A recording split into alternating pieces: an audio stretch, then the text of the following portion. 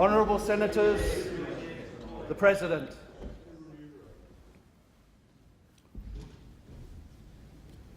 Almighty God, we humbly beseech Thee to vouchsafe Thy special blessing upon this Parliament, and that Thou wouldst be pleased to direct and prosper the work of Thy servants to the advancement of Thy glory and to the true welfare of the people of Australia.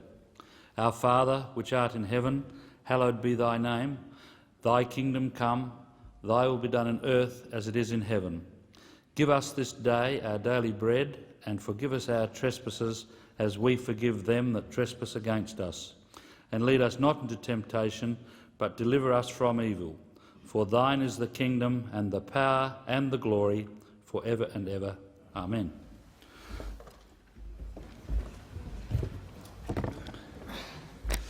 Clerk. One petition has been lodged in accordance with the note circulated to Senators. The terms of the petition will be incorporated in Hansard. Are there any notices of motion? Senator Bob Brown. Thank you, Chair. I give notice that on the next day of sitting I will move that the Senate 1 notes that the 23rd of February marked the 6th year that Ingrid Betancourt had been held hostage by the Revolutionary Armed Forces of Colombia, FARC, and 2 calls on the Revolutionary Armed Forces of Colombia to release Ingrid Betancourt and all its hostages. Are there any further notices of motion? There being none, is there a report from the Selection of Bills Committee? Senator O'Brien. Mr President, I present the first report of 2008 of the Selection of Bills Committee, and I seek leave to have the report incorporated in Hansard. Is leave granted? There being no objection, leave is granted. After me. I move that the report be adopted. The question is that the report be adopted. Senator Ludwig. President, I move the following amendment. At the end of the motion, add "and in respect of Workplace Relations Amendment, Transition to Forward with Fairness Bill 2008, the provisions of the bill be referred to Education, Employment and Workplace Relations Committee for inquiry and report by the 17th of March 2008. What we have here is a government that wants to ensure that AWAs end. They end today by ensuring that the committee reports back by the 17th of March in this place, and then it is available for debate. It is available for debate in the March sitting period. Almost 3 months ago, the Australian people took their vote and voted for change. They didn't vote for the coalition, they voted for a change. And in doing so, they voted for a change in our workplace relations laws. That's what they did. They voted for a change in our workplace relations laws. With this bill, it delivers our key election commitment. It delivers to the Australian people the commitment that we made to change the workplace relations laws. The unfair laws that you imposed, on the Australian people, that ripped away their conditions, that took away the safety net, that ensured they would then suffer under your workplace relations laws. We believe in a system which ensures that there is no place for AWAs in the system, a system which has fairness at its heart. What you believe in is a system that ensures that this unfairness and the rort under AWAs will continue. And to say that up to the election you did argue furiously for your workplace relations changes, but you did not win the election. We have a clear mandate to ensure AWAs end. That's what we have a clear mandate to ensure. But this debate has an end point. It does have an end point, and the end point was at the election, and the end point is now with the passage of the AWA Transitional Amendment Bill to ensure that in the March sitting it finishes. It finishes today. We believe that the opposition, and particularly the opposition spokesperson on workplace relations, are now trying to pretend that none of that happened, that there was not an election, that they didn't win the election. Of course they didn't win the election. What they are now saying is, of course, is that we will continue with AWAs. We will continue to have AWAs until such time as we think it should end. Well, the Australian people already have spoken. They've indicated that it should now end. What you are now saying, of course, is that you want a committee to continue on right up to the 28th of April and on, to continue so that employers can continue to enter into AWAs unfairly, hurt Australian people. You have clearly not heard the message from the Australian people in respect of this. But on the substantive matter, when you were in government, when the Liberals were in government, you did not provide sufficient time for committees. You did not ensure that committees could have sufficient time. You pushed through many bills with short committees, welfare to work, the IR legislation itself, the sale of Telstra. Again and again and again you put through committees with very little time to have the ability to look at these matters. In this instance, there is more than a month to be able to deal with this substantive matter. It is not a complex matter. You will be able to deal with it in that time, and I'm sure you will also be able to listen to the employers, to the Australian people, that the matter of AWAs has now been dealt with, and we can get on with business. We can get on with business in this Senate without you unduly delaying it and ensuring that it continues to stay alive, because that's effectively what you are doing. This government campaigned on the promise that we would take Australia forward with fairness, without Australian workplace relations, without workplace agreements. That was our promise to the Australian people, and we will continue to ensure that that promise is realised in this place. We know your track record. It's a disgraceful track record. It's a track record that is mired and quagmired in AWAs, in unfairness, in ensuring that people will hurt under your AWAs. What you are now doing, be very clear about this. What you are now doing is ensuring that AWAs will continue, employers will be able to continue to enter into unfair AWAs past the time that this bill could be debated in March and finalised. Every day after that, you're going to ensure that it will continue. Your time has expired. Senator Ellison. Well, Mr President, the government's clearly embarrassed by this, because 2 days ago we gave a notice of reference of this very important issue to the Senate committee, and the government was caught sleeping at the wheel because it didn't even think of that. Now, it knows that important legislation goes to a Senate committee, and that's been the practice for years.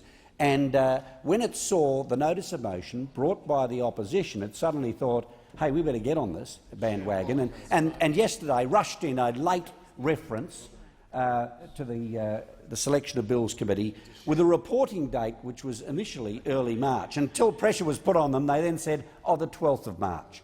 This was one of the most important issues in the election last year. There is no doubt that workplace relations was front and centre in the election held just a few months ago. And this government was only going to give a few weeks for the review of that legislation. What we propose is that the reporting date be the 28th of April, and that's the alternative motion that the opposition's put up.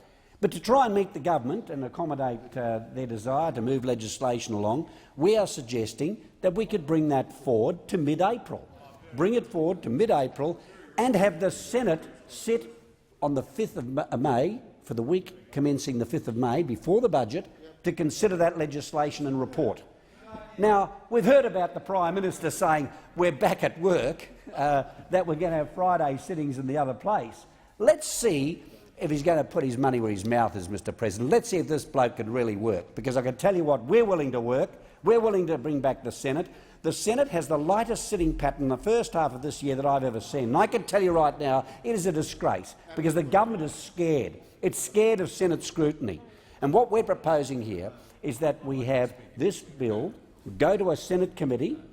We'll bring forward the reporting date to accommodate the government, but importantly we'll set aside an extra week of sitting so that the Senate can consider that report and the legislation, and we'll do it before the budget. before the budget so that the government can get on with the important job of the budget. We recognise that. But let's have another sitting week before. And the government is refusing this, Mr President. It is refusing this. It's scared of work. It's lazy. And I say to the people of Australia, you have a government here which won't front up to the parliament. It's lazy, it's scared of extra sitting days, and it's scared of scrutiny of one of the most important issues that Australians looked at in the election. We believe that an issue such as this should be given close attention over a period of time to enable all those interested to put forward a submission to the Senate committee. There is nothing more reasonable than that. And we are willing to bring that reporting date forward. And we are willing to set an extra week to consider that. And this government is scared. It's lazy and scared. It doesn't want an extra week. It doesn't want extra Senate scrutiny. And we have a Prime Minister who's trying to fool people by saying, yes, we're hard-working, we're going to have extra sitting days. Well, in the Senate we have less sitting days, and we are saying let's bring the Senate back earlier after an extensive period of recess. Some 7 weeks of recess over April.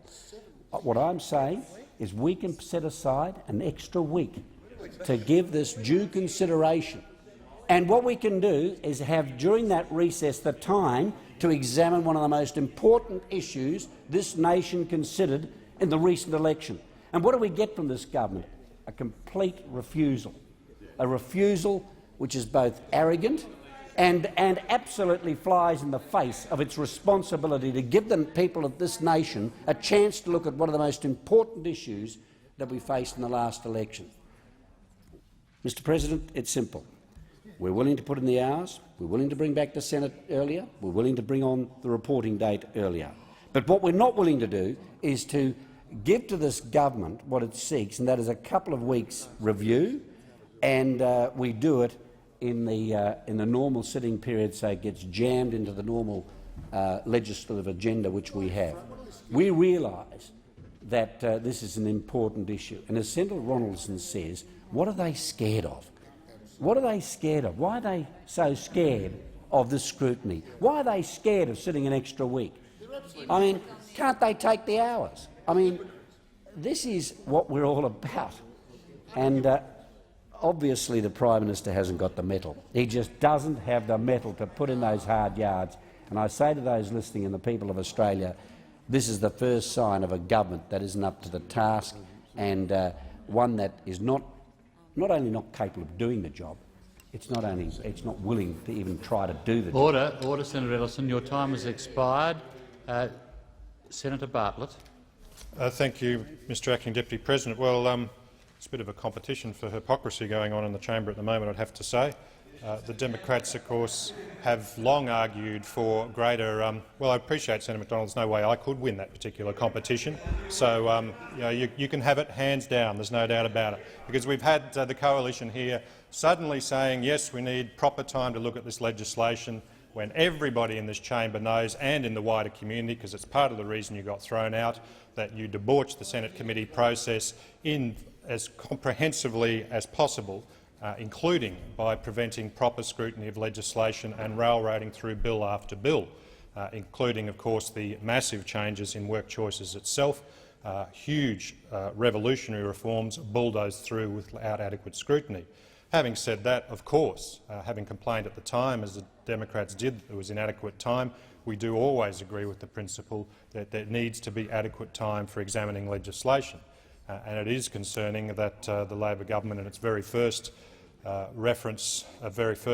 piece of legislation puts forward, wants to try and push it through very quickly.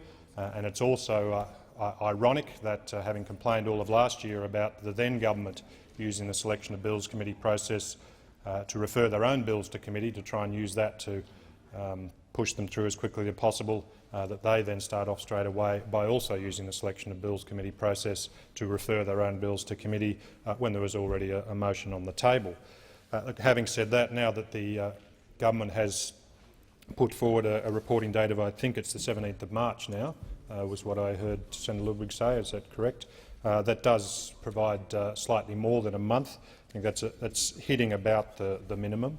And I draw the Senate's attention to the answer from the Department of the Senate to the question on notice and estimates in February last year that my colleague Senator Murray put forward, seeking an outline of a reasonable minimum time for a committee inquiry on a bill, which detailed a timeline of around about 28 days. So this does go slightly above that. But this is an important issue. It's not the whole of work choices, of course. It's just one part. And of course, we all know that all of the argy-bargy about work choices and AWAs was a key political point-scoring exercise and a key political football over the last 12 months or longer.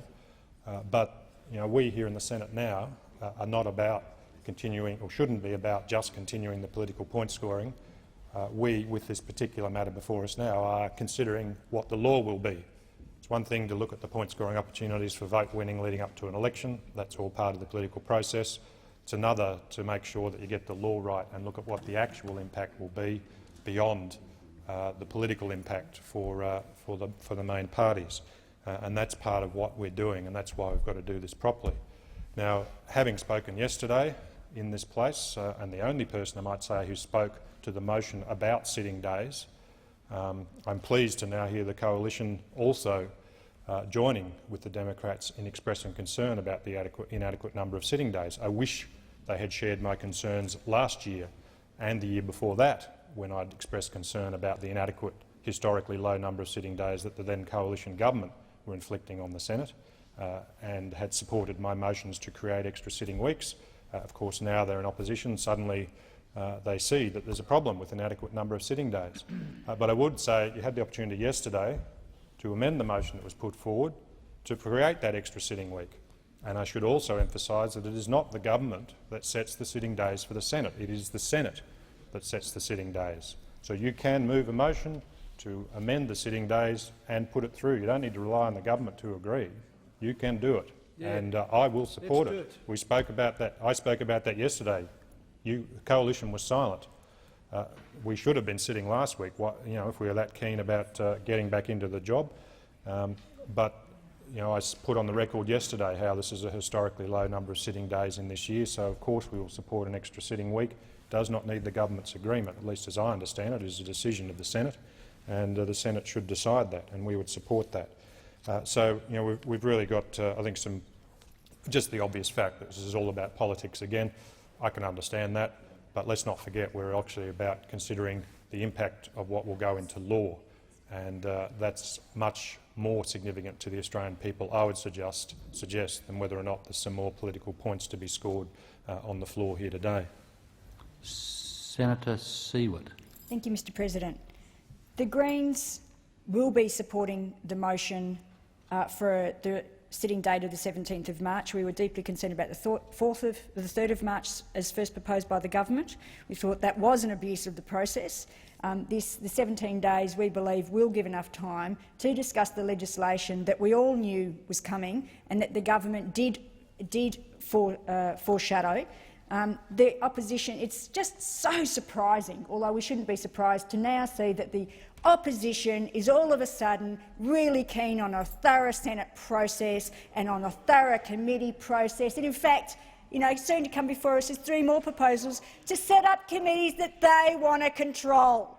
When they changed the committee system in the first place, so the government controlled it, now there's a different government, so all of a sudden they want to change the committee process. They systematically, for 2.5 years, systematically abused the Senate process, abused the committee process, treated this place like a sausage factory, and all of a sudden they're throwing their arms up in the air and saying, oh, it's not fair, the government, you're abusing the process to trying to push through legislation that actually does away with work choices. The government was very clear about bringing this legislation in.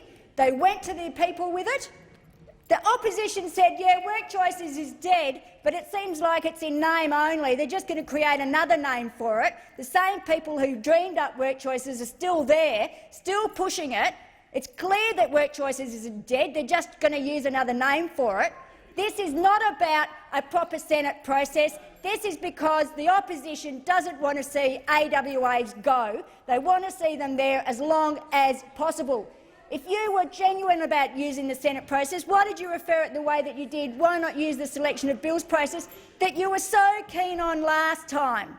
This is just about frustrating the government's AWA process and reform of IR, and the community of Australia will be in no doubt what the opposition is trying to achieve, and that is frustrate the reform process. That's what it's about, not about all of a sudden having a road to the Damascus experience about how important review is, how important committee review is. Anti-intervention, supposedly the government's, at the time, the government's most significant package for Aboriginal reform ever in Australia, one-day Senate hearing, and they didn't even call the authors of the report that supposedly kicked it off in the first place. That's how serious the then government was, the now opposition was, about using the committee process and having fair review of legislation. What a joke that only a couple of months down the track they're back in this place all of a sudden championing the committee process. Get real. Everybody can see through it. Everybody can. The public of Australia will see through it. As I said, all you're trying to do is stopping the AWA process. Order, Senator. Please address your remarks through the chair. Sorry, Chair. All the opposition are currently trying to do is stop the reform of the IR process. Everybody can see through it. The Greens will be supporting the amendment as proposed by the government to have a review, to complete the review committee process by the 17th of March.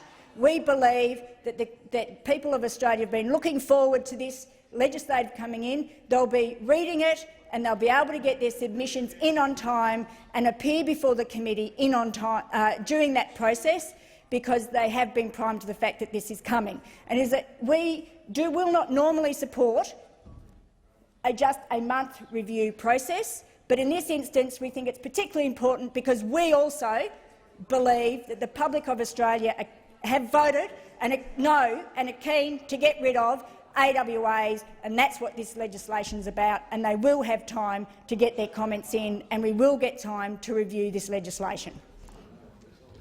Senator Fielding. Thanks, Mr President. Look, Family First, just for the record, opposed work choices, and Family First opposed it because it went too far.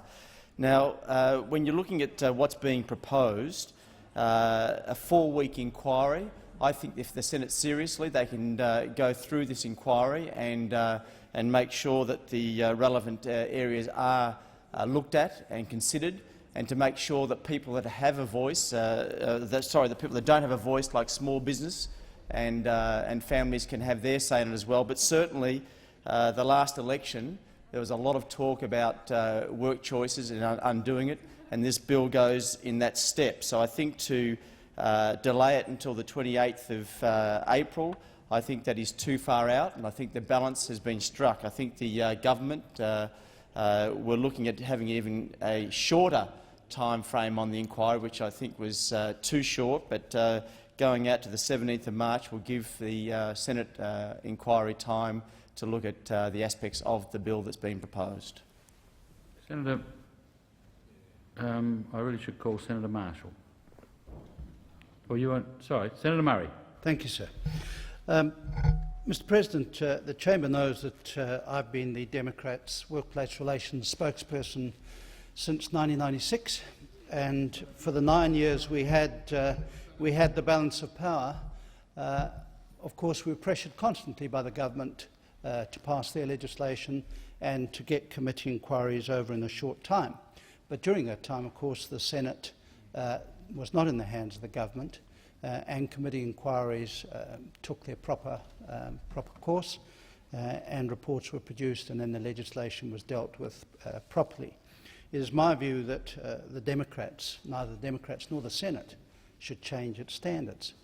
Governments are governments and oppositions are oppositions, and governments will always argue for mandate, for short sitting times, for rushing their legislation through, and oppositions have a duty to look at it from a Senate perspective. So I'm less interested in hypocrisy in the past, even where that exists, than with the standards we should apply now. And I'm always very disappointed when I hear those who argued previously for high standards then arguing the reverse, just because it suits their particular political case at the time.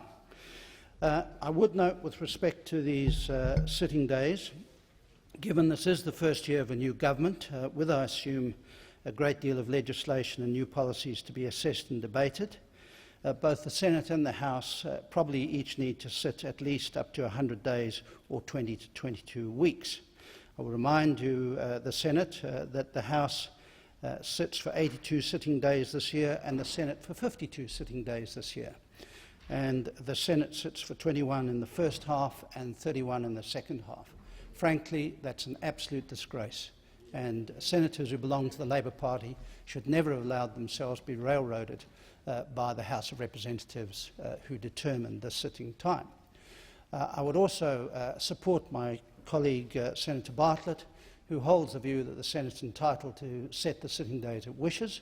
Now, that should normally be done cooperatively, but frankly the Senate cannot deal with the sort of legislative programs that's before us with the number of sitting days that we've got this year. We started too late in February. We have far too few sitting days this half. The recesses are too long. It's going to be a lazy Senate, and that is not the right look for a new government. I would suggest that the opposition should go away, should decide on when it wants extra sitting weeks, should put the motion to the Senate and let us decide as the Senate when we want to sit and sit accordingly to deal with the matters. I would urge you to do that and go away, and if possible do it today and bring it on as special business. But turning to the matter at hand, frankly, if I were the government, given the importance of workplace to the people of Australia, I would have introduced an exposure draft in January, had it advertised for submissions in January, referred it to committee in January, and we could have been reporting in March and got it all done in time. Again, we're dealing with a lazy government that's come about at this far too late. The issues aren't that difficult, and I'm unimpressed, frankly, by being presented with a bill of this importance this late. Having said that, we need a minimum of 28 days for advertising, submissions, hearings, report writing, and then we need a considerable time for debate and for writing amendments and reports. I would suggest, based on historical circumstances, that somewhere between 28 days and 42 days is the right period for this particular bill, 28 being the minimum. I certainly think the coalition is too far out with the 28th of April. But given the fact that you think it unlikely that the bill would be ready for debate and the report ready by the time the last week of sitting comes, it probably doesn't matter that much. However, if you were to introduce an extra week of sitting elsewhere than the last week before May, although that makes sense, frankly, I wouldn't be disturbed by that.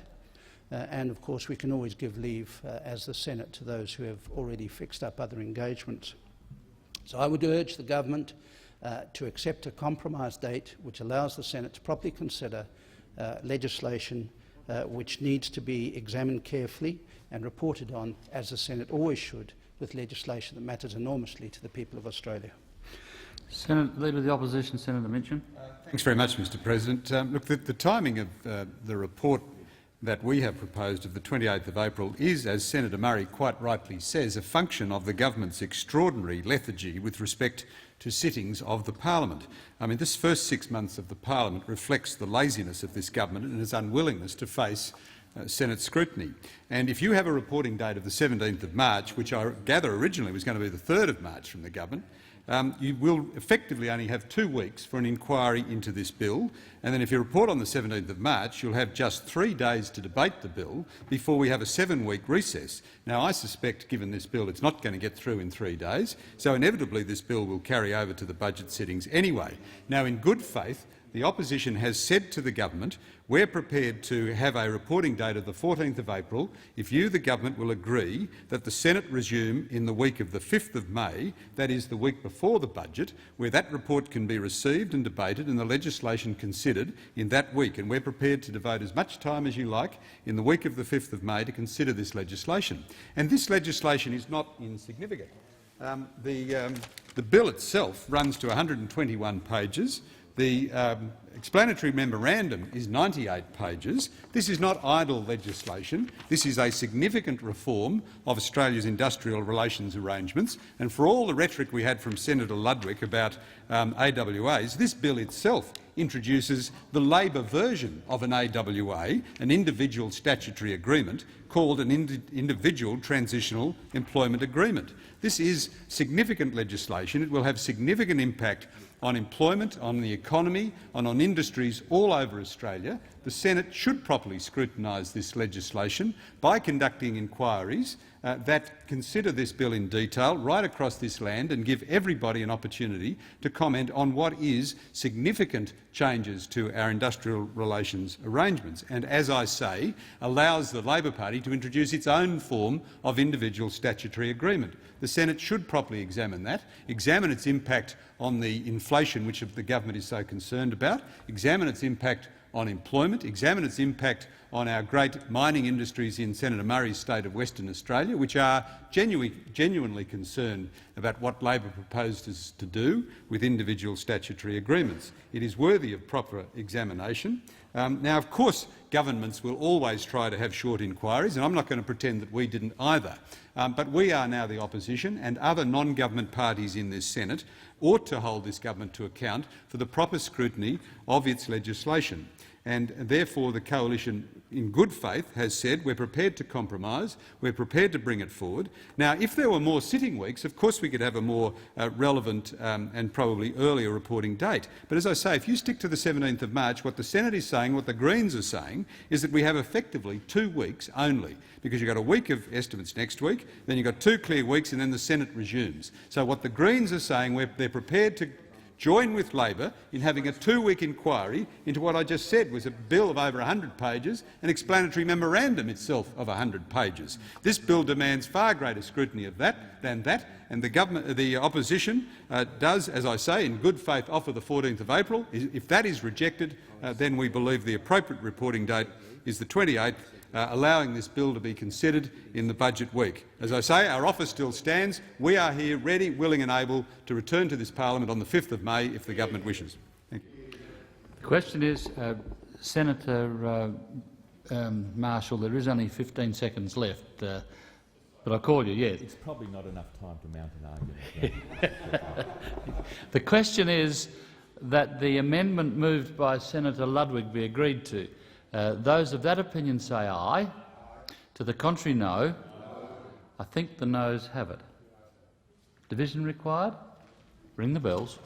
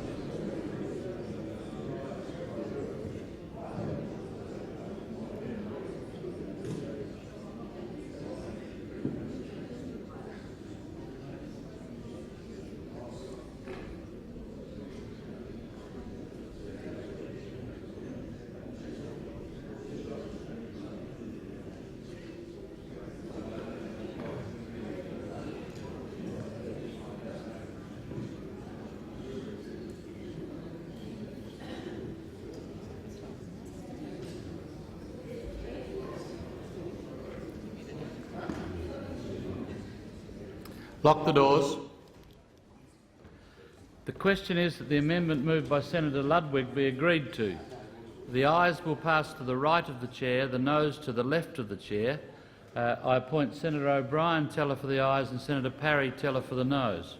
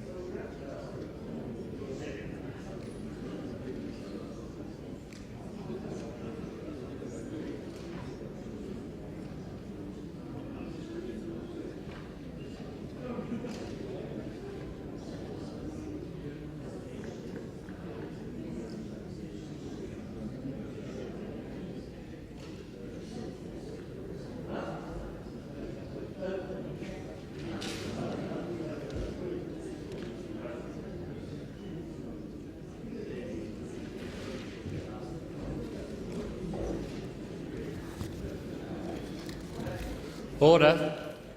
As a result of the division, there being 35 ayes and 36 noes, the matter is resolved in the negative. The question The question now is that the motion moved by Senator O'Brien be agreed to. Those of that opinion say aye. To the contrary, no. I think the ayes have it.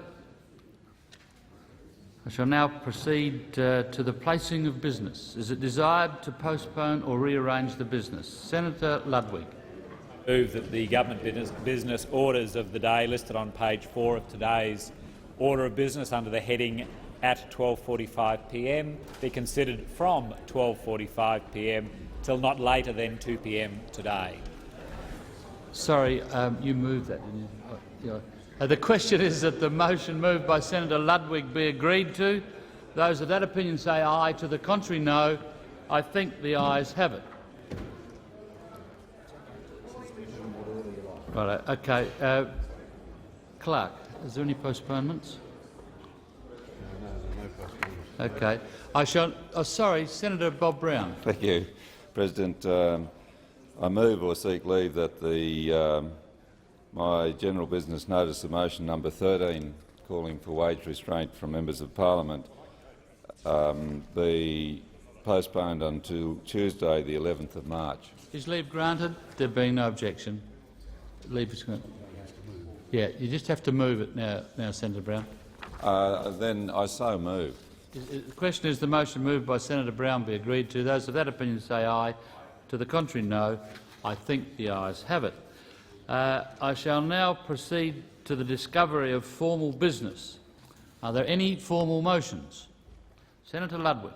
Thank you, Mr President. I ask that government business notice of motion number 1, proposing the exemption of bills from the cut-off order, be taken as formal. Is there any objection to this motion being taken as formal? There is none. Senator Ludwig. I move the motion. Question is the motion moved by Senator Ludwig be agreed to. Those of that opinion say aye. To the contrary, no. I think the ayes have it. Further, Senator Bob Brown. I ask the general business notice of motion number 11, standing in my name, relating to the introduction of a bill, be taken as formal. Is there any objection to this motion being taken as formal? There being none, I call Senator Brown. President, I thank the Senate. I move that the following bill be introduced: a bill for an act to repeal the Euthanasia Laws Act 1997 and to confirm the right of a terminally ill person to request assistance from a medically qualified person to voluntarily terminate his or her life in a humane manner, to allow for such assistance to be given in certain circumstances without legal impediment to the person rendering the assistance, to provide procedural protection against the possibility of abuse of the rights recognised by this Act and for related purposes. Question is that motion be agreed to. Those of that opinion say aye. To the contrary, no. I think the ayes have it. Senator Brown. President, I present the bill and move that this bill may proceed without formalities and now be read a first time. Question is that motion be agreed to. Those of that opinion say aye. To the contrary, no. I think the ayes have it. Senator Brown. 1997 and for related purposes. Senator Brown. Thank you, President. I move that this bill be now read a second time, and I seek leave to table the explanatory memorandum, to have the second reading speech incorporated in Hansard, and to continue my remarks. Is leave granted? There being no objection, leave is granted. Senator Fielding. Thanks, Mr President. I ask that general business notice of motion number 5, standing in my name, relating to the introduction of a bill, be taken as formal. Question is there any objection to this motion being taken as formal? There being none, I call Senator Fielding. Thanks, Mr President. I move that the following bill be introduced: a bill for an act to amend the Australian Securities and Investment Commission Act 2001 to limit unfair banking and credit card penalty fees and for related purposes. Question is that motion be agreed to. Those of that opinion say aye. To the contrary, no. I think the ayes have it. Senator Fielding. I present the bill and move that this bill may now proceed without formalities and be now read a first time. Question is that motion be agreed to. Those of that opinion say aye. To the contrary, no. I think the ayes have it. Clerk. A bill for an act to amend the Australian Securities and Investments Commission Act 2001 to limit unfair banking and credit card penalty fees and for related purposes. Senator Fielding. Thank you. I move that this bill be now read a second time, and I seek leave to table the explanatory memorandum and to have the second reading speech incorporated into Hansard and to continue my remarks. Is leave granted? There being no objection, leave is granted. Senator Fielding. Yes, thanks, Mr. President. Look, I ask that general business notice of motion number 10, standing in my name, relating to the introduction of bill, be taken as formal. Is there any objection to this motion being taken as formal? There being none, I call Senator Fielding. Mr. President, I move that the following bill be introduced: a bill for an act for the administration of poker machine harm reduction tax and the establishment of the poker machine harm reduction transition fund and for related purposes. Question is that motion be agreed to. Those of that opinion say aye. To the contrary, no. I think the ayes have it. Senator Fielding. I present the bill and move that this bill may proceed without formalities and be now read a first time. Question is that that motion be agreed to. Those of that opinion say aye. To the contrary, no. I think the ayes have it. Mr. Clerk.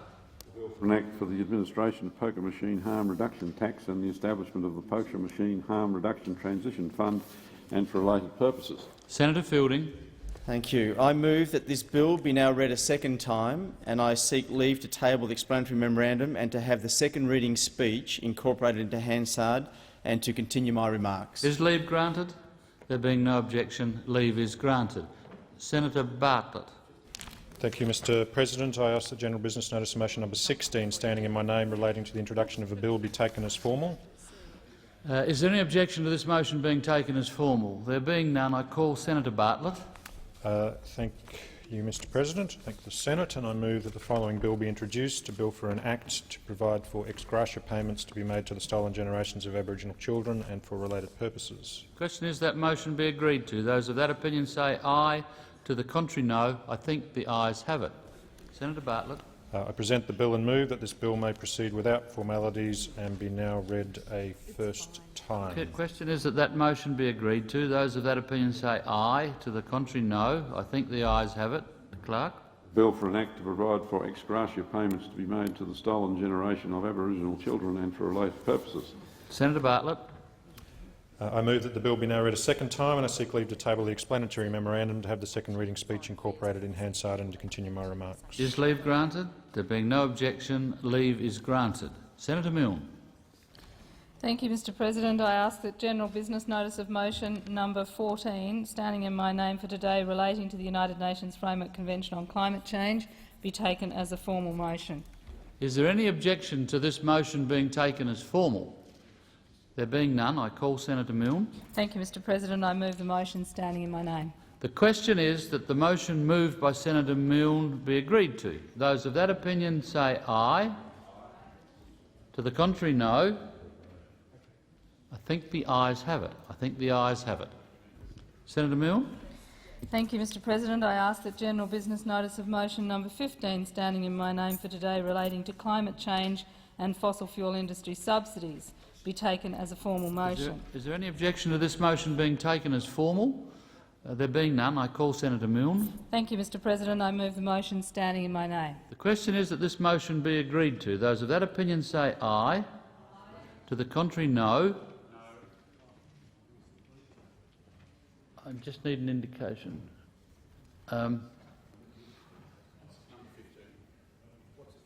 The question is that the motion number 15, moved by Senator Milne, be agreed to. Those of that opinion say aye. Against say no. I think the ayes have it. I think the ayes have it. Noes have it. Noes have it. Division required. Ring the bells.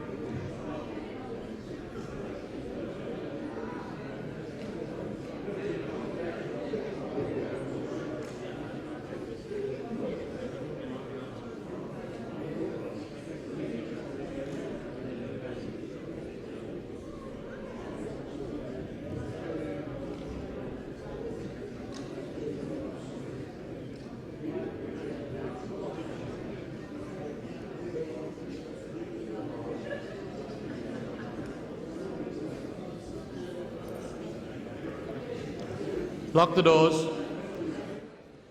The question is that the motion moved by Senator Milne be agreed to. The ayes will pass to the right of the chair, the noes to the left of the chair. I appoint Senator Siewert teller for the ayes and Senator O'Brien teller for the noes.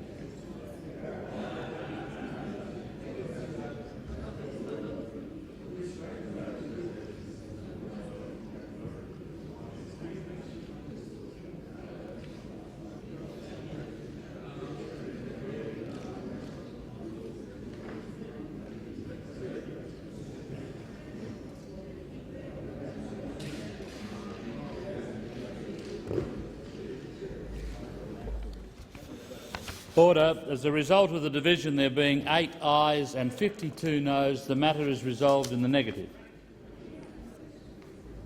Are there any further formal motions? Senator Allison.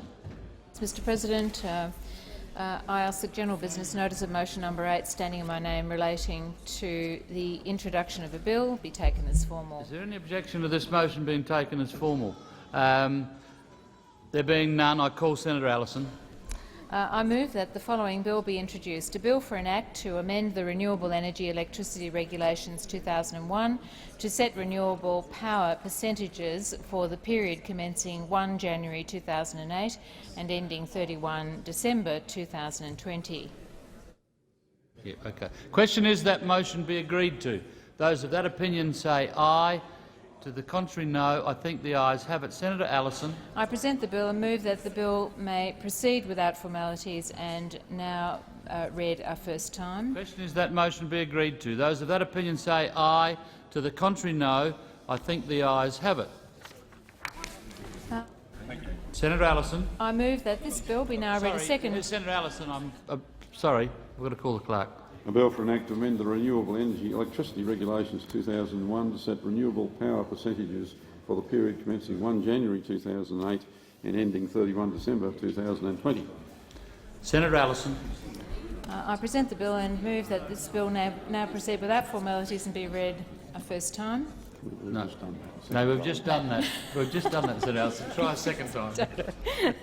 I move that this bill be now read a second time, and I seek leave to table the explanatory memorandum to have the second reading speech incorporated in the Hansard and to continue my remarks. Is leave granted? There being no objection, leave is granted. Senator Allison. I ask that general business notice of motion number 20, standing in my name for today, relating to the solar energy technology, be taken as a formal motion. Is there any objection to this motion being taken as formal? If there being none, I call Senator Allison. I move the motion standing in my name. The question is that that motion be agreed to. Those of that opinion say aye. To the contrary, no. I think the noes have it. Division required? Ring the bells. No, I think we'll have to have 4-minute division. Yeah.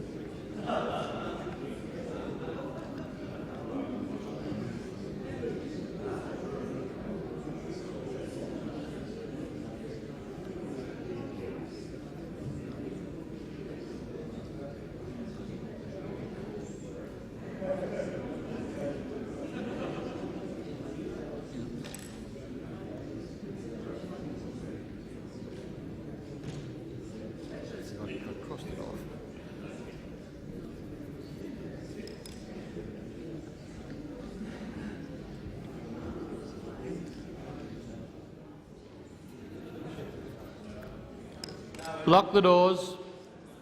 The question is that the motion moved by Senator Allison be agreed to. The ayes will pass to the right of the chair, the noes to the left of the chair. I appoint Senator Bartlett teller for the ayes and Senator Parry teller for the noes.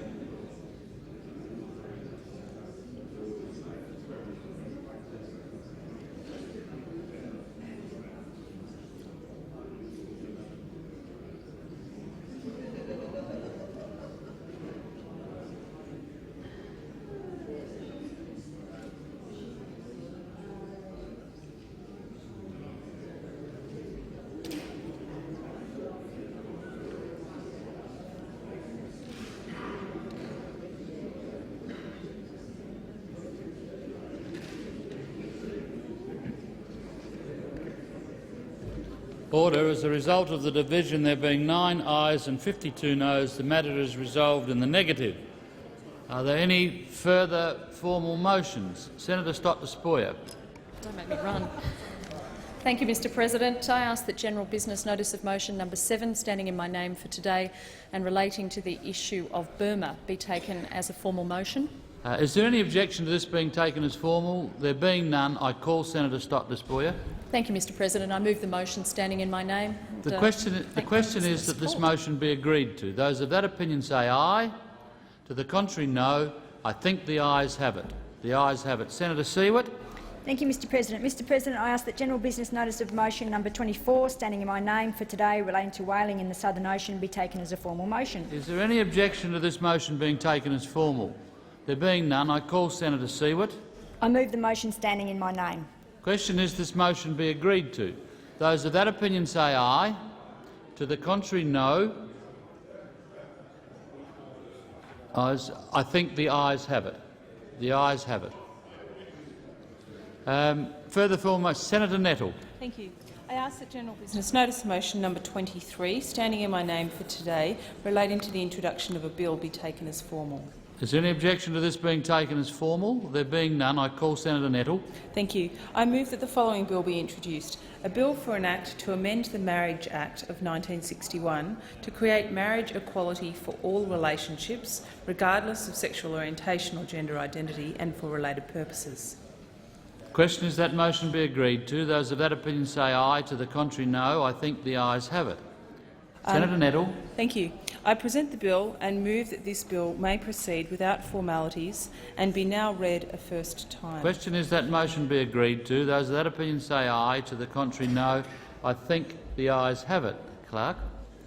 Bill for an Act to amend the Marriage Act 1961 to create marriage equality for all relationships regardless of sexual orientation or gender identity and for related purposes. Senator Nettle.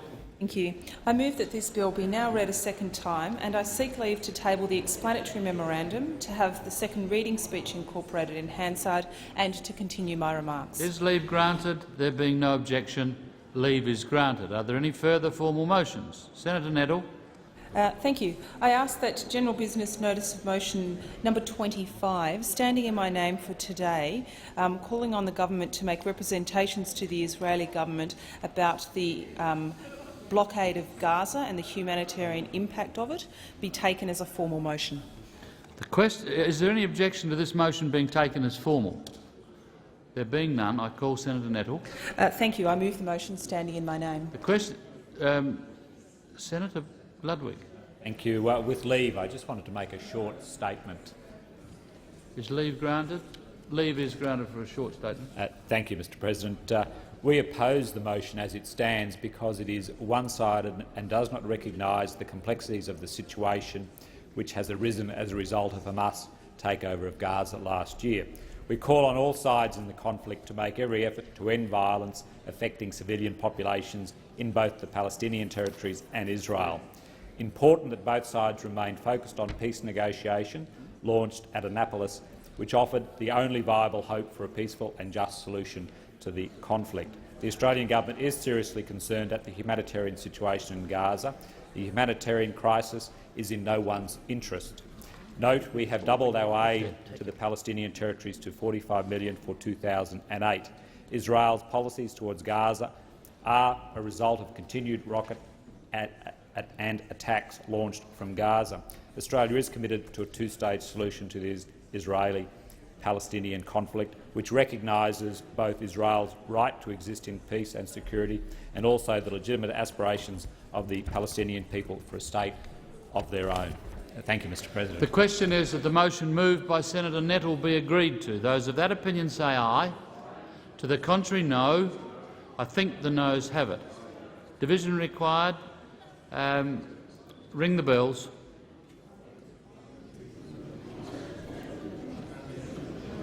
Come.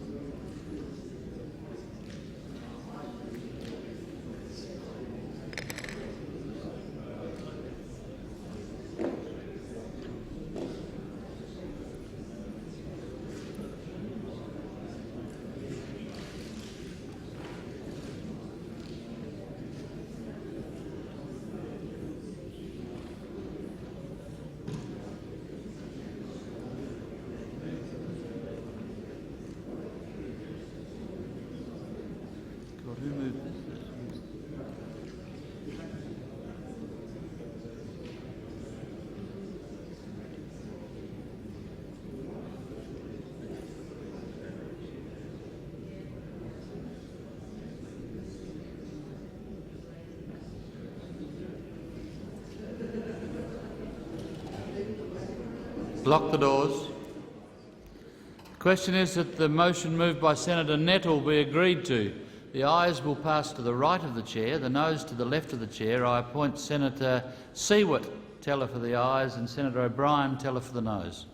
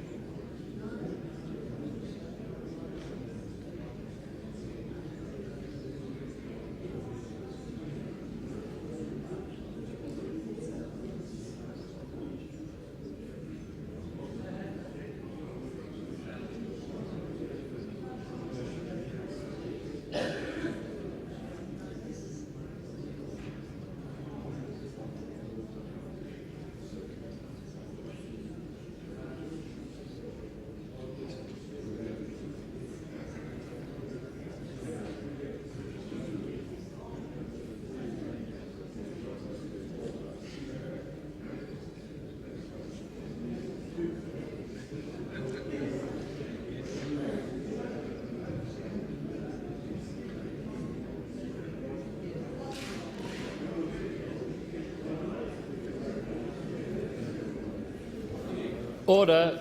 As a result of the division, there being 8 ayes and 54 noes, the matter is resolved in the negative. Senator Bartlett, I believe you have a formal motion. Senator Bartlett. Thank you, Mr. President. I ask that general business notice of motion number 19, standing in my name for today, relating to the restoration of 25 bills to the notice paper, be taken as a formal motion. Is there any objection to this motion being taken as formal? There being none, I call Senator Bartlett. Thank you. I move the Senate standing in my name. I move the motion standing in my name. The question is that that motion be agreed to. Those of that opinion say aye. To the contrary, no. I think the ayes have it. Are there any further formal motions? Senator Ellison. Mr. President,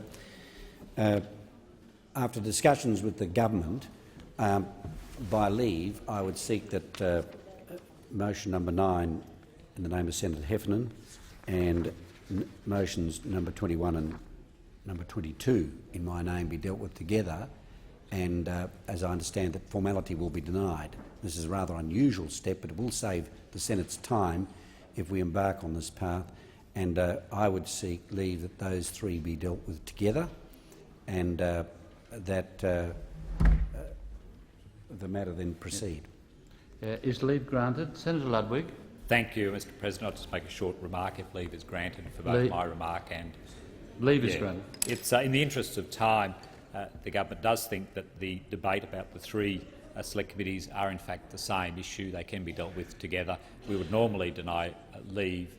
We would normally deny formality and then go into a suspension and have the debate. We oppose the establishment of the select committees. In the interests of time, it is far more convenient for the Senate to be able to deal with the substantive debate now, with those matters being dealt with together. It's not an unusual practice. I think the practice has been done before, although I'm sure the clerk might correct me if I'm wrong about that. But in this instance, it is the most sensible way to proceed into the substantive debate, so we can put our view about the select committees. Well, I have to ask again. Leave is granted. Is leave granted? There being no objection, leave is granted. I call Senator Ellison. I therefore move, Mr President, those motions that I've mentioned. Number 9, notice of motion standing in the name of Senator Heffernan dealing with the establishment of a select committee on agricultural and related industries. Notice of motion number 21 standing in my name, the establishment of a select committee on state government financial management. And notice of motion number 22 standing in my name dealing with the establishment of a select committee on housing affordability in Australia. You still need leave, so is leave granted? Leave is granted. Seeking leave for that. Thank you, and I'm obliged to the Senate. Mr President, these are very important issues in Australia today. We're dealing with issues which range from regional Australia with the cost of fertiliser and associated agricultural products, and that is something which might not be keenly felt in the city, is keenly felt in regional Australia. Similarly, we have the Select Committee on Housing Affordability, which was a huge issue in the recent election and one which continues to be a matter of great concern to many Australians. It is no secret that the price of housing in this country has risen and that there is a lack of availability of housing for average Australians. It is essential, therefore, that we have a select committee to deal with this issue rather than simply referring it to the Legislative Standing Committee, which would otherwise be the case. In fact, similarly for the fertiliser referral that I've mentioned, the Senate Standing Legislation Committees have a great deal of work, and these being substantial issues would certainly burden those committees and reduce their ability to give adequate scrutiny to legislation brought into this chamber. The third Select Committee deals with state government financial management, and this is an extremely important issue for the economy of this country. We have state governments around this country racking up debt and affecting this nation's economy in such a way that no matter what good policies may be at a federal level, we have state governments which are running up debt and are mismanaging their finances to such an extent that this requires particular scrutiny from this chamber. Now, select committees are set up by the Senate from time to time to deal with issues of the day, and especially since we've reduced the number of Senate committees, we've done away with reference committees, it is important that those legislative standing committees be given the time and resources to deal with legislation which is brought in, but that we also have available select committees to deal with these important issues. And if people oppose the establishment of these select committees, they are also opposing the very fact that these are very, very important issues, because they will not get the adequate scrutiny from a legislative standing committee because of the other tasks that those committees have. Now, it's, as I say, normal that we have select committees in the Senate, and on average we've had up to 4.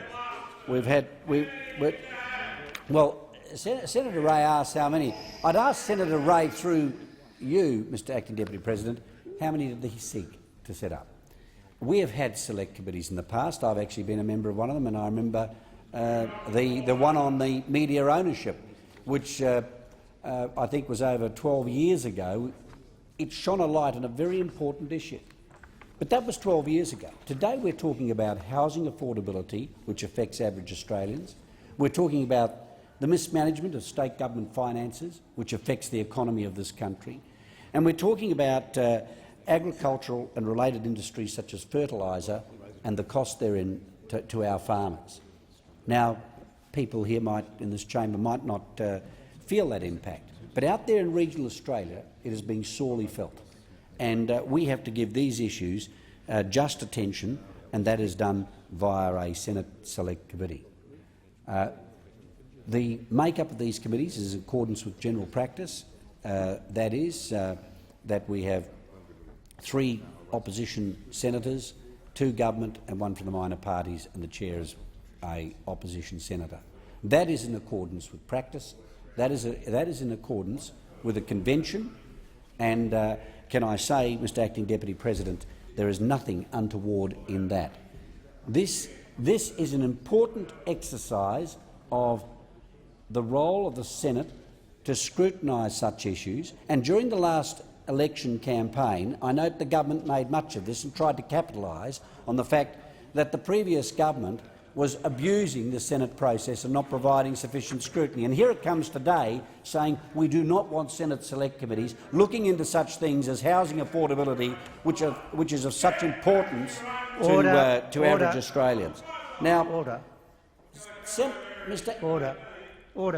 Acting Deputy President, I appreciate the government mightn't acknowledge the importance of these issues, but can I say, out there in the community, they are regarded as important.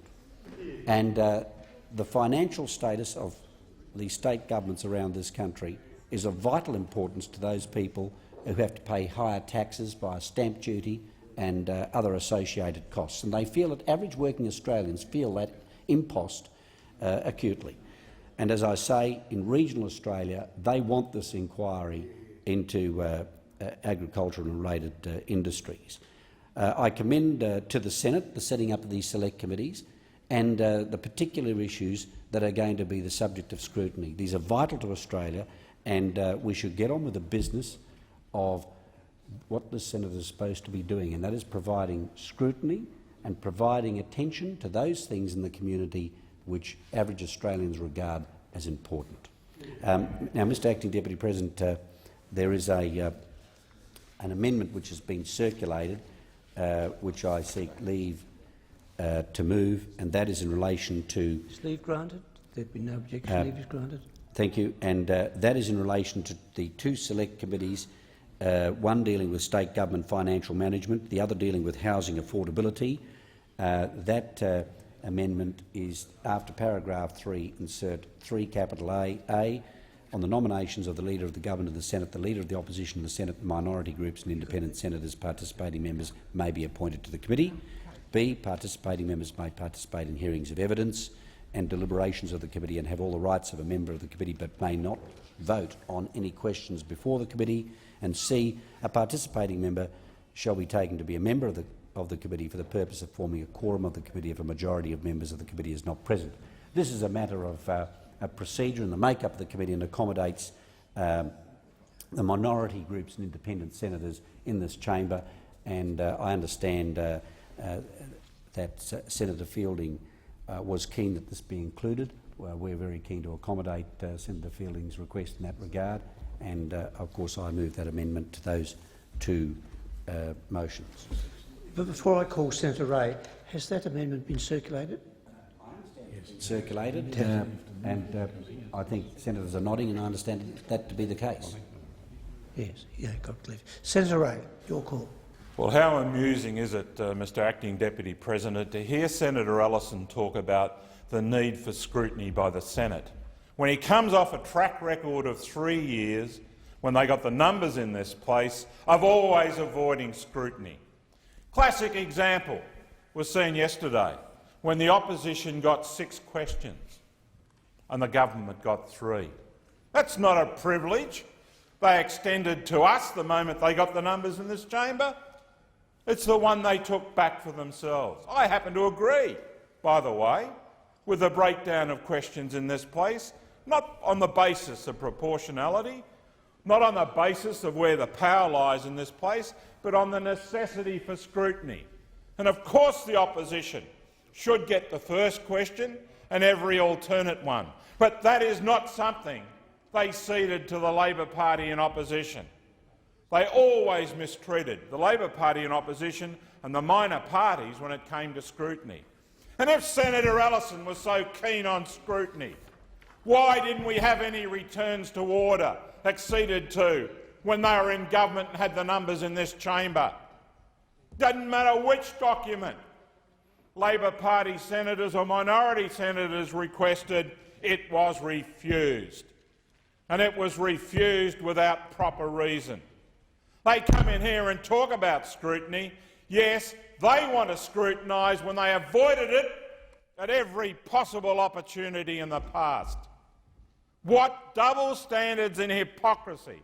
And it's not the road back to government for those in opposition now simply to change all their views and principles because they've just walked to the other side of the chamber. It does not gel. Now, Mr Acting Deputy President, I wanted to go through a little of the history of select committees. You see, Senator Ellison today outlines a case for 3 inquiries. I'm not actually going to challenge him on the substantive nature of those inquiries. What I'm going to challenge him is who does the inquiries.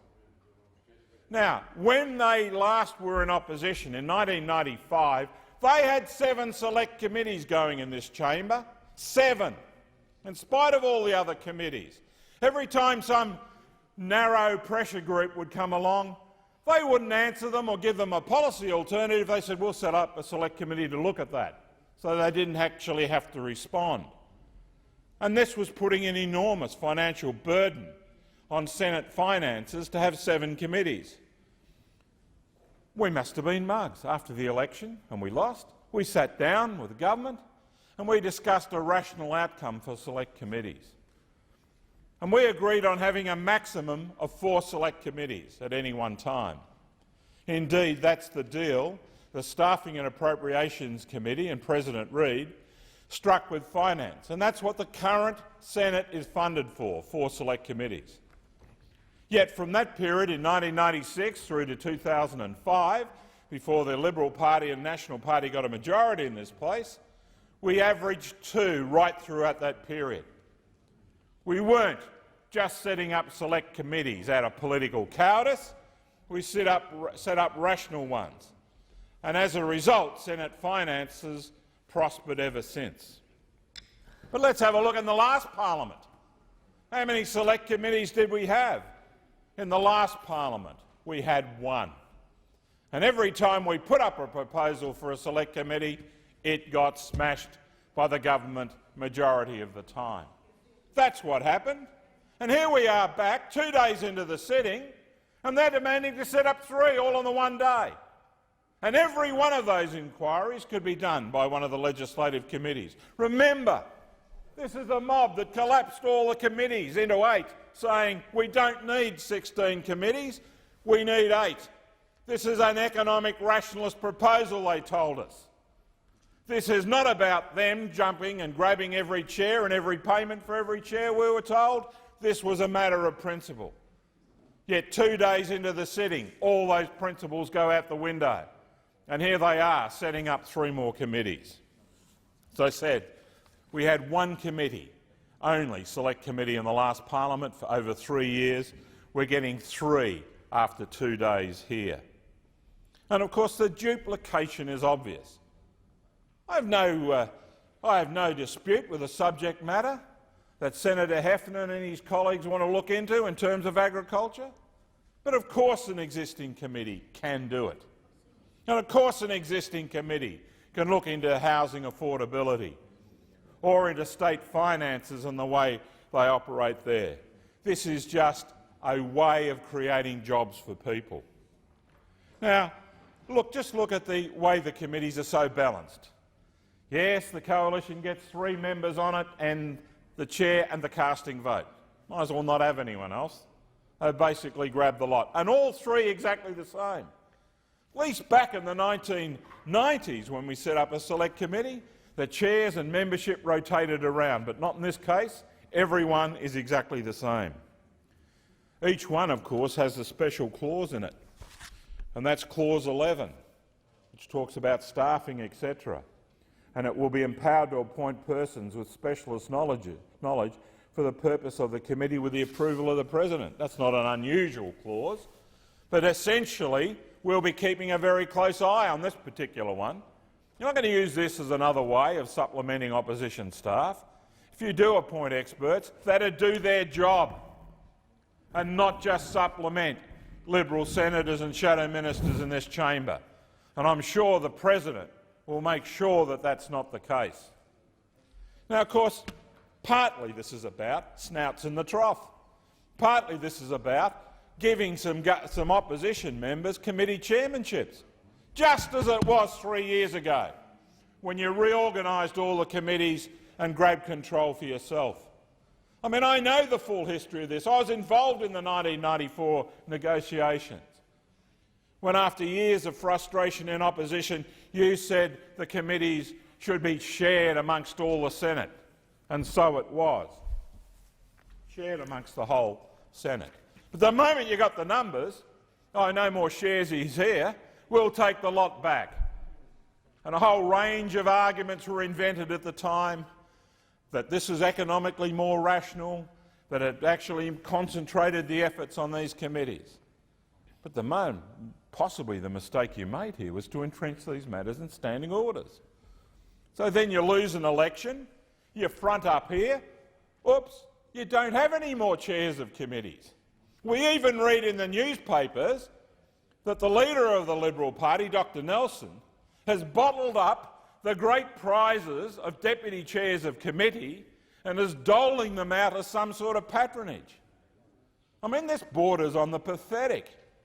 From someone who was once in government, like Dr Nelson, with all the patronage they then had, to be reduced down to doling out deputy chairs of committee as a way of shoring up his shaky leadership. I mean, that is absolutely pathetic. Why not let the Liberal Party room determine who its deputy chairs are? And by the way, who will determine these three chairs? Will it be the Senate party room, or will it be Dr Nelson and another 3 positions of patronage for Dr Nelson to hand out? I mean, this is quintessential hypocrisy at its worst, what the opposition are doing here today. Now, there is a case over time for select committees. We wouldn't have left them in standing orders if they weren't. But they do predate this current committee system. And so the necessity for select committees is far less today than it once was. But just to shove 3 up on the first day is absolute greed to shove them up on the first day. It is duplication, it's a waste of resources, and I think this is just the thin end of the wedge. You're going to see more select committees set up over the next year. You shake your head. You're going to guarantee there aren't going to be more set up in the next few weeks or few months? You know? And by the way, if you are to chair one of these, I say through you, Mr Acting Deputy President, if Senator Heffernan's to chair this one, why don't you actually apply yourself and chair it? Don't get up and wander around the room intimidating people. Actually apply yourself for once in your life. I know life's less relevant now that your mentor is gone, the former member for Bennelong, but actually see if you can retrieve your career through this. Actually do something positive for once in your life, instead of going around the building and smearing everyone you can find. Surprise me, prove me wrong. Make this select committee, when you get control of it, a decent, honourable committee. That's your challenge. We'll see if you're up to the mark.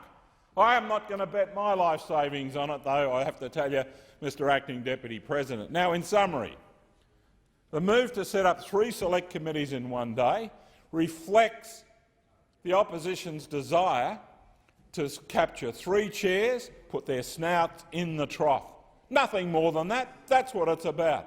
Any one of these inquiries could have been done by a current standing committee.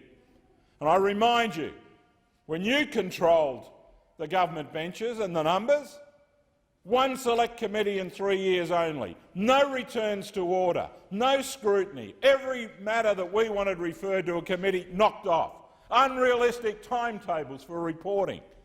So by all means, come out and say, you've got the numbers and you'll do what you like. I'll accept that. But the hypocrisy of coming in here from Senator Ellison and everyone else saying this is a matter of Senate scrutiny. Nonsense it is. Nonsense it's a matter of Senate scrutiny. It's a ruthless exercise in the numbers to line your own pockets.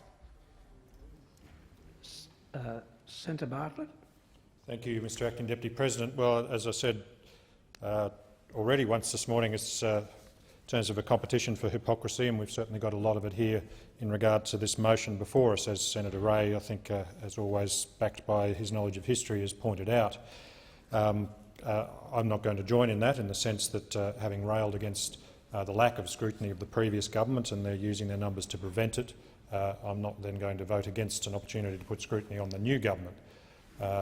but nonetheless, it is impossible not to make the point, as Senator Ray has, that excuse me, that over the last 3 years or 2.5 years since the Coalition had control of the Senate, not a single select committee was established. The last one, the Select Committee into Mental Health, which did an extremely good non-partisan job, I might say, was set up in March 2005 before the Coalition got full control of the Senate. And as I said, it did a good job, which makes it all the more inexcusable that there was no support provided for any attempts to set up select committees after that. And of course, there actually weren't a lot of motions put forward to establish select committees.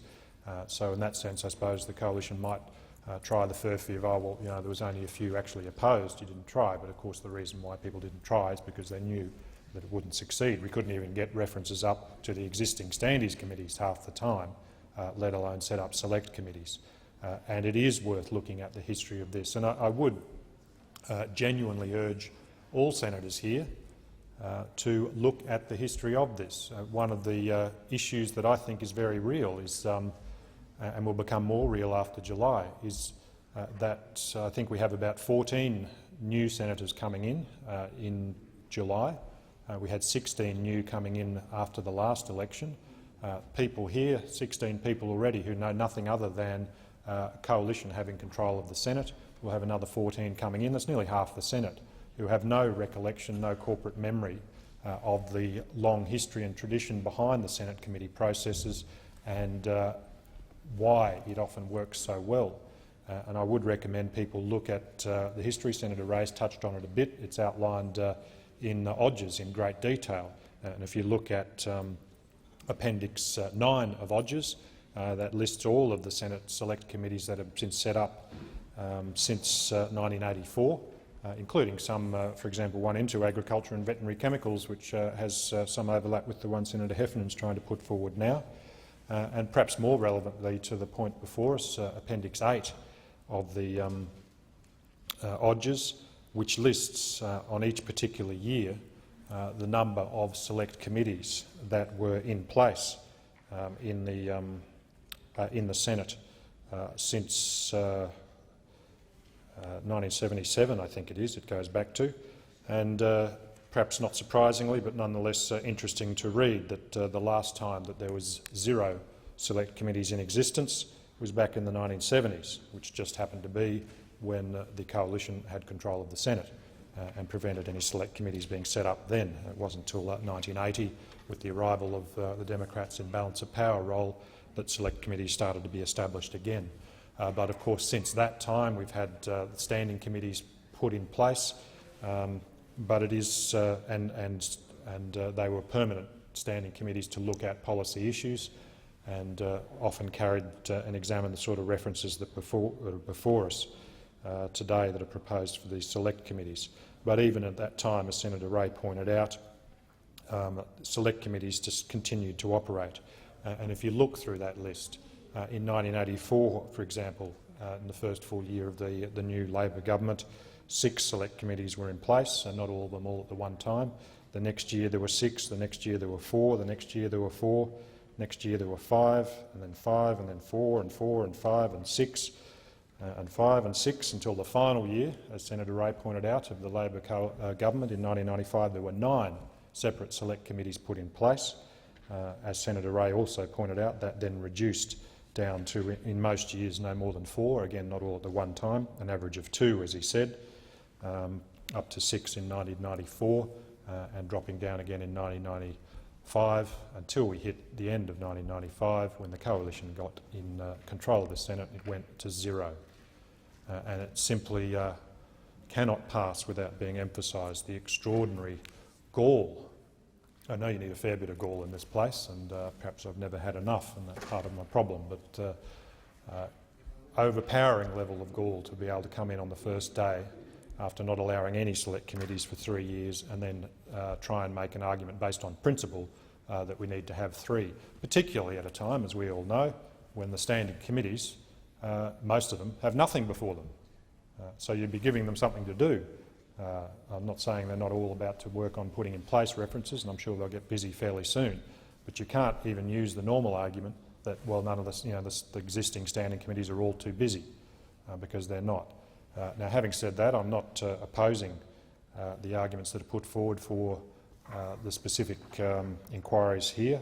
As a person who probably more than anyone else in this chamber has argued repeatedly over many years for the need for a much greater focus to be put on the crisis in housing affordability, it would be hypocritical myself to then argue against setting up a committee precisely to focus on that. So I actually welcome that one in particular because of my own personal long-standing interest in it. I've had less interest in fertiliser, I must say, but I'm sure there's an argument there. I'm not trying to belittle that. And you know, as I've repeatedly said in this place in past years, it's been a real problem that there hasn't been adequate opportunity for the Senate to really put the heat on the government of the day. So I quite welcome the fact that the new government will have the scrutiny put on it from day one. And it is still an open question on how the standing committees will perform now they have Labor government chairs and the Labor government majority. And that's not casting any aspersions on chairs. I see the fascinating the example of the dedication to their cause. We have two new Senate chairs, committee chairs, I think, in the chamber here. I congratulate them both on their appointments. And I think the fact you're here listening to the debate shows how committed you are to an effective committee process. So I'm sure you'll both do well in that role. But you know, the jury is still out on how the new government will use its numbers on the standing Senate committees. Will they use them fairly and reasonably? Will they use them for partisan political purposes? I'm still reasonably hopeful in that regard. To some extent, I'm sure it will come down to the individual chairs. But there's no reason for the Senate not to immediately put the pressure on the new government, put the scrutiny on, including setting up select committees not controlled by the government of the day to examine more forensically. And even if the standing committees do not have a lot of other work before them, then there can still be a benefit in having a committee set up that does nothing else but that one job. Because there is an issue with standing committees where you have 3 or 4 different inquiries before you, different people shifting on and off depending on the issue, and a loss of continuity there. So having a committee where the people on it all know they're there for one task, focusing on this one issue, can be valuable, even regardless of whether the relevant standing committee is busy or not. So I'm not arguing against the substantive value of putting in place select committees on these issues. But I do. It is impossible not to join with Senator Ray, at least in the main, in expressing astonishment at the level of hypocrisy involved in suddenly turning around and making the argument for putting the scrutiny on the government of the day, when every single person now sitting on the opposition benches of the coalition voted time and again to prevent that happening, because every one of you individually could have voted on many occasions to put even just a tiny bit of extra scrutiny on the government of the day. And perhaps if that had occurred in a few cases, not least in the work choices arena, perhaps things might have been different in terms of the general election result. I don't know. I don't join with Senator Ray in his assertions about it being about lining people's pockets. I think that's a little bit harsh, frankly. I have no knowledge of Dr Nelson's leadership shakiness or otherwise, and I'm not particularly interested. But I don't believe this is particularly about lining pockets. But you know, the hypocrisy is nonetheless undeniable and cannot pass without remark. Part of the reason it needs to be remarked is because we do need to shift back to what the Senate is about, and I guess at least in regard to that, in setting up these committees, there is the opportunity for the Senate to get back to doing its job of scrutinising not just the government of the day. It's not just about using the numbers in the Senate to put the blowtorch on the government of the day, although that must be part of it. It's using the Senate's role as a chamber independent of the government of the day to examine issues in a non-partisan way, which means not looking solely for opportunity to put the heat on the government, looking for opportunities to get better ideas out into the public arena, a more informed public debate, a more informed parliamentary debate, and ideally better policy proposals across the board and better legislation that will improve things for the Australian people. And I would make the point again that the more we can depoliticise, departisanise, if that's a word, the Senate, the better it will be for the Australian community. I mean, we can spend all our time in here scoring points left, right and centre. We've spent most of the morning doing it. I would remind the Senate of the complete lack of interest of the press gallery in anything that happens in this chamber today or yesterday. There was so little interest in the Senate's role in the Stolen Generations apology that they were all celebrating morning tea while we were still having the debate here. That's how much interest not just the House of Reps, but you know, the press gallery has in it. If it's happened in the Reps, it's happened. Whatever happens here, the interest is minimal. So frankly, 99% of the points we think we're scoring fall on stony ground and waste everybody's time, make everybody more and more irritable, and does nothing for what we're supposed to be here, which is you know, better results for the Australian community. So, having said the jury is out on how well or otherwise Labor will use its numbers on the standing committees, the jury will be out on how these select committees will perform. Obviously, they will get through. The coalition has the numbers even without the Democrat support, which we will provide. You know, I would say that, not so much for the point of view of you know, what it means for the Democrats, which is obviously not very much given what's happening on July the 1st from the Democrats' point of view, but from the point of view of you know, public respect for the political process, and particularly for the Senate. The Senate has a real opportunity, particularly come July, to re-establish some credibility, not just for itself but for the parliamentary process and the political process. And I would suggest that it would be to the benefit of all of us, and particularly those of you that will be continuing on here, if I might give some gratuitous advice, if the Senate could really rise above more frequently. I don't expect the press gallery to care, because they rarely have, but I think people in the wider community do notice, particularly those that do engage with the political process and the policy process. There is a real anticipation amongst those people, minority though they may be, that actually engage with public debate and policy debate on its merits rather than on its point scoring and talking points aspects. Looking forward to the Senate starting to operate effectively again, not just in putting pressure on the government of the day, but an opportunity to get ideas out there and considered more fully. That opportunity now presents itself once again. I hope these select committees operate in a way that will enable that to happen. I must admit I do particularly have my doubts about the committee on the state government financial management. I hope I am proven wrong, but I find it hard to see anything other than that one being used as a state government bashing exercise.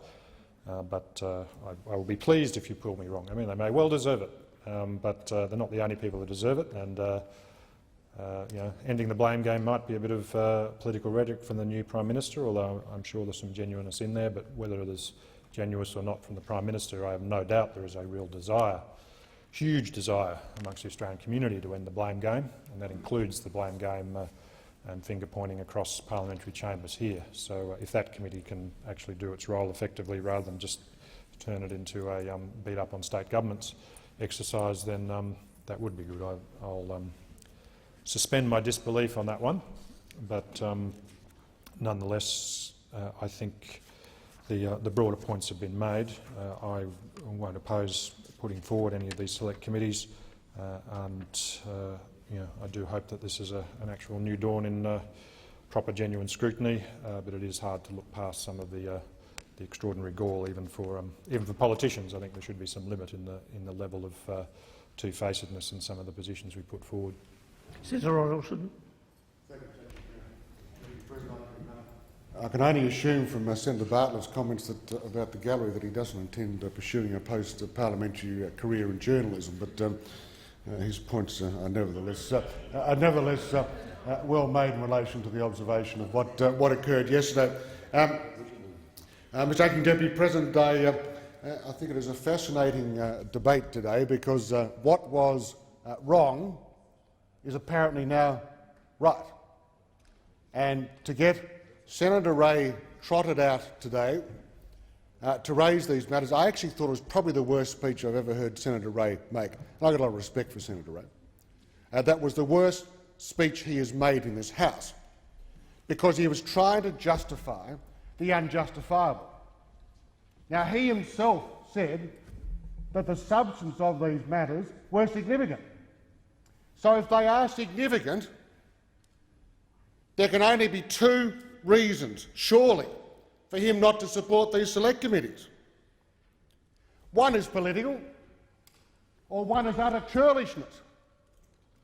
And I'll go to the latter first, because this is not about select committees.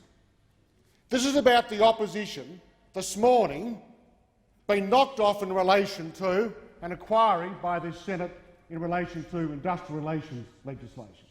This is a very childish, churlish act in relation to that legislation this morning, and you stand condemned for doing so. Stand condemned for doing so. The very first test of transparency you have failed, and failed abysmally. The very first test of your complaints about the workings of the Senate being taken over by the executive, and you have failed. In the second day of sitting in this place, you have failed your own tests imposed over the last 3 years. Now, Senator Ray can't have it both ways. He cannot have it both ways.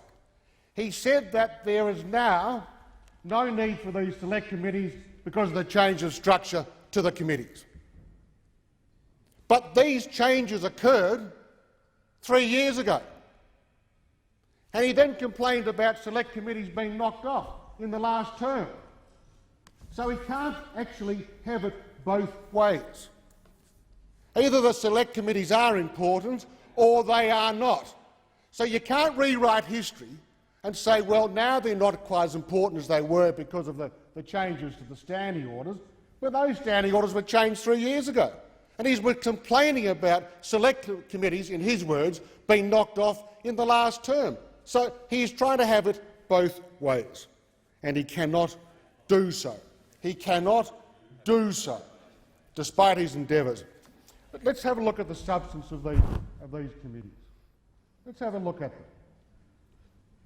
My colleagues will remember in the 12 months leading up to the last election that housing affordability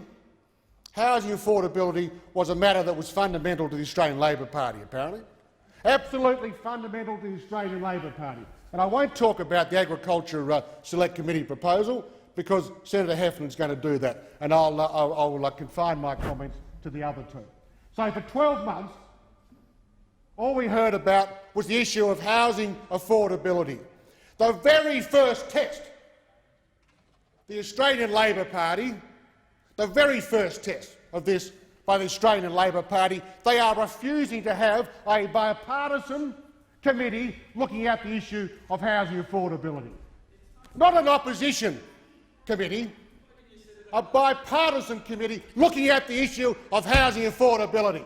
And anyone listening to this today will say why, when presented with the opportunity to actually get the men and women of this Senate to look into this, you are trying to knock it off. Well, what gross hypocrisy. How dare you come into the place and talk about housing affordability when you are not prepared? And quite frankly, very silly interjections from Senator Marshall will not change the dynamics of this. You have failed your first test in relation to your complaints, and the crocodile tears that we now see over the last 12 months in relation to housing affordability, your hypocrisy is breathtaking. Why don't you... Oh, we did nothing, is that right? So is this committee going to do something or not? Through you, Mr Chair. I mean, you can't have it both ways. Either it's an issue or it's not. And I can't believe that the Greens would not support this select committee, because they also have been talking about housing affordability. And if they are to sit there and vote against this, as they did in their test before in relation to industrial relations, then it only proves again that you are one and the same. Through you, Mr Acting Deputy President, you are one and the same. The Australian Greens and the Australian Labor Party are one and the same. And when you have, through you, Mr Acting Deputy President, to Senator Siewert, when you've got the guts to cut yourselves away from the Australian Labor Party and start putting in place the sort of processes you have been complaining about in this place, then you are also completely and utterly hypocritical. You are hypocrites. I want to turn then to the state governments. And I think Senator Bartlett was absolutely right when he said there may well be matters Order. that need to be looked at in relation to the state government. Order. Well, there are, absolutely. Order. Yes. You can't address a senator as a hypocrite. I was referring to her party, but I will withdraw it if the senator believed I was addressing it to her, because I don't actually hold her in regard. So I don't. It was her party that I was referring to, and they are gross hypocrites, Mr. Acting Deputy President. The Australian Greens are grossly hypocritical in relation to these matters. I'll now return to the issue of state government financial matters. And the leader of opposition business has quite rightly, in my view, asked for the establishment of a select committee to look into state government financial management. And why when we hear the Prime Minister, Mr Rudd, who I think called himself a fiscal conservative, was it, during the campaign beforehand? If he is serious about this, and if he is a fiscal conservative, how can Mr Rudd stand back and watch what is happening with the state governments around this country, who are spending like drunken sailors? And the last reports I saw was that in the out years there'll be some $80 billion of state government debt in the next 3 years or 4 years. So is Mr Rudd going to impose on the states the same fiscal restraints that he is apparently, and we'll see whether that occurs, imposes on himself, and let the states go off as they will? And the only reason that he would be doing this is because he is not prepared to let this Senate, a bipartisan committee, look at state government financial management, because they are all his. They are all his. And I can tell you now, if they were coalition governments around the country, they'd be jumping over the chairs to support this. You'd have to beat them back with a stick. Beat them back with a stick to have this inquiry. But as soon as the pressure is turned back onto you in relation to your state Labor mates, what do? You roll over. You roll over when this Senate and a bipartisan committee had the opportunity to put in place and look at the same sort of fiscal rectitude that we are talking about. You roll over on it, and you stand condemned for that. This is just a churlish and childish payback for our decision this morning to insist on the Senate looking appropriately at these industrial relations laws. You said it's the most significant issue before the federal election. As the leader of the opposition business said today, it is a significant issue. But what do you do about it when asked by the Senate to have a proper and full inquiry in relation to this matter that you believe is so important? You try and cut it off for your own cheap political purposes. And this openness and this transparency, which we heard about for 12 months before the last election, is a complete and utter farce. And the farcical response of Senator Carr yesterday to a question put to him is indicative that you will do and say everything that is required to maintain the position you have found yourselves in at the moment. Why haven't you got a level of support and trust for the Senate where the Senate can look at housing affordability? You cannot talk about the people around Australia who have significant housing affordability issues and very, very significant housing affordability, both renters and those with mortgages and those who are desirous of building the accommodation that is required to make up for a deficit of some, I think, 40,000 houses a year to address this situation, and you're not prepared to let the Senate look at that. And the Australian Greens will stand up here and say they're not prepared to let the Senate look at that. You cannot have it both ways. You can't cry crocodile tears when you get on television, and then when you are asked to form part of an inquiry you do not do so. So you are going to vote with us? Order. Are you going to vote with us or not? Order, Senator Robertson. Sorry, please address your remarks to the Mr. Acting Deputy President, I am fascinated as to whether the Australian Greens are going to support us in relation to these issues, and I suspect from the lack of response from Senator Siewert that they are not going to do so. This is not, and I thought Senator Bartlett was absolutely right. That particularly cheap shot of Senator Ray's in relation to remuneration for committee chairs, I thought was an appalling reflection on his Senate colleagues. An appalling reflection. Mr. Acting Deputy President, I know that my colleague Senator Heffernan, who was passionate about this select committee, and Senator Joyce and others are passionate about it, and I will confine my remarks to that. But I will say we are not going to tolerate the sort of hypocrisy we have seen today. We are not going to tolerate the sort of childish churlishness that we have seen when the government didn't get its way and then starts attacking the integrity of this Senate to hold the executive to account. We will not tolerate it. And if this is the start of the battle, then I can assure the Australian Labor Party that it is game on. Thank you.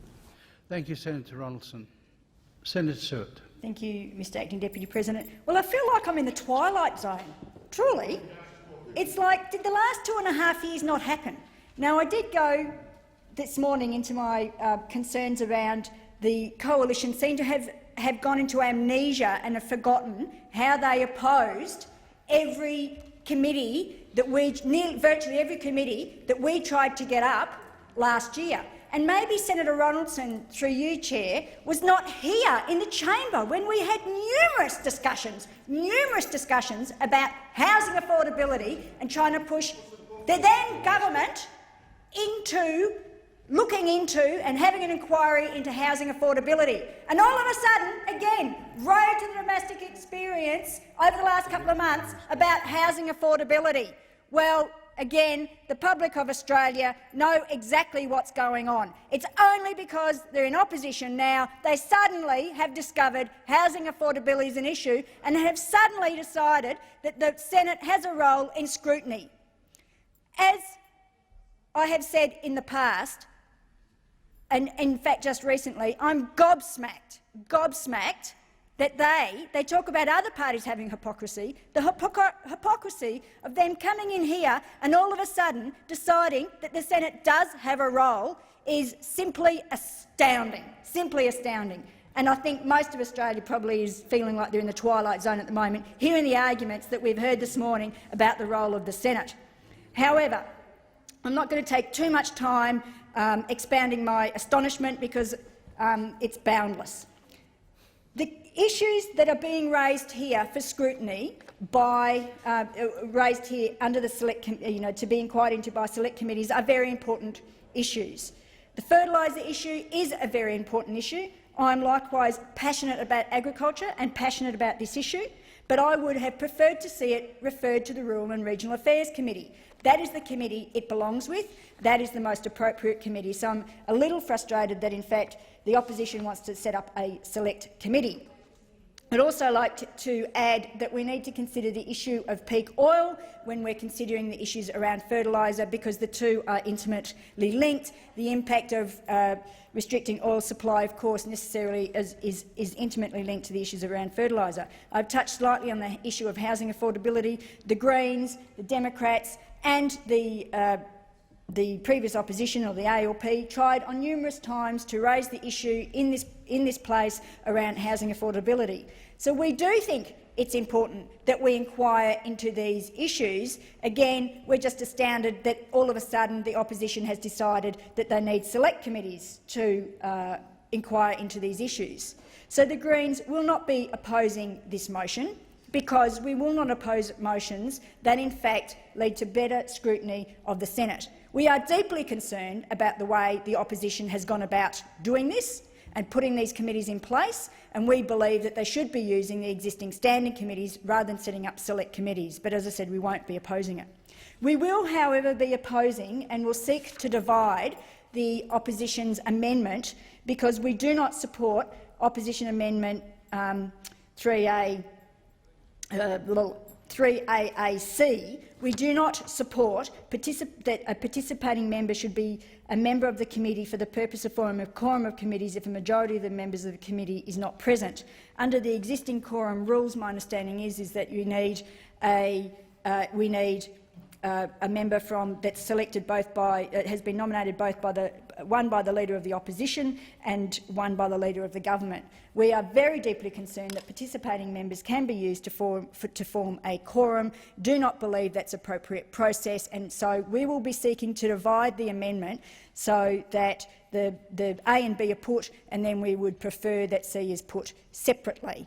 So I'm giving notice that that is our intended approach to that amendment. Just to advise you, Senator Stewart, that item C is now part of the standing orders of the Senate. You are entitled, of course, to divide the question, and I'll put that question when we come to the conclusion of the debate. Senator Ludwig. Thank you, Acting Deputy President. Well, I'm gobsmacked from what I've heard today, absolutely gobsmacked. Let's actually put it in context. If it looks like a duck, walks like a duck, it is a duck. This is about money, money, money. It's about Senator Heffernan, Acting Deputy President. It's about money. It's about 11%. It's about ensuring that they can line their pockets. Because if they were serious about this, Senator Ludwig, as you're aware, you're entitled to make general remarks, but I think it would be wrong to infer a particular senator has a particular motive. Thank you. It wasn't about inferring anything. It's about the facts of the matter. If you're a chair of a select committee, you receive 11%. That's the facts of the matter. And we have 3 select committees being established today. 3. Since July 2005, no select committees were established. Why that date? Because from that date, the Liberals had control of the Senate. They did not want scrutiny. They did not seek to then select and allow select committees to go forward. If you go back and say what was the usual process, the usual process, if you want inquiries into matters, individual senators in the past would take them to the Selection of Bills Committee, the selection of the committee to be able to ensure the selection of committees to say we want a committee, an inquiry into X, Y or Z, and it would go to the standing committees. That's what standing committees are there for. They are deliberately being set up to inquire widely into matters. We had reference committees and legislation committees. The Liberals combined that into one committee, so they are there. We did not go through that process. There was no argument to put it to a committee, one of the standing committees first, as a general matter that can be inquired into. No attempt. No attempt. What we see is a straight-out, sit-down, 3 select committees established in one day. So I stand by that. If it looks like a duck, then it can only be a duck. And what you've got is now Senator Ellison from the Liberals getting up and saying, putting his hand on his heart and saying this is about scrutiny. This is about, if it was about scrutiny, why not the standing committees? No argument. And have they suddenly turned a new leaf? Well, that's what I thought that they accepted, that they in fact had turned a new leaf, that they had understood that they were arrogant and out of touch, that they, prior to the election, that they were in fact completely arrogant and completely out of touch. And what do we have now? What do we have now? The Liberals again seeking to be arrogant and out of touch by setting up 3 standing committees in one day in this place to ensure that they can continue to have their will imposed on this Senate, rather than taking these matters to committees, to the standing committees that are designed to inquire into matters. That's what they're for. Next I'll hear Senator Ellison talk about throwing light into dark corners. I'm sure I'll hear that eventually from him in respect of these committees. But these matters that are being established today, housing affordability, those matters that also go to agriculture, they may be important matters. I'm not here to judge how important they otherwise are, but they should be referred to the standing committees for those standing committees to do their work, or at least an attempt by the Liberals to do that. But we don't have that. What we have is them walking in today to then establish select committees. 3 extra committees with resources that go with it. And their record, I can recall standing on the other side of the chamber asking for a reference to a standing committee and getting knocked back, asking for references for select committees that were considered to be important, getting knocked back. None in respect of select committees since July 2005. That's their record that they want to stand on, arrogant and out of touch, and they're continuing it. They certainly haven't learnt their lesson from when they were in government to now. I took Mr Brendan Nelson at his word when he said they had changed their approach. They had heard from the electorate and understood what the change was about. But clearly the Liberals have not heard one jot of what the electorate have now said to them. What we have is, if you look at even the analysis of the select committees themselves, mental health in 2005, superannuation in 2002, graft and evidence in 2004, ministerial discretion in 2003, Medicare in 2003, Lyndonburn Grievous in 2004, free trade in 2004, administration of Indigenous affairs in 2004, 8 committees since 2002 select committees have been set up, but today we get 3 in one day. That gives you an indication of their pursuit of these issues. Is it about the issues, or is it about the resourcing? Is it about the money? I leave it to this chamber to determine that view on the evidence that is being put here today. When you look at the complete way that the former Liberals ran this chamber when they had the control of the Senate, they ensured that even if we did get legislation to be able to inquire into it, it was confined to one day, a weekend in one instance, and less than a week in others. They ensured that proper scrutiny wasn't undertaken in this place. What we now have is statements from the Liberals to say we are about scrutiny, we want to ensure that we can inquire into things, we're about ensuring that we can, and I'll use these words, throw light into dark corners. But is that the truth? Is that their real argument that they are progressing today, when only a very short while ago they demonstrated clearly by their actions they did not subscribe to that view one bit? Their view was entirely different from that. Have they changed? I don't think so. So that leaves me with the only conclusion I can draw from their actions today, that they are going to then pursue setting up 3 select committees with the resources and the chairs that attach with it for only one reason, and I leave that for the chamber to decide. Thank you, Senator Ludwig. Senator Heffernan. Mr Acting Deputy Chairman, this is an insult to rural Australia. I just want to talk about the rural stuff. To say that this is about money is an insult. I mean, you don't come here if you're about money. And I would just like to put to bed too, so I won't refer to the generous speech that Senator Ray made because it's too insulting. You would only come here for the money if you're a bloody crook, in my view. You don't come here for the money, you come here to do good for your country. I just want to put paid to the idea that this could have gone off to the Rural, Regional and Transport Committee, and tell why that is so. 3 weeks ago, I did an interview with the ABC up here because Australian farmers are being ripped off by a world cartel in fertiliser and chemical. It's a bloody insult to Australia's farmers have to cop it. I'll withdraw, I'll tone it down.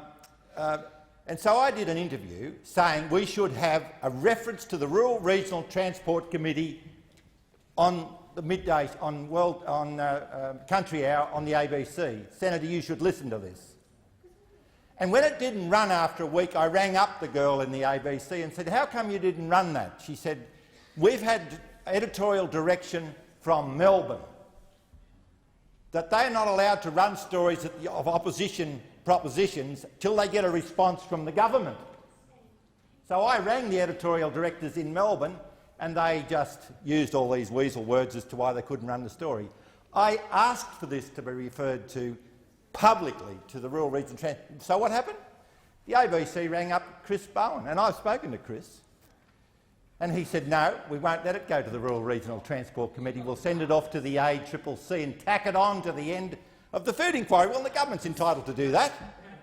Just as we are entitled, Senator, to say it should go to the Rural Regional Transport Committee. That's your doing, not our doing. This isn't about, I'm sorry, but the argument that you put that could have gone off, you knocked it back. You can't eat your own weasel words, you knocked it back. This committee is not about damaging the government. This committee is about protecting our farmers. This is about assisting the government. And let me tell you another fact, Senator, that you probably don't know. There is only one person in the government who's lived in the bush and has had to make a living in the bush, and that's the new member for Leichhardt. But since the day, and I thought, you know, democracy is a great thing, as yesterday was a great day for Australia, democracy is a great thing. The election changed the government. You face the reality for rural Australia, the government's changed, so what do? You think, well, we've got to make sure the government doesn't mess up rural Australia. So that's my attitude. And so everywhere around the bush, and I was pleased to see that Penny Wong, given the government had changed, was given the important... Senator Wong, yeah. Sorry, Senator Wong, was given the portfolio because she's a high intellectual driver. And we are pleased in the bush. We want a high intellectual driver running it. And I was pleased that Tony Burke was given the job, even though I was disappointed for Senator O'Brien, because he's a high intellectual driver. He's got a clean sheet of paper and he's a good listener. And so I haven't been going around blowing raspberries. I've been giving Cheerio calls. I actually think this is about assisting the government in good decision-making. This is about protecting rural Australia. I mean, it is very disappointing for a farmer to rock up to a fertiliser agent who are intimidated by the monopoly supplier when there's a shed full of super there back in November worth about $780 a tonne, and he's told by the agent, oh mate, I can't quote you a price nor give you a delivery on the super that's sitting there in the shed. We've been had. We've been had. The price has gone up $400 a tonne in the meantime. Now you can have some. And I mean, the argument put round by the fertiliser monopoly supplier is to the agents is tell them the price of wheat's gone up and that justifies the price of super going up. That's what this is about, those sort of issues. I mean, there are serious issues in the meat market at the present time. And I mean, we're not here to pull the government to pieces on the issues of rural Australia. We're here to protect rural Australia. So Mr Acting Deputy Chairman, I implore the government to understand this isn't about money. This isn't about resources. This is about a voice for rural Australia in this place. That's our job. I came here to represent the concerns of the bush, and you can ring me at 3 o'clock in the morning. I don't mind if you've got a problem. I'll do something about it. So just with those few words, I mean, I want to put to bed the idea that somehow the government didn't take the view. It's on the transcript of the ABC. They said, we'll take it to the ACCC. Well, I don't mind if it goes to the ACCC, but I want to give the opportunity for farmers to come in here and tell their story because they've been had. Thank you. Thank you, Senator Hefton. Senator Joyce. Thank you very much, Mr Acting Deputy President. Look, it's very important that with this new government that we get to a point of back to the respect of the Senate. The Senate moves to where it should be, which is based more on the American system rather than on the House of Lords. And so I think the first thing that we should do, because people should know this, is what is a Senate Select Committee about? It's about, and I quote from Odgers, it's about select committees are extremely versatile inquiry vehicles because they examine single issues. Single issues. Select committees permit a concentration of focus and effort on those issues. Now, what could be more concentrated than an inquiry into diammonium phosphate? Now, that would have to be a very focused and ad hoc issue. And so dealing with this thing that Senator Heffernan has rightly brought up, and it is a disease through a number of sectors in the economy, the evidence of cartels and how cartels have manipulated and are extracting an unreasonable premium from the Australian consumer, and at this point an unreasonable premium from the Australian farmer. I remember when diammonium phosphate was $120 a tonne, we thought that was dear. Last year, purchasing it for about $750. This year, it's $1,350 and heading north.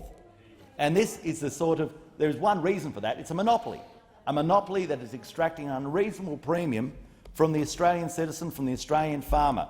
And I think this definitely warrants a Senate Select Committee to look into this, and I believe that the information that will come from this can overlay into so many other areas of trade practices issues and trade practices laws and how this nation is run. The belief that the government has put today that that this is it's not appropriate, they're not happy with it, it seems in stark contrast to the rhetoric that was thrown by them last time when they were in opposition about the extremism of the government. Now, if that was the case then it's only proper now that if they truly believe that we revert this place back to what it should be, which is an independent chamber that does its business on behalf of the Australian people, that doesn't work solely on the direction of the executive that exists in the other place.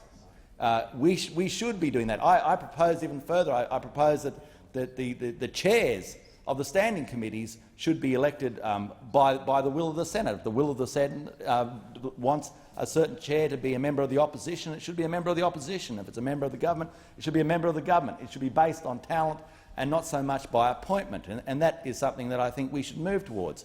I've heard some people say, oh, well, that's not what happens in the House of Lords in England. Well, it may not be what happens in the House of Lords in England, but it's certainly more a reflection of what should be the Senate in Australia, which is based primarily on the Senate in the United States. This reintroduction of the primacy of the Senate brings about what we really need in our Commonwealth, which is the capacity to protect states' rights. And this House has the ability to do that. And those so-called ad hoc issues that arise from time to time, there should be the ability of this Senate to appoint select committees. And if it's 3, it is 3. It would make sense, and if it's 4, it's 4, and if it's 5 or more, then that should be the will of the majority of the Senate. And if the will of the majority of the Senate decides that they want innumerable select committees, then that is their right. And once you say, well, we don't want that because of the tradition and because of what is coming as an instruction from the other place, then you straight away step away from the belief of the independence of the Senate and the primacy of the Senate. And that's a dangerous proposition, because it means that we then become a House that works under instruction. And a House that works under instruction is pointless. And I unfortunately live with a situation in Queensland with a unicameral House where we do not have the protection of an upper house. We do not have the protection of the capacity of someone to raise an issue and pursue it. I also heard one of the select committees that was brought up, the Lindenberg grievances and issues such as these, that there should be the capacity on certain ad hoc issues for the pursuit of that issue to bring to some sense of solace, some sense of inquiry, and some sense that you do not have to go to the other place and get the majority of the numbers of the executive down there to pursue a case in the Senate here. Now, this is not brought about by the opposition. If the select committees get up, they'll be brought about by the will of the majority of the Senate. And that is the key issue here. So it is the will of the majority of the Senate today, if the vote comes forward, that there should be a select committee that has the capacity to deal with an ad hoc issues, including housing affordability, state government financial matters, and the rural issues, especially the cartel arrangement in diammonium phosphate, which is stripping down those who are coming off the back of one of the worst droughts in the history of our nation, and I believe that that is a just and proper position for us to pursue. Thank you, Senator Joyce. There being no further speakers, I shall divide the question on Senator Ellison's amendment to General Business Notices number 21 and 22 as follows. The first question is that paragraphs A and B, amending the motions 21 and 22, be agreed to. Those of that opinion say aye. Against say no. The ayes have it. The next question is that paragraph C be agreed to. Those that opinion say aye. Aye. Against say no. The ayes have it. The question now is that the motion as amended, two motions 21 and 22 as amended, be agreed to. Those that opinion say aye. Aye. Against say no. No. The ayes have it. No. Division required? Ring the bells.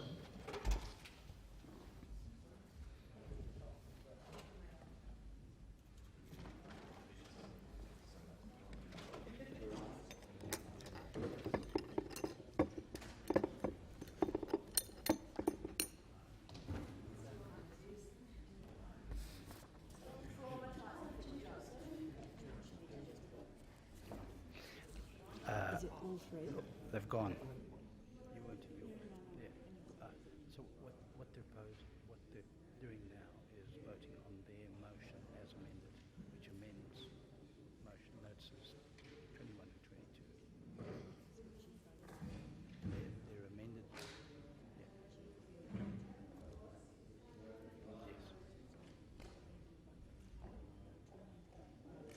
It's 21 and 22 together.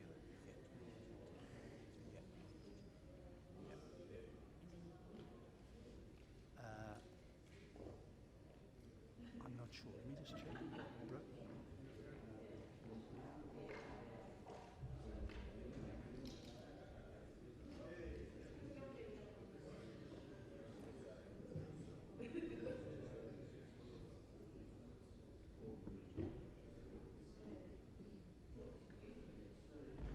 It's number 9, isn't it? Not number 8.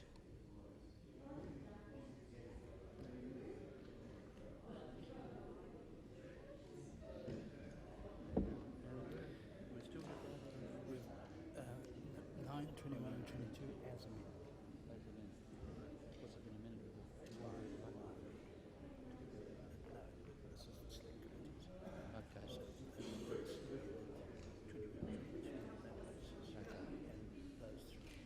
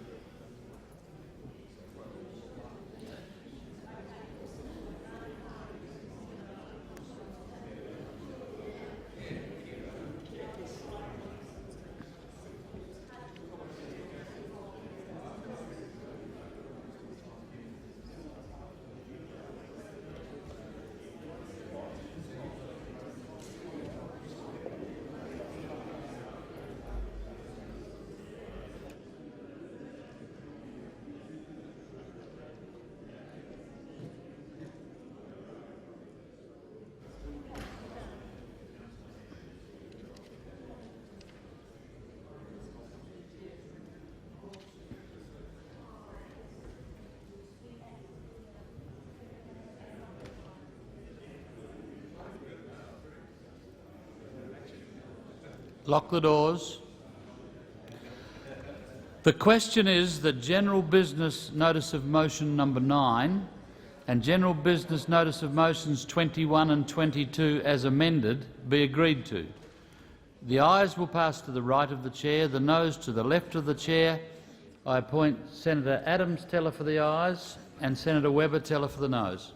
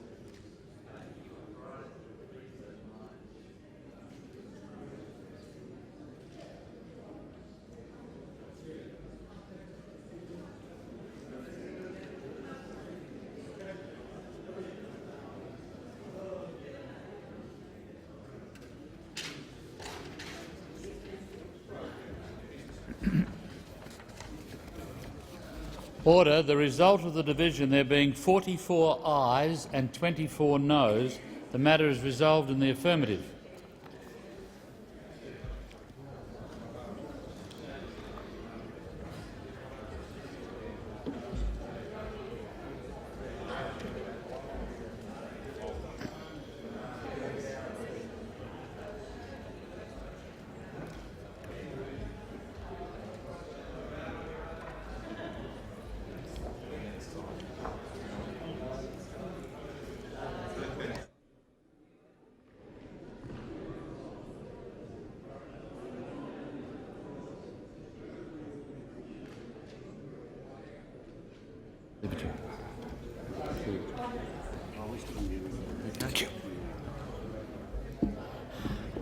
Would senators who are not engaged in the business of the Senate please leave quietly? Item 7 of the red, Senator Webber, I think. Senator Moore. President, on behalf of the Community Affairs Committee and the Foreign Affairs, Defence and Trade Committee, I present reports on matters referred to by these committees during the previous parliament. I seek leave to move a motion relating to both reports. Is leave granted? Those that can say aye. Against, no. Leave is granted. Mr Deputy President. Sorry, Senator Moore. Senators to my left, thank you very much. Senator Moore. Thank you, Mr Acting Deputy President. I move that the reports be adopted. Is that motion agreed to? Those that opinion say aye. Against, say no. The motion is approved. Messages from the House of Representatives. Clerk.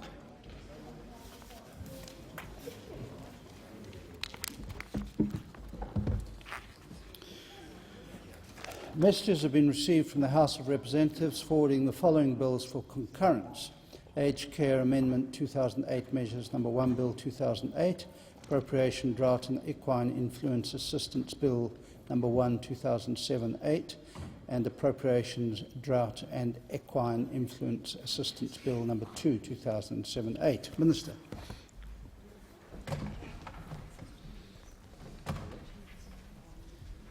Thank you, Mr Acting Deputy President. Mr Acting Deputy President, these bills are being introduced together. I can inform the Senate that after debate on the motion for the second reading has been adjourned, I shall move a motion to have one of the bills listed separately on the notice paper. So I move that these bills may proceed without formalities, may be taken together and now be read a first time. Those of that opinion say aye. Against say no. The ayes have it. Clerk. Aged Care Amendment 2008 Measures Number 1 Bill 2008, Appropriation Drought and Equine Influenza Assistance Bill Number 1 2007-2008, and Appropriation Drought and Equine Influenza Assistance Bill Number 2 2007-2008. Minister.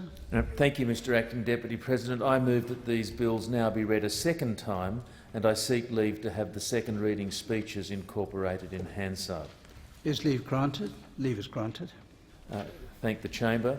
I now move, Mr Acting Deputy President, that the debate be now adjourned. Those of the opinion say aye. Against say no. The ayes have it. Minister. Thank you, Mr Acting Deputy President. I move that the resumption of the debate be in order of the day for a later hour. Those of the opinion say aye. Against say no. The ayes have it. Minister. Thank you, Mr Acting Deputy President. I move now that the Aged Care Amendment Bill 2008 Measures Number 1 Bill 2008, it's a very clunky title, be listed on the notice paper as a separate order of the day. Thank you, Minister. Those that opinion say aye. Against say no. The ayes have it. Clerk. Business of the Senate Notice of Motion Number 1, standing in the name of Senator Abetz for the reference of a matter to a committee. Senator Ellison. Mr Acting Deputy President, I move Business of the Senate Notice of Motion Number 1, standing in the name of Senator Abetz, dealing with a reference to the Education, Employment and Workplace Relations Committee. Mr Acting Deputy President, this is a reference to the Education, Employment and Workplace Relations Committee of the Workplace Relations Amendment Transition to Forward Fairness Bill 2008. It is an extremely important bill and one which needs adequate time for scrutiny. We've had a good deal of debate today about the necessity of scrutiny by the Senate and the use of legislative standing committees, and this is what this is doing. We've had those ad hoc issues referred to select committees. This is a bill going to a Senate legislation standing committee, and quite rightly so. But the issue at hand is the length of time of scrutiny for this committee. And the reporting date here is the 28th of April. It gives the Senate committee adequate time over the break to travel Australia, to engage those people who have an interest in this area, which is vital to all Australians and indeed was one of the major issues in the last election. The government proposed an earlier reporting date around about mid-March, and of course we have in between estimates committee sitting and other sitting weeks. It is the view of the opposition, the coalition, that more time is needed for such an important bill. This is something which needs to be considered carefully, and as indicated in the terms of reference, which whilst general also refer to some specific areas, are vital to this country, and of course the scrutiny that goes with it is essential. Many Australians have concerns one way or another about this legislation, and as I say, it was a major issue in the last election. It is therefore imperative that we have that time within which to report. And might I say that the government's proposal would have seen this come back in the second sitting week, as I recall, in March, and it would have left just 3 days to pass what is a very important bill before that lengthy break in April. So the government was giving us a short period for scrutiny by the committee and an even shorter time for debate in the Senate. Now, previously we offered to the government that we would bring the date forward and also have an extra sitting week, but the government has rejected that, and so we have reverted to the original notice of motion, which has a reporting date on the 28th of April, and then will provide adequate time for debate in May and June sitting weeks in the Senate. I commend this motion to the Senate. Thank you, Senator Ellison. Senator Wong. Yep. Thank you, Mr Acting Deputy President. I rise to speak in relation to this motion and indicate, and I think I can move it now at the conclusion of my contribution, but I do move it now, and I'll speak to both the amendment and the motion at the same time. Has your amendment been circulated? No, I don't believe it has. Could you please read it? Thank you. It is to omit the 28th of April 2008 and all subsequent words, and substitute 17th of March 2008. I understand the opposition has had notice of this. Please continue. Thank you. Well, Mr Acting Deputy President, I think it's very important we're very clear in this chamber and also externally precisely what is occurring here.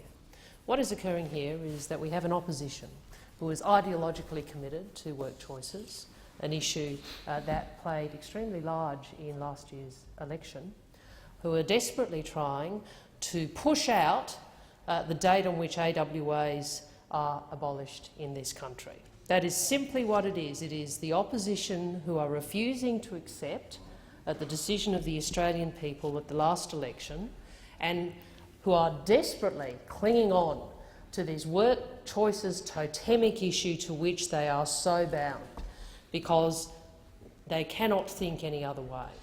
This is an opposition whose position is that they want to continue the unfair Australian workplace agreements, which we know have continued over the period of the Howard government since they were introduced, to strip away wages and conditions from workers, particularly disadvantaged workers. And so I do place the opposition on notice. The Australian people will know, for every day that you delay the passage of this bill through putting in place an unduly lengthy Senate inquiry, for every day, every AWA that is put in place where a young worker or any worker is asked to strip away conditions that they would otherwise have received under Labor's fairer industrial relations policy, will be on your heads. Will be on your heads. And this is after an election where no one could say that anyone in Australia did not understand the difference between the parties on industrial relations.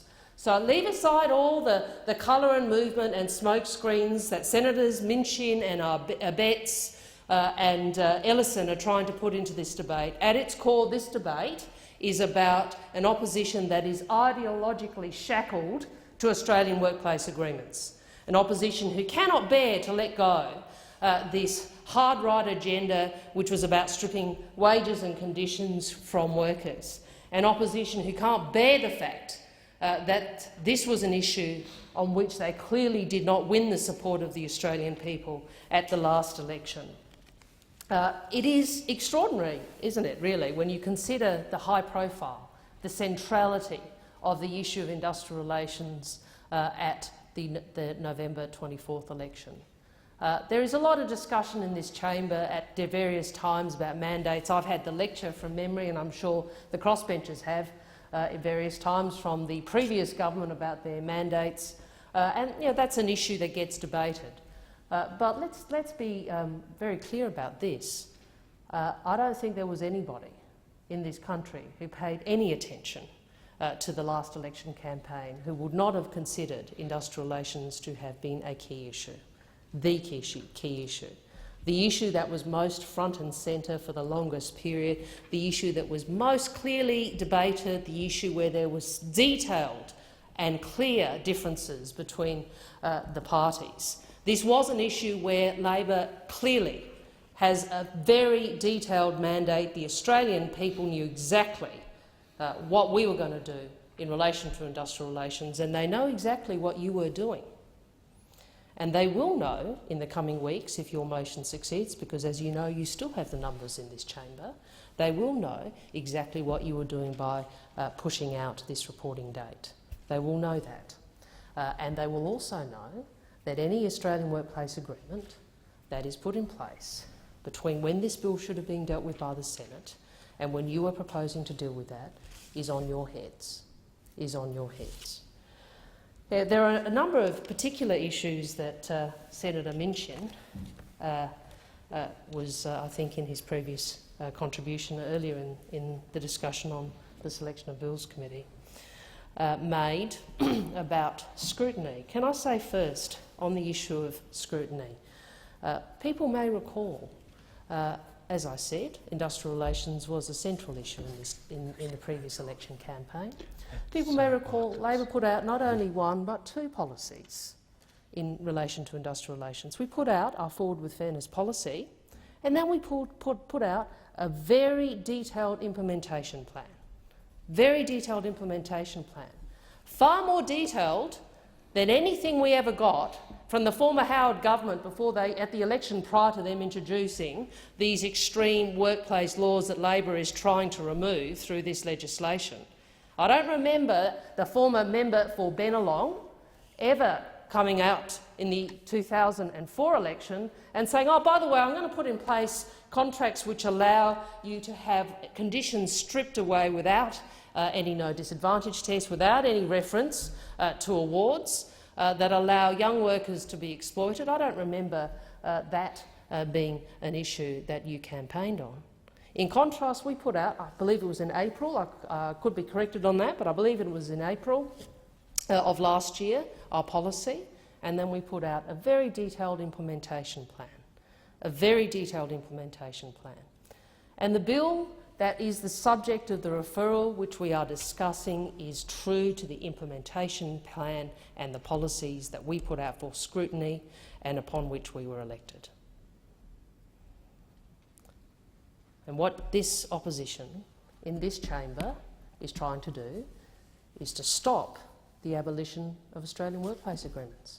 You want it pushed out. You want more time for more AWAs.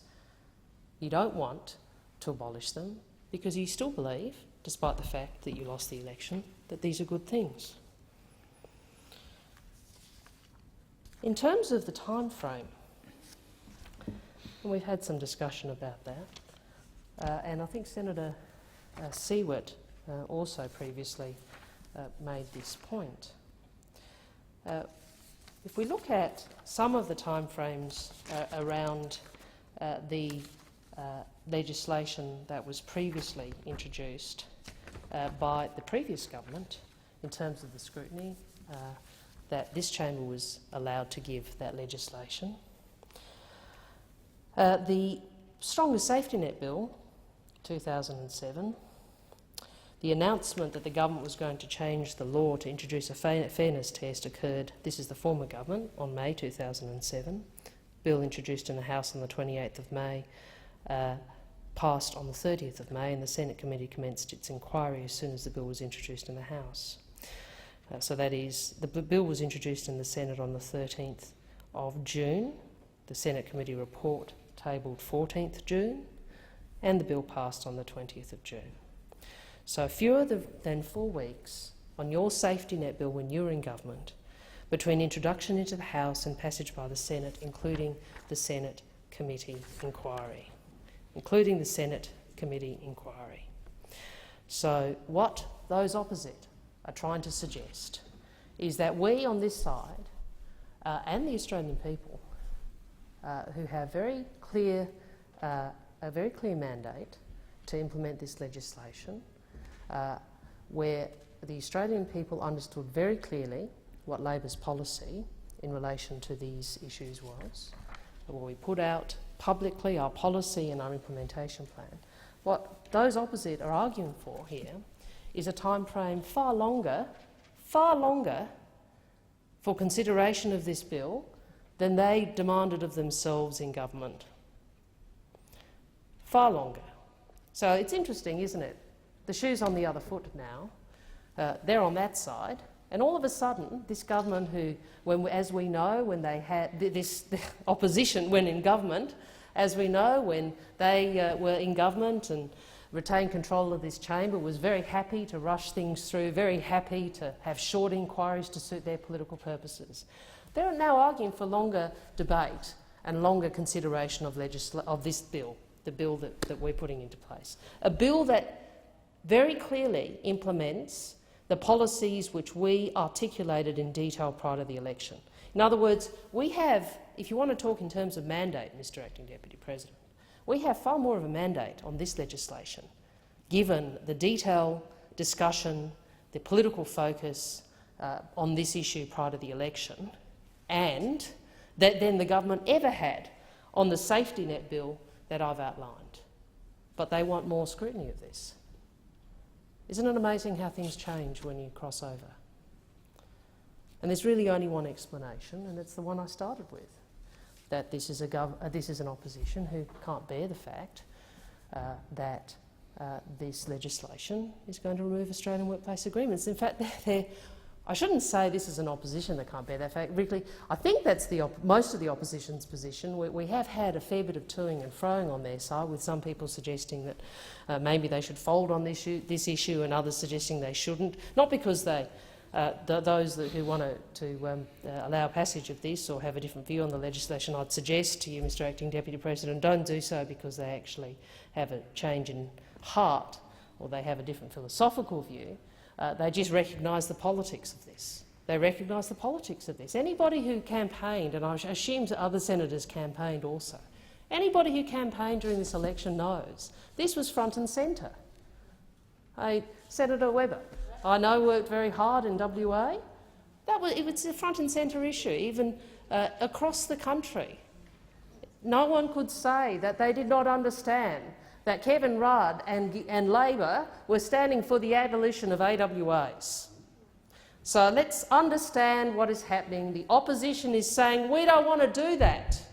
We don't want to do that. We don't want to abolish AWAs. We don't care that this was an issue in the election campaign. We don't care that we lost the election. We don't care that the government's got a mandate. We don't care that the Australian people elected a government that was committed to doing this. We want to delay this as long as possible. Because let's understand that is what the motion does. It pushes this out to the 28th of April, and we all know, given the sitting schedule, what that will mean. We are, on this side, the government is absolutely determined to press on with our amendments to these unfair laws. We absolutely will keep faith with the commitment we gave to the Australian people to remove Australian workplace agreements. We absolutely will keep faith with the policies and plans that we put forward, and in this area the transitional arrangements that we articulated. So we will push forward on that, and Australians will know if those on the other side continue to stonewall who is responsible for the continuation of Australian workplace agreements in this country. There was some discussion in the earlier debate about sitting hours. I do want to make it very clear what the government's position is. I have moved an amendment that requires a reporting date of the 17th of March. It is our intention, if that is passed, to ensure that the bill is passed as expeditiously as possible. And I flagged to the chamber and to the manager of opposition business that if that requires additional sitting hours or days in order to pass this bill, the government will put those in place. We are committed to the passage of this legislation. So the challenge to the opposition is this.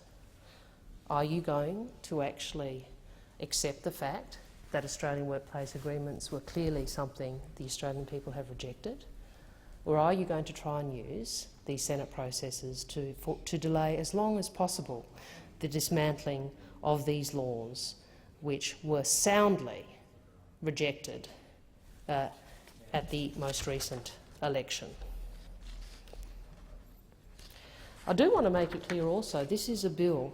Not only is this a bill in which this government is meeting its clear election commitments to the Australian people, it is a bill which is a product of genuine consultation. Now, this may not be something those opposite understand, but this was not only a bill put to the Australian people, who overwhelmingly endorsed it in effect at the last election, but the policy and detail on this bill went to the National Workplace Relations Consultative Committee, Council and its subcommittee, the Committee on Industrial Relations. So this is a bill which has been worked on by experts from employer and employee organisations sitting around a table, and as a result of that consultation process, I understand the bill has been improved. We've also held consultation with state workplace relations ministers. I again want to make it clear, because there's been a lot of discussion about scrutiny from the other side. The government is not opposed to proper scrutiny of the bill. However, the government wants to ensure that this opposition does not unduly delay or frustrate the will of the Australian people being implemented into law. I again remind the chamber that the last time this parliament dealt with a piece of industrial relations legislation, we dealt with the so-called fairness test. Again, I remind the chamber that that was an inquiry, that legislation, with all its complexity and uncertainty, and we saw some of that after its implementation. That legislation was processed within 4 sitting weeks, including a Senate inquiry. So the government then, the then government, the now opposition, but then believed that 4 sitting weeks was an appropriate length of time, inclusive of a Senate inquiry, for parliamentary scrutiny of a piece of industrial relations legislation which had not been put to the Australian people and was announced, let's remember this, was announced before it had even been drafted. Because those who might recall, send your minds back to, I think it was May last year, the government actually announced what it was going to do before they had the legislation ready. So we had this very strange situation where employers and employees were told something publicly that was in effect not enacted, or even the legislation and the clarity around that was not introduced into the parliament. I again remind those opposite that we announced our policy intentions in our Forward with Fairness policy in April last year. That's, what's that, 10 months ago? And we provided the implementation details of our policy, to which I've already referred, in August last year. That's some 3 months before the election. It is our very strong view on this side of the chamber that if 4 weeks was good enough for the consideration of the previous government's so-called fairness test legislation, inclusive of a Senate inquiry, then it is certainly good enough. It is certainly good enough for the processing of this Labor government's clear and simple transitional legislation. So this is a challenge for the opposition. Are they actually going to accept the will of the Australian people? Are they actually going to fairly and properly deal with this legislation? Or are they going to frustrate its passage? Because those watching can only draw one conclusion from the delay that the opposition is proposing. They can only draw one conclusion, and that is this, that you haven't changed. The opposition haven't changed.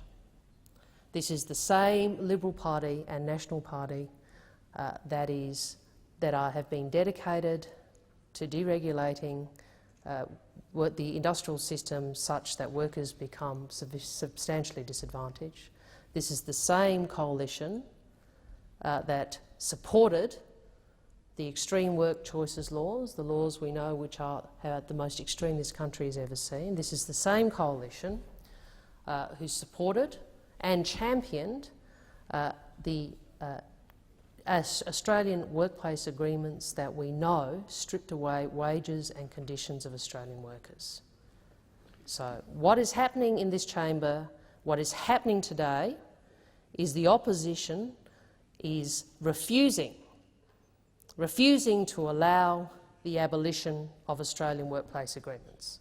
That is what the opposition are doing. They are refusing to allow the expeditious passage of a piece of legislation which the Australian people voted for. As the Australian people voted for the dismantling of work choices, they knew exactly what the Labor Party's position was on this, and they knew exactly what yours was as well. And the one thing we can take out of this debate is this. Our position hasn't changed. We will remove work choices. We will abolish Australian workplace agreements. The other thing that is clear out of this debate is you have not changed.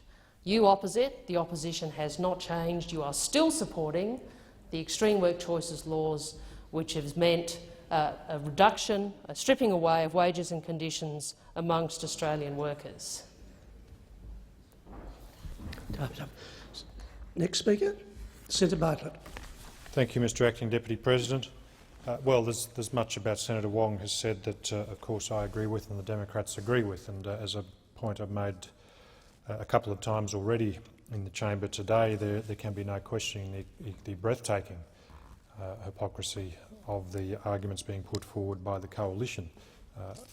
Across the board, people expect some degree of malleability, shall we say, in the cogency of the arguments that politicians put forward, but they do, I think, like to see at least some degree of consistency and intellectual honesty, and it is impossible not to draw attention to the extraordinary hypocrisy in the assertions being made by the coalition today, in contrast to the arguments they made just about workplace relations laws, let alone on everything else over the last 3 years. But I think, and frankly, look, I would actually have much more comfort with what the coalition is putting forward on this, and I would suggest they might actually consider adopting this approach in regard to other legislation and inquiries, because I'm sure we'll keep seeing the same thing. If they could actually stand up and say, look, we accept that we overdid it, we accept that we were wrong, I think that would actually send a— I mean, I'm not here to give political advice, particularly not given my own lack of political success at the last election, but to actually stand up and say, we accept that we got it wrong in the way we handled the Senate in the last few years, and we are turning over a new leaf. And then you could much more credibly argue the positions you're now making about the need for greater scrutiny, rather than just asserting carte blanche that this is right on principle, with no reference to your own record and statements over the last few years. Indeed, I'd draw attention, I know, at the declaration of the Senate poll, for example, after the last election, Senator Ian McDonald from the Liberals from Queensland, who was the first elected from Queensland, did make the point that he thought the coalition or the government, previous government, did have some arrogance creeping into it. I think you could make that comment publicly a few more times. It might actually benefit your arguments and the credibility of the arguments, whether you're putting them here or in the community. But that's your business, I guess, in terms of the arguments you put forward. The other point that needs to be made is it's one thing to draw attention to the double standards of the position the coalition is now arguing. The Senate still has to make its decisions on the basis of what's best of the issue on its merits, the legislation and the proposal before us to examine it, and what's best for the Australian community. Senator Wong again rightly referred to the apparent shift in views of a number of members of the coalition in regards to work choices being based upon their recognising the politics of this, and that seems to be quite clear. And to some extent, there's nothing wrong with that up to a point, because you're recognising that you might have got it wrong in the past. It would be good if that statement accompanied things. But I would suggest, particularly in regards to the Senate and the decisions the Senate makes, that making decisions, particularly about what becomes law and what doesn't, just on the basis of what's the best politics rather than what's the best policy and what's the best law, is not good. Certainly not good for the Australian people. It might be good for people's election chances, but it's not good for the Australian people. And we need to do better at making decisions predominantly based on what's the best policy rather than what's the best politics. And not being too starry-eyed here, we've all taken into account what the politics of a decision is, but the day that becomes the primary driver of what our decisions are, is the day that the Australian public loses out. And that's something we're all guilty of. I could certainly point to, I shan't, but I could point to examples in regards to past decisions of some in the Democrats being motivated more by politics rather than policy, and that not leading to the best outcomes. We're debating not per se the merits of the legislation that the government's put forward, but the proposal of, in effect, when the committee examining it will report. That's basically what we're arguing about. There's no disagreement about the committee it will go to. There's no general disagreement about the terms of reference. It's about the reporting date. Now, we've already had that debate to some extent, and both myself and Senator Murray put on the record that we thought that 17th of March was, while short, it was at the edges of what's acceptable in regard to a minimum time frame, and something that we could wear, and that's the reason that we voted the way we did in the earlier debate on this. But we certainly don't believe that it's problematic to have it somewhat longer. I think the suggestion that's been made earlier that if it's not passed in March, it won't be passed till June, ignores the fact we do actually have a sitting week in May. And I will now foreshadow, as part of my comments, the amendment that I've circulated to amend the substantive motion here to express the view that it would better enable full consideration of the committee's report if the Senate were to sit for an extra 4 days prior to the week beginning 12th of May, prior to budget week. And that is consistent with the comments I made earlier today, and I might say yesterday, with the Democrats' view that there does need to be more sitting days across the board, not just to consider this one issue, but across the board. The point needs to be made repeatedly that we have a record low in the number of sitting days that has been scheduled for this year in a non-election year, and indeed it's extremely low even for an election year. And I made that point yesterday. I mean, the Senate could have decided yesterday, when it adopted its sitting days for the year, to add some extra days on. It didn't choose to do so, and indeed nobody else even spoke to the issue other than myself. I'm pleased to see, perhaps a day late, but I'm pleased to see that today at least the coalition is now joining the Democrats in expressing dissatisfaction at the low number of sitting days. I believe quite strongly that if the Senate, or a majority of the Senate, believes that there are too few sitting days, the Senate should schedule some extra days. That is within the power of the Senate. I understand, will be corrected if I'm wrong, I don't want to put words in the mouths of the coalition senators. I understand the coalition doesn't want to set a precedent of the Senate actually doing that, and there's this convention that the government of the day, even if they don't have the numbers in the Senate, determines what the Senate's sitting days are, ideally in consultation, but at the end of the day the government of the day should decide. Personally, and it would set a precedent, there's no doubt, it would set a precedent if the Senate said, well, that's nice, but the majority of us disagree, we will set and schedule more sitting days.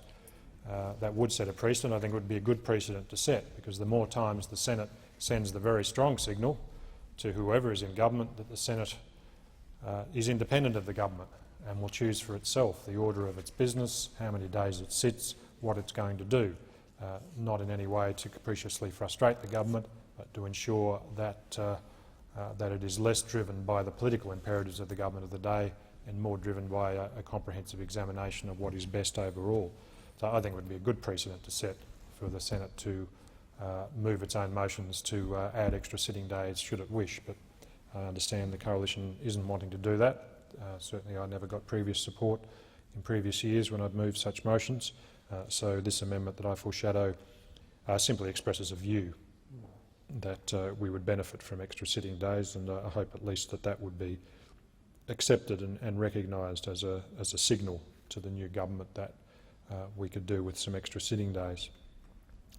Whilst the substantive motion before us is about the reporting date, in effect, of the committee inquiry into this legislation, I do want to make a few points about the issue of mandate regarding the legislation and the broader issue of work choices and AWAs. The issue of mandate is one that is repeatedly put forward by all sides selectively to suit whatever they want to do. I think it's an extremely hollow theory, frankly. It has some very loose very loose value. Certainly it's worth noting the decisions of the Australian electorate in regard to how they voted. We note that because that's what ends up being reflected in the numbers of people in this place and the other place and who is in government. But to claim an automatic imprimatur for rubber stamping of any piece of legislation on the basis of an election result, even on an issue that was pivotal to the election, as I agree work choices was, is really stretching the idea of a mandate to the boundaries of intellectual honesty, frankly. If you want a solid mandate, an incontrovertible mandate on a specific issue, then you put it to a referendum and ask people, or a plebiscite. There is no other way you can credibly say that the Australian people specifically support this specific issue. No other way. You can quote every opinion poll you like, and to demonstrate that, I think the interchangeableness of the term AWA and work choices that is being employed by the Labor government demonstrates that. Now, I understand why they're doing that. It's good politics to do that. There's some accuracy in it, but there's some inaccuracy in it because AWAs and work choices are not synonymous. The particular type of AWAs that were adopted in the work choices legislation were unacceptable, were extreme, I believe were strongly opposed by the Australian government. They were certainly categorically opposed by the Democrats, and we remain categorically opposed to work choices AWAs. But AWAs in a different form, with a very strong safety net via the no disadvantage test, have been in place since 1996. And of course the government that put them in place, heavily amended via the Senate, and the Democrats in particular, was re-elected in 98, 2001 and 2004 with those AWAs as part of our workplace laws. And it was only when they removed that no disadvantage test, bastardised in my view, the intent behind AWAs, removed a lot of the protections that were there. They weren't perfect protections, but they certainly were reasonably good protections that could have been strengthened further.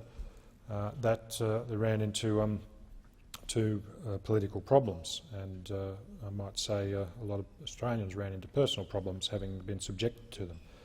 But they're not synonymous. Getting rid of work choices does not necessarily mean scrapping AWAs. Now, that doesn't mean we can't do so, and Labor is in effect replacing one type of individual statutory agreement with another interim individual statutory agreement, and that's all very good and got different labels and everybody can use it to sell their own messages. That's fine, and I'm not expressing a view one way or other about the policy intent.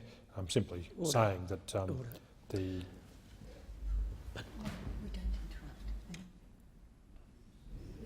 the mandate argument only goes so far, and I think getting rid of work choices I think is widely supported, whether or not you can use it to say that therefore the Senate should rubber stamp everything the government puts forward as long as the government says this is getting rid of work choices.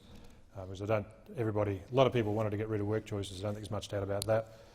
Whether there's this widespread agreement about what they want to replace it with, I think that's very much more in doubt. I think the vast majority of Australians had an opinion about whether they were for or against work choices, far less certainty and clarity about what they saw as desirable to take its place. Because in one sense, if you could say if you were ripping up work choices, all you would be doing, if you simply repealed the work choices law that was passed, would be going back to the pre-work choices laws. And that's not what Labor is doing. And I'm not saying they should do that. I don't believe they should. But I'm simply saying it is not as simple as just saying you can claim an automatic mandate, and it is intellectually dishonest to say so, even though it may be intelligent politics. So back to the issue before us of the committee inquiry. The Democrats have already stated we think 31 days or so is short, but not inappropriately short for a bill such as this, which is not massively complex.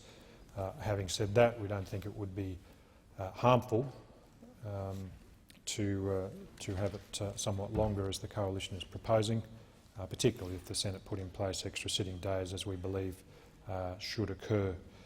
My understanding, I haven't read the bill in question as yet, but my understanding is it has a start-up date past the end of May anyway. So whether it's passed in May or passed in March, that's if it does get passed, which is a big if, I might say, but if it were to get passed on either date, my understanding is it still won't come into effect till later down the track, so it's not actually speeding up, or it won't affect in any way the number of people either way who are put on AWAs or not put on AWAs.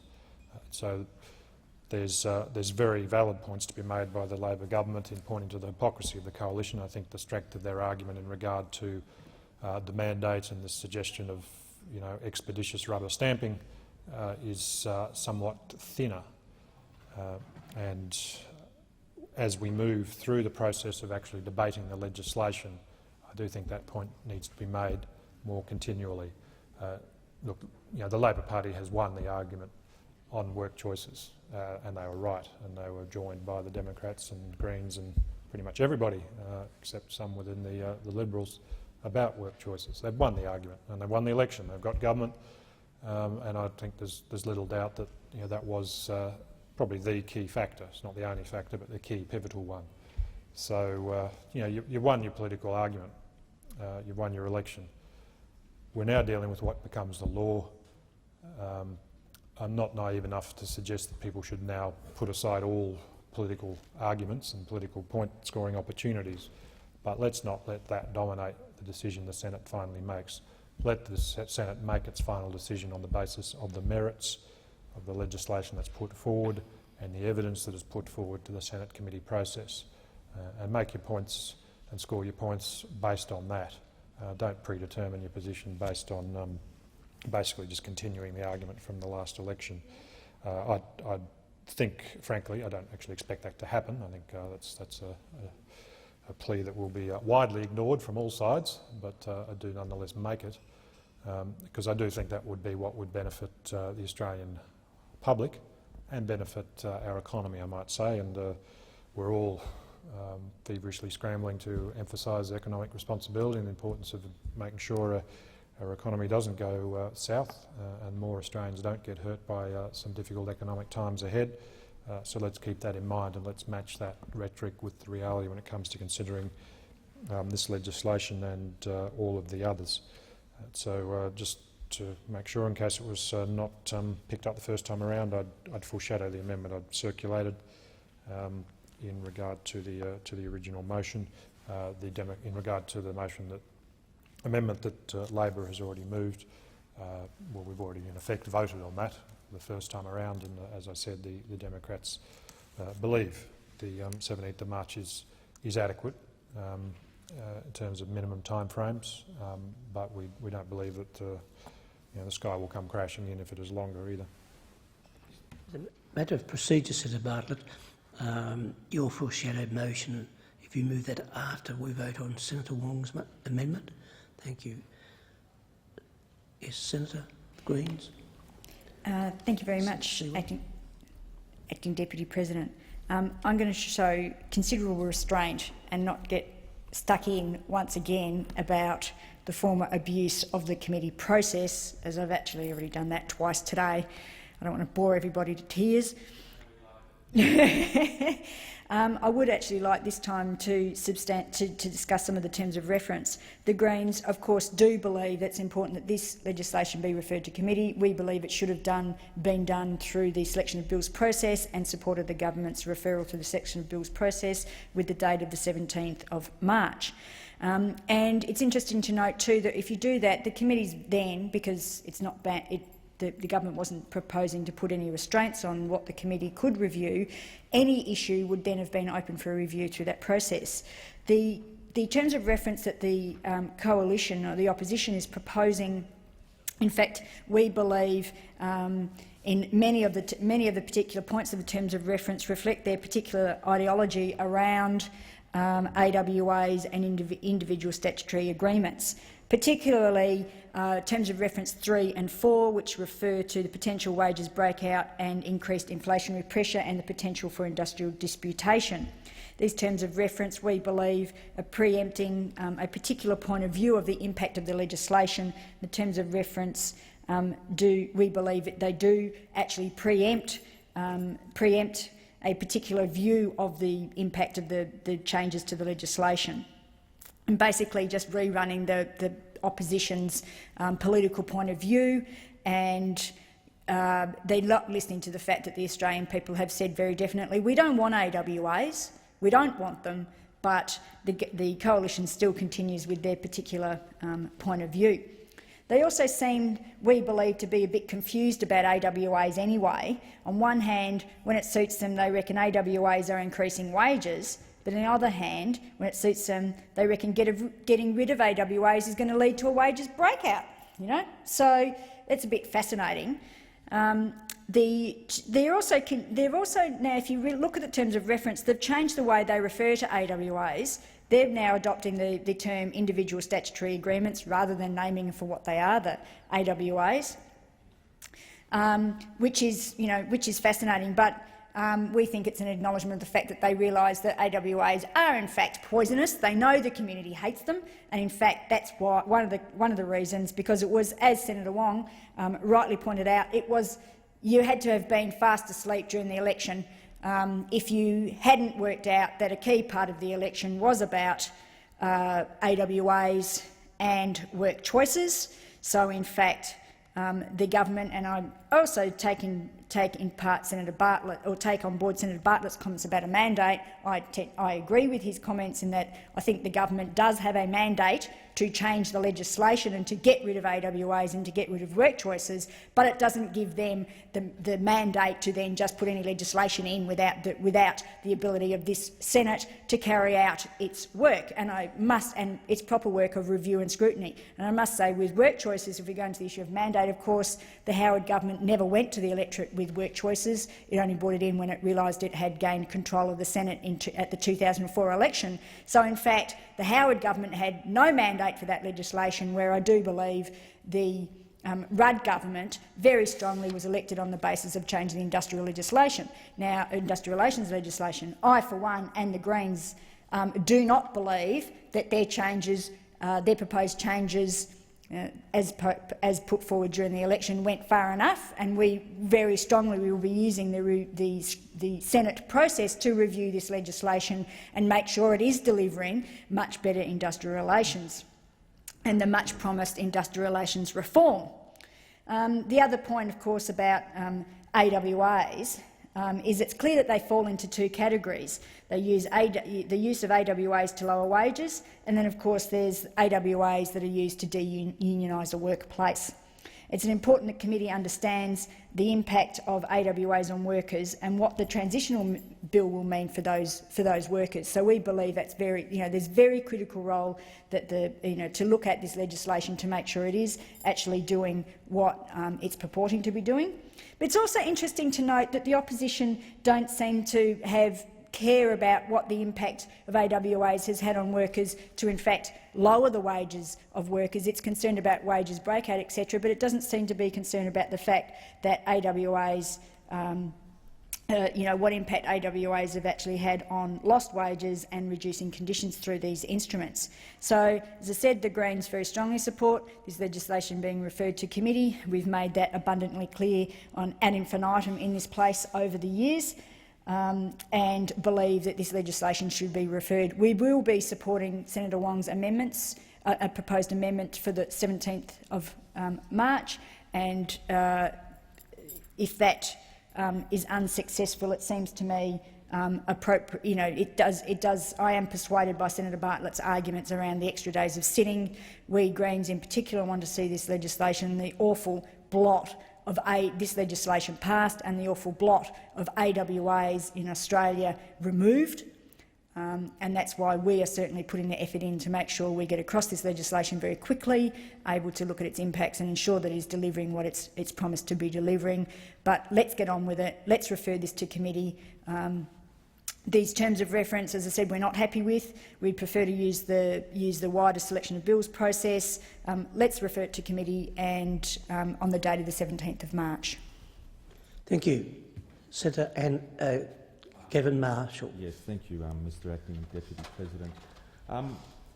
I I raised the speaking in this debate, and it's a very similar debate, of course, to what also took place this morning on another motion about the same matter. And unfortunately, I never got an opportunity to speak in there as the time allowed for that debate was expiring. So I want to talk about some of the furphies that have been actually introduced into this debate over this motion, and also in relation to the same issues that were raised earlier this morning, and try to deal with them, because quite frankly I took exception to many of the comments and allegations made about the motives of the government in this matter. Senator Murray this morning referred to this government as a lazy government in respect to trying to have a shorter than what he would like inquiry into this committee. And I take exception to those comments and reject them. And let's just go through the facts about what the government has actually been doing, the enormous amount of work and consultation that has been undertaken by this government to get this legislation right back from when it was developed as a policy position. Now, we announced our policy intentions about this matter in April 2007, and provided detailed implementation strategies of the policy in August of 2007. Now, these policies have been in the public realm for almost a year. Now, we also, since taking government, have involved in a comprehensive consultative process with both unions and employers and other experts about the development of our policy position into the bill. And that has taken place at many levels. It was certainly significant consultation going on with the National Workplace Relations Consultative Council and its subcommittee, the Committee on Industrial Legislation. And that involved experts from employers and from employee organisations sitting around the table and developing the policy into a bill through consultation. The bill was then subject to discussion at the Workplace Relations Ministerial Council, and the Council debated that bill and the effects of the bill, and ultimately endorsed the Rudd Labor government's policy directions and our intention to go forward with the bill. Enormous consultation, and Senator Murray, and with the greatest of respect through you, Acting Deputy President, knows how difficult lots of that consultation is. So there has been an enormous amount of hard work done by this government to get this bill balanced and fair and right. Now, I don't suggest for 1 second that that sort of consultation should replace Senate scrutiny, and I'm not suggesting that at all. But whenever we talk about referring bills to committees, we actually need to also look at what's required, the work of the committee, and can the committee actually do its job in a particular time frame. Now, the committee, as you well know, Mr. Acting Acting Deputy President, you're the new Deputy Chairman of the committee that is going to look at this reference. We were established yesterday, and we have no work before us. We have absolutely no work before us. So it is really a question of, can the committee do the work required by this chamber, or what the government thinks it can actually do in terms of scrutinising this bill in the appropriate time. There should not be any arbitrary minimum times for scrutiny. It really depends on the size of the bill, the impact upon it, the amount of time it's been in the public domain. Now, contrast that with the work choices legislation itself. Had anyone seen it? No. It was developed in secret with some employer-friendly lawyers over a long period of time, very little consultation. We never had any idea what was in it. There was never any policy position put out from the government. They certainly didn't go into an election with any detailed policy or implementation plans, and they put it in this place and effectively gave us a single day of hearing where we had to jam through all the people that wanted to make substantial submissions to that, and it was really an obstructed Senate process as far as I was concerned, and we had a very short time to do it. Now, Senator Allison made some reference to the size of this bill this morning. He said it's some 100 pages. Well, let me remind the Senate that work choices were some 800 pages, and on the day that we were then, after the Senate process, the truncated Senate scrutiny process, when we actually got to the day where the bill was going to be debated in here, we had about 100 pages of amendments put on the table, none of them which substantially changed the bill from what we had actually scrutinised through the truncated Senate process then. Now, we do not say that we don't want to have Senate scrutiny. In fact, we say we do want to have Senate scrutiny. But what we also want to do is make sure that the bill is passed in a reasonable time frame to put an end to AWAs. That was clearly what we went to the election with. We said we would end AWAs, and that is what we want to do.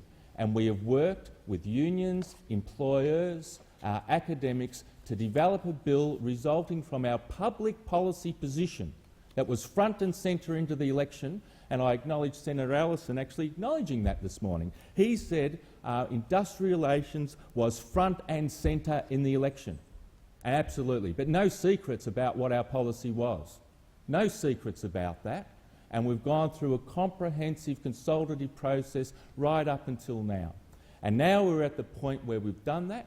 We've got a bill that was described in the press by Heather Ridout, who's the Chief Executive Officer of the Australian Industry Group, who was quoted in the paper today saying the bill was balanced and fair. Now again, I make the point that people like that can say that from employer organisations because of the work that was done by this government developing the consultative process. Again, I make the point that does not mean we still do not need a proper Senate scrutiny process, and we do. And that's what we support. But the committee can clearly do this work in the time that the government has allocated for it to be done in. Can clearly do so. Can clearly do so. We have no other work before us. We've been in the position on many times where we've had to work very hard. And I object to some of the statements that were made by Senator Allison this morning, saying, well, let's do the hard work. What this government is scared of is doing the hard work.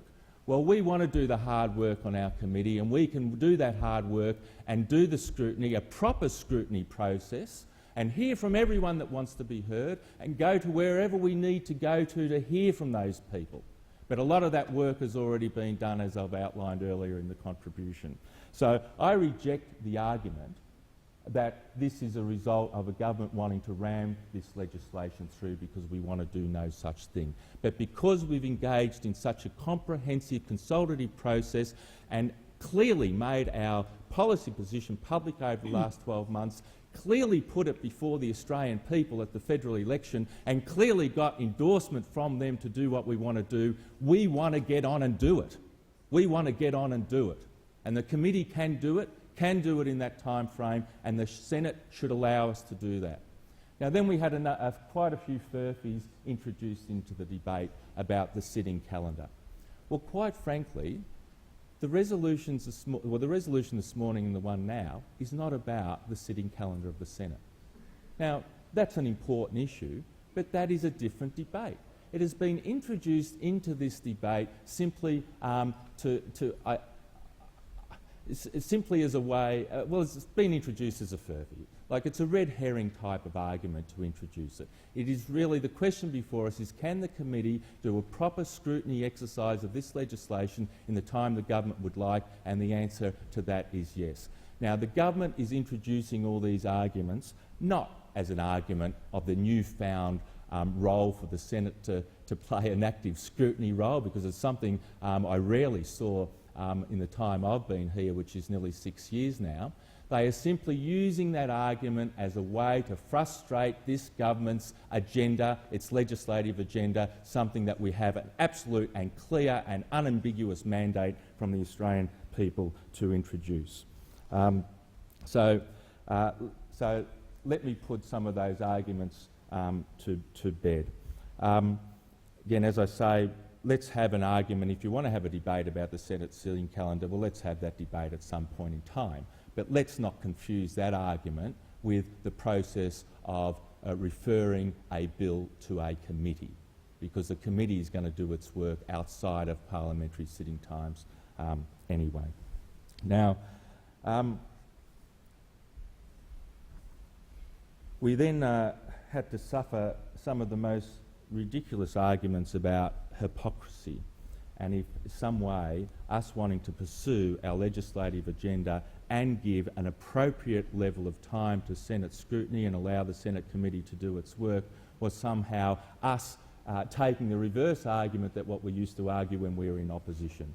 We are not saying we want to simply ram it through. We are not doing what this government or the previous government did on the Telstra bill. We're not doing what they did on numerous other bills for employment, workplace relations legislation amendment, work and vocational rehabilitation services bill, which just to put the record straight about that, the government actually opened up tenders to those processes, awarded tenders for those processes before they even introduced the bill, completely bypassing any Senate scrutiny process, and then had a token inquiry at the end of that. But it was all done and dusted because of the abuse that they used when they had and still have the numbers in the Senate. Now, their argument is just not true. We want to do and will do a proper scrutiny process,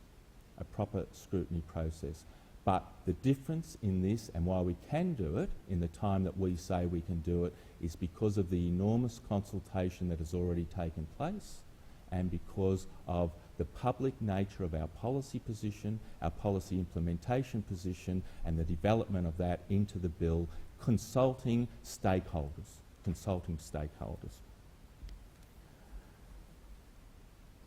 The opposition doesn't seem to have understood the result of the election.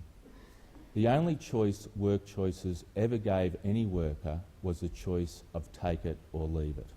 And the instrument on how that was delivered was AWAs. We were absolutely clear about that, and we want to remove that instrument. That is what the Australian people voted for in the previous election. We want to do that. The government wants to frustrate us in doing that. They know that thousands and thousands of AWAs are still being made unfairly, people are still losing conditions and pay, and they are still ideologically attached to AWAs. They are still ideologically attached to them. Now, we've heard all sorts of comments. I've actually heard the Leader of the Opposition, Mr Brendan Nelson, say that he's going to ensure that we deliver on our election promises. He's going to ensure that. Well, let's make no mistake, one of our election promises was this bill, Forward with Fairness Bill and the abolishing of AWAs. That was one of our election promises, but what do we see from the coalition members in the Senate? Simply an attempt to frustrate that, simply to push it out past the parliamentary sittings so the bill cannot be passed for many months. So AWAs will continue to be in operation, and they delay our election promises and the mandate that we received from the government. So I reject the arguments that are being put forward by the opposition, and as I've said, I have taken exception and reject the arguments also put by Senator Murray in respect to how we got to this point. We support proper Senate scrutiny. We've always done so. The previous government, the opposition, cannot make that claim. They cannot make that claim. And like Senator Siewert, I don't need to go into all the examples, the numerous examples. We've talked about them over the last couple of years, but there are many of them where they use the Senate numbers to avoid any form of Senate scrutiny and are trying to run this line that that's what we're doing when clearly we are not. You couldn't have been more transparent with the process that the new government has undertaken, but it's simply a way to frustrate this government implementing its legislative agenda.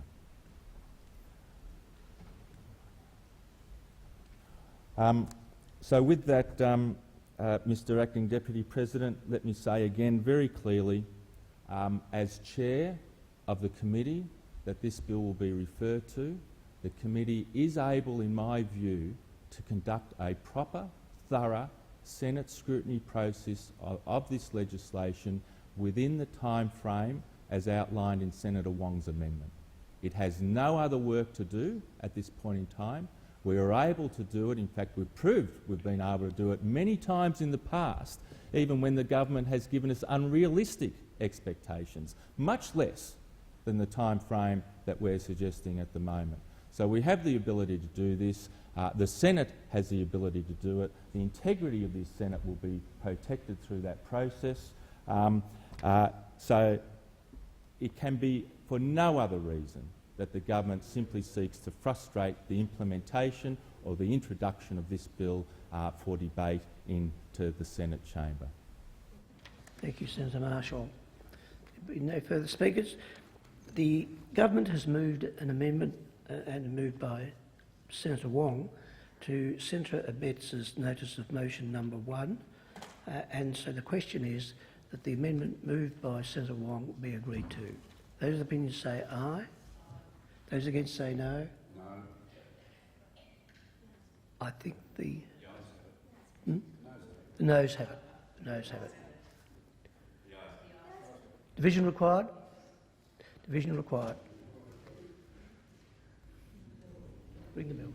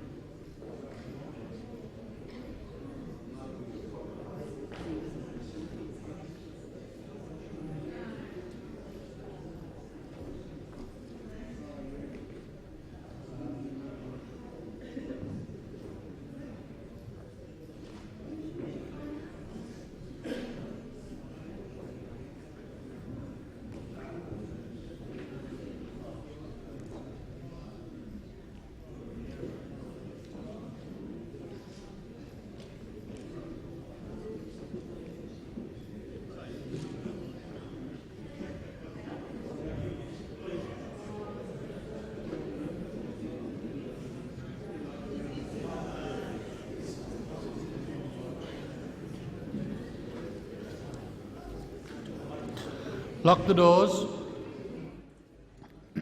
The question is that the amendment moved by Senator Wong be agreed to. The ayes will pass to the right of the chair, the noes to the left of the chair. I appoint Senator O'Brien teller for the ayes and Senator Nash teller for the noes.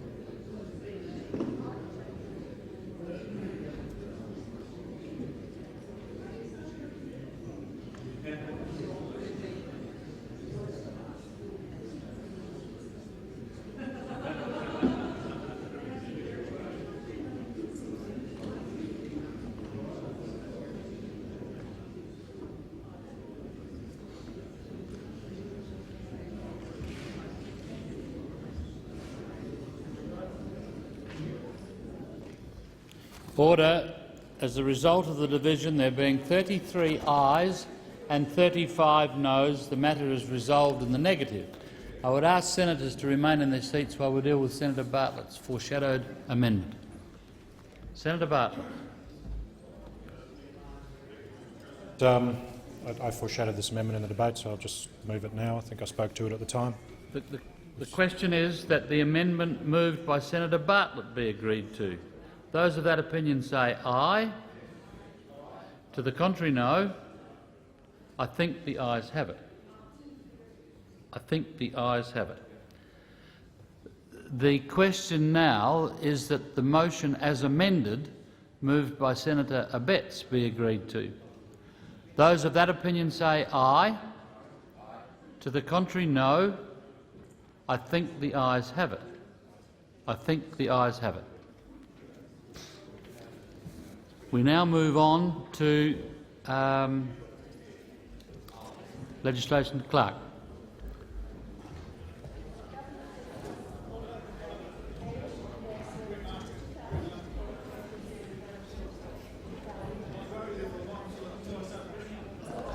Order. Could senators please refrain from conversation until I leave the chamber? Senator Stevens.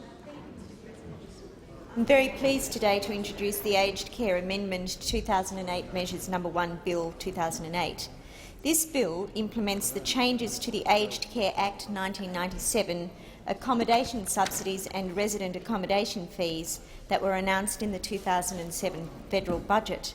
The bill amends the Aged Care Act to simplify the fees and charges paid by residents, as well as the accommodation supplements paid by the government for residents who can't fully meet their own accommodation costs.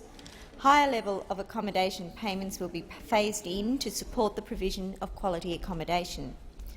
All care recipients, regardless of whether they are pensioners or self-funded retirees, will potentially be eligible for the new government accommodation supplement. The eligibility of the care recipient for the accommodation supplement will depend on the person's assets. Unlike under the current arrangements, new self-funded retiree residents with few assets will also be eligible for government assistance. The bill also amends provisions governing income-tested fees. Currently, self-funded retirees pay higher income-tested fees because nearly all of their income is counted under the income test. However, pension income is currently not counted under the income test. This results in self-funded retirees paying more than part pensioners of similar means. The bill creates a new income test that treats all people in the same way and all income the same. There are three important safeguards that will ensure that residents are protected and that the changes do not adversely affect existing residents. First, a resident's accommodation charge will continue to be determined based on assessable assets at the time of entry to care and remain fixed until they are discharged. Second, the government will continue to place a cap on accommodation charges. And third, residents with unrealisable assets will continue to be able to apply for hardship assistance if they cannot afford to pay their charges. The changes also broaden eligibility for community care grants for providers of community aged care packages and extend eligibility to extended aged care at home providers, extend the operation of aged care legislation to the territory of Christmas Islands and the territory of Cocos-Keeling Islands, and makes technical amendments to improve consistency and clarity in the Aged Care Act. Subject to the passage of the bill through Parliament, it's proposed that the new arrangements will take effect from the 20th of March 2008. In addition to the amendments required to the Act, further detail will be outlined in amendments to the aged care principles as well as in other delegated legislation. These changes align with the implementation of the Aged Care Funding Instrument, which determines the level of funding for care based on the assessed needs of care recipients. As we've previously indicated, the government is committed to review the implementation of the Aged Care Funding Instrument, including the extent to which it achieves its stated purpose, 18 months after implementation. We've also committed to review the current aged care planning ratios to take better account of demographic changes and changing patterns of use of aged care services. I commend the bill. Thank you, Senator Stevens. The question is that the bill be read a second time. Those in favour say aye, those against say no. I think the ayes have it. The clerk. A bill for an act to amend the law relating to aged care and for related purposes. Senator Stevens. I move that the bill be now read a third time. The question is that motion be agreed to. Those opinions say aye, those against say no. I think the ayes have it. Clerk. A bill for an act to amend the law relating to aged care and for related purposes. Government business order of the day. Appropriation, Drought and Equine Influenza Assistance Bill No. 1, 2007-2008 and a related bill. Resumption of second reading debate. Senator Wong. Thank you, Mr Acting Deputy President. I just wanted to try and get your attention. I seek leave to make a short statement. Is leave granted? There been no objection. Leave is granted. Senator Wong. I wish to seek leave to clarify, or I wish to clarify an answer I gave at question time yesterday in response to a question asked by Senator McDonald. Yesterday in Senate question time, I gave an answer based on departmental advice relating to the Asia-Pacific Network for Energy Technology, which is within the portfolio of Resources, Energy and Tourism. On the basis of advice I have now received from my department, I wish to clarify my answer so there is no ambiguity. I am now advised that the Department of Resources, Energy and Tourism will consider further resourcing of and the use of existing resources for this program in due course. And I thank the Senate for leave. Thank you, Senator Wong. So we resume with the second reading in relation to non-controversial the equine issue. Senator Stevens. Thank you, Mr Acting Deputy President. I move that these bills be read a second time, and the two appropriation bills before us will actually deliver urgent funding to cover new and expanded assistance measures for the drought and the outbreak of equine influenza that was announced last year. The measures include additional exceptional circumstances funding for farmers and farm-dependent small businesses, and the emergency assistance package and eradication program for the horse flu outbreak. These bills require immediate passage, as the administered appropriations provided to the Department of Agriculture, Forestry and Fisheries and Forestry have actually been exhausted. At the current rate of expenditure, the department will run out of appropriations by the end of February 2008. The Appropriation Drought and Equine Influenza Assistance Bill No. 1 requests additional funding for the department to meet increased expenses during the 2007-08 financial year, and this money will cover the new and expanded drought relief assistance and provide financial aid to the horse industry as a result of the equine flu outbreak. The Appropriations Bill No. 2 seeks additional funding for the department to make payments to the states, territories and local government authorities for drought relief. It will also allow the department to reimburse the states and territories for costs associated with the national response to eradicating equine influenza. The majority of the costs of this response, while being reimbursed to states and territories at this stage, will be recovered from the horse industry through the National Emergency Animal Disease Response Agreement, so cost recovery will be addressed in separate legislation. The drought and equine influenza measures were announced by the previous government in September and October 2007. The equine influenza measures were extended by the government earlier this month. The measures were a response to the increasing severity of the drought and also providing immediate financial relief for the equine influenza outbreak that occurred in August last year. The previous government's measures were published somewhere in... This is very good. I apologise. We lost half our speech here. The previous government's measures were published in the media and in previous government documents, and they now need to be substantially supported by additional appropriation. So this appropriation bill and the urgency with which we are treating it demonstrates the government's commitment to assisting those communities affected by drought and the eradication of equine influenza, and I commend the bill to the Senate. Thank you, Senator Stevens. So the question is the second reading be agreed to. Those in opinion say aye, those against say no. I think the ayes have it. The clerk.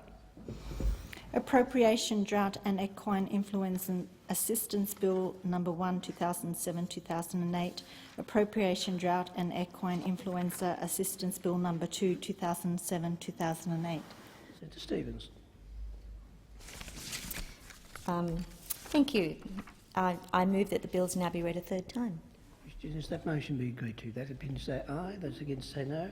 I think the ayes have it. The clerk. Appropriation Drought and Equine Influenza Assistance Bill No. 1, 2007-2008, Appropriation Drought and Equine Influenza Assistance Bill No. 2, 2007-2008. Government Business Order of the Day No. 2. Resumption of adjourned debate on the motion that the Senate take note of the national apology to the stolen generations. Senator Stevens, I think you are the next speaker.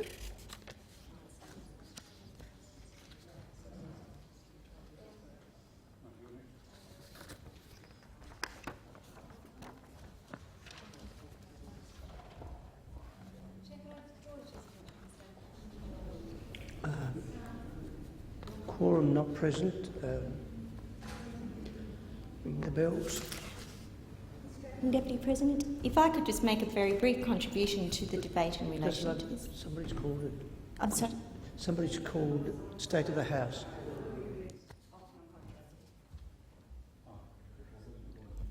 It's not a quorum for your speech.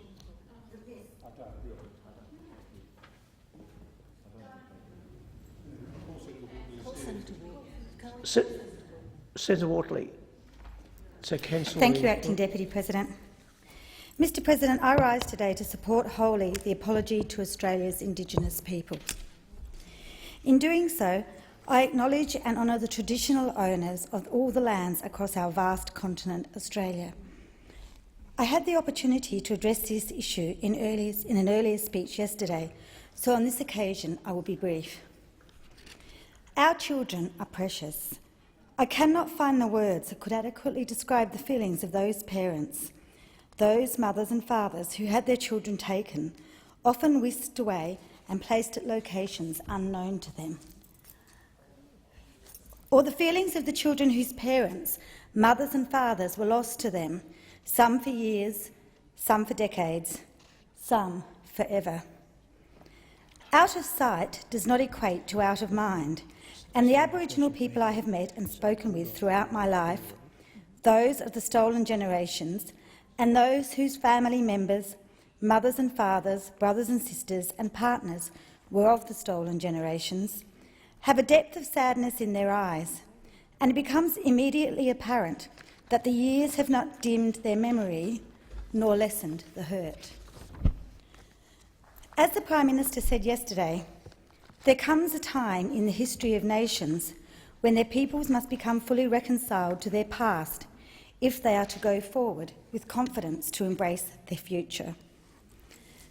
Acting Deputy President, we have taken too long to apologise for the treatment of our Indigenous people, those of the stolen generations and others who have suffered and continue to suffer inequality and disadvantage.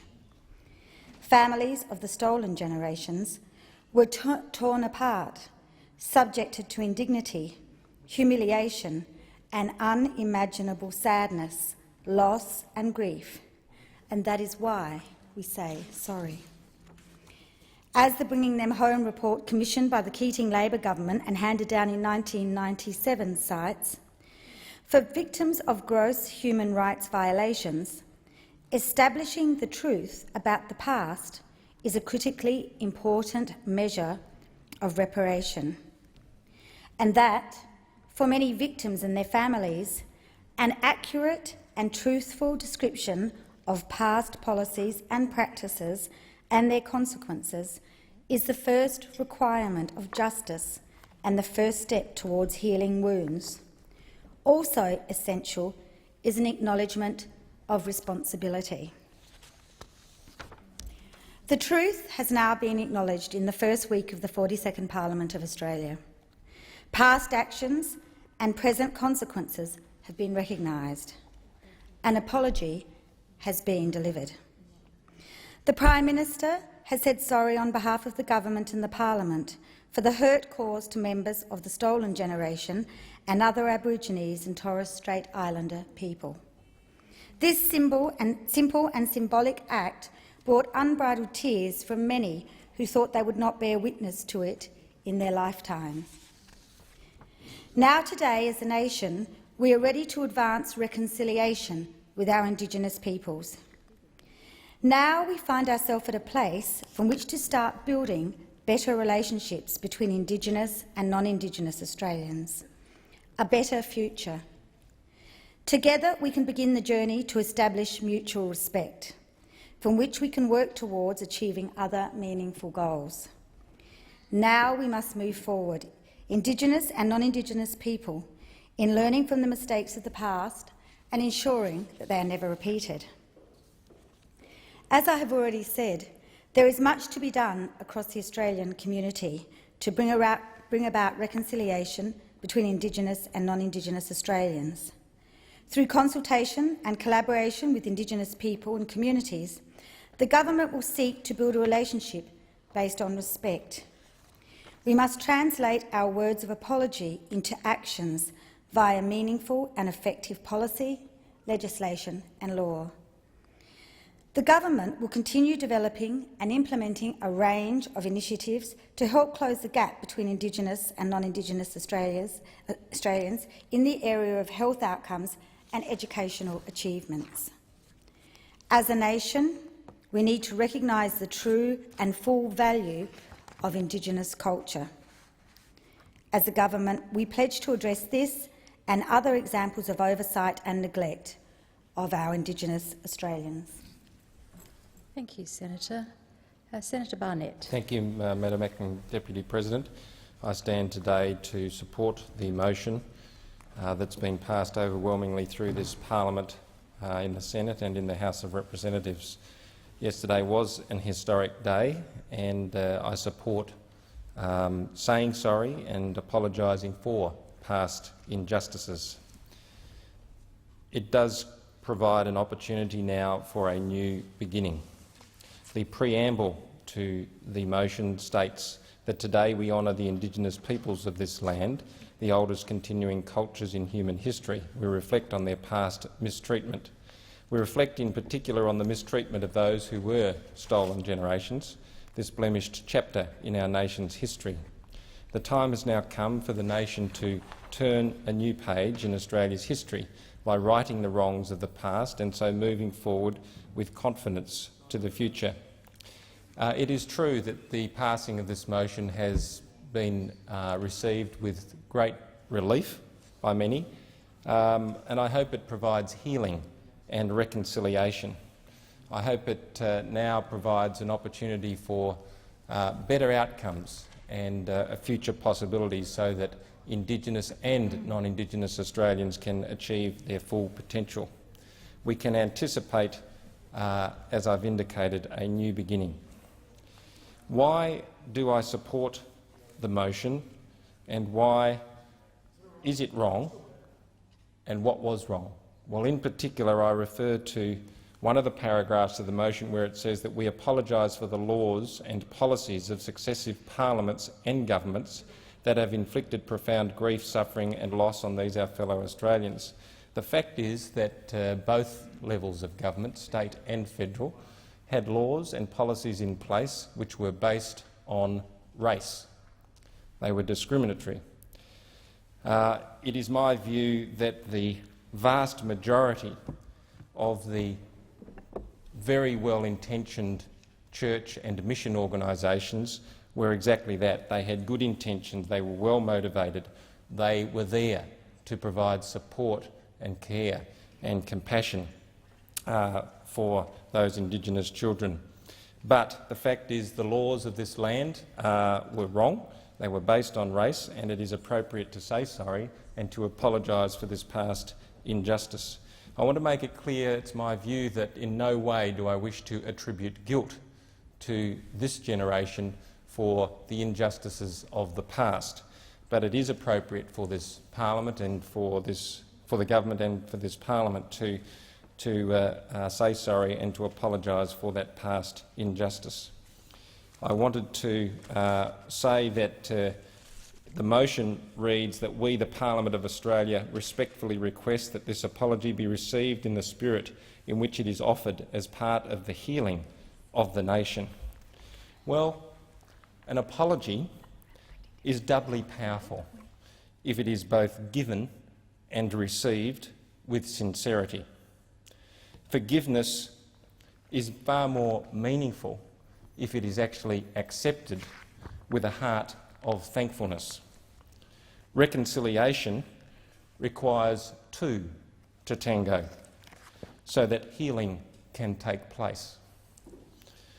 It's a two-way street, and I hope with all of my heart that it can be accepted by our Indigenous communities and the leaders of our Indigenous communities and those affected in particular, and can be accepted with sincerity.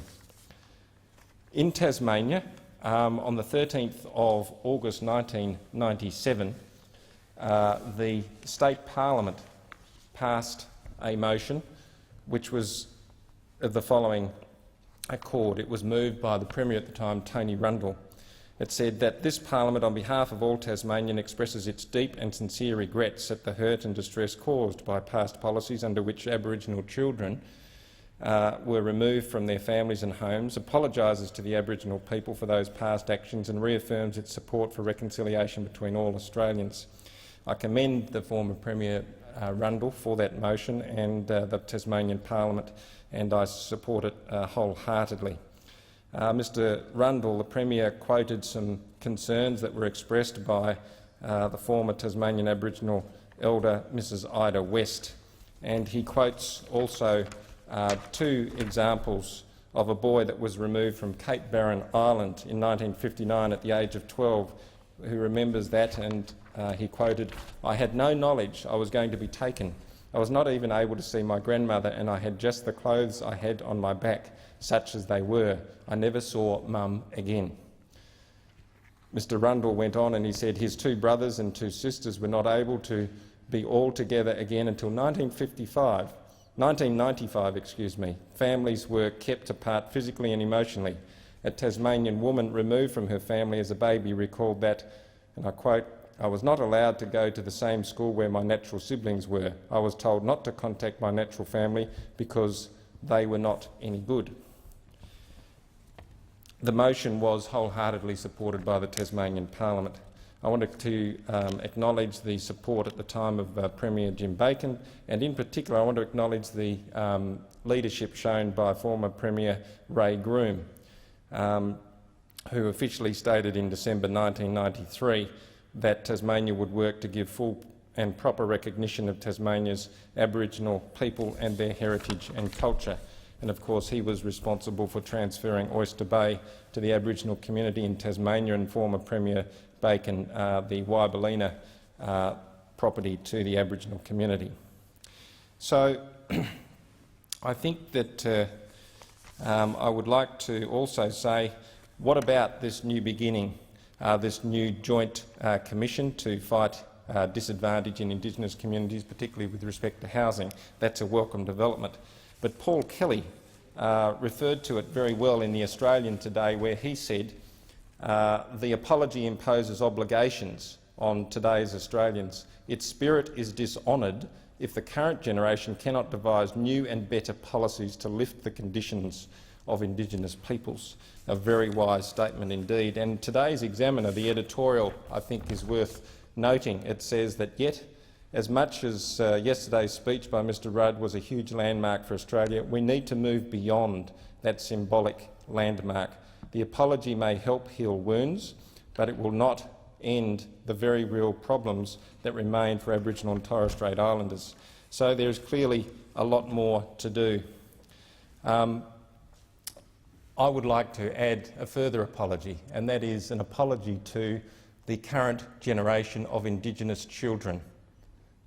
We have breached our duty of care as federal, state and indeed local governments and the community all around Australia to provide a safe and secure environment in which Indigenous children can live, grow, be nurtured and prosper. The recent case in Queensland with Judge Bradley, where 9 boys and men repeatedly raped a 10-year-old girl in the community of Arakoon. It was so horrific to hear of that case. But sadly, it is not alone, and the report, the Children Are Sacred report that was released last year, is damning evidence to say that the current generation of Indigenous children in this country deserve an apology, because we are incapable at this time to provide a safe and secure environment for them to be nurtured and to grow, to reach their potential as human beings. And that's why I'm a very strong supporter and thank Mal Brough for his leadership, and strong supporter of the Howard Government's Northern Territory intervention legislation. And it saddens me greatly that the Rudd Labor government is moving down the track of dismantling that intervention measure, and in particular bringing back the permit system, providing no-go zones, a little enclave where children, in my view, will not be safe. And I just wonder, and I ask the question, by going down that track, now knowing that the evidence is there that children are being abused and particularly sexually abused, the evidence is on the table, is there a breach? Is our government in breach of the Covenant on the Rights, International Covenant on the Rights of the Child? I don't know, but I think it's certainly worthy of consideration as to whether that is the case or not. So, Madam Acting Deputy President, it was disappointing that the Prime Minister was not able to disclose the wording of the motion in advance of the debate. I think it was a churlish act, but nevertheless I thank Dr Brendan Nelson for his leadership, for supporting it overwhelmingly, and the leadership that he's shown the coalition, and I again support the motion. Thank you, Senator. Senator Stevens. Thank you, Mr Acting Deputy President. It gives me great joy and pleasure to actually contribute to the debate on the apology to the stolen generations. Because yesterday, as we all know and we all heard, Australia turned a new page in its history, and Australians, both Indigenous and non-Indigenous, embraced a new era of forgiveness and inclusion. And the Prime Minister's articulation of such a sensitive apology to the stolen generation for their past sufferings and injustices has just been overwhelmingly endorsed across the nation and, in fact, across the world. It was made on behalf of the government and on behalf of the Australian Federal Parliament and comes after significant consultation with Indigenous people. And now we know that denial of the past is no longer an option for our nation. Truths can no longer be swept under the carpet, and we, as the government of the day, can no longer take the easy option. And yesterday's events reminds us just how important sorry is in the reconciliation process. And it's a shame that the apology took so long, that former governments ignored the evidence and denied the opportunity for forgiveness and healing and hope that has been so clearly articulated by people who were here in the chamber yesterday and in Parliament House. But it's great happiness. It's happened now. It's with great happiness and great honour that I'm so overwhelmed by the fact that I was here and was able to vote for this in happening. And several other people in the chamber have actually expressed that view too. They were overwhelmed yesterday by the significance of the vote that we passed here in the Senate and in the House of Representatives. The Bringing Them Home report reduced me to tears. It exposed the enduring impact and the horrific consequences of successive governments' policy on the stolen generations and their families and their descendants. And from the contributions of other colleagues, I know it had the same effect on them. We've heard so many stories from people from our own constituencies that were affected. And the one that really caught my eye was a confidential submission to the Bringing Them Home inquiry, which is from a New South Wales woman who was taken to the Cootamundra Girls' Home, not far from where I live, and a home that I know a little of its history. And she just had such a profound evidence for us. This is what she said in her submission. Most of us girls were thinking white in the head, but were feeling black inside. We weren't black or white. We were a very lonely, lost and sad, displaced group of people. We were taught to think and act like a white person, but we didn't know how to think and act like an Aboriginal person. We didn't know anything about our culture. We were completely brainwashed to think only like a white person. And when they went to mix in white society, they found they weren't accepted because they were Aboriginal. And when they went and mixed with Aborigines, they found they couldn't identify with them either because they had too much of the white ways in them. So they were neither black nor white.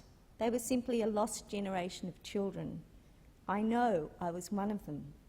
And I think that those stories of the enduring impacts and the sense of isolation and dispossession that's actually been so much of the evidence that we've heard, and it's been reiterated over the last few days by the people who are most intimately connected to the stolen generations and are members of the stolen generations, that really bring the significance of this vote and this national apology to us all. The history of removing Aboriginal children from their homes is one of great complexity, and we've had some arguments about that in the chamber as well. And I noted Cape York Indigenous leader Noel Pearson's comments in Monday's Australian newspaper, and I think he captured the complexity of the debate. He wrote, "People were stolen and people were rescued. People were brought in chains, people were brought in by their parents. Mixed blood children were in danger from their tribal stepfathers, while others were loved and treated as their own. People were in danger from whites, and people were protected by whites. The motivations and the actions of those whites involved in this history, government and missions, ranged from cruel to caring, malign to loving, and well-intentioned to evil." And so, to my mind, I think we have to look at the forced removal of Indigenous children in terms of its lasting overall cultural impact. I know many of my colleagues here in the chamber know that I spent some of my happiest years working in the Northern Territory. and saw firsthand in school and in special education there just how damaging government policy can be when it fails to recognise Indigenous culture. It was an extraordinary time living there. I have the fondest memories, I think. Times, for example, when my children would play with the Aboriginal children who visited the hospital and the outpatients clinic there, and the times when we all pitched in when there was an outbreak of chicken pox and the children's ward was overflowing with young mothers and their babies, and we all just pitched in and helped out with those little ones, and that was a great time. But it actually really brought it home to me, the abject poverty in which people live, but also the cultural richness of their communities and the extent to which those children are loved and cherished. And so when we talk in this Rudd Labor government about a new beginning, we talk about this issue of social inclusion, which is something that is very close to my heart. And we know that one of the biggest and the first commitments that this government is going to make is to transforming the living conditions and the opportunities of Indigenous people in contemporary Australia. We need to do this because as the healing process continues, we have to start to address the disadvantage that is engulfing Indigenous Australians, and it's a disadvantage that spans generations. So the Indigenous people who've been marginalised since European settlement and continue to endure living standards and life expectancy and employment and school completion rates that are so far below non-Indigenous Australians, and that as we enter our 17th year of economic growth with the lowest unemployment rates in 30 years, we still have an Indigenous population that are suffering entrenched disadvantage and that extraordinary 17-year life expectancy gap, an unacceptable life expectancy gap. And we have to close that, and I'm so proud that Kevin Rudd, as the Prime Minister, has said we are going to do it. He's set it down as the task for all of us in government and in opposition to do. We're going to say that these realities can no longer be swept under the carpet, and we have a commitment that there is going to be substantial spending needed to create a future that's full of hope and safety and equality of opportunity and health and well-being for Indigenous Australians. And the idea that we have a bipartisan approach and to Indigenous issues through the establishment of a war cabinet, and how heartening it is that Dr Nelson has graciously agreed to co-chair that. This is just new ground for Australia. It's new ground for Australia in terms of public policy, and it's certainly new ground for Australia in terms of politics. But it's a wonderful commitment. It's a fantastic commitment that we are going to set ourselves the challenge, and we're going to meet the challenge of halving the gap in mortality rates between Indigenous and non-Indigenous children under the age of 5. What a profoundly important thing we have to start with. And during that time, we're going to do the same thing. We're going to halve that gap in reading and writing and numeracy through a package that focuses on early childhood development and early intervention. And we're going to revisit the recommendations of the Bringing Them Home report, particularly the need to provide counselling and health services, and of course to continue to support tracing lost families and lost children and reuniting them, and how important and significant an effort that is, because we've given a commitment to ensure that those services can be provided to the stolen generations. And we're going to work to have every Indigenous 4-year-old in every remote Aboriginal community enrolled in preschool or an early childhood education centre. And then we're going to set some targets that we're going to be held to as a government to build future educational opportunities for Indigenous children, to provide primary and preventative health care, to begin reducing the obscene infant mortality rates in remote Aboriginal communities. Thank you, and Senator. that is what it's all about, a social inclusion agenda. Senator, your that is time worth- has expired. Thank you. Senator Eggleston. Thank you, Madam Chair. The apology motion carried in both houses of the Federal Parliament yesterday closes a chapter on the past, but it has to be acknowledged that in some sections of our Indigenous population there are still many problems to be overcome before all of our Indigenous people are able to enjoy the benefits that living in contemporary Australia should bring them. I believe that we, as a nation, need to acknowledge the reality of Indigenous poverty and disadvantage in our society and pledge, as members of the Commonwealth Parliament, to do all we can to ensure that all of these contemporary problems are corrected. It really is a disgrace that in modern Australia there is a segment of our population with much lower life expectancy, higher infant mortality and morbidity rates, often living in substandard housing and needing better health services and improved access to not only basic education to ensure that literacy standards are met, but more importantly job skill education so that our Indigenous people are equipped with the skills to enable them to find worthwhile jobs in our community. However, in this atmosphere of apology, I believe that we should acknowledge that much progress has been made in ensuring a better quality of life for Indigenous Australians. Our record as a nation is far from being all bad, as some would have it.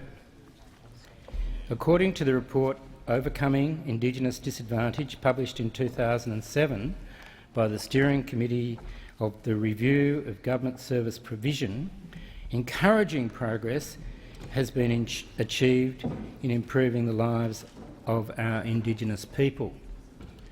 Should I perhaps leave this until we continue? Senator, continue until question time comes on, please. Thank you. For example, oh, hello. Thank you. Thank you. Questions without notice. Senator Ronaldson. Thank you, Mr President. Mr President, my question is to the Minister for Innovation, Industry, Science and Research, Senator Carr. I refer to the Minister's answer yesterday when he asserted that it was, and I quote, incorrect that Labor mate Steve Bracks was to be appointed head of an inquiry into the automotive industries. In light of the Minister's own confirmation today that Mr Bracks will indeed head this inquiry, can the Minister now confirm that he misled the Senate? As such, will he now apologise to the Senate? Senator Carr. Senator Carr. Order. Senator Carr. Thank you, Mr President. Yesterday I indicated to the Senate that the government, and I quote directly so the senator who's asked this question might be clearer in his knowledge, I said we are about to announce the details of the review. We're about to announce the personnel associated with that review. And it's quite clear that I did exactly that.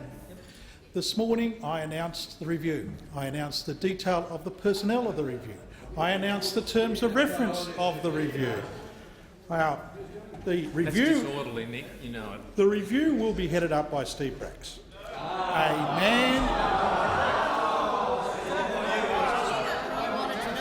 a man of integrity, one of the most successful premiers and champions of fresh thinking that this country has seen in a very long while.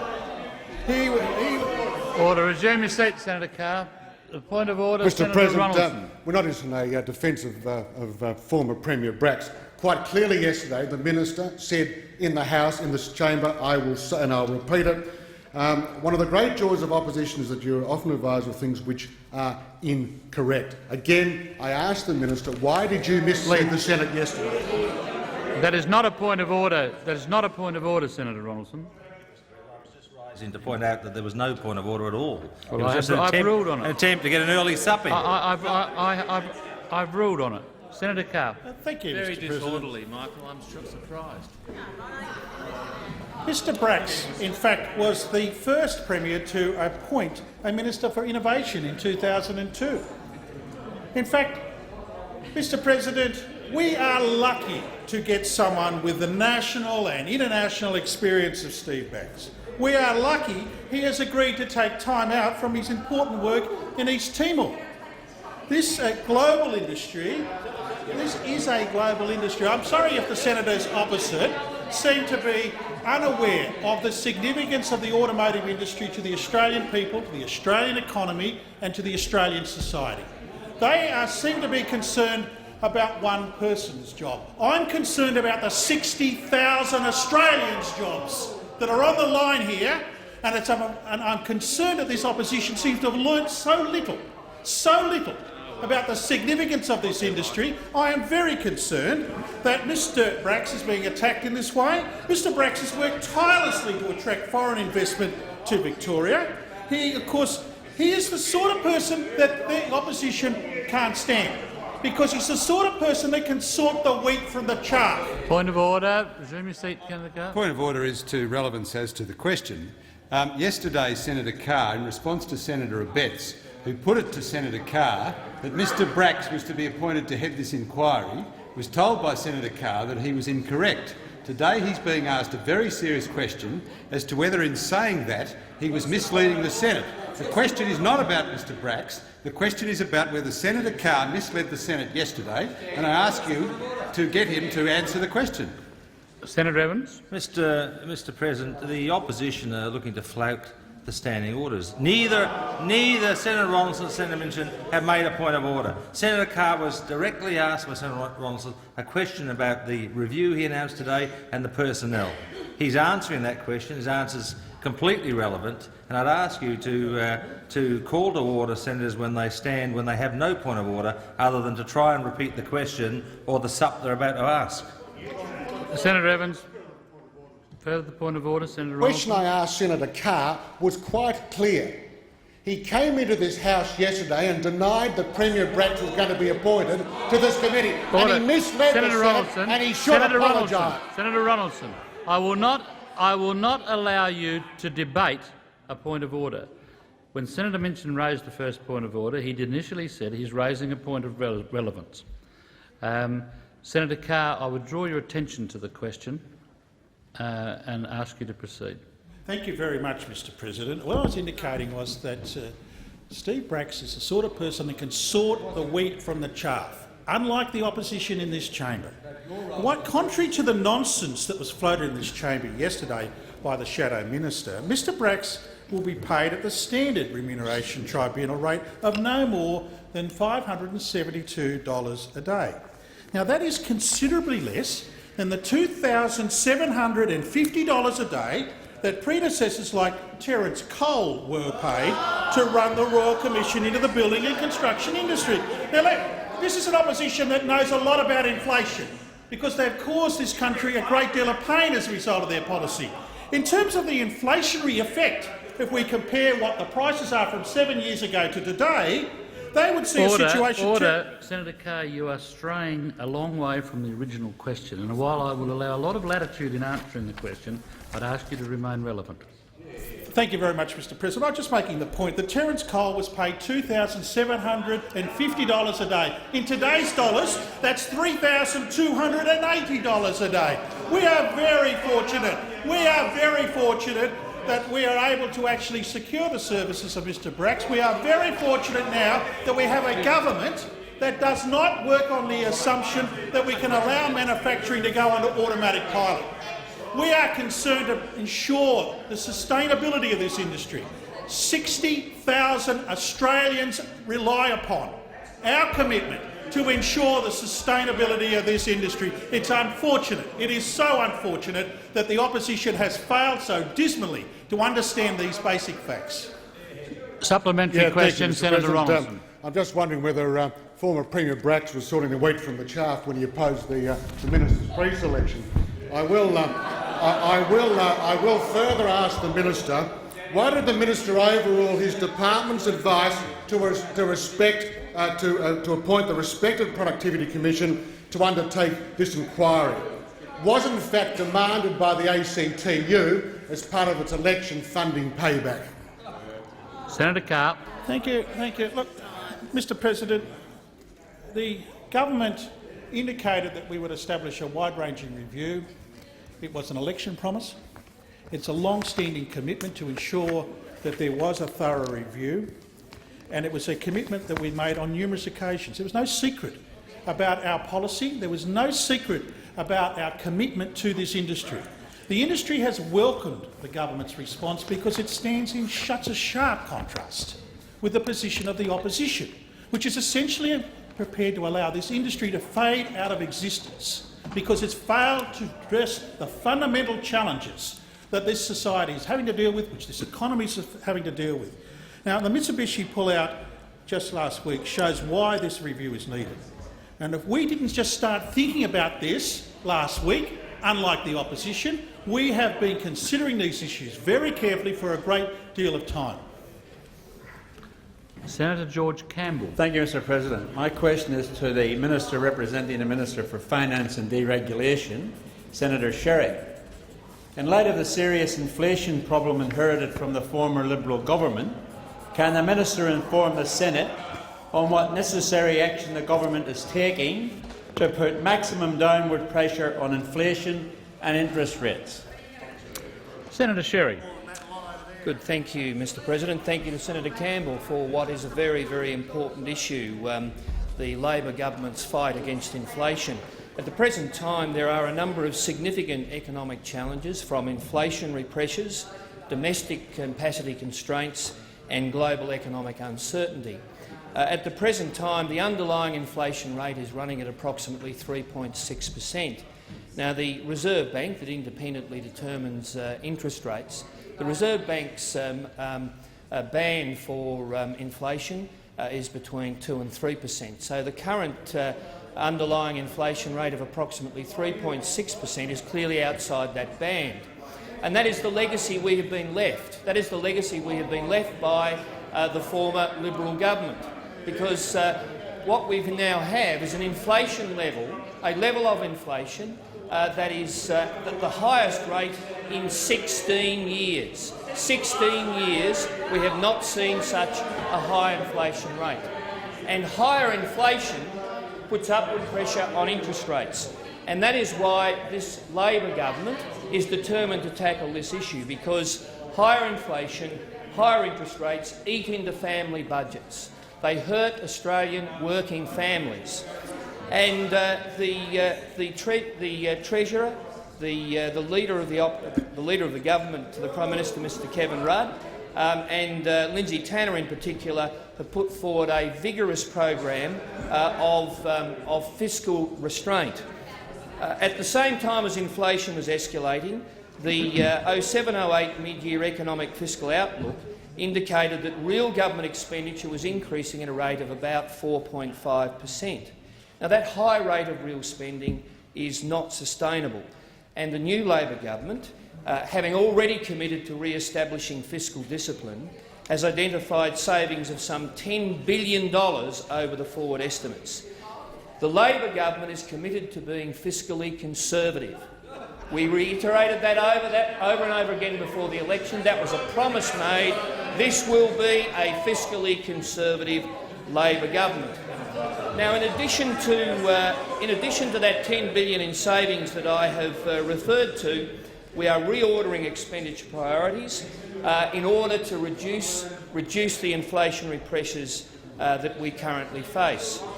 The government aims to deliver a budget surplus of at least 1.5% of gross domestic product in 2008-2009. Now, contrast that with the former Liberal government.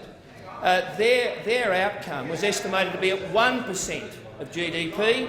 We are aiming to deliver a budget surplus of 1.5% of GDP in 08-09. And we intend to go about this in a rigorous and disciplined process. We will be identifying a range of savings to reach that 1.5% target, because it is critical to bring inflation under control, and significant fiscal restraint is an important element in bringing inflation under control. Already the Finance Minister has identified some $642 million in savings. He announced those last week, and there will be additional savings announced on budget night. And I reiterate the importance one of the essential elements in bringing the legacy of higher inflation that we've been left by the Liberal government at a 16-year high. We are determined to tackle this because higher inflation means higher interest rates. It hurts Australian working families, and we are determined to tackle that issue by being fiscally conservative, unlike the opposition former government. Senator Fisher. Thank you, Mr President. My question is to the Minister representing the Minister for Employment and Workplace Relations, Senator Wong. Has the government sought advice on the inflationary impact of its proposed workplace relations legislation? Senator Wong. Thank you, Mr President. And it's interesting, isn't it, that those on this side of the chamber are very clear about the importance of the fight against inflation, both in terms of what we are now doing since we have been elected to government, but also what we have indicated previous to the election, how we would approach the issue, of ensuring that our workplace relations changes did not in any way add to inflation. As Senator Sherry previously indicated, this government is determined to fight inflation, and we are clear that one of the planks on which we will do that is fiscal restraint. Now, that may be something those opposite seem to no longer understand now they're in opposition, but we regard that as important. We have a 5-point plan to fight inflation, which includes setting a fiscal target surplus of 1.5% of GDP. We will also tackle the supply side constraints, which was for so long not the subject of attention of the former government. We do not believe we will also address inflationary pressures through a fair and balanced workplace relations system, as we outlined we would before the election. And I want to emphasise what we stated is that our system would be based on bargaining at the enterprise level, with productivity gains the incentive for wage increases. I want to emphasise what the Deputy Prime Minister has said, what the Prime Minister said prior to the election, what was made very clear to the Australian people. We will not be returning to a system of centralised wage fixation. Under our system, a wage outcome in one enterprise or one sector will not, Mr President, flow automatically into another. We do not believe, unlike those opposite, we do not believe in addressing inflation by simply suppressing the wages of the worst-paid workers in Australia, which was the effect of the extreme work choices laws that these opposition passed in government, and that we see today in the Senate chamber. You are determined to keep in place for as long as possible. Point of order, Senator Wong. Order. One of your colleagues is trying to take a point of order. Senator Fisher. Point of order, Mr President. My question was not about work choices. My question was about Labor's plans for the future and whether the government has sought advice on the inflationary impact of their workplace relations legislation. It was not about their motherhood policy statements. It's about whether they have sought advice about— Resume your seat. Resume your seat. I've listened carefully to Senator Wong's answer, and I do believe that she is being relevant to the question that was asked. Senator Wong. Senator Wong. Thank you, Mr President. If the senator opposite didn't understand what I was saying, I will say again. We will have a fair and balanced workplace relations system based on bargaining at the enterprise level, with productivity gains, the basis of wage increases. That is the incentive for wage increases. We are not returning to a system of centralised wage fixation or of industry-wide strikes or pattern agreements across an industry. That was very clearly the approach that we outlined prior to the election.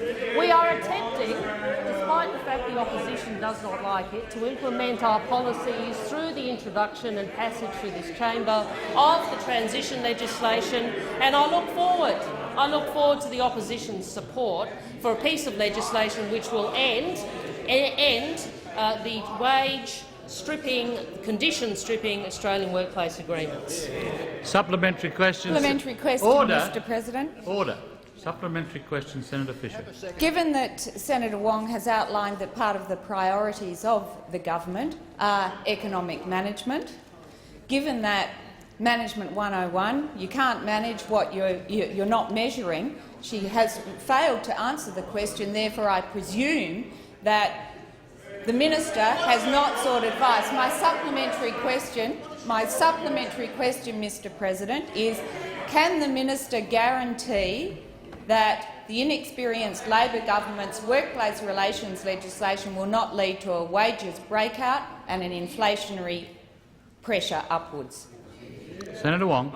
Well, Senator Fisher, through you, Mr. President, what I can guarantee is this. I can guarantee that we will deliver on the commitment we made to the Australian people before the election to remove your unfair extreme work choices laws. I can guarantee that we will deliver on our commitment to ensure that productivity gains are the incentive for wage increases under our system.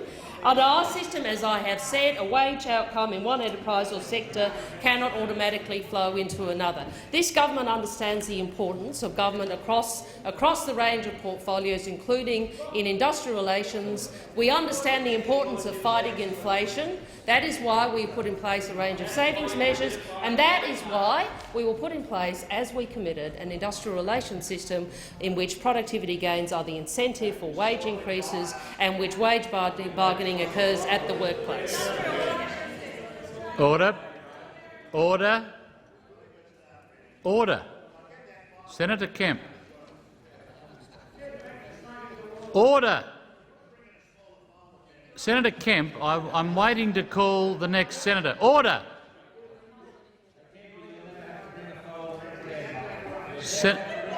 Order. Senator Evans. Senator Crossan. Thanks, Mr. President. My question is to the Minister. Representing the Minister for Foreign Affairs, Senator Faulkner. Can the Minister provide the Senate with details of the current situation in East Timor, which resulted from the events of the 11th of February and the attack on the leadership of East Timor? Senator Faulkner. Thank you, Mr. President, and I thank Senator Crossan for the question.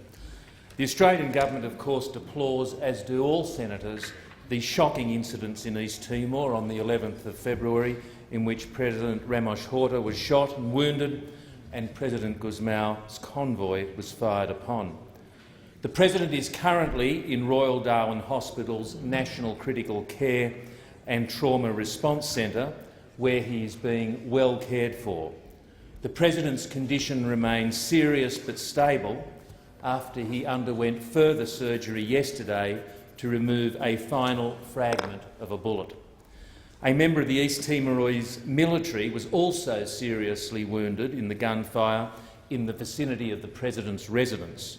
The East Timorese government, with the assistance from Australian officials, arranged for the soldier to be evacuated by care flight to Royal Darwin Hospital yesterday. The soldier has bullet fragments in his skull and injuries to his leg and elbow, but is in a stable condition. Mr. President, as the Prime Minister has said, Australia will stand resolutely in support of East Timor at this difficult time. I inform the Senate that investigations into those responsible for the attacks are proceeding. Warrants for the arrest of 13 of Renado's men have been issued by the Prosecutor General. We hope that those identified can be detained as soon as possible in accordance with East Timorese law. The Senate would be aware that Australia will provide, at the request of the East Timorese government, a substantial and immediate reinforcement of troops and police under the auspices of the ISF. The Australian Army is deploying up to 200 soldiers, and HMAS Perth is currently in the vicinity of Dili Harbour. The AFP has deployed an additional 70 officers. Mr. President, the security situation on the ground is currently assessed as stable but could deteriorate without warning. Last night, the East Timorese Parliament approved a 10-day extension of the state of siege, under which all public gatherings and movement between 8 p.m. and 6 a.m. are prohibited. The Department of Foreign Affairs and Trade updated the travel advice for East Timor on both the 11th and 12th of February to note that the President had been shot and to advise Australians to exercise extreme caution at this time and avoid unnecessary local travel, and to note that a state of siege had been declared. The overall level of advice remains the same, that is, it continues to advise Australians to reconsider their need to travel to East Timor because of this fragile security situation and the risk of violent civil unrest. I can report, of course, that Mr Smith, the Foreign Minister, visited Darwin on Tuesday, where he was able to convey the government's support directly to the family members of the President. And he also discussed recent developments and Australian assistance with the Foreign Minister of East Timor, Mr Da Costa, and he's looking forward to make further close contact with Mr Da Costa next week when he'll undertake an official bilateral visit program. And of course the Prime Minister has announced that he'll visit East Timor shortly. I can say in conclusion, Mr President, and I'm sure all senators would agree, that Australia remains ready to provide further assistance to East Timor if needed. Senator Coonan. Thank you, Mr President. My question is to the Minister representing the Treasurer, Senator Conroy. I refer to Labor's repeated promises to reduce the cost of petrol and household groceries. Minister, when can working families expect to see reduced prices at the Bowser and at the checkout? Senator Conroy. Thank you, and I thank Senator Coonan. I thank Senator Coonan for her question, because on this side of the chamber we have a degree of optimism about the Australian economic future. And as we've seen from today's welcome unemployment statistics, we are going to our 17th year of economic growth. But, Mr President, what senators should be aware of is that there are significant challenges ahead on the horizons. The volatility in international markets and the threat of an extended and elevated inflation. The biggest challenge facing this country is inflation. And while the former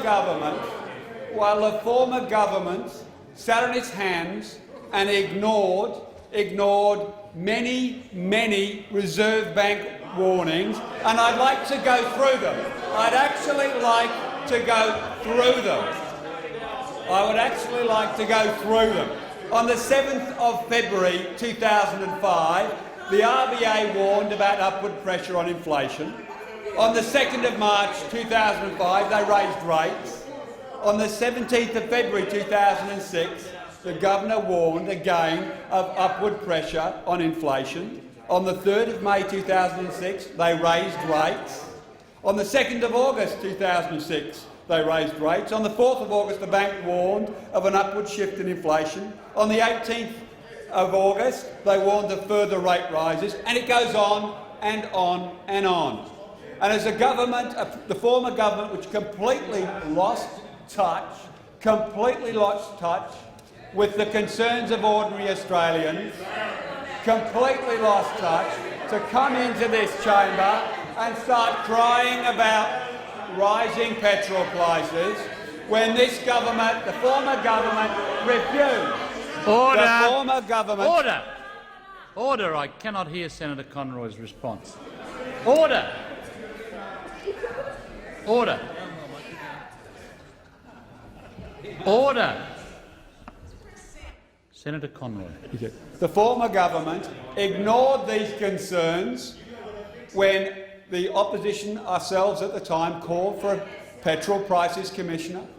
And what is one of the promises that we are moving to determine very quickly to deliver on this, to keep the petrol companies honest?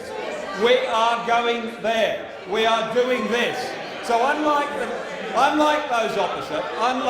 those opposite who have no regard for the ordinary concerns of working families in this country, none whatsoever, they wouldn't give the ACCC a permanent reference. They wouldn't give the ACCC the tools it needed to deal with petrol price exploitation.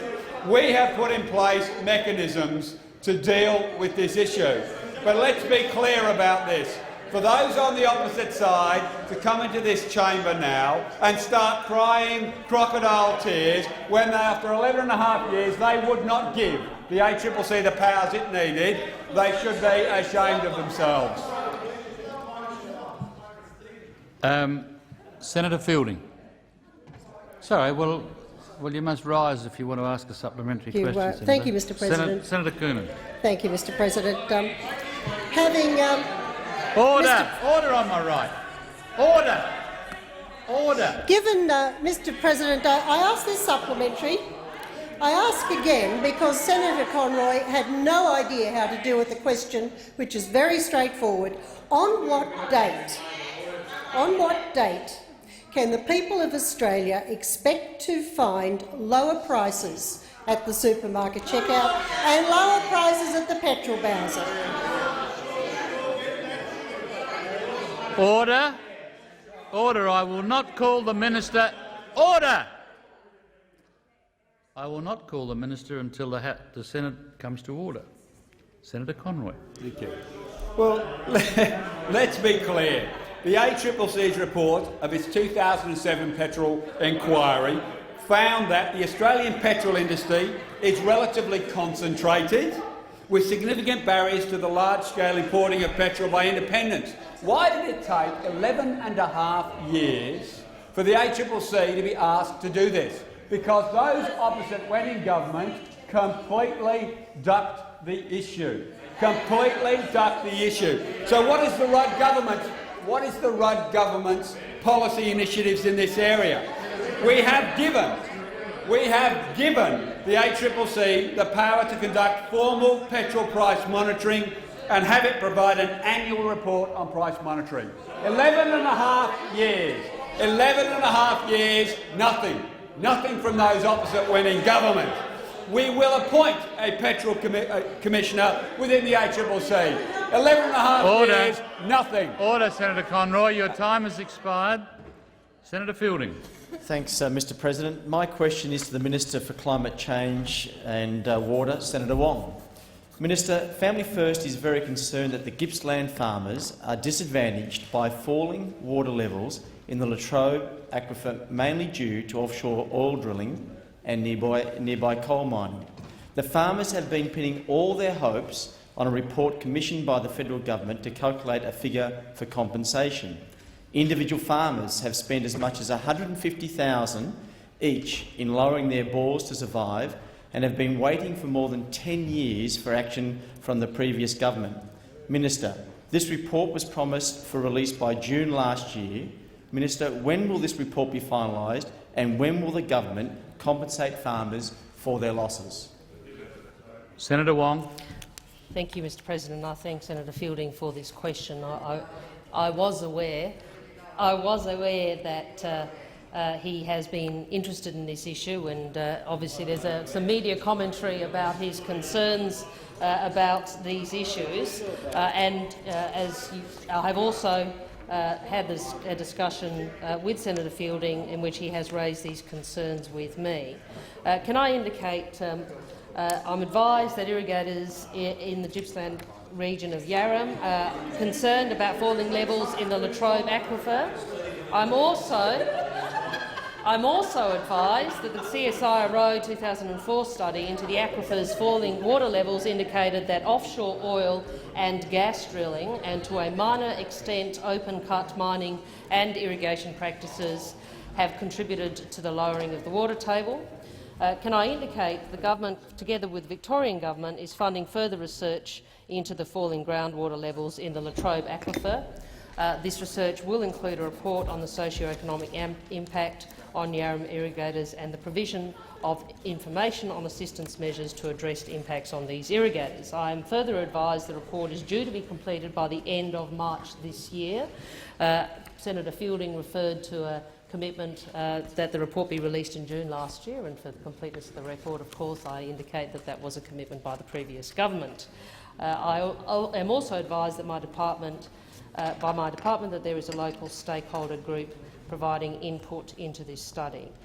Can I indicate, in relation to the compensation issue raised by Senator Fielding, the government will reserve judgment on the issue of compensation until the study is complete. Supplementary question, Senator Fielding. Thank you, Mr President. Minister, the key here is that farmers are concerned about the long-term viability of their farms if the Latrobe aquifer water levels keep falling. These farms are their livelihoods and their homes, and the community relies on them. Minister, will the government commit to fixing the problem of falling water levels in the Latrobe aquifer, given that the farmers feel they've got no voice against the interests of the big oil and coal companies? Senator Wong. Well, Senator Fielding, through you, Mr President, as I indicated to Senator Fielding, there is a study underway. There is also, I'm advised, a local stakeholder group providing input to this study. I do understand that there are sections of the community, particularly the irrigation industry, who are very concerned about this issue. And as I said on the issue of compensation, we will consider that after we have received the report. And as I previously indicated, the advice I have to date is that study will be completed in March of this year. Senator Mason. Thank you, Mr President. My question is to the Minister representing the Minister for Education, Senator Carr. Will the Minister advise the Senate whether the government intends to scrap the highly successful Investing in Our Schools program as announced by the Minister for Education, Ms Gillard? Senator Carr. Thank you, Mr President.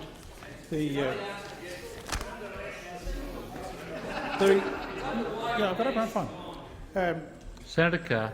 Thank you, Mr President. The Rudd Labor government is committed to investing in our schools infrastructure and will provide $2.1 billion over 4 years, which is nearly double the commitment of Investing in Our Schools program in terms of a capacity to rebuild Australian schools. The Rudd Labor government is committed to a more targeted approach to infrastructure funding through the Trade Training Centres and Schools program and the Digital Education Revolution. It has announced $2.5 billion over 10 years to enable secondary schools across Australia to apply for funding between $500,000 and $1.5 million for trade training centres. The government will also invest $1 billion through the National Secondary Schools Computer Fund to improve secondary school student access to world-class information. Now, the former government decided that there would be no further funding committed to the Investing in Our Schools program. The former government already had made that decision. On the 19th of February 2007, the former Prime Minister issued a press release noting that 2007 would be the final round of funding. Not only did the Howard government announce that 2007 would be the final round of funding, but the former Education Minister and now the Deputy Leader of the Liberal Party also cut the amount of funding government schools would be eligible under this program from $150,000 to $100,000.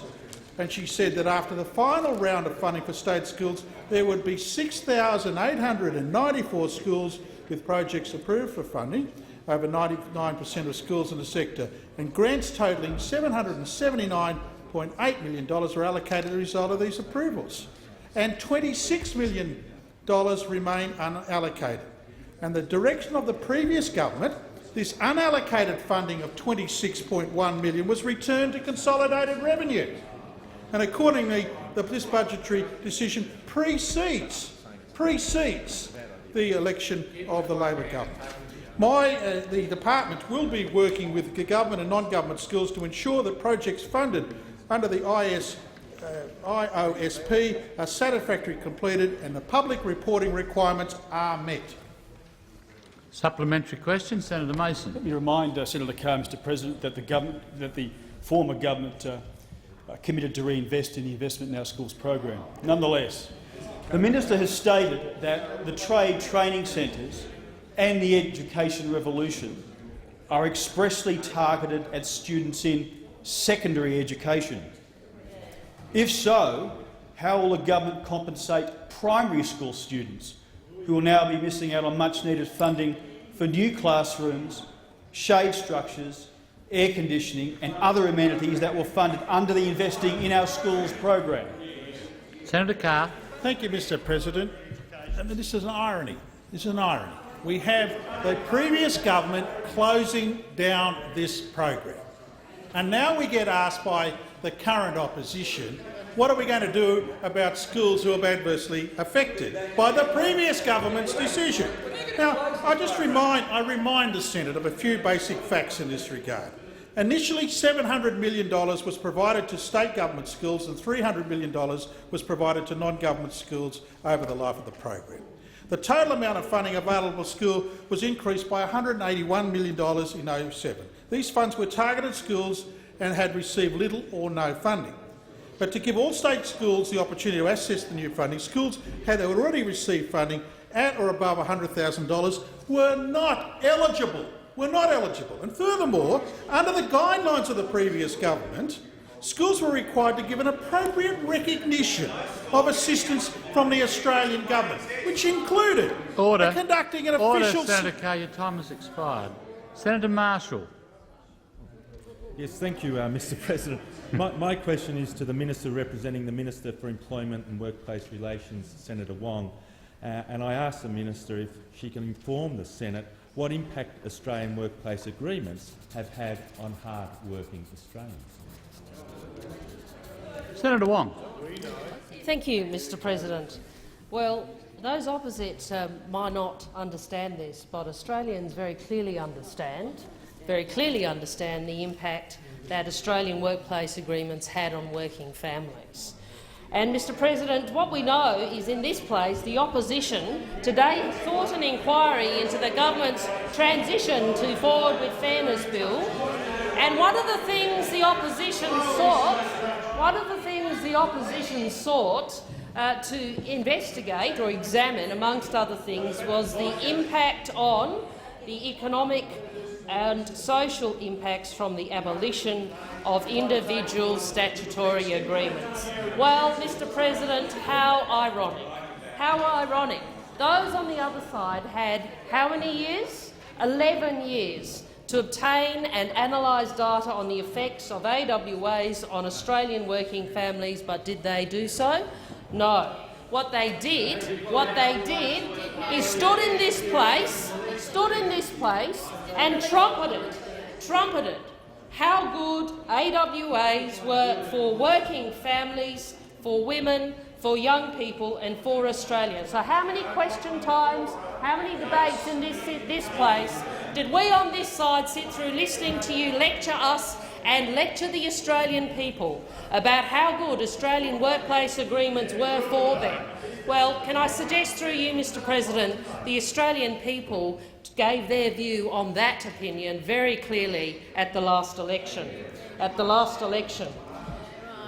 What we saw is opposition senators, when in government, standing in this place saying working families had never been better off, whilst at times voting for laws that strip the safety net out from underneath them. And perhaps to add insult to injury, what we have seen today is the opposition still clinging on to work choices. They can't bear to let it go, Mr. President. They just can't bear to let it go. They want to keep in place these Australian workplace agreements that we know have stripped wages and conditions from vulnerable Australian workers, and you can't bear to let them go. Despite the fact this was a clear difference between the parties in the election, despite the fact that overwhelmingly the Australian people did not support your extreme laws, you still want to defer the abolition of AWAs because you can't bear to let work choices go. So what do we know in response to Senator Marshall's question? What do we know about AWAs? We know that the Office of the Employment Advocate, when the opposition was in government in May 2006, revealed that it had been reviewing AWAs to determine how many were stripping away what the former government deceptively and contemptuously called protected award conditions. Conditions that, when in government, the opposition spent millions of dollars of taxpayers' money advertising, saying that these were protected by law. That data showed that employees were losing their key conditions under these AWAs at astonishing rates. 64% of agreements cut annual leave loading. 63% cut penalty rates. 52% cut shift work loadings. 51% cut overtime loadings. 48% cut monetary allowances, and 46% cut public holiday pay. So that is, in answer to your question, the first part of your question, Senator Marshall, that is what we know. This opposition, when in government, knew about their extreme Senator Wong, your work. time has expired. Before I call Senator Nash, I would like to draw to the attention of honourable senators the presence in the President's Gallery of a parliamentary delegation from Morocco, led by His Excellency the Honourable Omar Halali, Secretary-General of the Ministry of Foreign Affairs. On behalf of all senators, I wish you a warm welcome to Australia and in particular to the Senate. Senator Nash. Thank you, Mr President. My question is to the Minister for Broadband, Communications and the Digital Economy, Senator Conroy. Mr President, in the Minister's media release, Minister discusses CDMA's shutdown with stakeholders in Telstra of 11 February. He said, and I quote, "If I am satisfied that the identified issues have been rectified, the network could be switched off by 28 April 2008. Given the vital importance of this issue to rural and regional Australia, would the Minister inform the Senate what are those identified issues and also the criteria he will use to determine whether those issues have been satisfactorily rectified?" Senator Conroy. Thank you, and can I thank Senator for her question, someone who has genuinely followed these issues over a long period of time. On the 18th of January this year, I notified Telstra that at that point in time I was not in a position to declare equivalence between the NextG network and the CDMA network. My decision was based upon an ACMA report which found that while the footprint of the coverage was equivalent, there were issues around particularly handsets. And so for that reason, I said we can't proceed with your close down on January 28th.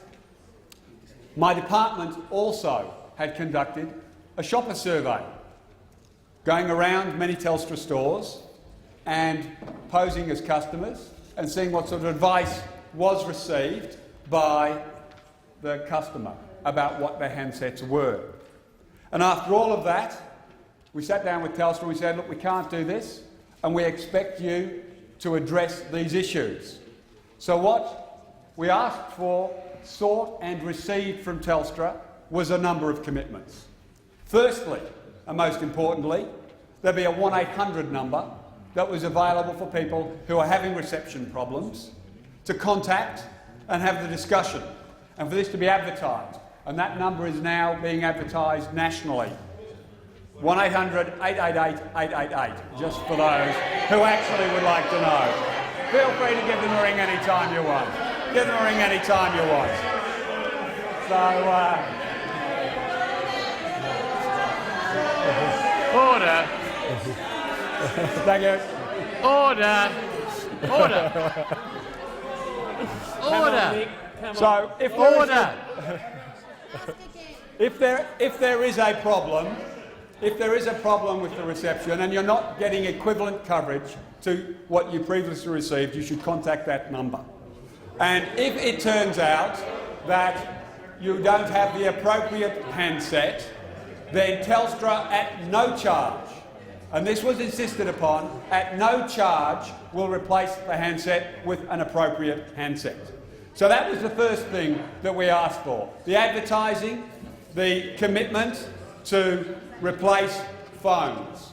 We also sought commitments that when it came to issues around telemetry, because this is critically important, as Senator Nash would understand, to the farming community, that those that use telemetry to run equipment on their farm have had the ability because there was a shortage of equipment initially, to have their equipment replaced. The local wireless loop provides vital services to regional and rural Australians, and there is equipment issues there again. Because of the deadline that Telstra sought, many people had yet to receive the equipment they needed to make the conversion from CDMA over to NextG. So we sought that to ensure that those promises made by Telstra were delivered, that people had equivalent coverage. So those were the sorts of things that we've said to Telstra, you must identify and rectify this before we will consider. Telstra came to us and said, we believe we can achieve this, Minister, we believe we can achieve all of what you have asked for by April 28th. And what we've said clearly and consistently is if Telstra do that, then that would be an appropriate date. But Telstra have to meet those challenges. So on Monday we convened a meeting with a whole range of interested stakeholders to talk about whether or not Telstra were meeting its objectives.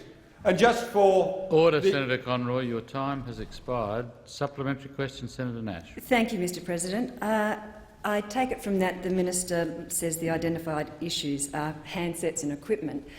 Wouldn't it then be appropriate for ACMA to undertake similar testing of those handsets and equipment before you agree to a switch off?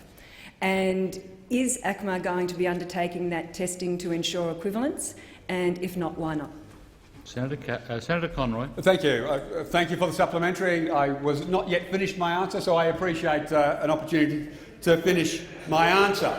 Now, the stakeholders that we met with on Monday included the Australasian Fire Authorities Council, the Australian Federation of Disability Organisations, Australian Local Government Association, the Australian Telecommunications User Group, the Australian Trucking Association, the Consumer Telecommunications. Point of Thank order, you, Mr. Senator President. Nash. My question very clearly went to whether or not ACMA was going to be conducting further testing to ensure equivalence. On the point of order, can I say, Senator Conroy, you indicated you were going to continue to answer the original question, and there was a supplementary question answered, so I'll draw your attention to the supplementary question. Thank you. Thank you for that, Mr. President. So it included the National Farmers Federation Rural Doctors. So we are currently considering, and I'm sure this will come up next week for a much lengthier discussion, and I look forward to the opportunity, about what we intend to do to rectify. But we are considering what role ACMA should play, what role my department should play, and I look forward to continuing this conversation next week. What I'll be able to confirm to you are exact rectification process. But these are issues that are currently under consideration because we want to work with stakeholders. Order. The time for answering the question expired. Senator Siewert. President, my question is to Senator Evans, representing the Minister for Indigenous Affairs.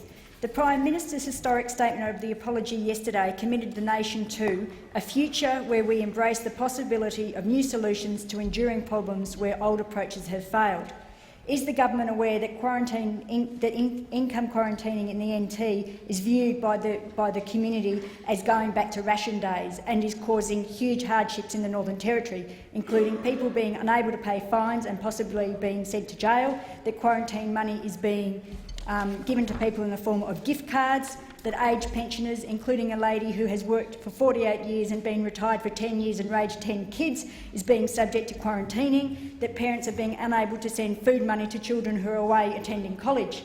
How does the government see ration cards as a new beginning? Isn't the Northern Territory intervention an example of an old approach which is clearly failing? And will the government commit to immediate review of the NT intervention?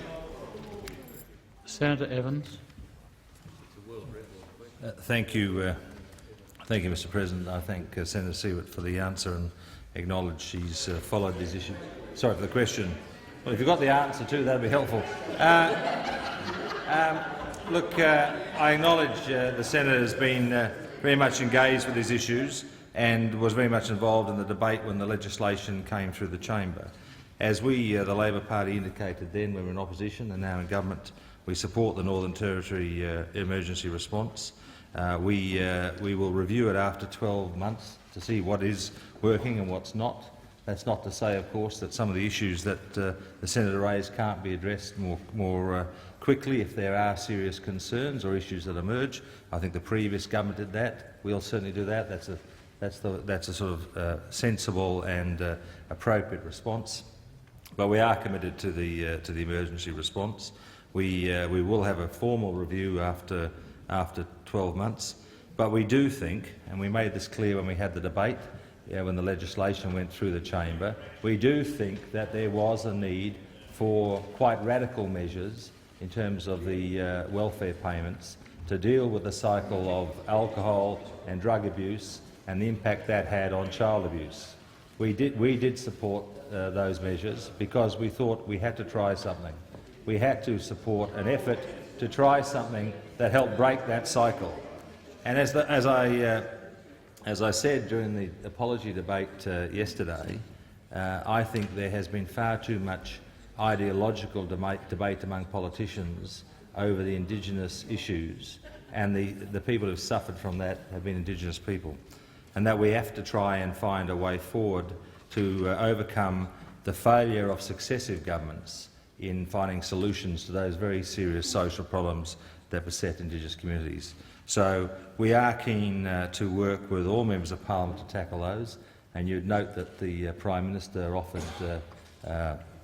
Mr Nelson the opportunity to join with him in a bipartisan approach to try and tackle some of those issues, starting with homelessness, which is at the core, in my view, of many of the problems.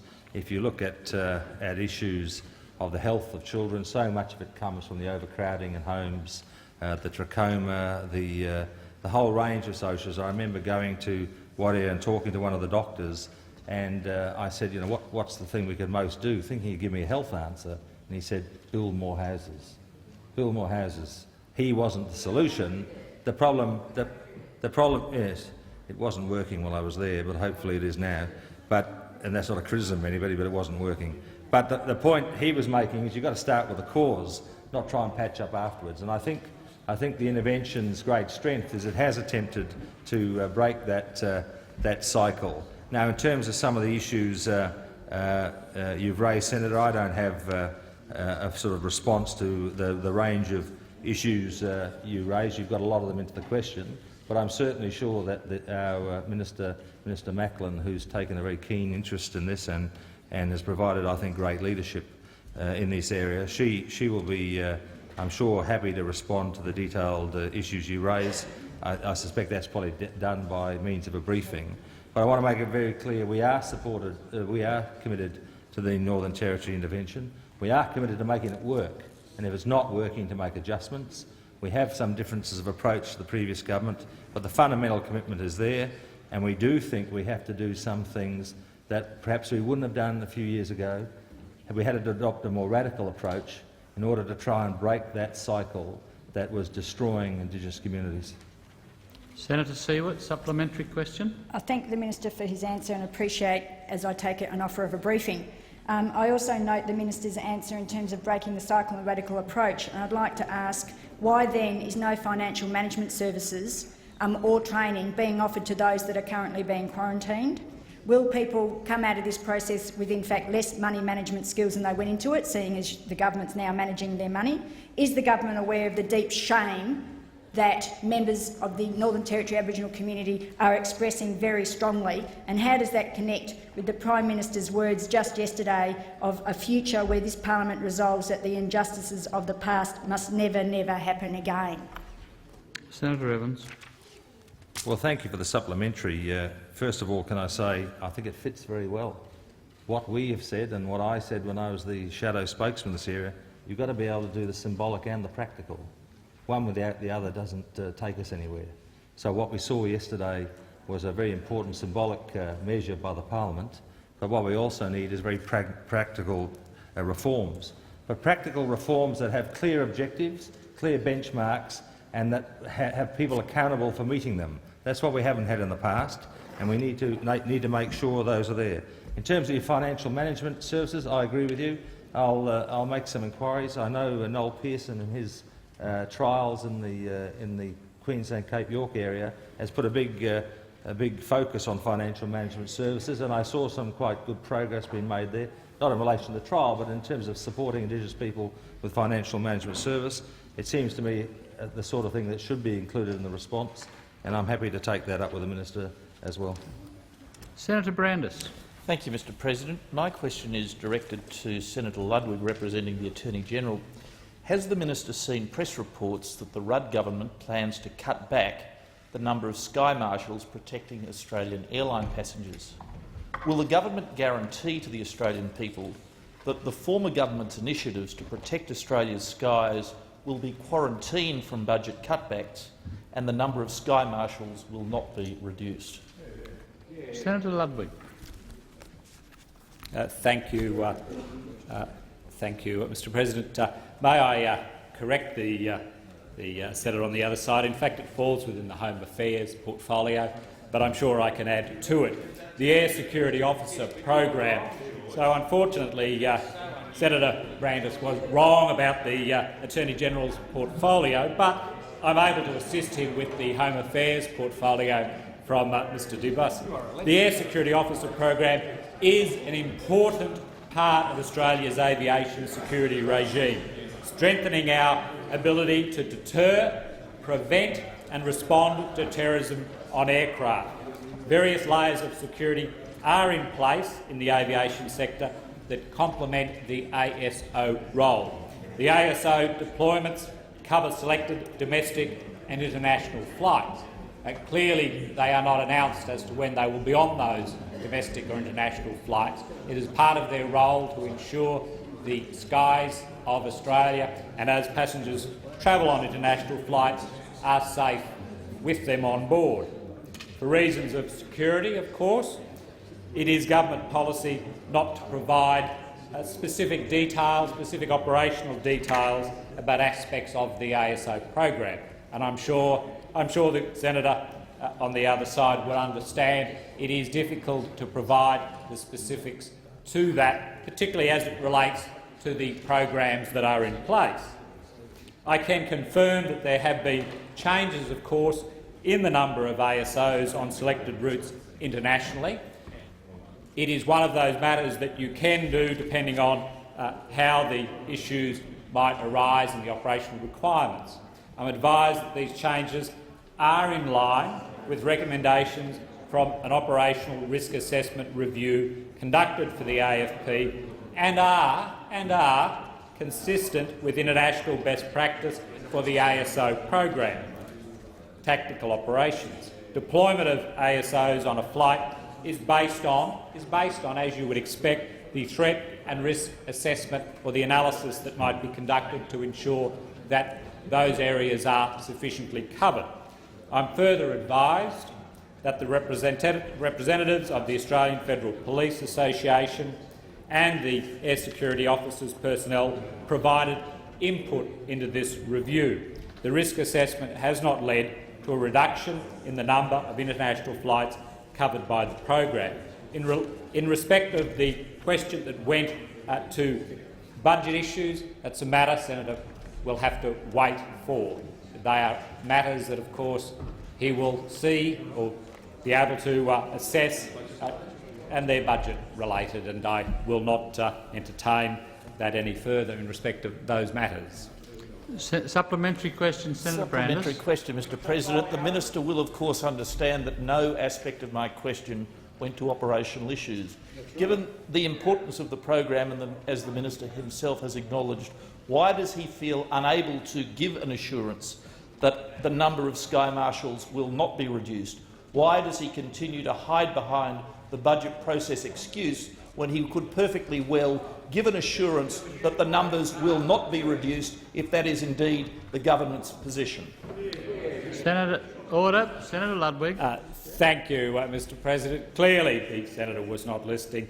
When I answered the issue about, I can confirm that there have been changes in the number of the air security officers on selected routine international flights. And I also then said that I went on to say that I'm advised that they were in line with recommendations from an operational risk assessment review. So therefore, when you look at the issue that he asked, I've already answered that. I'm happy to provide it again. In relation to the question in respect of what may or may not be in the budget, they are budget relation matters, and I'm positive, Senator, on the other side would understand that and accept that. Mr. President, I ask that further questions be placed on notice. Are there any motions to take note of? Sorry, Senator McDonald. No. Can I ask a question of you? Do you have any power to require ministers who have confused their answers in question time or given incorrect answers at question time, who then come in a day later to correct their errors and plead forgiveness?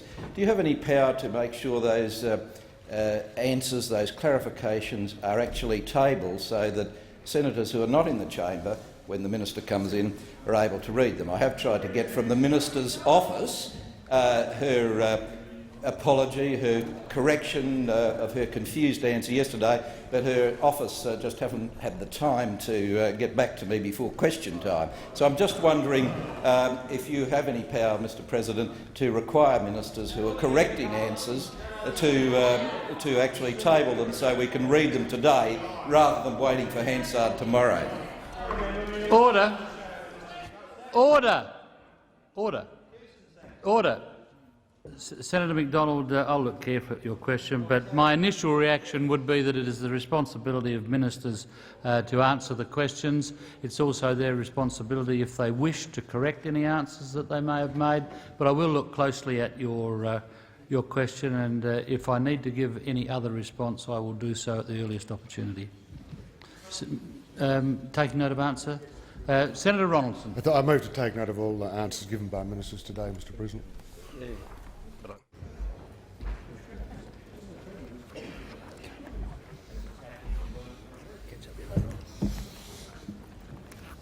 Senator Ronaldson. Certainly been well taught then, Just wait, Senator Ronaldson. Resume your seat. Bit of noise in the chamber.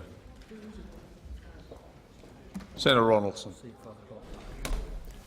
Thank you, Mr. Deputy President. Mr. Deputy President, I do want to take note today of the answers given by Senator Carr in response to my questions to him, which were follow-up, of course, from the questions by Senator Betts yesterday. Mr. Deputy President, one of the most serious allegations that can be made against any member or member in the other place or senator in this chamber is that they misled the Senate, misled their colleagues. And any reasonable assessment, Mr. Deputy President, of the answers given by Senator Carr yesterday and the answers given again by Senator Carr today is that he is not prepared to accept that the answers he gave this chamber yesterday to a very simple question were indeed an attempt to mislead the House. Now, what the sin here is that Senator Carr could have quite easily addressed this matter by acknowledging that he was caught out by a good bit of work by the opposition, that we had done some work and found out what he had not yet announced. And he might have sort of fluffed around the edges, but he should have just acknowledged defeat. Yeah, should have, as the Minister Kernan, Senator Kernan said, just fessed up. I got caught out. You all found out about it. Yes, that's what we're going to do, and what a terrific bloke Steve Bracks is, and what a marvellous job he would do. But he did not take that course of action, Mr. Deputy President. He did not take the course of action of decency, which was to say, "Well, look, OK, you got me. This is what we're going to do." And then he would have obviously defended Mr. Bracks, and he was entitled to do so, as he has appointed him. But what he failed to do yesterday was to accept the responsibilities that we all have as senators, and indeed as members of the executive. A higher level of responsibility resides with members of the executive to ensure that what they tell the Senate is indeed correct and indeed truthful. Now, Senator Carr knew very well that Mr Bracks had been approached in relation to this job. He knew very well that the other members of this committee, which was announced mysteriously very early this morning, had also been approached. But he chose to take the course of action that would enable him to put a press release out as opposed to making the announcement yesterday. And by doing so, there was a gross derogation of his responsibilities to this place to ensure that what he was telling us was indeed the truth. Now, Senator Carr is a new minister, but he's been round this place for a very, very long time. He knows what the responsibilities are for a senator. He knows what the added responsibilities are for a member of the executive. And one can only assume that he decided not to take this course of action, A, to give himself some wiggle room the next morning, but B, he was not going to acknowledge the fact that one of the people he was putting onto this committee was indeed a former union representative who had made it quite clear that the Productivity Commission was not an appropriate group to address this. Now, the Productivity Commission, as those opposite know, is full well the organisation that should be conducting this review. And what's happened is that a former member of the Australian Manufacturers Workers Union, who has been vehemently opposed to the Productivity Commission since its last report, has actually lent on this government, and again it is payback for election funding. And for this government to take the course of action they have, where they've appointed former union officials who are vehemently opposed to the Productivity Commission, and for a rational and reasonable debate in relation to tariffs, quite frankly, it is a shame on the new government. You had the choice of going to the Productivity Commission, but you know, and we know, that you are indebted to the trade union movement. You are indebted to the Australian Manufacturers Workers Union. And if I'm very lucky, I'll have the figures here. Yes, I have 634,000 reasons for you to put a former union official, now an ACTU official, onto this inquiry. This is not an independent inquiry. The Productivity Commission would have been an independent inquiry, and the Australian Labor Party has sold its soul to the union movement because of election Senator funding. Ronaldson, your time has expired. Senator Marshall. Thank you, Mr Deputy President. Well, I know it must be a very difficult transition from government to opposition. The ex-government was arrogant and out of touch, and now they're over there on the opposition benches flailing around trying to find an issue.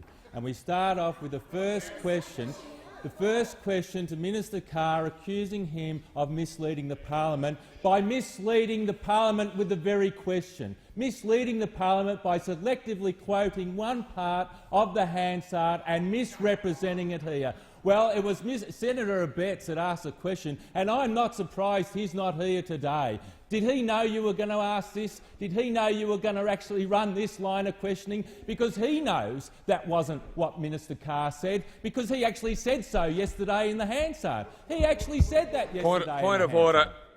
Senator Ronaldson. Unfortunate reflection on Senator Betts, because the Hansard will show that that comment by Senator Betts is actually at a funeral, Mr Deputy President, and I hope that is now on the public record. Well, you've got that on the record, but there is no point of order. And Senator Marshall. Well, that's a pretty common theme today. Senator Mr. Marshall. Deputy President, there's no points of order.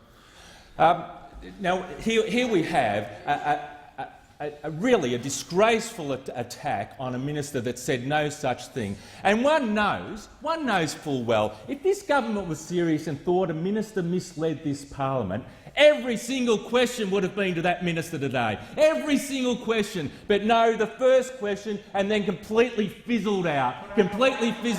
Not one follow-up, because everyone knows it was an absolute try-on. So what did they actually accuse Minister Carr of doing? Order.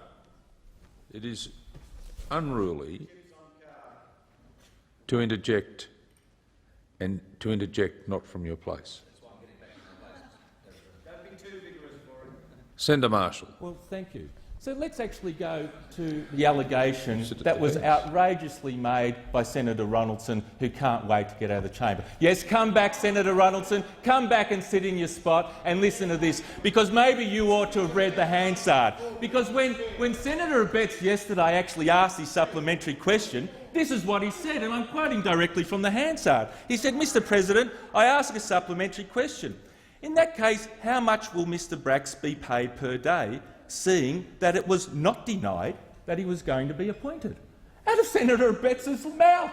It was not denied by the minister that Senator Bracks was going to be appointed. Not denied. Can't you read the Hansard? That's why Senator Abetz would have been embarrassed. And if he wasn't here today, and I made no allegation about why he wasn't here today, but the fact if he was here today, he probably would have pulled you up and said, "Don't be stupid. Senator Carr didn't mislead the House." And out of his own words, and you only have to pick up the Hansard and read it, you can see that Senator Abetz admits in his supplementary question that Senator Carr did not deny that Mr Bracks was going to be appointed to head up this review. So enough of that. And we all know, we've been around long enough to know that if you seriously thought that, every question would have been asked about that. It was a pathetic effort, but really it goes to the integrity of this place. To accuse a minister of misleading the Senate by misleading the Senate in the question really, Senator Ronaldson, goes pretty damn low. But then again, it is only your first week in opposition. I know it must be difficult. Senator Marshall, your comments should be addressed to the chair and not across the chamber. I apologise, Mr Deputy President. Through you, I advise the whole of the opposition that I understand and sympathise with you. You don't have the hordes of departmental officials and advisers that you used to have to give you all your answers, and you're really struggling at the moment. But if it was too hard to even read the Hansard from yesterday, why didn't you read the press? Why didn't you read the press? Because I know the opposition got this story up. But what does it say on the last paragraph of the article in the Advertiser from this morning? Says, Industry Minister Kim Carr did not deny long-serving Victorian Labor leader would be given the plum role.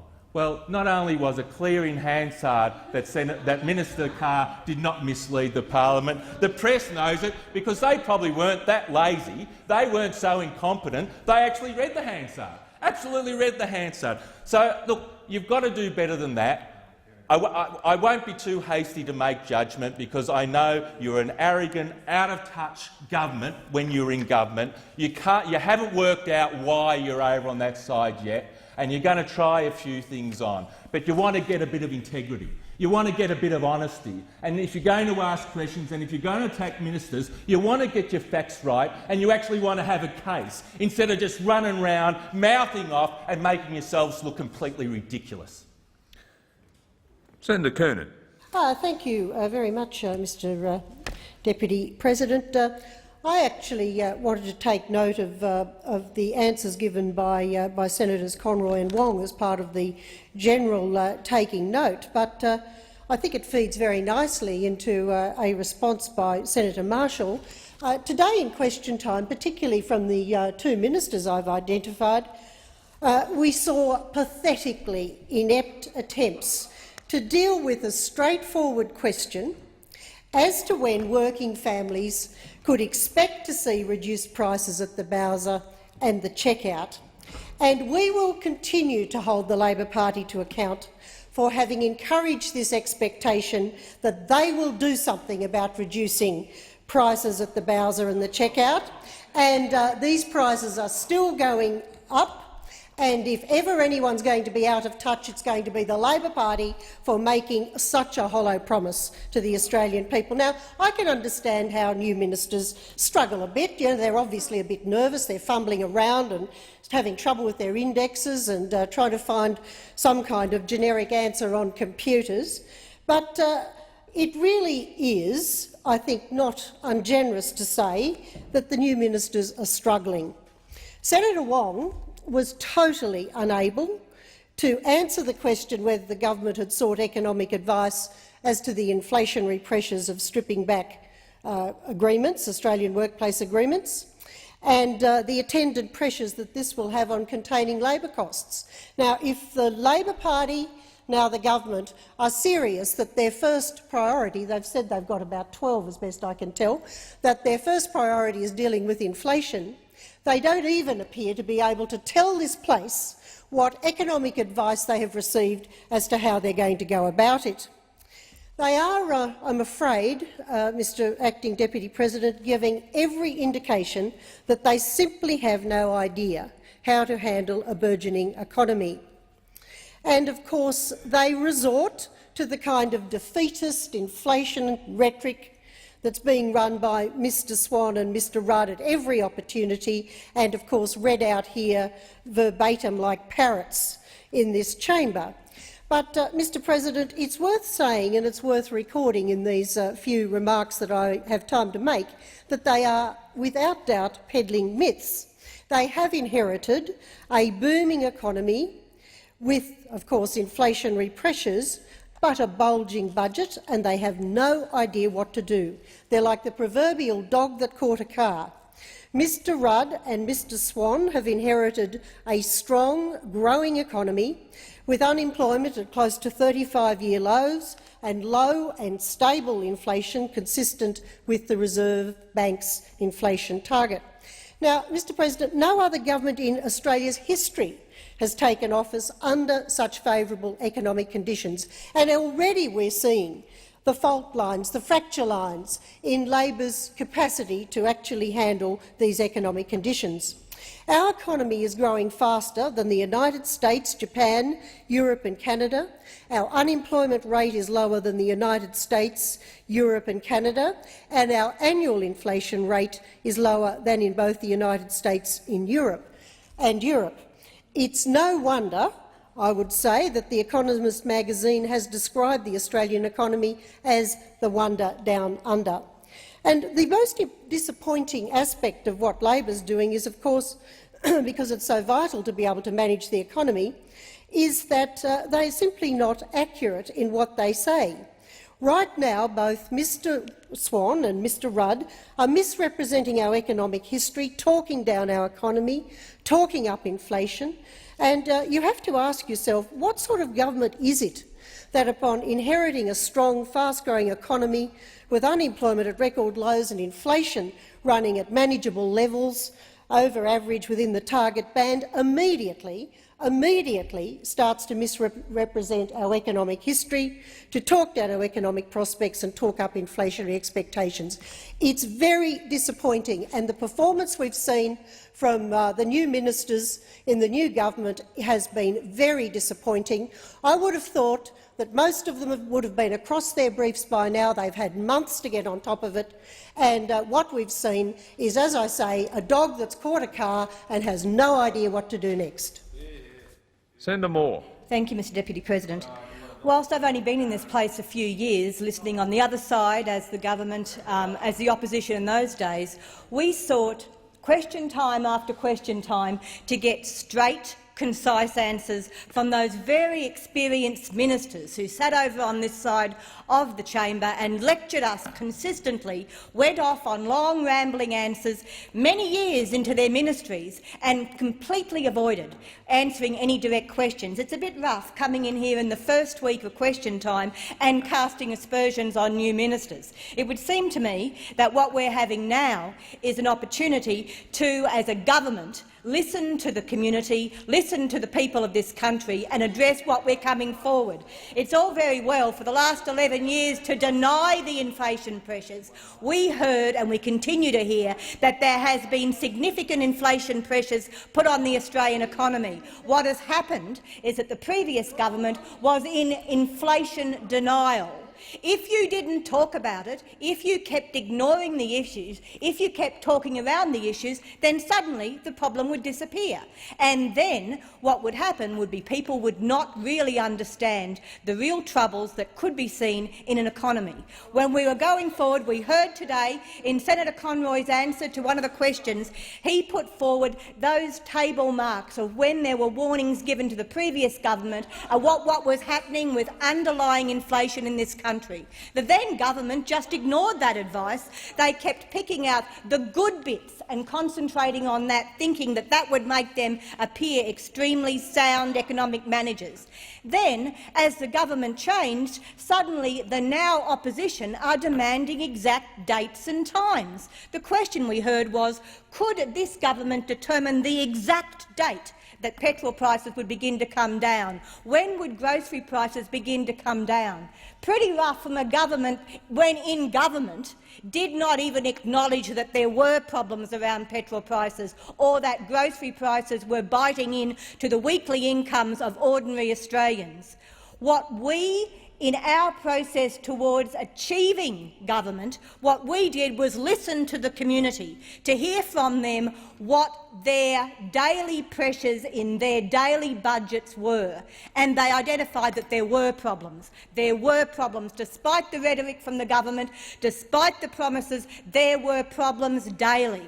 So what we have committed to do is actually working through a process to determine how we can meet those issues and prepare some practical solutions. Some of those were mentioned in answers today. Certainly Senator Conroy mentioned the increased powers around the petrol issue with the ACCC, talking about when you hear that there are issues, you actually then seek to address those and to come up with solutions. Not avoid it, not run away from it, and not pretend that they do not exist. That is what government should be. It should be in a consultative process with the community. It should be in a consultative process with industry. It should be in a consultative process across all spheres of government, because these issues don't belong to one minister. They don't belong to one department. They belong across government. They belong with a cooperative government working together to address issues and come up with solutions. We heard a number of questions today crossing the board about inflation, about the CDMA process, about broadband, and yet we concentrate in some way about attacks on individual performances by ministers early in their ministry. The real issue must be how we actually put in place plans, how we put in place solutions, and how we can effectively come up with results. That was actually done by a number of our ministers today. We heard from Senator Wong talking about the processes within her portfolio, how she was working with different agencies, how she was working effectively with IR to bring forward a future. We heard from Senator Conroy talking about the important issues of CDMA turnover, and we heard from a number of ministers, Senator Sherry, Senator Carr, about what was happening in different portfolios to address the real issues in our economy and in our society. This is not going to be a straightforward one-off answer. We will not be able to say on some mythical date, say tomorrow, that everything will be fine. Actually, seeking a certain date indicates that, once again, the real import of the issues have not been understood by the opposition. They want short, sharp, delusional answers which do not get to the heart of the problem. If you actually want a time, perhaps it would be more useful to Senator work Moore, effectively in your time consultation. has expired. Senator Fifield. Thank you, Mr Deputy President. I rise to take note particularly of answers by Senators Sherry and Wong on the subject of inflation. And in relation to their answers today, I've got to say, here we go again. We might be on a different side of the chamber, as those opposite have kindly pointed out, but some things never change. Here Labor go again, peddling mistruths about the Coalition's economic record, while at the same time acting in a way that is very damaging to the Australian economy. Labor are out there telling complete untruths. Let me give one example, Mr Deputy President, from Kevin Rudd, 21st of January this year. And for the last couple of years, slowly but steadily, inflation has once again let loose in the Australian economy, resulting in inflation numbers for Australia that are significantly above most OECD countries. Mr Deputy President, false. Australia's inflation is below most OECD nations, and significantly it's below that of the United States and the euro area. Our respective inflation records are a matter of historical record. Inflation during the last Labor government averaged 5.6%. Under the Coalition, it averaged 2.5%. bang in the middle of the RBA's 2 to 3% target band. But Labor are out there commenting recklessly in a way which is likely to put upward pressure on inflation and interest rates. Wayne Swan was completely and utterly reckless when he uttered the words, "The inflation genie is out of the bottle." Any economist, or indeed any first-year economics student, will tell you that inflation is driven by expectations, because inflation expectations are self-fulfilling. If consumers think that inflation will rise, they'll more readily pay higher prices for goods and services. If businesses think inflation is rising, they'll act by lifting their prices to cover those anticipated costs. Thus, inflation expectations become an inflation reality. The chairman of the US Federal Reserve, Ben Bernanke, said recently that, and I quote, "Undoubtedly, the state of inflation expectations greatly influences actual inflation." And that's why Wayne Swan's comment that the inflation genie is out of the bottle is so reckless and so irresponsible for an Australian treasurer to utter. The Reserve Bank of Australia's latest quarterly statement on monetary policy, released on Monday, confirms this very danger. It said, "A further risk is the possibility that inflation expectations could rise, which would make the reduction in inflation more difficult to achieve." Labor is fuelling those inflation expectations. But Labor are acting as though inflation is some new discovery. Newsflash, Mr Deputy President, for Labor, the battle against inflation is nothing new. We were fighting it for 11.5 years. It's always a challenge with a growing economy. You have inflation when you have a strong and growing economy. That's the situation we find ourselves in. You always have to cast policy settings to take into account inflation. And it's a policy setting which we had right in government. We handled the inflation issue well. Now, we've heard an awful lot about Labor's 5-point plan, but let's take a quick look at it, Mr Deputy President. Their 5-point plan to fight inflation. I have to laugh at the first point, a targeted budget surplus of 1.5% of GDP. I mean, give me a break, Mr Deputy President, please. When we came into office, we had a debt of $96 billion, and Labor opposed us every step of the way in paying that down. They opposed every single measure we put into the parliament to rebalance the budget. 1.5% of GDP. We had a target of 1% of GDP. You'd really have to be looking at something of the order of 3% of GDP to make a difference to inflation. What Labor are proposing will have no impact at all. Labor are proposing also to boost national savings. Well, we did a lot on that. We introduced the super co-contribution scheme. We abolished taxes on end benefits drawn down from super taxed funds. Their third point is that they want to act decisively and effectively on the skills crisis. Well, here's some advice. Don't get rid of the 457 visas and don't abolish the tech colleges if you want to do something about the skills crisis.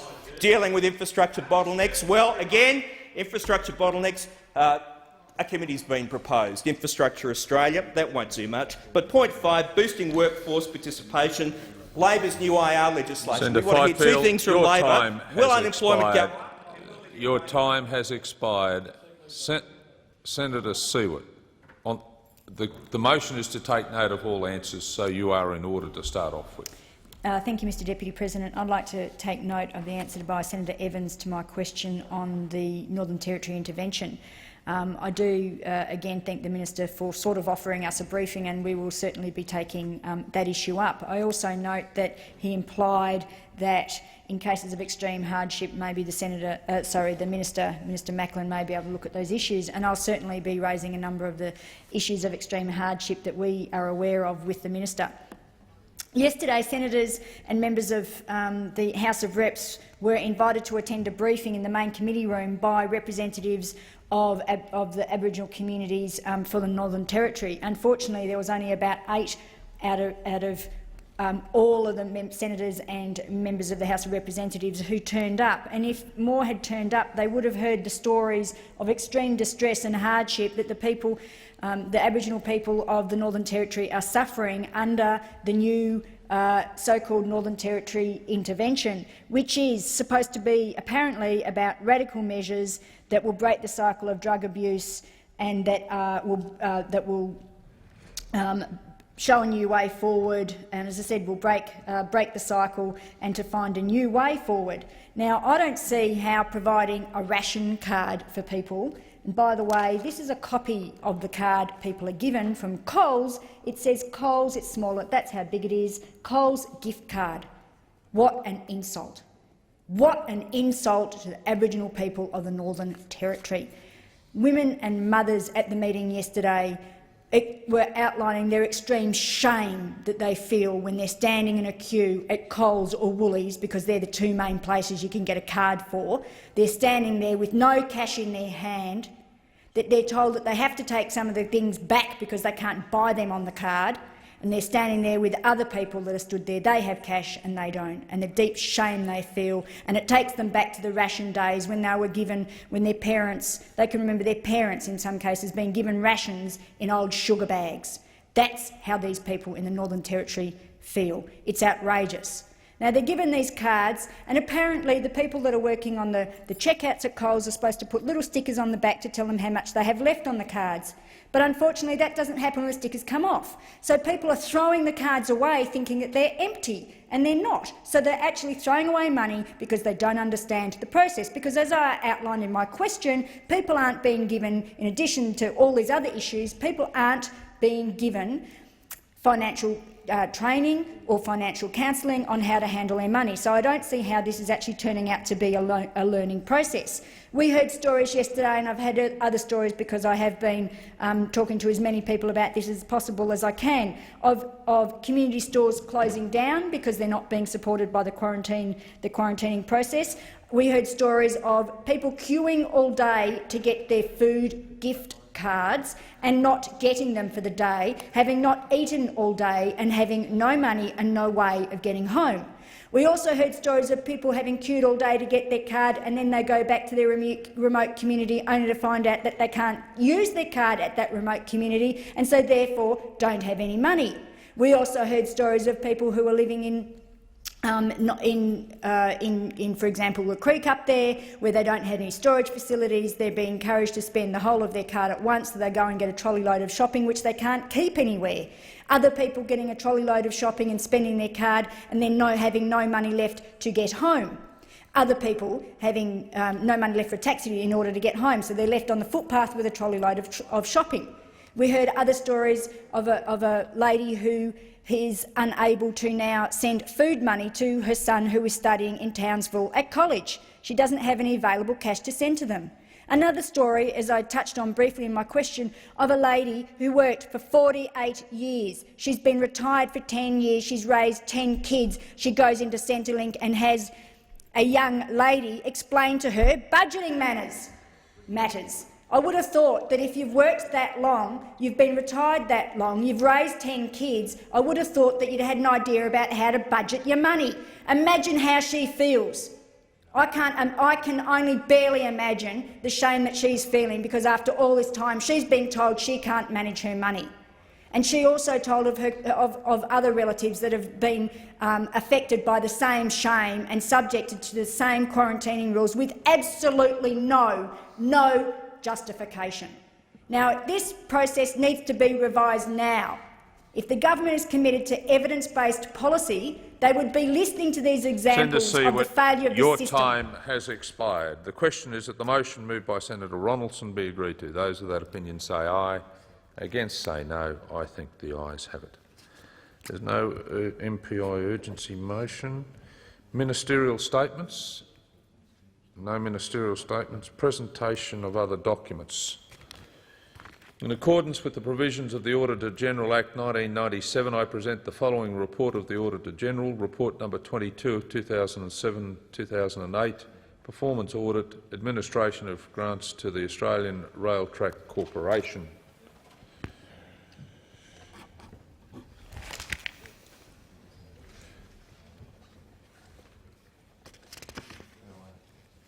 Are there any reports from committees?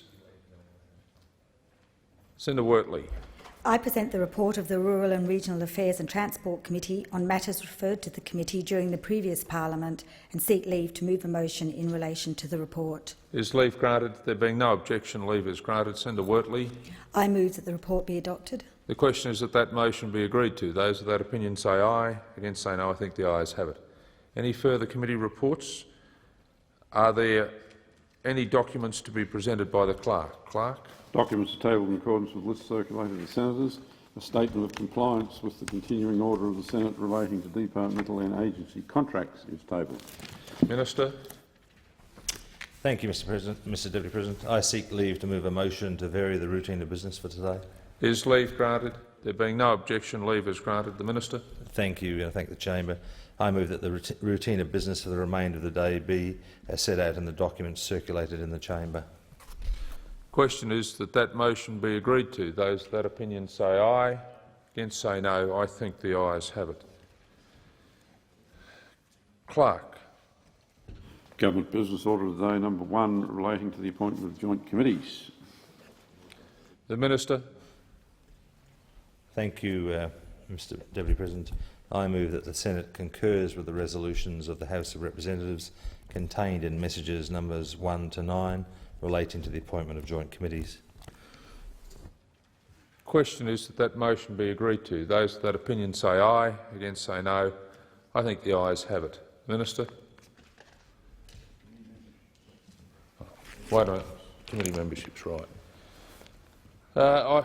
The President has received letters from party leaders nominating senators to be members of committees. Minister. Thank you, Mr. Deputy President. I'm getting a bit of exercise for change, and we all know I need it. I seek leave to move a motion to appoint senators to committees. Is leave granted? There being no objection, leave is granted. The Minister. Thank you, Mr. Deputy President. I move that senators be appointed to committees in accordance with the document circulated in the chamber. The question is that that motion be agreed to. Those of that opinion say aye. Against say no. I think the ayes have it. The ayes have it. Clerk. Government business order today, number 2, adjourned debate on the motion to take note of the apology to the stolen generations. Whip. Mr. Deputy President, can I just draw your attention to the number of senators in the chamber? Quorum not present. Ring the bells.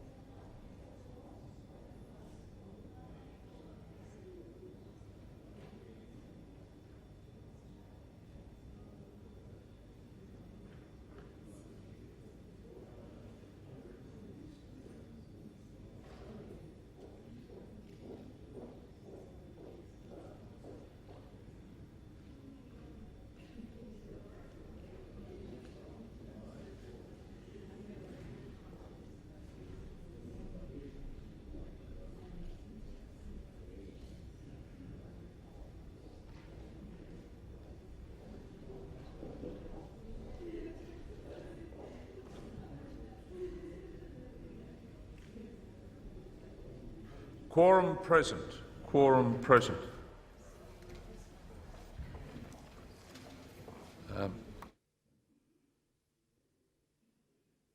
Senator Eggleston. Thank you. I think I finished saying, for example, in employment and business, Since the introduction of the Indigenous Employment Program in July 1999, some 70,000 Indigenous people have been placed in employment and or training through the Indigenous employment programs.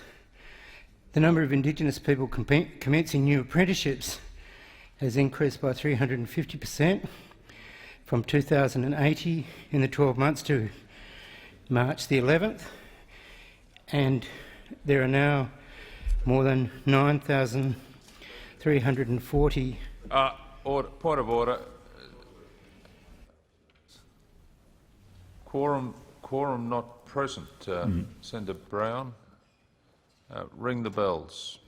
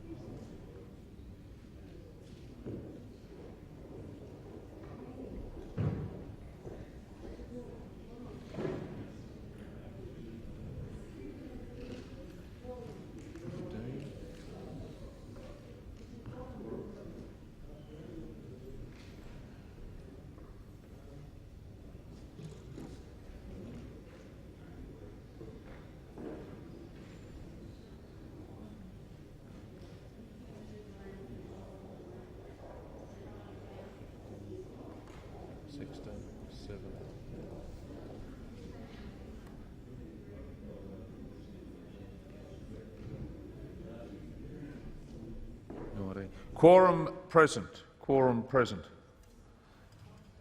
Senator Eggleston. Thank you, Mr. President. I just said that in employment, something like 70,000 Indigenous people have been placed in employment or training through Indigenous employment programs. In the health area, which is much discussed between, there have recently been falls in infant and Indigenous infant morbidity and mortality rates in New South Wales, Queensland, Western Australia and the Northern Territory. Education is an area where we can be particularly proud of the record of Indigenous participation. In 2005 there were more than 6,600 Indigenous people were studying for a bachelor's or higher degree. More Indigenous kids are staying at school. 41.1% stayed on to Year 12 in 2006, up from 29.2% in 1996. And the number of Indigenous people in vocational and technical education has more than doubled since 1996, from 32,000 to some 68,000 in 2006. I must say the mining industry has committed to training and employing Indigenous persons, and for example the Argyle diamond mine in the Kimberley has about 25% of its workforce coming from the Indigenous community. Argyle is a Rio company and their record in employing Indigenous people is certainly worthy of recognition and praise. When you come to housing, some 15,700 houses have been brought, built or fixed under the Community Housing and Infrastructure Program between 1995 and 1996 to 2006. And that issue of housing is a very important one to Indigenous people, and the Indigenous Business Australia's Home Ownership Scheme has assisted around 12,000 Indigenous Australian families to own their own homes since its inception. In the area of law and justice, the rate of Indigenous deaths in custody in prison has decreased from 6 per 1,000 Indigenous prisoners in 1995 to 1.2 per 1,000 Indigenous prisoners in 2005. These are still very sad statistics, but the improvement, of course, is notable. Mr. Deputy President, around 70% of Indigenous people live in the cities and towns of states such as Queensland, WA and New South Wales. And while many of these urban Indigenous people live ordinary family lives as members of their local communities, accessing the usual benefits and services available to all Australian citizens, no doubt their number includes fringe dwellers living in deprived circumstances on the outskirts of country towns. However, when public discussion about our Indigenous people occurs, it is usually in relation to those Indigenous people living in isolated communities in the north of Australia and particularly in the Northern Territory and the northwest of WA. As we've heard in recent times, there are very serious problems in some of these remoter communities and towns, which include alcoholism, drug abuse, glue sniffing and physical and sexual abuse. Indeed, in some of the towns in the north, Aboriginal children are too frightened to go home at night until their families have retired or they find their way to safe houses if they happen to live in towns such as Kununurra, where this kind of facility is available. These are problems which just should not be happening in modern Australia and arise from the sense of hopelessness and meaninglessness these poor people have about their lives, as I referred to in my remarks in the Senate at the time of the Northern Territory intervention. Hopefully, with the leadership given by the Howard government in the Northern Territory intervention last year, these problems will be overcome now that public attention has been focused on the difficulties faced by Indigenous people in such communities.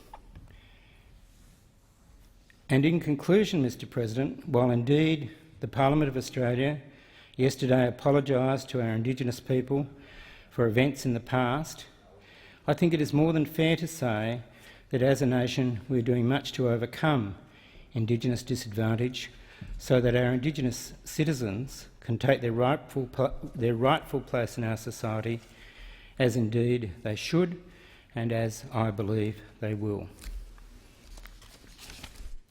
Senator Wortley. Thank you, Deputy President. I seek leave to incorporate a speech on behalf of Senator Hutchins. Is leave granted? There being no objection, leave is granted.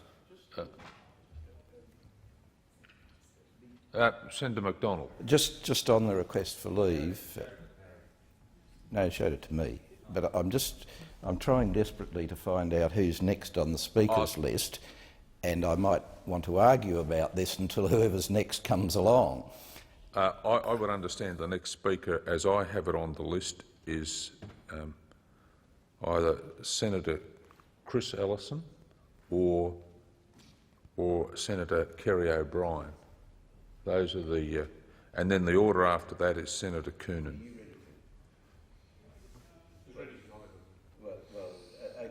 I just want to announce that we give leave to incorporate that speech. All right, leave after that long pause. Leave has been granted for the incorporation of Senator Hutchins' speech, and I now call on Senator Kerry O'Brien.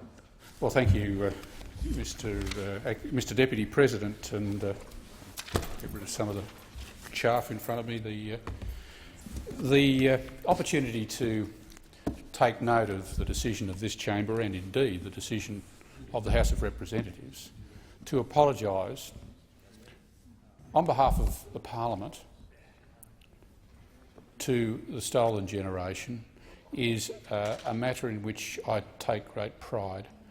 I take even greater pride having been part of the party that has made this apology its policy for several elections now, since the recommendation was made by the report handed down by Sir Ronald Wilson in the first Parliament of the coalition government. And of course, ever since that time, unfortunately, we had a barrier placed between this Parliament and the apology. And that barrier clearly was the coalition government, and it is significant that a change in government to a party which has regard for the rights of Indigenous Australians, proper regard perhaps is a better way of putting it, has led to this parliament making the apology, and it is significant that it's the leadership given by the Australian Labor Party in this parliament that has led to the parliament making the apology, and for the overwhelming majority of coalition members and senators supporting that apology. And I say that it is unfortunate that there were a number of members, and I think one senator in this place, who made a point of highlighting the fact that they did not support the sorry motion, which was carried unanimously in the House of Representatives because those members chose not to participate. And indeed the same occurred in this chamber because a senator chose not to participate and made a point of drawing that to the attention of the chamber. But be that as it may, it is a matter of great pride that in the end the overwhelming majority of members and senators from all parties, from all political persuasions, were prepared to give their support to the resolution which was carried yesterday in both houses of Australia's national parliament. But I did want to say that in all of the joy and emotion, the tears that followed, the debate and the vote and the celebration of the final coming to its senses of the Australian Parliament, that we have had a number of comments made in the media, some before by media commentators such as Andrew Bolt, who wanted to highlight the fact that perhaps there may have been some individuals who were removed for proper reasons, entirely missing the point of this whole debate. And I have to say that the point about this debate, the point about the resolution, was that the historical facts are that many, many, many Indigenous Australians were, as children, were removed from their families because of their race, because of their colour. And you only have to look at the national overview from that very well-researched and authoritative report, the Bringing Them Home report, to look at some of the aspects of our history which completely and utterly justified the recommendation of that report, which has been now given effect by both houses of this parliament, well behind chambers right around Australia, all the states and territories. For example, in the national overview, we're drawn to events back in 1911, in the time since Federation. The passage I want to quote says this: by 1911, the Northern Territory and every state except Tasmania had protectionist legislation, giving the Chief Protector or Protection Board extensive power to control Indigenous people. In some states and in the Northern Territory, the Chief Protector was made the legal guardian of all Aboriginal children, displacing the rights of their parents. And later on, enforcement of the protectionist legislation at the local level was the responsibility of protectors, who were usually police officers. And it is, I think, interesting to see how that took effect. Because government officials clearly, according to this report, theorised that by forcibly removing Indigenous children from their families and sending them away from their communities to work for non-Indigenous people, this, what was known then as a mixed descent population, would over time merge with non-Indigenous populations.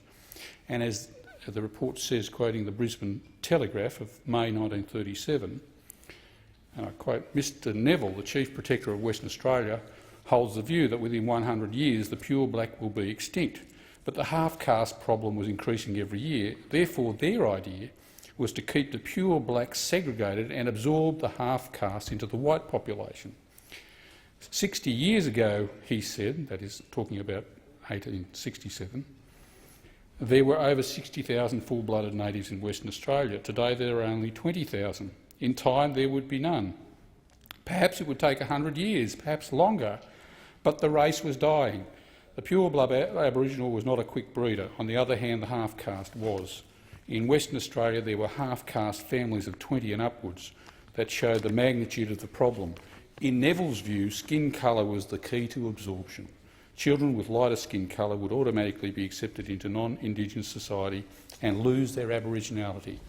Now, what could be more clear than the publication of the views of the arms of the state designed to enforce a policy on Indigenous Australians than that?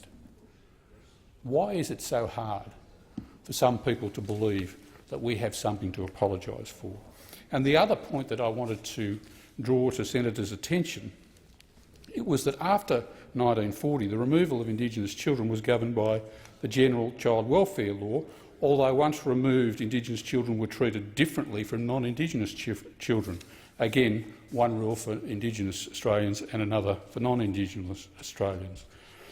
But it's important to note this because some people have talked about the welfare concerns that might have impacted on the decisions. Under the General Child Welfare Law, Indigenous children had to be found to be neglected, destitute or uncontrollable.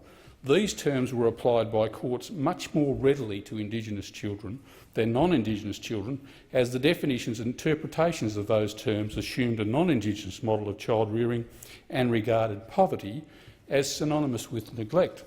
It was not until 1966, however, that all eligibility restrictions on Indigenous people's receipt of social security benefits were fully lifted, and before that time, Indigenous families in need could not rely on the financial support of the government, which was designed to hold non-Indigenous families together in times of need. Moreover, ongoing surveillance of their lives meant that any deviation from the acceptable non-Indigenous norm came to the notice of the authorities immediately. And there's a wealth of information in the report about how the application of those laws to Indigenous Australians was much different, much more rigorous, and indeed in many circumstances, and in the state of Tasmania from Flinders Island, children were taken away and flown from the island, and parents didn't have the means or the understanding of the way that they might challenge that. Look, I think the best way that I can categorise the comments of those who have opposed this resolution or sought to downplay it is to use that very well-known Arabic proverb. The dogs bark, but the caravan moves on, and we have moved on. It's time for Australia to move on, and I think we have to have no regard to this snapping at the heels of progress by those who have opposed this resolution. Senator Coonan. Mr Deputy President, I am pleased to support the national apology in the Australian Parliament for the past mistreatment of Indigenous Australians under the laws and practices of past governments. There has been a lot of hair-splitting and semantics that have surrounded the 10-year debate in our nation about saying sorry to Indigenous Australians. The debate has been bookended to a large extent by two reports, Bringing Them Home in 1997 and Little Children Are Sacred in 2007. The first report assembled a catalogue of historic mistreatment and heartrending personal stories of removal and alienation that have been characterised as the stolen generation. The second report contains horrifying contemporary accounts of endemic sexual abuse, neglect and injury to children in Aboriginal communities in the Northern Territory, some of whom are just babies. It was impossible, on reading the second report, not to be moved by these accounts of violence, hopelessness, despair and dysfunction that still exist in contemporary Australia, and it demanded an urgent response. The report provided the catalyst for a new, innovative and daring approach to address what we all accept as enduring Aboriginal disadvantage and need. It was, and it is, the Northern Territory intervention.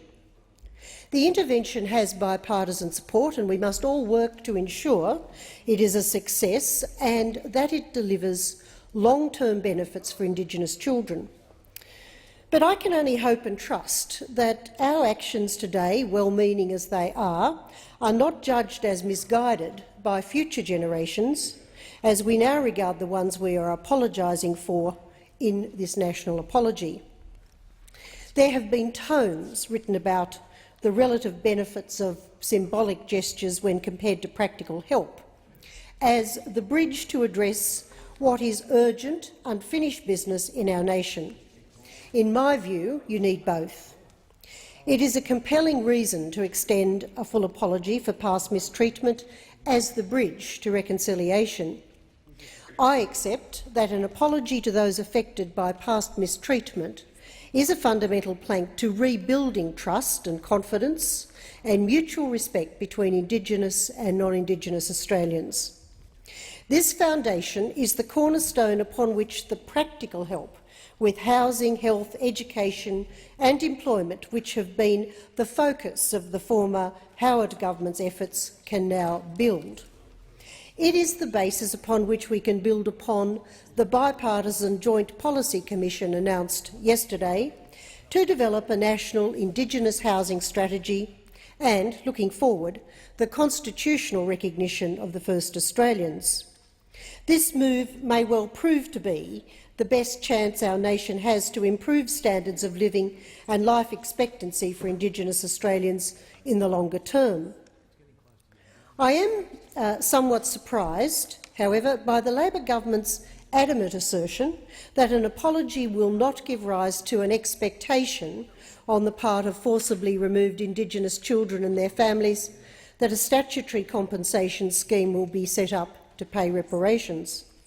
I've heard this referred to by some Aboriginal leaders as unfinished business.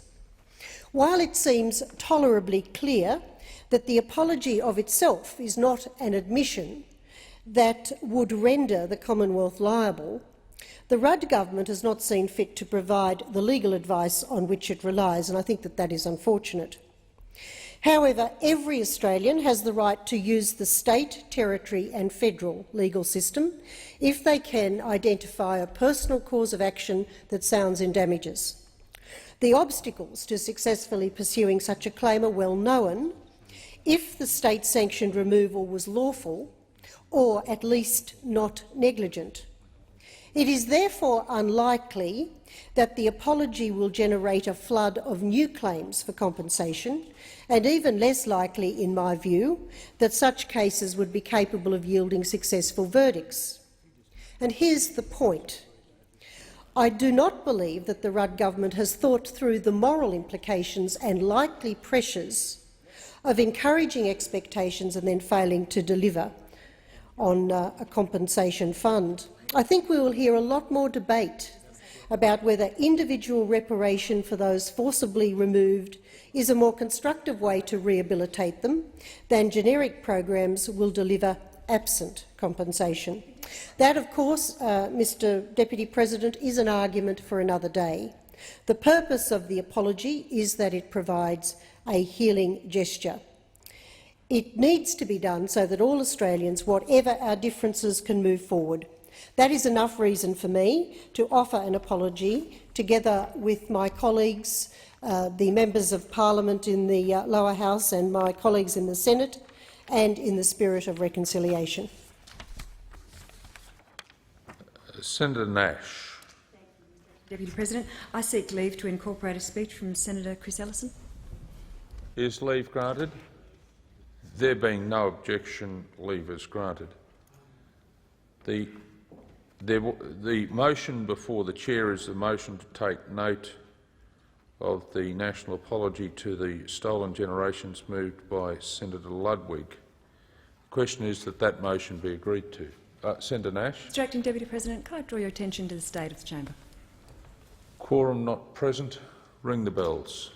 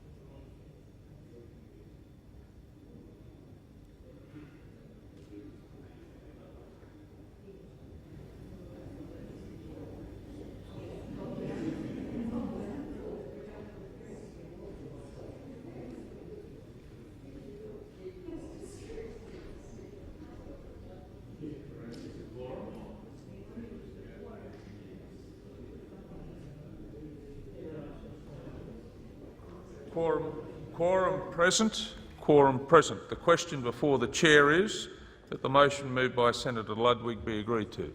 Those of that opinion say aye. Against say no. I think the ayes have it. The ayes have it.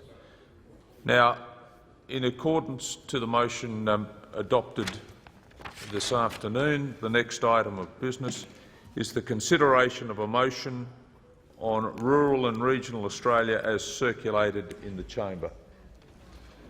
Senator Nash. Thank you, Mr Deputy President. I seek leave to move the motion. Is leave granted? There being no objection, leave is granted. Senator Nash. Thank you very much, Mr Deputy President. It gives me some pleasure to stand here to discuss this issue today. Are you moving the motion? Oh, sorry. Yes, I am moving the motion. You're moving the motion. Sorry. Motion's moved. You're in order. Thank you, Mr Deputy President. It gives me some pleasure to stand here today to discuss this issue because there is nothing more important to me than rural and regional communities, their welfare, their benefit, their security and their sustainability into the future. One of the things that is vitally important to those communities is support from government when it is needed. It is absolutely vital. These are some of the most important people who live across this nation. They provide fibre, they provide food, they provide the very backbone to this nation's wealth and prosperity. Now, it certainly has been over the last period of time that we have seen a dreadful period of drought. There is absolutely no two ways about that, Mr Deputy President. We have seen in some areas nearly up to 7 years of drought. Now, of recent days, we have seen the government cut funding to rural and regional communities to the tune of nearly $500 million. Now, to my mind, when we're looking at these communities who are already struggling, already doing it so terribly tough because of these years and years and years of drought, to cut drought funding to those communities at this point in time is absolutely appalling. Now, the government talks about its fiscal responsibility, which certainly seems to be very newfound fiscal responsibility because it was nothing I've ever heard before in this place before we actually got to about halfway through last year. But this fiscal responsibility has actually led to the need for cuts, apparently, so the government says. But what the government has done has introduced a range of cuts that affect people that are the victims of any rises in inflation, not the cause of it. These are the people that are least able to be able to cope with any kind of funding cuts from the government. And yet what do we see? We see this government completely ignoring the needs of rural and regional Australia. They think a shower of rain finishes a drought, and that absolutely is indicative of what the Labor Party thinks about the bush. Not only do they have no idea how it works, they have no idea how people in rural and regional Australia function, how they feel, and this is absolutely borne out by this latest rounds of funding cuts. It's not on, it's not fair, and Labor need to be showing up for these cuts and for what they are doing and for the appalling way they're treating rural and regional Australia.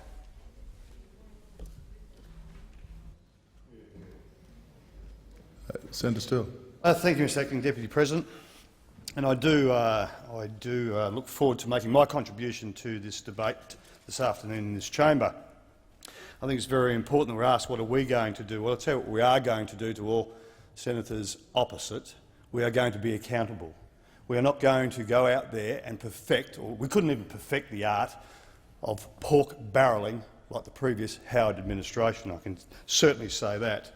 But the previous government did do that. They did it systematically, Mr Acting Deputy President, and they did it effectively. Whether it was under the banner of sustainable regions, regional partnerships or growing regions, the National and Liberal members had pork barrelling down to a very fine art. They systematically neglected need but never took their eye off the marginal seat. In November last year, well, Senator Nash, you can shake your head, but through you, Mr Acting Deputy President, I would suggest to Senator Nash that she takes a walk to the tabling office and grabs hold of these three very, very heavy recommendations or reports from the Audit Office about the regional partnerships programs. 1,200 pages. Senator Nash, it would do you good if you go and get a copy. If you don't get one, I will lend you mine. But in November last year, this was released by the Auditor-General. A damning 3-volume report over the rorting of regional partnerships. Okay. And out of that, Mr Acting Deputy President, came 20 recommendations on one rorted program alone.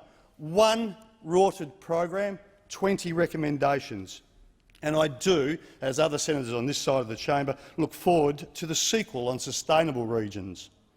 The Auditor-General found that grants were approved by ministers before formal applications had even been submitted. Ministers overruled departmental advice and gave grants for no apparent reason other than the money would be spent in a marginal coalition seat. Mr Acting Deputy President, more than a third of the program's money was pumped into just 10 rural coalition seats, including Mr John Anderson's seat, a minister formerly responsible for the regional partnerships programs. Of that, Mr Acting Deputy President, no less than $4.6 million was earmarked for not one, not three, not six, not a dozen, but no less than 22 projects for the member for Lynn's electorate, another former minister responsible for this program. I see you shaking your head in acknowledgement, Senator Nash. So I do take that acknowledgement. Thank you. Line, Lynn. Still 22 projects, $46 million. What a disgrace. Large numbers of grants, Mr Acting Deputy President, were approved in the lead-up to, and worse off, even during the election campaign. The member for Wide Bay reminded us last week that the Regional Partnerships program was, to quote him, an exceptionally popular program. Popular indeed amongst his National Party mates, who had been in raptures to receive millions of dollars of taxpayers' money in grants that were approved by ministers before formal applications were submitted.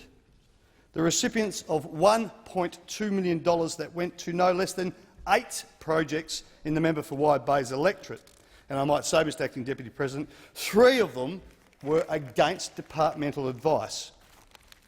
So no wonder that the local member felt very popular. And on the 24th of November, Mr Acting Deputy President, the Australian public said no to a government that was willing to spend taxpayers' money on anything that would buy a vote. Now, the government's spending had been growing, and this is the previous government, of course, Mr Acting Deputy President, at an unsustainable rate, and Australian taxpayers had paid through it in no less than 10 consecutive rate rises. No less than six consecutive rate rises during the last term of the Howard government.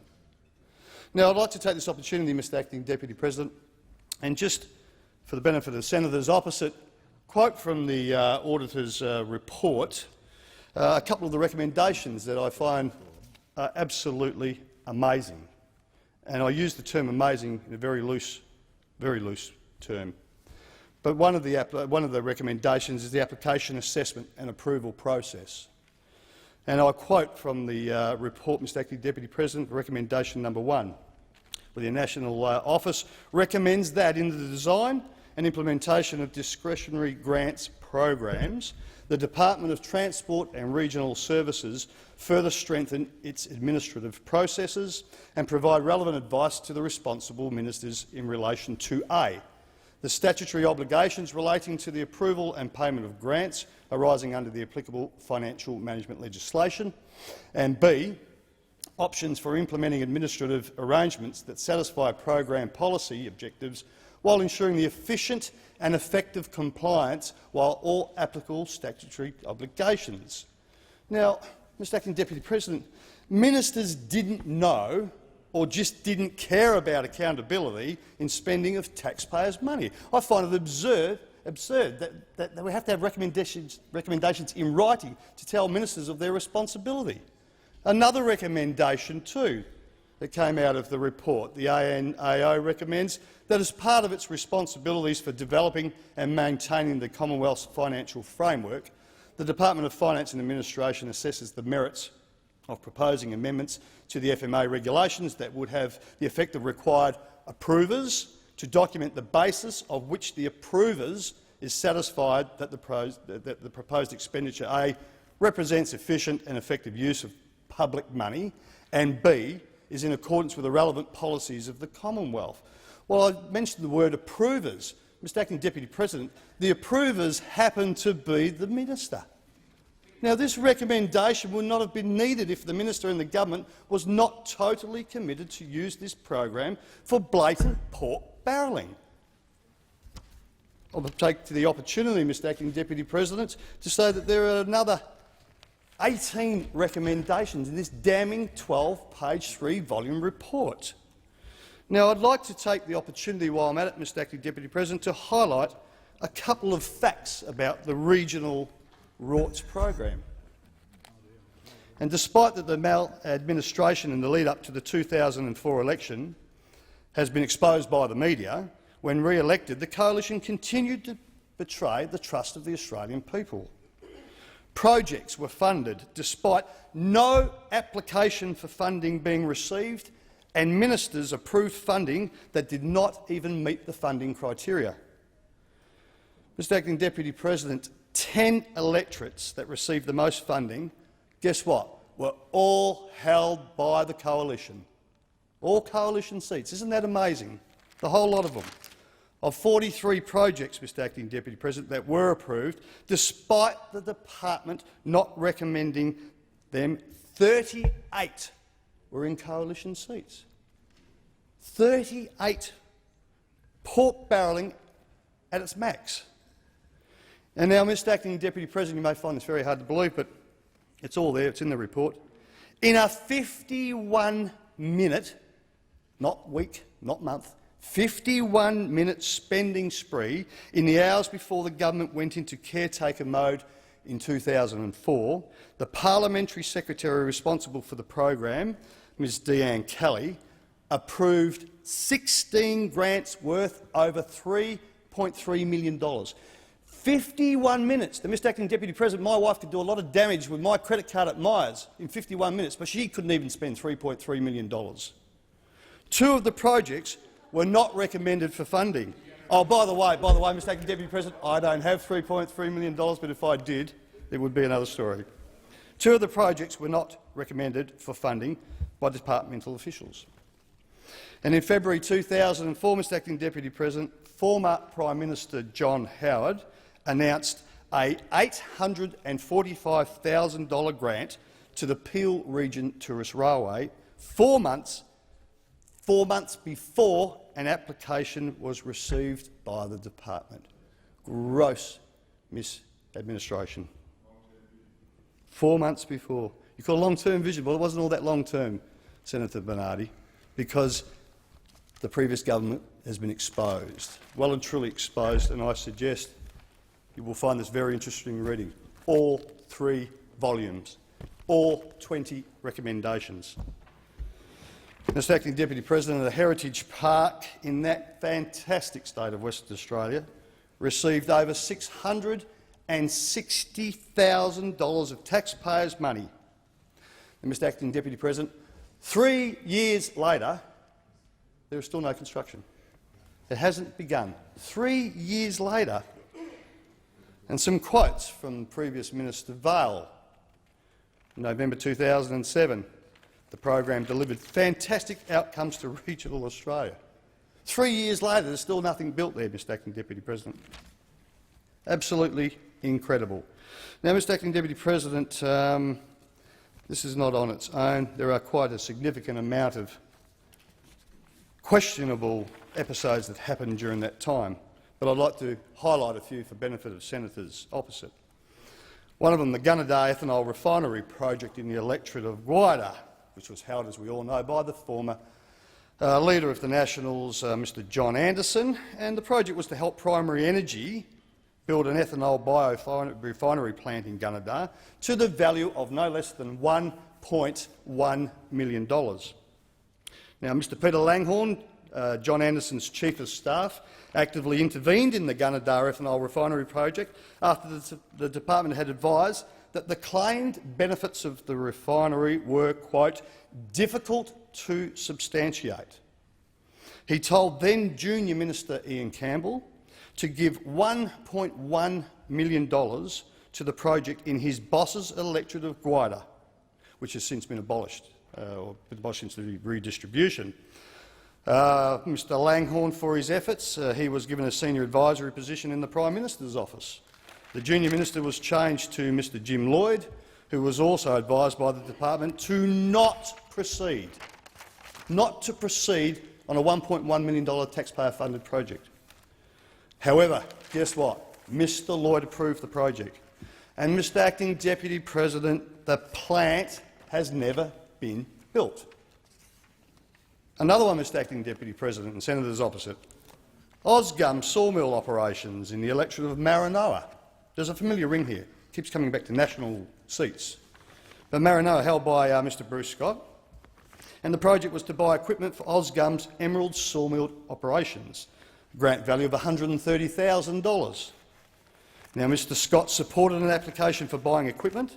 The department advised the then Parliamentary Secretary, no price for guessing, Ms Diane Kelly, had opposed the project. However, Ms Kelly disagreed and wrote to then Minister John Anderson asking him to waive a program criterion. Just waive it. Make it go away. Lose it. Mr Anderson disagreed but suggested an alternative project for Osgum might be suitable for funding.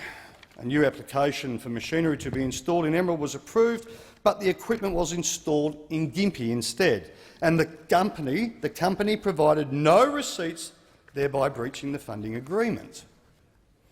Mr Acting Deputy President, another example, country homes and cabins in Emerald. Once again, Maranoa, same member, Mr Scott, same party.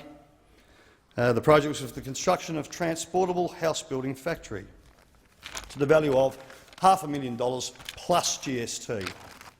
Now, on the 11th of February 2005, Mr Acting Deputy President, the department advised that the application not be approved, as it did not meet several criteria.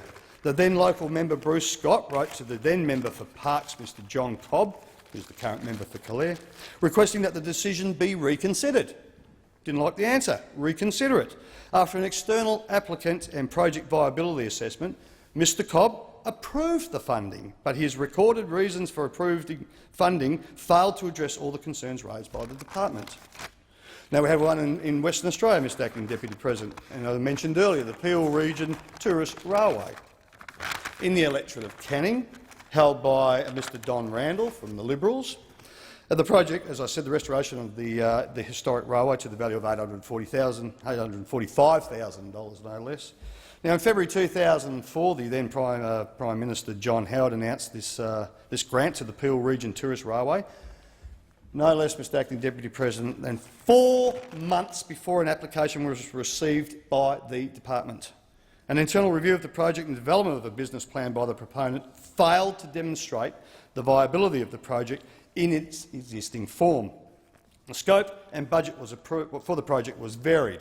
The funding agreement for this project was not able to be executed until the 24th of January 2007, nearly 3 years after the former Prime Minister's announcement. Now, I know things move slow in government, but 3 years. The project is yet to be executed. The future of the line is now in doubt following rising costs and bushfire damage. I have another one, Mr Acting Deputy President, the expansion of seed and grain breeding, Keith Seeds. In the electorate of Barker, held by the Liberals' Patrick Secker, the project is the expansion of seed and grain breeding, marketing, processing and fractionation at Keith Seeds to the value of $571,000. Now, following an unsuccessful application to the Dairy Region Assistance Program for funding, Keith Seeds applied to the Regional Partnerships Program for funding. Mr Patrick Secker MP, the local member, provided a letter of support for the project and was later identified, Mr Acting Deputy President, I shouldn't laugh, it is not funny, but he was identified as a company shareholder. a company shareholder. On 2 occasions, the department recommended against funding this project because it failed to meet the program's assessment criteria. The Ministerial Committee proceeded to approve funding for the project. Now, Mr Acting Deputy President, I like it on the other side. The opposition asks us what we're going to do. Well, I'll tell you what the Rudd Labor government is going to do, Mr Acting Deputy President, and for senators opposite. We do care about rural and regional Australia, and rural and regional Australia do care what promises are made to them, what can be funded, what can't be funded, what is just an episode in vote buying and the previous Howard government's attitude of whatever it takes, just get the vote. But the Rudd Labor government, Mr Acting Deputy President, intends to spend money on discretionary grants. It must be properly administered. Properly. And in the future, Mr Acting Deputy President, it will be. Ministers will not be allowed to make decisions on discretionary grants for their own electorate, and I think that is a very, very good thing. Because when you see some of the examples, you hear some of the examples that I quoted earlier, Mr Acting Deputy President, you can understand why we have to go to this. We need discretion. We can't have ministers running around the country pork-barrelling their mates in marginal coalition seats, and that's what has happened in the last few years, sadly. And the Rudd Labor government, Mr Acting Deputy President, has a strong commitment, a very strong commitment, to ensuring the highest standards of public administration, accountability and delivering real benefit to people living in regional Australia. Now, Mr Acting Deputy President, I think everyone can appreciate it will take time to sort out the mess left behind by the Howard government. There is no question about that. But, Mr Acting Deputy President, the Rudd Labor government makes no apology for taking the time needed to get it right for regional Australia. Thank you. Thank you, Senator. Senator Ian McDonald. Thank you, Mr Acting Deputy President. I fear for rural and regional Australia. I fear for all of those people who live outside the capital cities. I've had that fear since the election day. And what I've heard today from the Labor Party and what I've seen in the last couple of weeks clearly confirms that the Labor Party have absolutely no interest in rural and regional Australia. And, Mr Acting Deputy President, indications of their disinterest started right at the beginning of the Rudd government with the appointment of the 2 ministers responsible for the portfolios that are principally involved in what I might loosely call the bush. And they appointed to the portfolio of agriculture, fisheries and forestry and appointed to the portfolio of transport and regional development 2 members of parliament who come from inner city Sydney, not even in the suburbs, inner city Sydney. And I took the time to have a look at the websites of those 2 people who'd been appointed to these bush portfolios, and their websites clearly indicate that both are entirely unsuitable for the job which they've been given, but it demonstrates that the Labor Party doesn't care about who the ministers are for these portfolios because they have no interest in them. And I read the maiden speeches of both ministers, hoping to find something in those maiden speeches that might in some way justify their appointment to these rural portfolios. And the only thing I could find was that in Mr Burke's maiden speech he referred to a terminally ill goldfish in a solicitor's office, and that was the only reference he made in his maiden speech in any way related to agriculture, fisheries or forestry. And I don't think a goldfish in his solicitor's office really classifies as fisheries. And so we have these 2 guys, no doubt quite nice gentlemen, and no doubt have some ability, although their backgrounds seem to be entirely in either managing a union or one of those union operators, or working for another politician. One of them worked for disgraced Senator Graham Richardson, and so you can imagine what sort of grounding he's had. Neither of them Neither of them have any interest in rural and regional Australia, and one would say, why would they? I doubt that they've ever been anywhere there. And this is a real difficulty for those in the bush. I mean, it doesn't matter how good you are, you've got to have some empathy for the portfolios that you're dealing with, and particularly if those portfolios relate to rural and regional Australia. And we've had a long series of ministers who were either farmers or lived in rural and regional Australia, who knew what it was like to suffer droughts and floods and deprivations, who knew what the movement of populations from the bush to the city were all about, who knew the heartbreak of many, not only on the land, but many town dwellers in country Australia. And we have these two inner-city Sydney members now in charge of the bush. And with respect to Senator Searle, who no doubt has some qualifications, some good points, although I'm yet to find too many of them, but I think he's now head of the Rural and Regional Affairs Committee. Is that correct? No interest in rural and regional Australia. And if you hear from the speech he's just given, you can understand that rural and regional Australia is in for a really tough time. Now, it didn't take long, Mr Acting Deputy President, for that to become more obvious than the appointments made to those important positions. The first go at the Razor Gang showed that there were huge cuts, mainly in the areas dealing with rural and regional Australia. 50 million almost cut off the apprenticeship incentives for agriculture and horticulture. Now, not only are they attacking training, which they're rabbiting on about at every opportunity, but here's a program helping with training, but helping with training in the bush, and it's been cut. Now, you know, why would the people in charge of the Labor government's arrangements in the bush have any interest in apprenticeships in agriculture and horticulture? And yet it is one way that you can have country kids actually getting a job in the country and staying there, rather than having to move to a factory in the electorate of the Minister Albanese and Minister Burke, a factory in their electorate. That's what's happened to country kids, but this apprenticeship scheme was all about keeping country kids in the bush. Then we had the drought package, assistance to rural research and development, $10 million slashed off that. This is even before the parliament met. There were some $100 million cut from the drought package. $100 million. Because it rains in Sydney, they think the drought is over. Because they see some photos of a flood in Emerald, they think the drought is over. They think that people on the land don't need that transitional assistance to go from drought to the aftermath of a flood. And so over $100 million slashed from the drought package.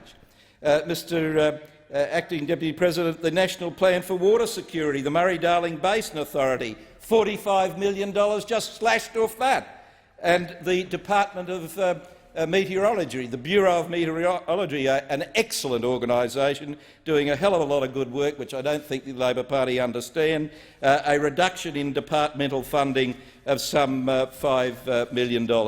And so it goes on. And that's just the start, Mr Acting Deputy President, before the parliament even met for the very first time. So you can imagine what this budget's going to be like for rural and regional people. Now, I couldn't help but laugh at the previous speaker's comment about the Regional Partnerships Program, Regional Solutions Program. That was an excellent program that did so much for country towns in Australia. And I mean, the most iconic one that comes to mind is the Stockman's Hall of Fame in Longreach, in an area where I spend a lot of time. And that particular iconic, what is now iconic,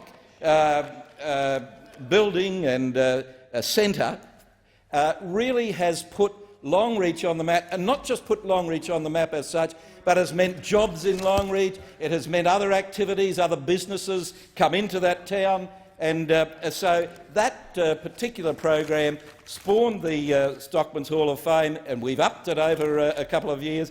That has really made the difference in that country town, and yet the Labor Party wouldn't know about it. They did hear about the old tree at Barcaldine just down the road dying, and I think that's perhaps indicative of what will happen to Labor support in the bush in the not-too-distant future. But those sort of programs, and I could go through any one of literally thousands of programs that have done marvellous things for country towns, have actually kept young people in the bush and have actually provided an Australia that just doesn't exist in Sydney, Melbourne, Canberra and Perth. And so, Mr Acting Deputy President, when the Labor Party say they're scrutinising these things and they've got all these accountability and they're going to be really good ministers, well, you know, again, actions speak louder than words. Remember the whiteboard affair with Minister Kelly? You know, that's just one of them we had to put up with when last we were in opposition. Fortunately, we were able to expose her. As I promise the current ministers, we'll expose them. But Minister Kelly rorted. She made rorting into an art form, and that was the Labor Party. That's what you can expect from the Labor Party in the years ahead. And Mr Acting Deputy President, the programs that our government has quite deliberately targeted towards the bush, and we're told, oh, it went all to Liberal and National Party seats. Well, I'm sorry, fellas, they went to Liberal and National Party seats because that's the only people who held seats in the bush until this election. And so that's why all the money went to Liberal and National Party electorates. There weren't any National Party, there weren't any Labor Party members in the bush. Regrettably, in my home state of Queensland, there are now three, one in Flynn, one in Dawson and one in Leichhardt. And all three of them, of course, have very little interest in the bush. All three, I think, are union organisers or big city solicitors. And so we'll see what sort of interest they take. We'll see what sort of interest they take in the slashing of these programs for their electorates. Now, in Flynn, now held by the Labor Party, the Stockman's Hall of Fame is one place. We'll see what the Labor Party does about the regional solutions grants, the regional partnerships grants we put into Longreach, into Winton, into Barcaldine, into Emerald, into any number of those little rural communities out there. And I'll be watching with great interest in the budget when we do see the real detesting that the Labor Party has for country people.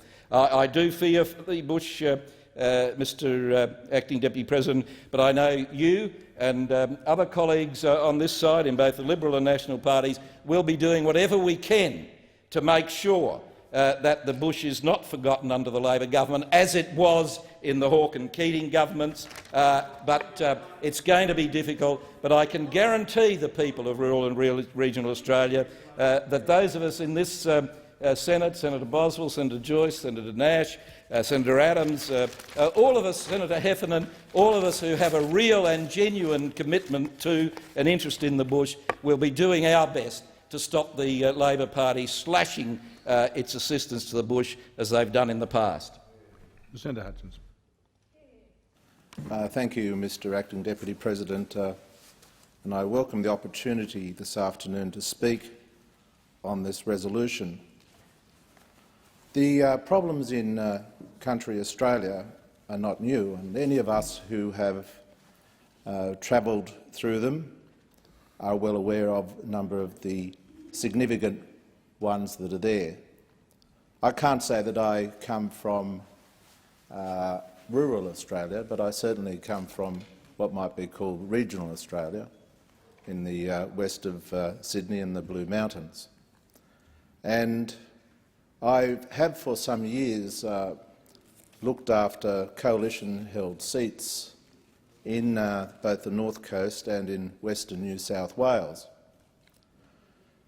The point to what Senator Sterle was putting this afternoon, and what I want to re-emphasise, is that the difficulties in regional and rural Australia just did not appear overnight, and the answers to them are not going to come with the wave of a magic wand.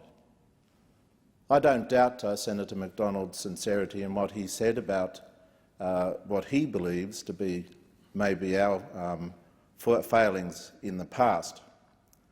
But we are committed to ensuring that that won't happen again. And if Senator McDonald wants to make sure that scrutiny is observed, then I, and I'm sure my colleagues, welcome it.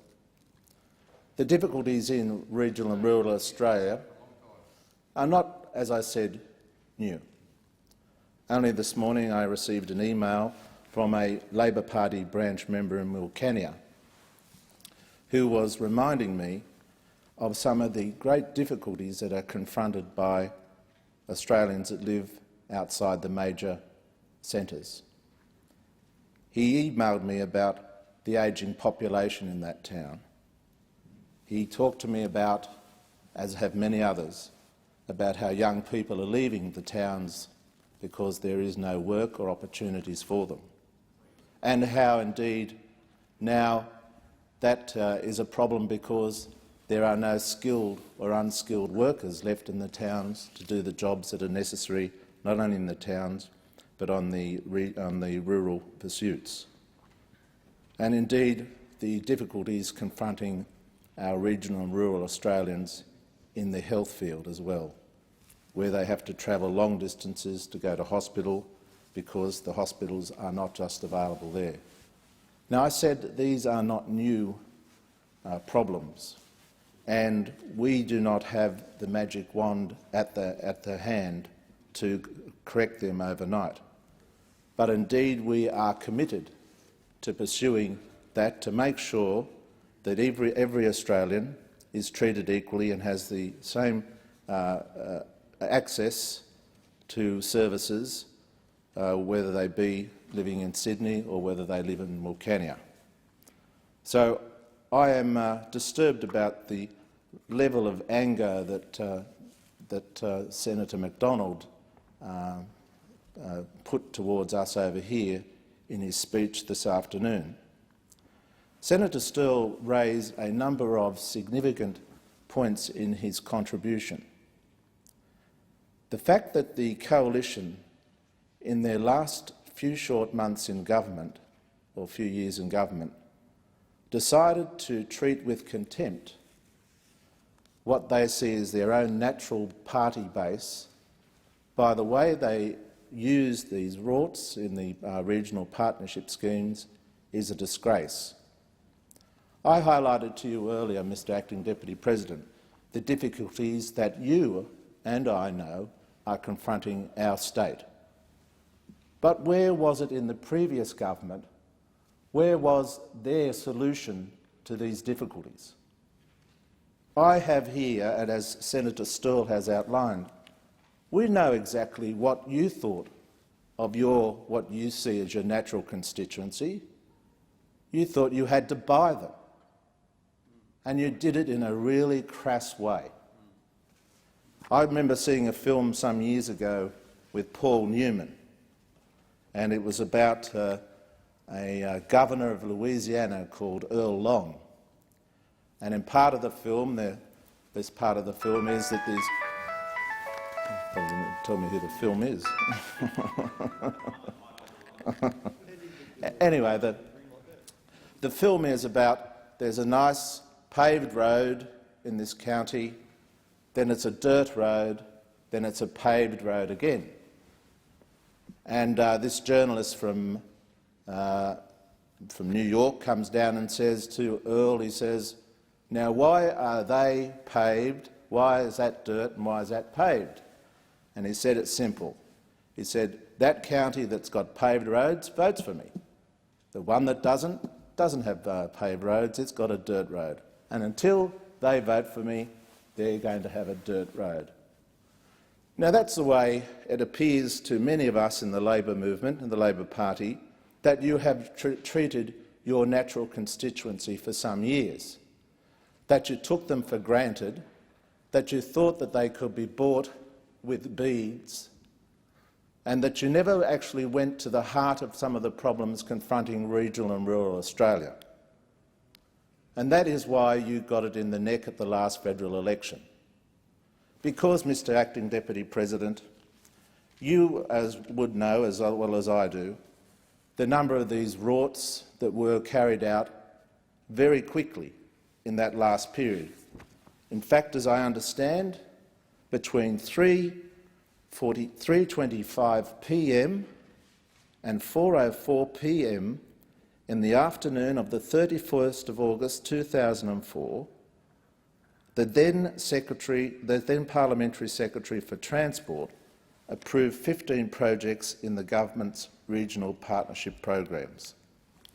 And as a result of actions like that, Senator Sterle has referred to a report brought out in November last year, in which this massive 3-volume, 1,200-page report picks apart the first 3 years of the program, which handed out $327 million to more than 1,000 projects, ranging in size from $2,000 to $11 million. Now, you took what you see as your natural constituency for granted, that you treated them as mugs, and they revolted on you. Because I say, why wouldn't you look at in these areas something to do with rural health or rural unemployment? Why wouldn't you do something like that? But no, Mr Acting Deputy President, they didn't. Senator Sterle has outlined some of the programs that received money in this period. Mrs Deanne Kelly, sought $9,720 to upgrade the Cannon Valley Pony Club. She also at some point sought and received $220,000 for a horse show in Rockhampton, 83 minutes before the government went into caretaker mode. The Deputy Prime Minister, Mark Vaile, the then leader of the National Party, he had, in this period, he sought and received $500,000 for a life-saving club in Bonny Hills and, indeed, to his credit, a medical centre in Lake Cathy in his electorate.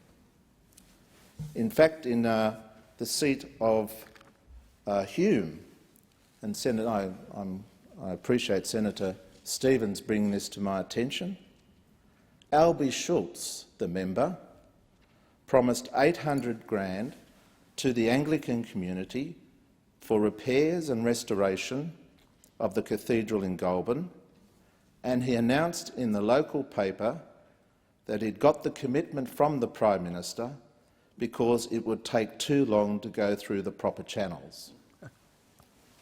Now, Albie's a Liberal, so you don't need to grimace, Mr Acting Deputy President. I think there's another Liberal. There is another Liberal, so Senator Adams can defend him. I don't think you need to. But this is the sort of hypocrisy, that we hear from those on the other side. I've got nothing against the Anglican Church, Senator. In fact, as you know, our leader converted from Catholicism to Anglicanism. But I don't have the problem with that, Mr Acting Deputy President. What I have a problem with is the fact that Mr Schultz said that it was going to take too long to go through proper channels. Now, you've been a minister. You know how much scrutiny is required of you when you make decisions, and you should not let that ever happen. But you shouldn't never let that happen. And if you did let that happen when you were minister, you should have been dealt with. But because, as you know, in these regional rorts programs that you had going, you had the opportunities to make sure that at least scrutiny was provided. However, when it got to no, I won't give them any more touch-ups. But You also know, Mr Acting Deputy President, that in a number of these places, as I said, like with Mr Schultz, no applications actually were received. As the report said, there was significant ministerial intervention. In fact, the department declined to recommend some of these routes, that they didn't follow the relevant guidelines, and that they were almost exclusively in marginal coalition seats. Now, marginal seats is defined, for those that are not aware of it, as anything under 5%. And most of these routes were given to the seats with less than 5% in them. And it didn't do them any good. You had Mr Bartlett, indeed. He had access to a number of these schemes. In fact, even Jackie Kelly. And it seems Kelly seemed to have problems with propriety. May get a chance to talk about Jackie on another occasion.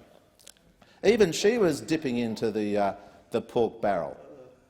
But one of the other significant comments that was made in regards to this program was one in relation to Beef Australia. You may well be aware of Beef Australia, Senator MacDonald, because it comes up from near your region. The Commonwealth contributed $2.2 million to the Beef Expo in Rockhampton. The funding was approved before documentation was provided to the department.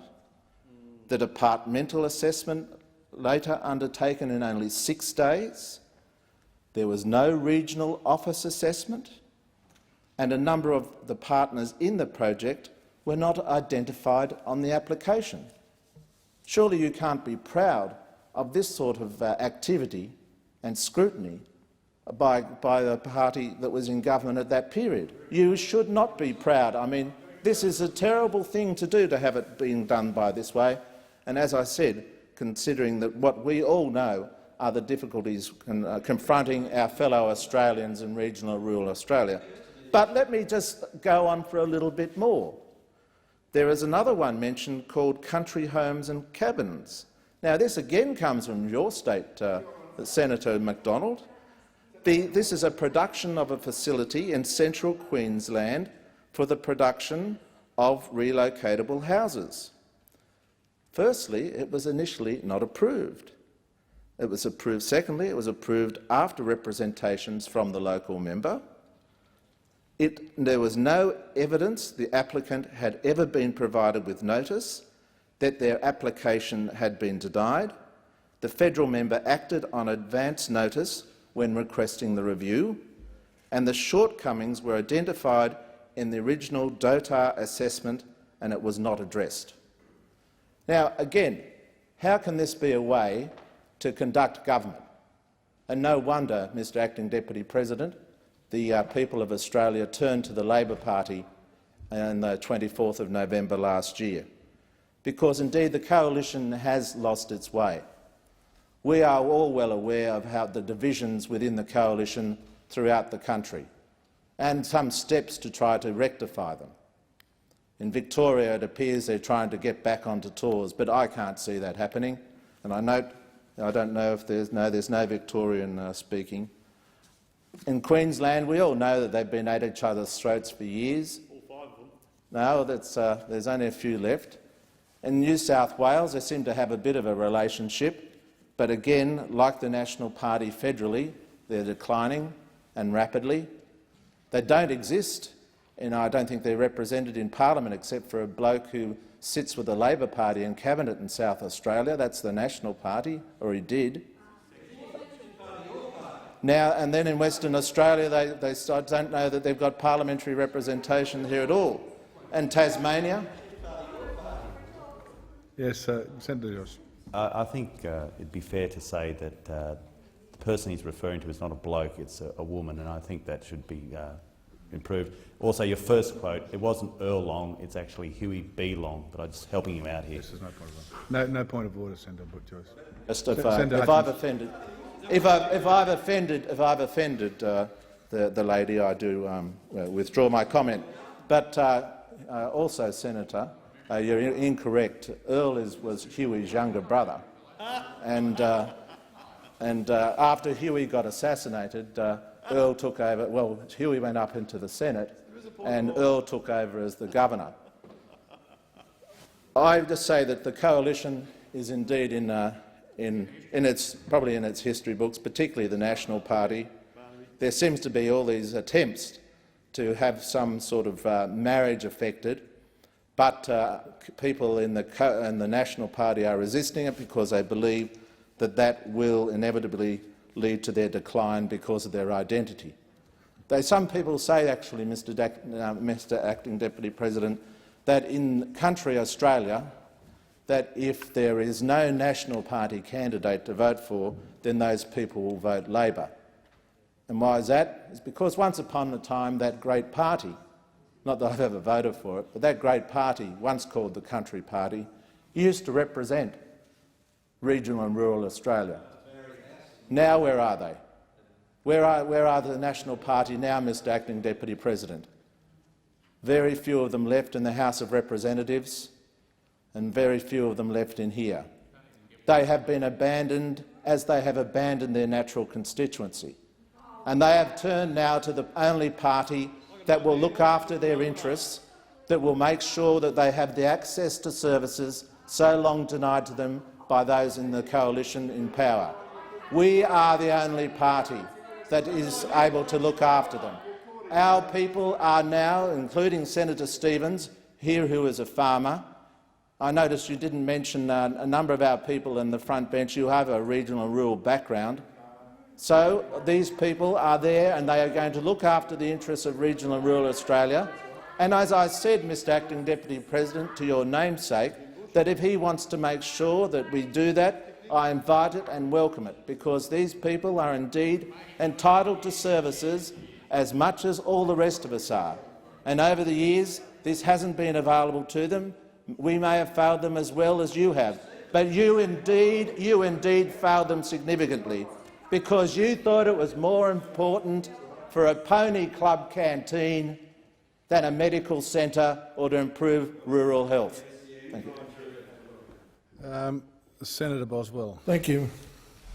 Well, let me open my address by saying if the people of rural Australia have to depend on Senator Hutchinson and his colleagues, God help rural Australia. And if there's any indication of that, let me just refer to the press release of Mr Tanner on the 6th of February.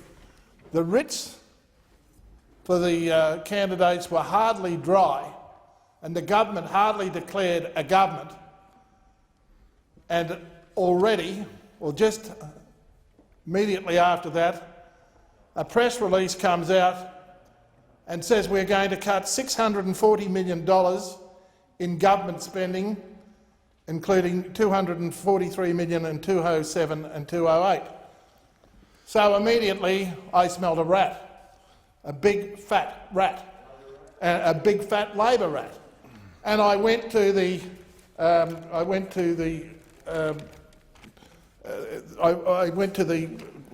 list of cuts, and would you be surprised to know that out of the $643 million that was cut, $416 million, nearly 70% of it, was cut in rural and regional programs. And not only that, Mr Acting Deputy President, you've got to say this for Mr Tanner, he is honest, because he said the $643 million savings are initial and modest down payment on those that will be announced on budget night. Well, let me say, honesty may be a virtue, and he is warning that on budget night, buckle your seatbelts out, rural Australia, because you're going to cop it. And rural people know this, and that's why they don't vote for the Labor Party. And I would suggest to Senator Hutchinson that the movement in votes for the Labor Party didn't come from rural and regional Australia. But $642 million, $416 million from rural and regional Australia. Mr Acting Deputy President, I have listened since the Labor Party came to power, and all they seem to be able to do is talk up interest rates. Every day we have an attack on the government, or the former government, for letting the inflation run to an extent where we must have hikes in interest rates. I'm even waiting for the announcement that we must have a credit squeeze that we have to have, reminiscent of the days of the previous Labor Party Prime Minister. And that is one of the things that are worrying us. If we are responsible for interest rate rises, and when you came to power they were 5.1% in 1995 December and 3.9% in March 1996. But if we are to be blamed for that, then let's be honest, today we had a breakthrough in the lowest unemployment in Australia. Now, if you're going to claim that you're responsible, or we're responsible for the highest interest rates, then let's be fair about it and say that we were responsible for the lowest unemployment rates. And that is what this government has done. It had handed you one of the best economies that has ever been in place in the history of Australia. And it handed it to you on a plate. And don't you destroy it. And don't you cut and take the knife to rural and regional Australia. Mr. Acting Deputy President, or Madam Acting Deputy President, some of the things that we have seen cut in this package are $115 million in drought relief. $115 million in drought relief. Now, I know Tony Burke, and I think he's a good fellow, but I don't know how he drew the short straw and got a Minister for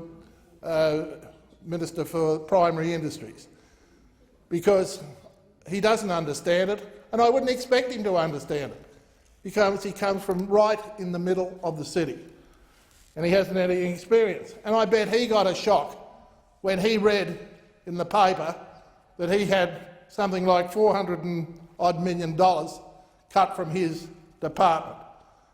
Why would you cut $115 million from drought? Some people in southern New South Wales haven't had a crop for 7 years, and they're just hanging on by the fingernails, trying to get one up this year. And $115 million. Because it's rained. Well, it doesn't rain money. It's going to take a long time for these people to recover. It takes a long time for people to recover after a 7-year loss. It may even be worse. They may not even get one now, but $115 million is cut. The other cuts that have been announced in this package is that the farm business sector and farm business has been cut. Now, how often did we hear, we're going to have an education revolution, we're going to educate people, we're going to educate farmers, we're going to make people more resourceful by education. Well, the first thing you cut is, apart from the drought, you cut the farm business and farm help programs. Farm help programs is a program that does put food on the table.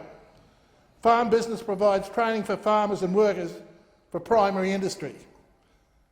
Now it's gone just to save a lousy $3 million. I don't think that's going to make any difference to the interest rates or the pressure on lending. Labor said we would have an education revolution, and yet farm help has been cut. The farm business program has been cut. We've also seen farm help, $22 million this year, being cut.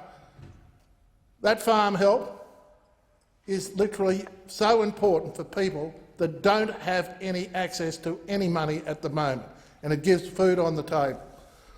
But apart from that, Madam Acting Deputy President, there are many other cuts just appearing that we've seen, and here's one I picked up today. $42 million to remove removed from the budget from renewable remote power generation, and that's $42 million. Now, this was a program that put power into places that were not serviced by the electricity grid.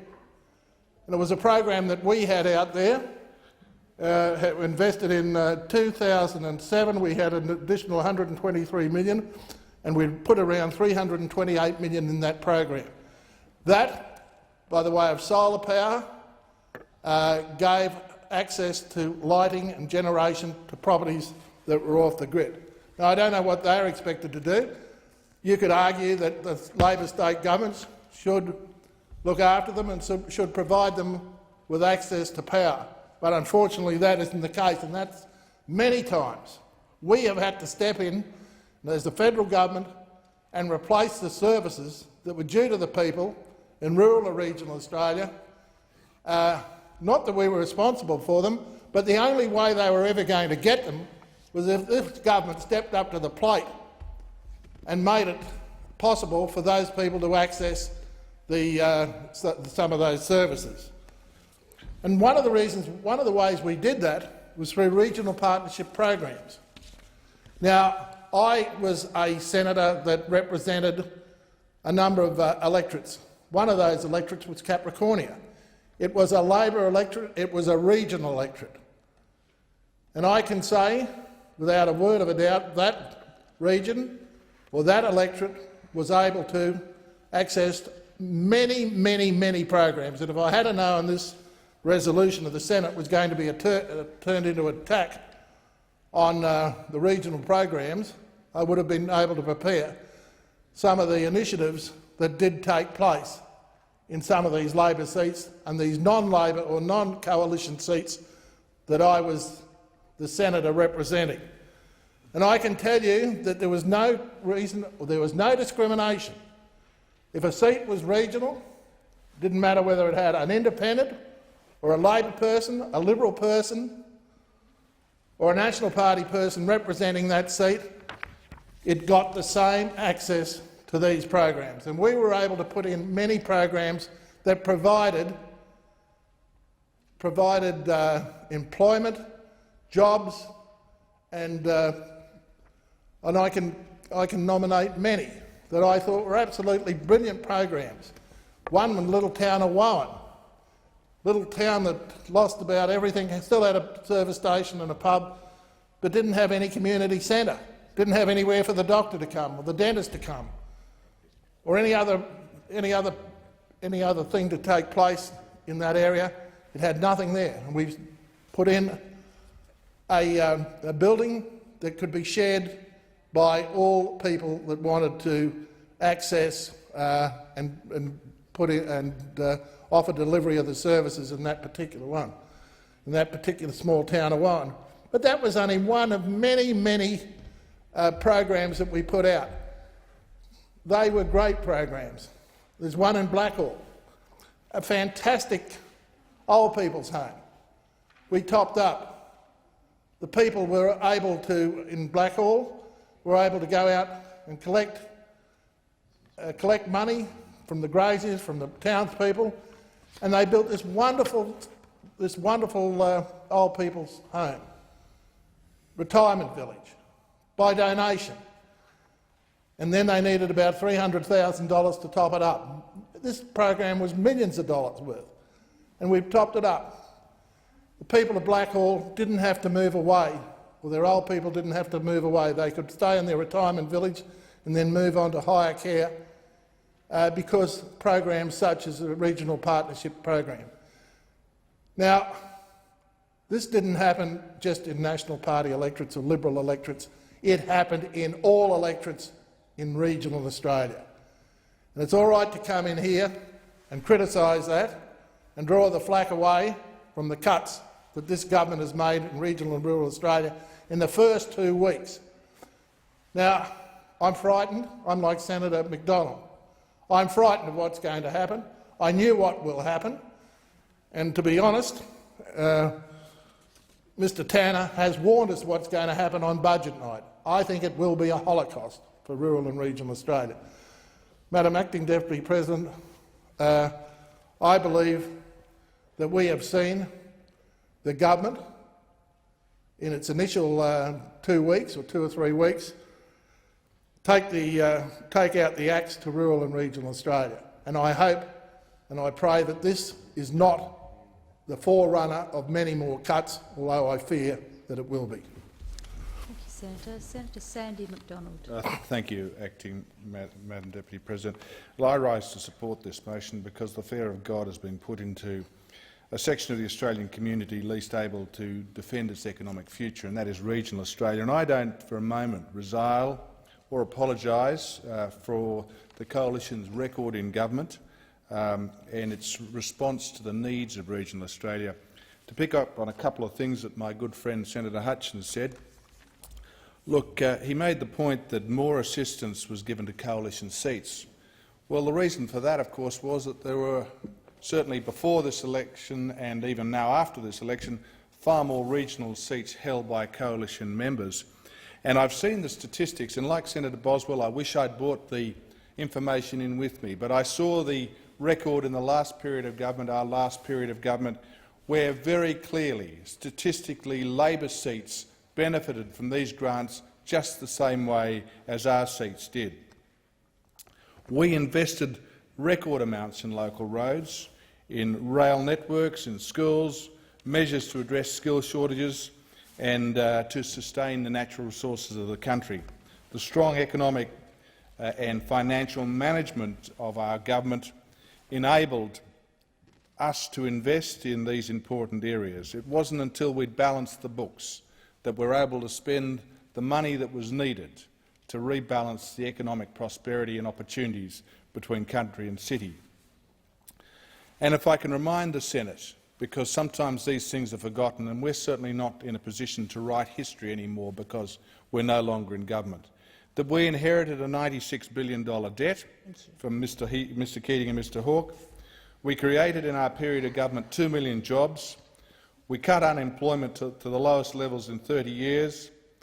We kept interest rates low, we kept inflation low, and we increased real wages. The contributions today have often been sort of some personal anecdotes. I can remember talking to John Sharp, who was our first Minister for Transport and Regional Service. He said when he came to government, he looked in the cupboard for the regional services budget. He said he had about $200,000 to spend, and that was less money to spend than the amount of money that was spent on the pelment of grass over the top of Parliament House at the same time. Now, we resolved to change that. When we balanced the books, we were able to direct that money where it needed to be directed for the benefit of all Australians. But while the strong economic conditions opened up opened up greater opportunity for regional Australia, more needed to be done, because we realised that, coming as we do from regional Australia, that Australia's economic prosperity was not spread uniformly across the country. Above all, one of the most severe droughts in our history had caused enormous pain to families and communities right across our nation. And we devised, as we were in government, policies that recognised that the 1/3 of Australians living outside the major cities could get a fair go and didn't miss out on the economic benefits stemming from Australia's more general economic prosperity. You will recall, Madam Acting Deputy President, that the Prime Minister on election night said that the new government would be a government for all Australians. Very appropriate and noble words. And my hope is that we can take the Prime Minister's word for all the good intentions, but the political facts of life are that all governments are captive of their political representation. Unfortunately, very few, still very few, of the new government come from regional Australia. 2/3 of the members from regional Australia in the House of Representatives still come from the Liberal and National parties, and that is why the majority of assistance went and would hopefully go to coalition seats in the future. But the reality of politics is that you are what you are. And a new government with new priorities and new ministers, new ministers in finance, in treasury, in primary industry, in transport, health and regional development, may likely have little understanding, as we've heard, of regional Australia, why policies were developed and why policies and programs were developed, and also the pain of the last couple of decades in connection to the prospects, the economic prospects of regional Australia, and of course the pain of the drought, which seems to have lasted most of the last decade. Governments, Madam Acting Deputy President, cannot invent the economic future, but they can get the macro and micro economic issues right, which we systematically did. And from the earliest days, once we'd balanced the books of Australia Inc., we targeted regional Australia with programs that were able to lift standards of living, provide social capital, which is so very important, build on natural advantage. You cannot create economic prosperity in a vacuum. You can only build on natural advantage, and across this vast nation there are very many opportunities to build on natural advantage. And if you look at what has happened over the last 10 years, that has certainly been done. And, of course, to make for stronger communities, to give them the lift up. That little bit of money, that large amount of money, that infrastructure commitment which has enabled communities to go forward, create new opportunities and new jobs. I want to mention some of these programs. Probably the most important was the regional partnerships, which you've heard a lot about today, and it really is a testament to John Anderson, who developed, substantially it was he, who developed the regional partnership concept, which allows for the funding of projects that stimulate growth in the regions, improve access to services, support planning and help communities adjust to change circumstances, in other words, structural reform in the community, which is always going on. Some $270 million was spent on this program, but amounts mean very little until you look at where the money went. And I give relevance to the program by looking at the New England Northwest region, where over $13 million was spent since 2003. And we've had a lot of criticism of these projects, but in fairness, I think people listening will appreciate that these were given to very good projects in the main, and if the money had not come from the Regional Partnerships program, where would the money have come from? And that community infrastructure would not have been provided. For instance, the Tamworth Meals on Wheels kitchen, a vital community infrastructure program, $770,000. The Challenge Equine Laundry Service in Tamworth, $210,000. Challenge is a disability service provider. The Ballatta Gold Durham Milling Plant, over $500,000. This is a plant which provides enormous export opportunities to high-value exports of grain. A little project like the restumping of the Mingoola Hall. Probably Senator Joyce knows where Mingoola is.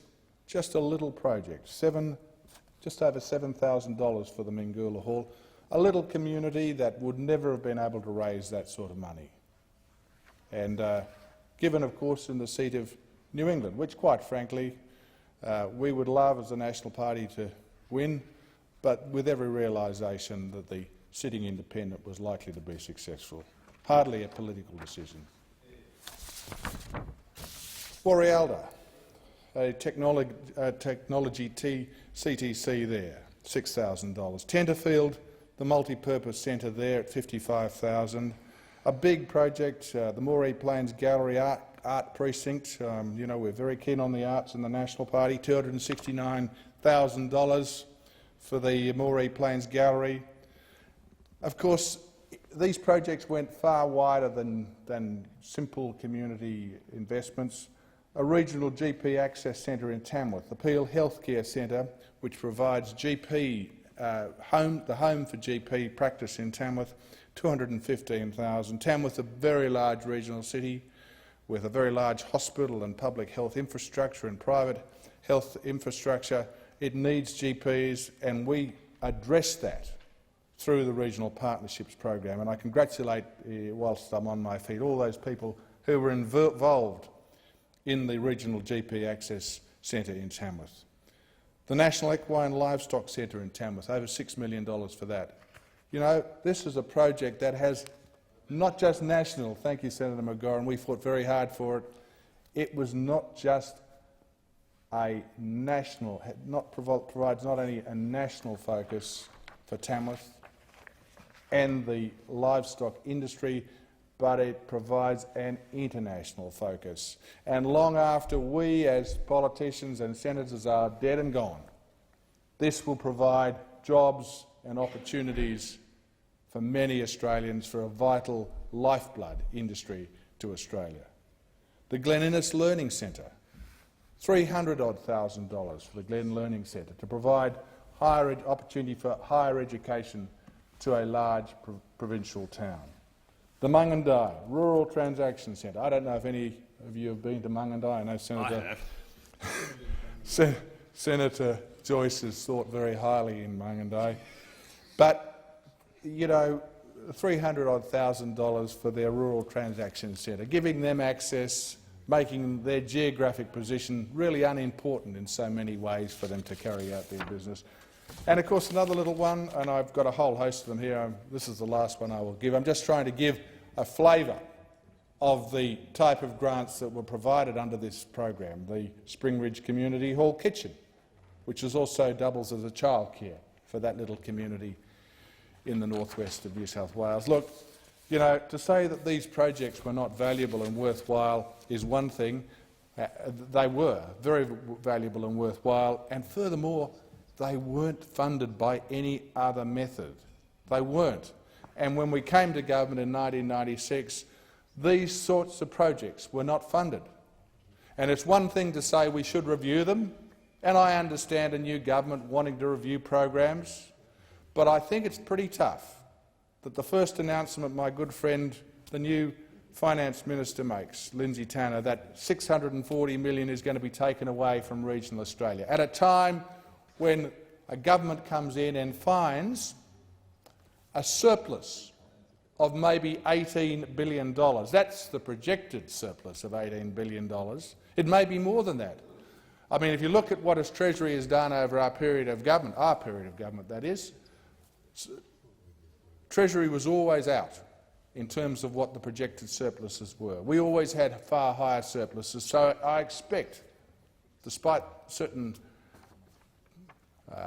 prospects of an economic downturn in terms of the past financial year, I can't expect that the surplus will be below $18 billion. So the first people who take a cut, the first people who take a hit, the first people who have to walk the plank are those very people that the Hawke-Keating government punished so dramatically during their period of government. As I said, John Sharp, when he came to government as the first minister responsible for regional development, he had nothing in the kitty. There was no money to spend on these projects. Now, you fund these projects as you like, Senator Stephen. I don't mind. If you change the name of regional partnerships, I don't care.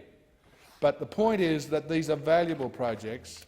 And can I say to you, Senator Stevens, through the chair, Madam Acting Deputy President, don't throw the baby out with the bathwater. You're entitled to review these policies. You're entitled to make them better. But don't say they're not valuable. Don't say they were vexatiously and improperly granted. Don't say there was favouritism shown. And don't say that we're going to remove the opportunity and the avenue for regional Australians, and not just regional Australians, but mostly regional Australians, to access that assistance that would create and help create an economic future for them. Because you may or may not keep the macro and micro economic elements of the economy in line. I suspect you won't on your past record in government. But one thing you can do is you can help those communities who can't help themselves. You fund it any way you like, but you do it through a program like we had in regional partnerships, sustainable regions, in roads to recovery, in investing in our schools. These were all projects and programs that were very, very well received, and there were many other avenues of funding too. I think Senator Bothwell referred to them, but things like the Enviro funding, very important, the community water grants, the small assistance grants to local community organisations. There were so many opportunities for ordinary Australians to access some of the assistance that city Australians inherit and receive as of right.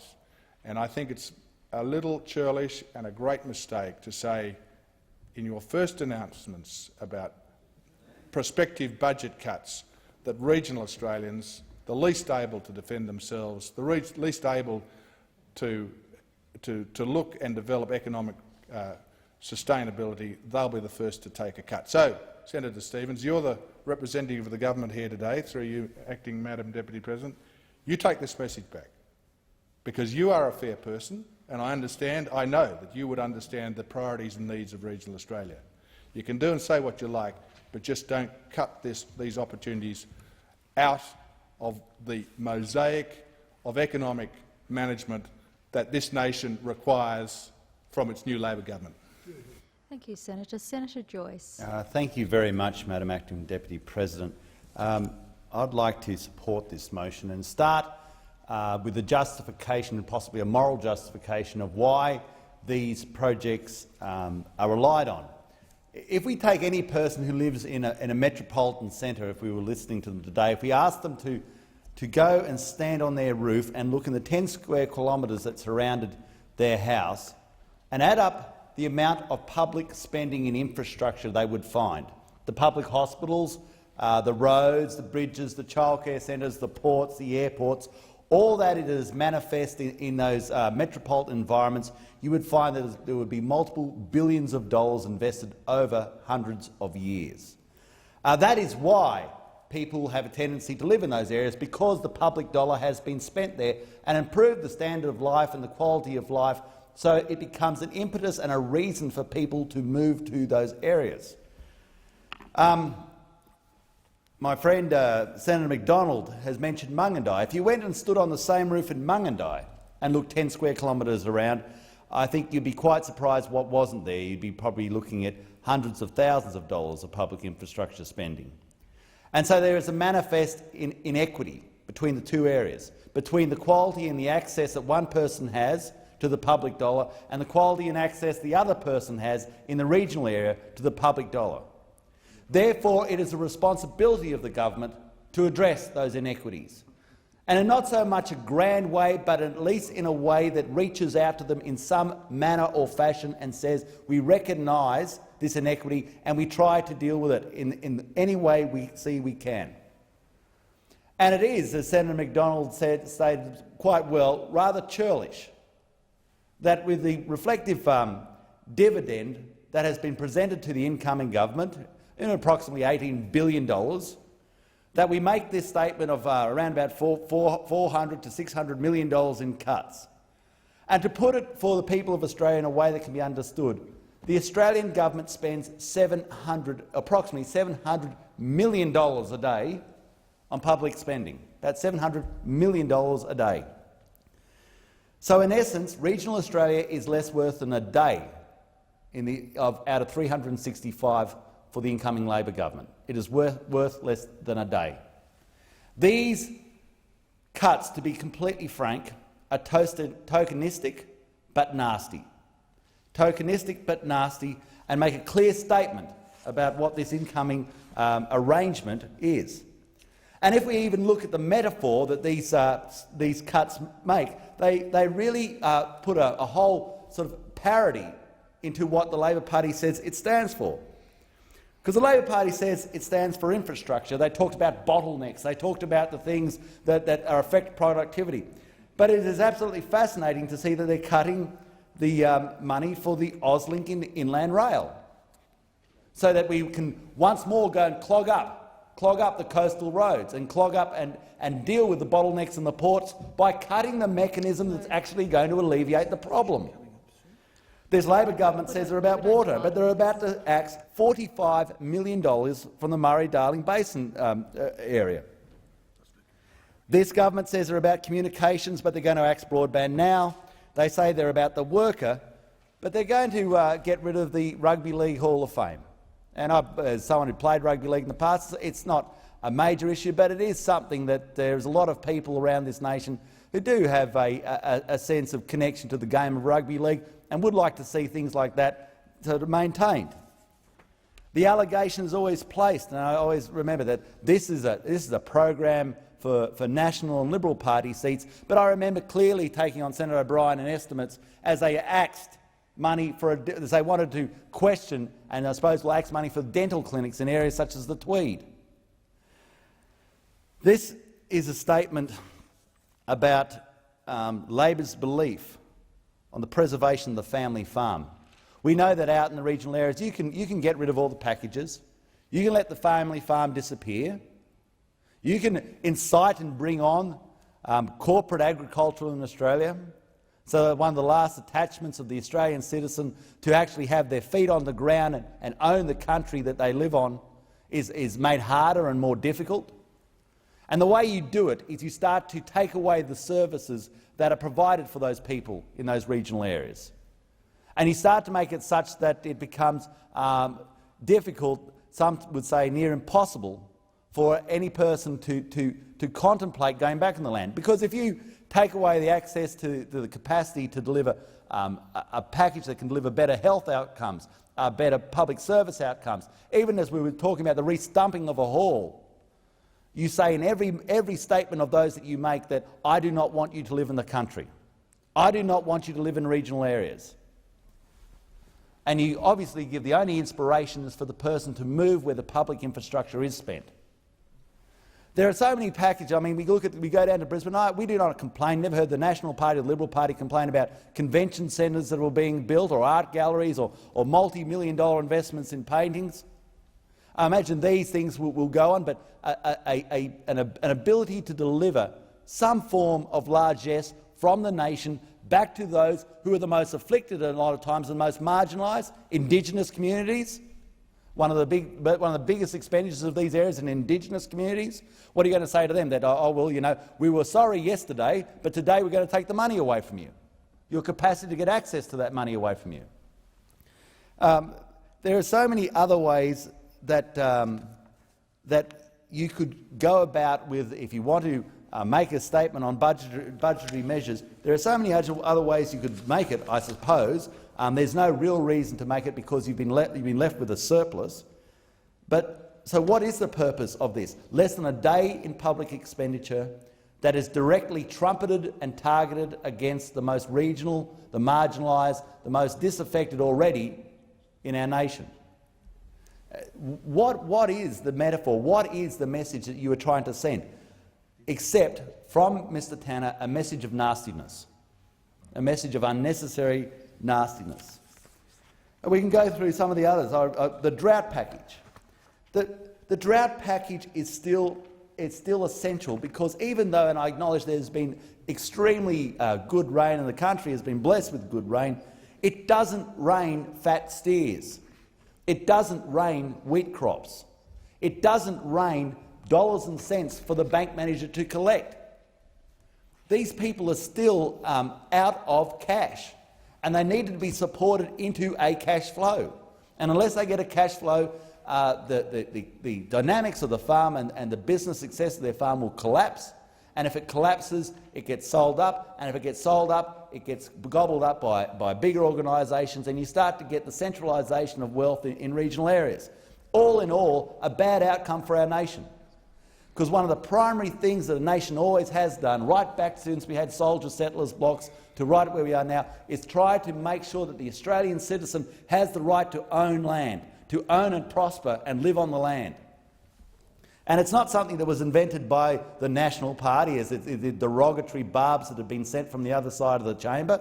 It's not something that was invented by the National Party or the Liberal Party. It's been spoken about by such people such as Jefferson.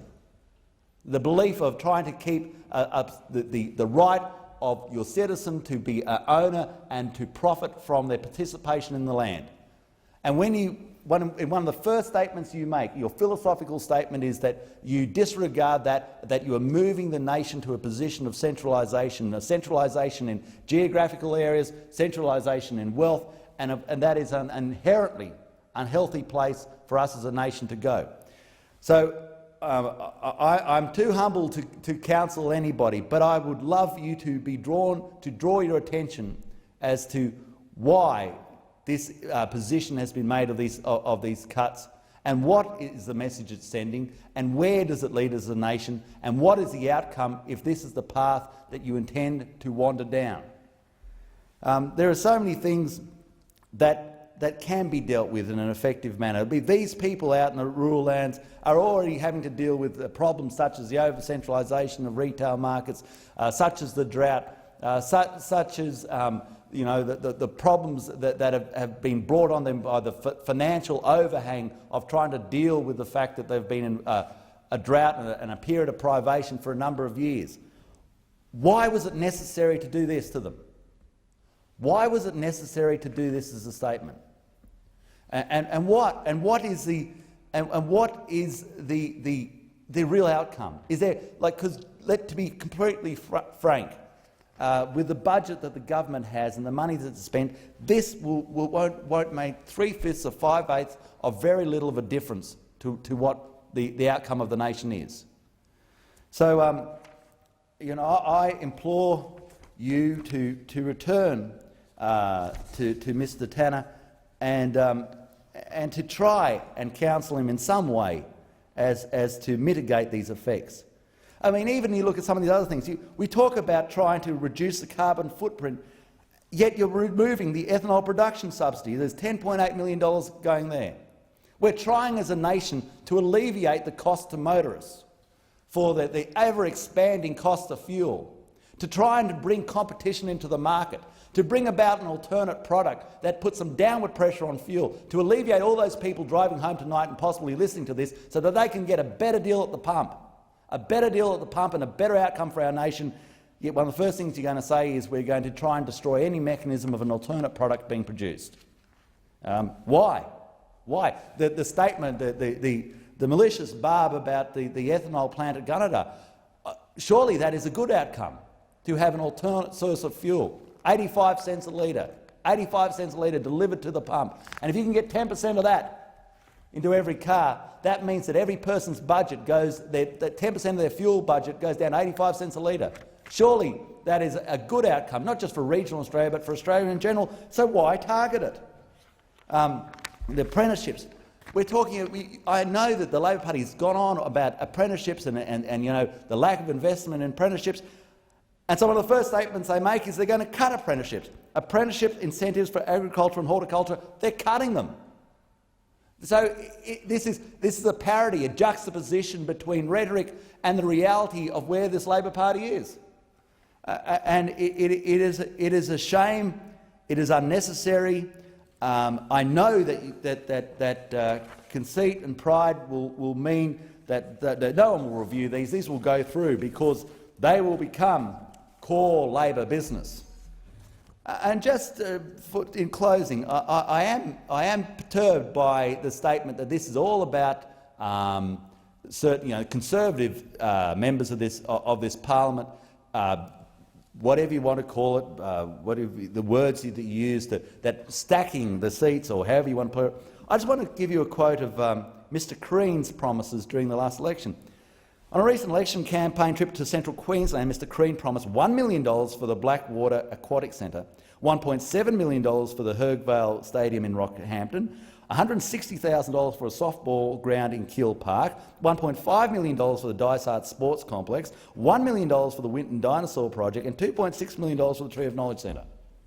That was just a little trip out in the country for Mr. Crean. Now, the reason is he was targeting seats such as Flynn and Leichhardt and Capricornia. And, so let's not be too removed from saying that everybody doesn't have, at times, a motive in trying to look after their people. But Mr. Crean could continue to do that. I'll be quite happy for him to do that. But we've already got the program in place for him to utilise. So why destroy it unless you want to destroy the aspirations and the dynamics of this nation, and he wanted to destroy and take away that final little candle of some sense of benevolence that's delivered from this capital by this nation to those who are the most disaffected and marginalised. Thank you, Senator. Senator Adams. Thank you, Madam Acting Deputy President. I rise this evening to concur with my colleagues who've certainly raised a number of issues. And firstly, I'd like to start with an article that appeared in The Australian on February the 8th, and it's headed up "Croc Festival Cancelled After Cuts." Now, this is something that in Western Australia, my home state, I was at the Croc Fest in Meekatharra last year, and 600 young Indigenous children were there for the week. They had an absolute ball. So after yesterday, I really do wonder just where this government's going, and why would you take $3.3 million, which is required to hold 7 three-day events planned for 2008, and our people cannot get their funding. I just think that this is just an act of hypocrisy, and I'm very, very disappointed, as I'm sure those young Indigenous children who travel sometimes 1,200 kilometres to actually be able to join in with their friends for a week. By the time they travel from home and back, it is a week. They have really have a most enjoyable time, and they're being denied. So I really just would like our Senator Stevens perhaps to find out why this has happened, because it's certainly not good. And also in Western Australia, of course, I've taken note of what my colleagues have said, is the fact that we are all being punished because Labor voters are not prolific in the regional and rural areas. Well, I have news for you. There are a lot of Labor people that live in regional and rural areas, and so if this is some way of actually getting stuck into us, well, you're also hurting your own people. So I just feel that the whole thing in Western Australia, we've gone through the one vote, one value problem. We have 6 seats going out of the regional and rural areas into the metropolitan area. So we're going to be even more worse off. But just moving down the list, another thing, apprentices have been mentioned.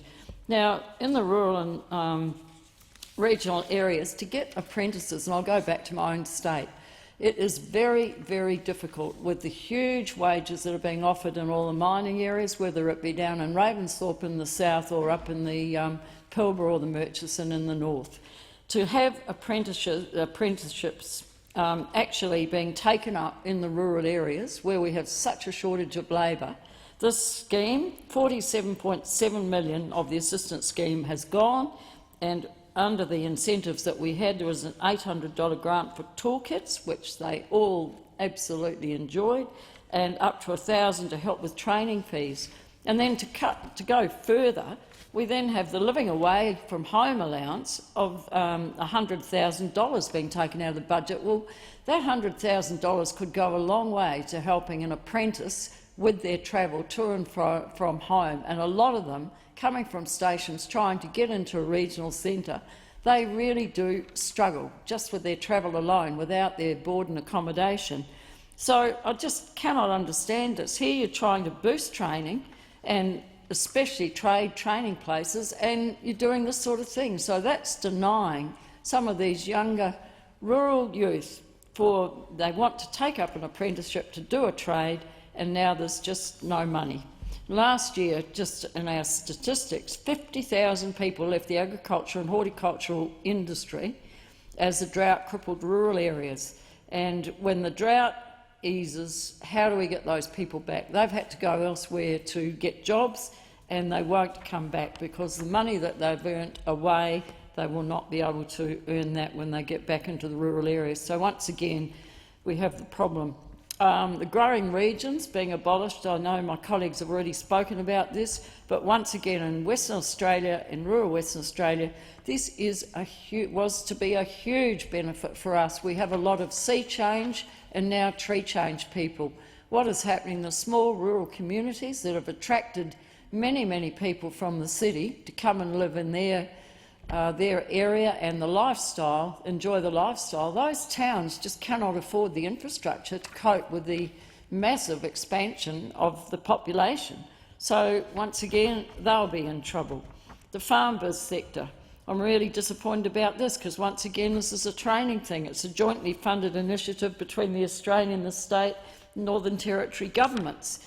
This is about helping people on the rural people become more proficient in their business, and this is what it's about. Agriculture is a business. It's not just a farm and a lifestyle any longer. To remain there and to be sustainable, it is a business, and these people should be helped, not hindered. The other thing, green vouchers for schools. Huge problems there. We've been accused, as a government, we were accused of not doing anything for the climate change. Well, last year, on the 17th of July, $336 million was put out for Australian primary and secondary schools, including rural and remote schools, where they could get $50,000 grants to help install their rainwater and their solar hot water systems. And now we've got a Victorian, just a quote from him, Victorian environmental activist, Mr Eric Knoll, who was the person that persuaded the Howard government to start up the initiative, is saying, why discontinue green vouchers? It's likely to cost millions of dollars simply to rebadge the program and call it something else. Why not keep the existing program and improve it as promised? We already have 3,000 schools who've received grants, but there's another 6,000 who've been left in limbo. And during the election, Labor announced it would replace the Green Voucher scheme with a national solar schools plan costing $489,000 over 8 years. Under the plan, schools would be able to apply for grants of up to $20,000 and up to $30,000 for their rainwater tanks. Well, this just won't help. And unfortunately, having a program that was there, all these other schools, to get them to be able to apply again is going to be impossible.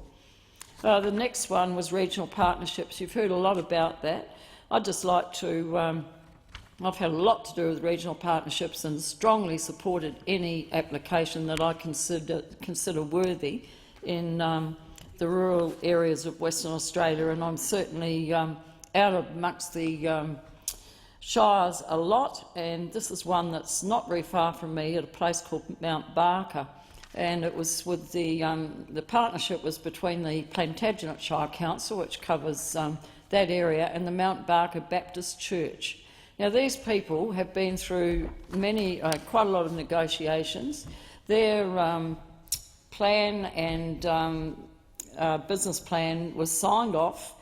What they're doing is they've been able to lease a premises in Mount Barker, and that's to provide a community centre which will include an alternative school for disadvantaged and disenfranchised youth, a full-time youth worker and drop-in centre, a telecentre which would be the management hub for the Mount Barker Baptist Community Centre and would provide support for the alternative school food bank, after-school care, the youth worker and any one-off programs required, a food bank facility to provide food for any young person or townspeople in need, and they're seeking funding for a chef through a national community crime prevention program. The canteen would service all functions held in the auditorium as well as the sporting activities on the adjacent oval and provide meals and refreshments for special functions held within the community centre. They'd also have after-school care and holiday vacation programs. I thought this was a great project and I've given it my full support, but now, unfortunately, as I said, the previous Minister for Transport and Regional Services, the Honourable Mark Bale, approved the project, and shortly after that the 2007 election was called and no further action on these applications has taken place. We have asked and asked, but we still cannot get any reply as to whether their funding is going to go on. They have to sign a 55-year lease, and they'll be paying rent on premises which they can't use if they don't get their funding. It's at the heart of the regional partnership funding and the reason why it's been such a success. And this happens in a number of small communities. We really rely on regional partnership funding. We don't go and abuse the system. And any of these partnership programs that I have supported, they are very, very good and very well supported. So just in closing, I would really like to say to the Minister, please reconsider what you're doing, because rural and regional Australia need a lot more support. They don't need money taken away. I'm sure if the budget cuts have to come, there are other areas rather than regional and rural Australia. Thank you. Thank you, Senator. Senator Stephens. Thank you, Madam Acting Deputy President. I rise to speak in this debate and to reiterate the Labor government's complete commitment to supporting rural and regional communities in Australia and recognising the particular challenges that confront our communities and our citizens living there. And I don't want to denigrate the contributions of the National Party members here in the Senate this afternoon who are passionately defending their constituency, and I certainly acknowledge their loyalty and their deep understanding of the complexity that surrounds living in the country in Australia. It's not easy trying to sustain a rural community that's struggling after 7 years of drought. It's not easy trying to sustain family farms where there's been no income for 7 years, and the indebtedness to the banks and financial institutions takes people down the path where they actually have no capacity to even escape the circumstances. It's not easy to do that, but the circumstances that confront rural and regional communities in Australia today are complex. They're part of the global economic cycle. They're certainly part of a response to climate change, and they are, in fact, they reflect many challenges that have been around for a long time. So the idea that today we've had this debate about Minister Tanner's announced funding cuts, really it's only been part of selective reporting and selective commentary on some of the projects and the programs that he's identified in that first statement to the National Press Club. The Labor government is certainly committed to community-based solutions, and the kind of solution that we just heard from Western Australia in the Regional Partnerships Program I totally identify with. But I do have to say that one of the failings of those kind of programs is when communities are being forced to cobble together bits of funding from here, there and everywhere to try and develop a sustainable service in those communities. And that's probably not the best way to do it. So I have to say that the Labor government is entitled, really entitled, to review the programs that have been in place through the previous government's 10 years plus. It is certainly entitled to allow program evaluation cycles to take their natural time and for programs to be reviewed in the evaluation cycles. That's all good public policy. And we did hear this afternoon about some of the rorting of the particularly the Regional Partnerships Program, and the pretty damning comments of the Auditor-General around the way in which that program has been abused in the past. And we do want to be a government that is about improved transparency of decision-making, and it is about improving the way in which we share the funding that is available for these kind of community-based programs. So the Labor government has actually taken us to a new focus. I've spoken in this chamber already about my role as the Parliamentary Secretary for Social Inclusion and how important that is in driving a whole-of-government approach to dealing with the problems that are confronting our communities. And our rural and regional communities are just such communities. Every community has its own set of particular and peculiar challenges, and we certainly believe that we want to move away from a kind of one-size-fits-all approach and start working with local communities to develop solutions to the challenges that they're facing.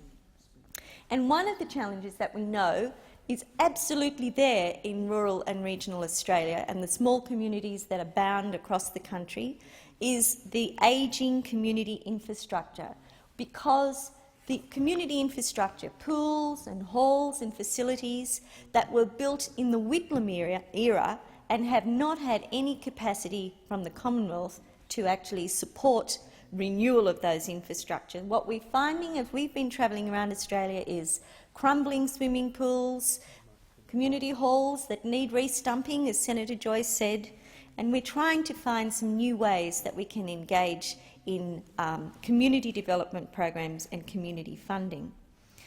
We certainly have some very interesting information with which to work, which is Professor Tony Vinson's Falling Off the Edge report, which really highlights the failure of public policy to deal with entrenched disadvantage in our country. And when you look at the amazing amount of data mapping and analysis that Professor Vinson's undertaken, you will see that many of the critical communities that he's identified, where people are living in abject poverty and with extreme and complex disadvantage, they are in rural and regional communities. They're in communities like Kempsey, they're in communities like Wilcannia and Burke, and they're communities where we are determined to take a new approach and make a significant difference. So I take on board the comments and the recommendations and the advice of the National Party senators that have spoken in the debate today. But I think that it is the Rudd government's prerogative to challenge the way in which we are funding communities and to come up with some new solutions to deliver for the communities of rural and regional Australia. And I intend to be part of that process. So let's not be too disingenuous about the cuts that have been announced. We are committed to regional Australia and will continue to be. The debate has expired. The Senate will proceed to the consideration of government documents which are listed on page 13 of the notice paper. Can I suggest that we perhaps take these page by page, because there's about 6 pages of documents. Does that suit senators?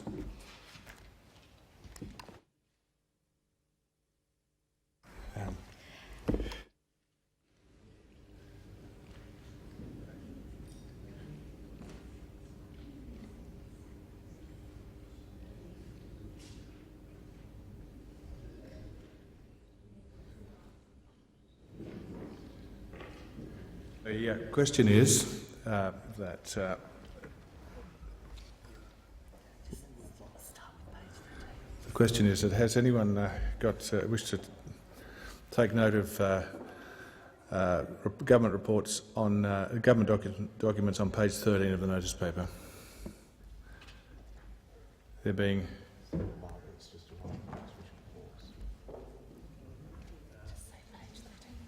page 13, Senator Bartlett, are you wishing to take note of government documents on page 13? The whole of page 13. I would just want to ensure document number 3 stays on. That's all. The question, the question is that the debate be adjourned on document 3. There being no objection. The question is that the debate be adjourned. Those in favour, please say aye. Those against, no. I think the ayes have it. We move now to government documents on page 14. Senator Bartlett. I would wish to speak to document 17, which is the Wet Tropics Management Authority report for last financial year, including the State of the Wet Tropics report. I do so to draw the attention of the Senate and the community, and particularly the new government, to the serious and significant challenges faced by the Wet Tropics Management Authority. As I trust all senators are aware, the Wet Tropics World Heritage Area is in the far north of Queensland. It goes from north of the Daintree and Cape Tribulation, probably the part of it that's best well known, but it's actually quite a large area. It goes down almost as far south as Townsville, past places like Mission Beach. The Wet Tropics Management Authority is an authority that has an interesting set of governance arrangements linking into both the Commonwealth and the state government. The key issue that I want to emphasise out of this report is the need, in my view, for more significant funding and more stable funding for the authority. It has, without trying to sound too pejorative, in my view, pretty much limped along for a number of years with inadequate and unpredictable levels of funding. Significant components of its ongoing funding actually haven't been ongoing in one sense. They've been reappearing on an annual basis via annual grants through sources such as the Natural Heritage Trust, and it's simply inadequate for such an important body that oversees such an absolutely crucial area, not just environmentally but culturally, as the Wet Tropics World Heritage Area, on unknown funding, not knowing what they're going to be getting from one year to another. They've had serious problems with unfilled staff vacancies and an inability to plan long-term in regard to those vacancies because of uncertainty over the totality of their funding, as well as some issues in regarding to board level.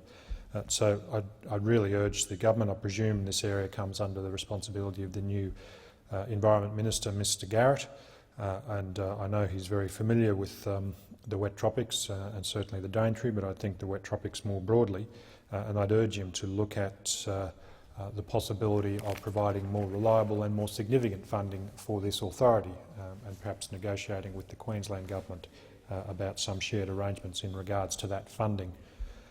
I would also make the point that whilst most of the focus about the Wet Tropics World Heritage Area is on its extraordinary environmental values, it has one of the most biodiverse areas on the planet, certainly one of the most, I think the most biodiverse areas in all of Australia. A huge number of endemic species that are nowhere else, both plant and animal species that are nowhere else on the globe other than in this region. Some of its genesis of those species go right back to the earliest stages. There are some very primitive, almost literally prehistoric species that are there and nowhere else.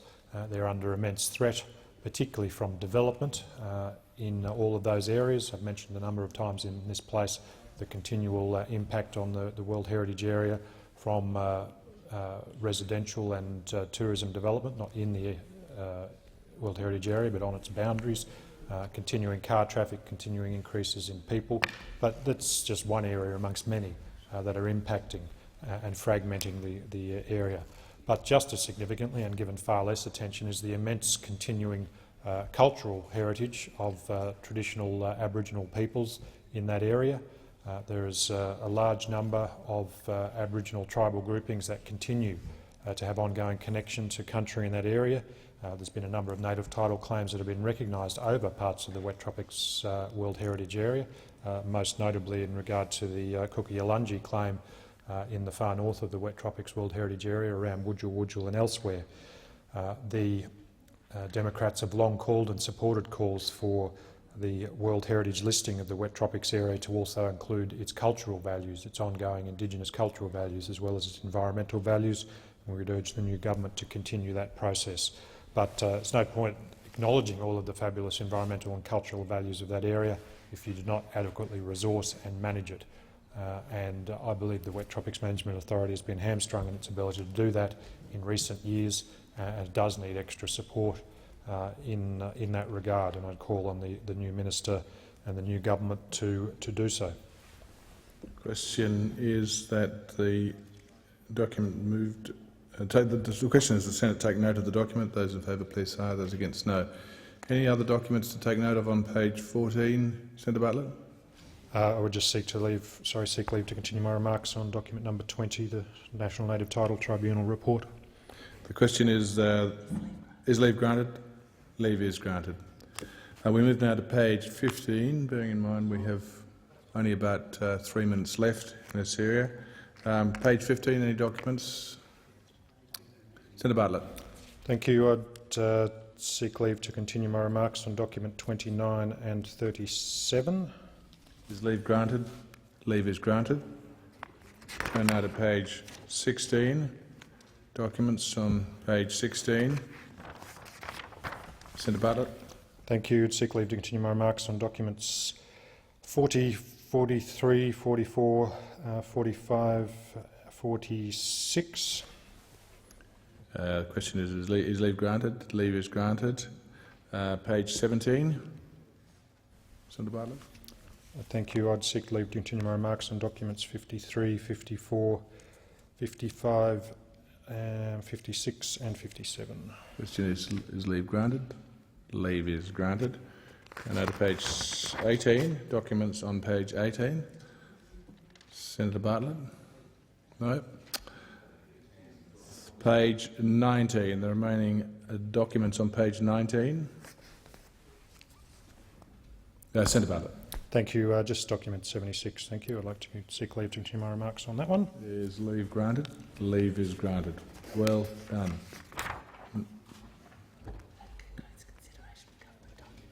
That concludes consideration of government documents, and we now move to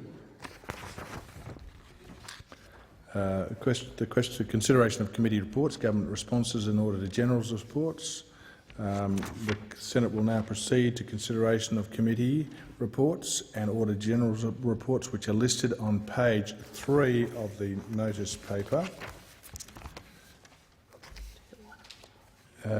I think I'll call the documents in order, and I remind senators that they may speak for 10 minutes on each report or response, and the debate to be interrupted after 1 hour. So page 3, I call the first report, which is the orders of the day relating to committee reports and government responses.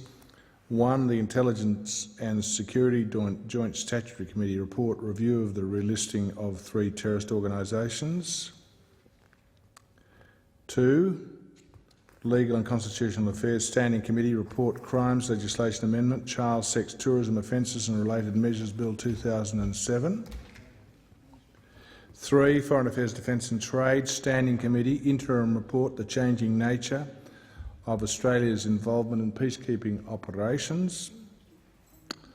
4, Economics Standing Committee interim report, Australian Securities and Investment Commission, Fair Bank and Credit Card Fees Amendment Bill 2008 and National Market Driven Energy Efficiency Target Bill 2007. Move now to the order of the day relating to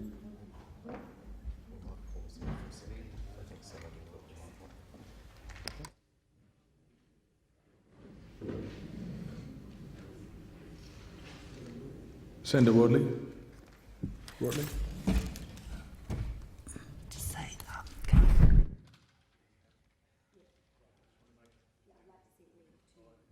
Can keep them on the notice paper. Is leave granted? Leave is granted. Does that require a motion to continue her remarks?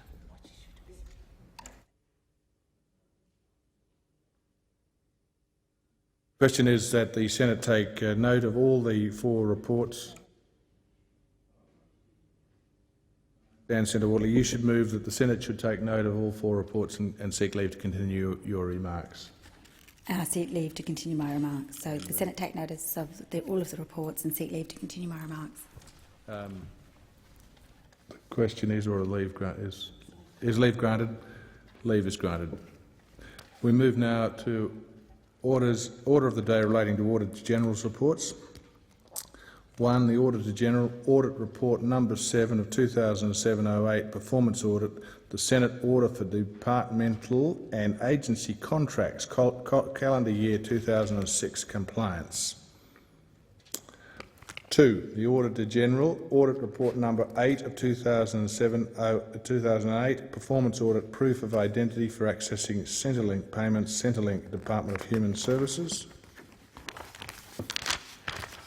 3, Auditor General Audit Report No. 7 of 2007-08 Performance Audit, Australian Apprenticeships, Department of Education, Science and Training.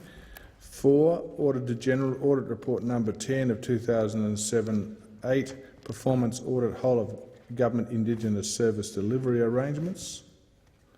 Senator Bartlett. Thank you, Mr Acting Deputy President. I'd move to take note of this document. As you've just indicated, this is the Auditor-General's report into the whole-of-government Indigenous service delivery arrangements.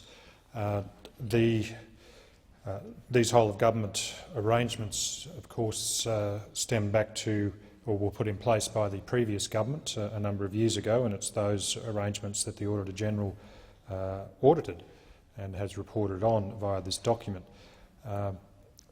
I think in the current context and the current political debate about Indigenous issues in Australia, to some extent one could focus on the negatives in regard to all governments, all political parties, as I myself have done a lot of times, or one could seek to use, I guess, the current political context and the current public debate around things to seek to point to the positive and the opportunities that present to us.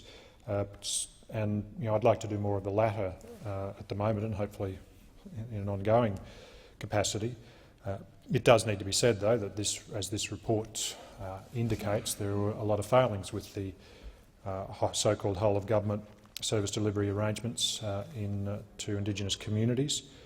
These were introduced with large fanfare by indeed the minister, a couple of ministers back now, Minister Vanstone I think it was at the time, and a lot of very strong statements about people putting their reputations on the line about all these things making things work better.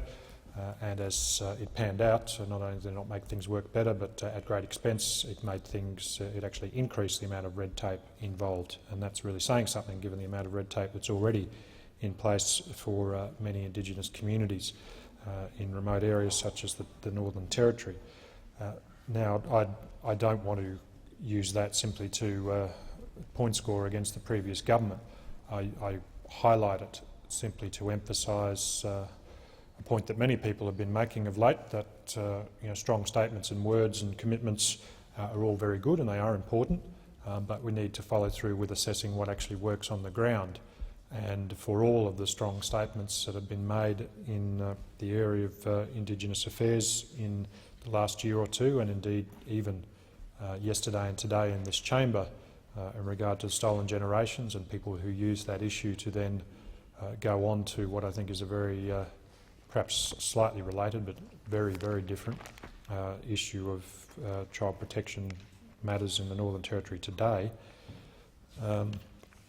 It's one thing to talk about all of the rhetoric surrounding that. Let's look at the reality on the ground of what's working and what's not. And that is something we all need to do.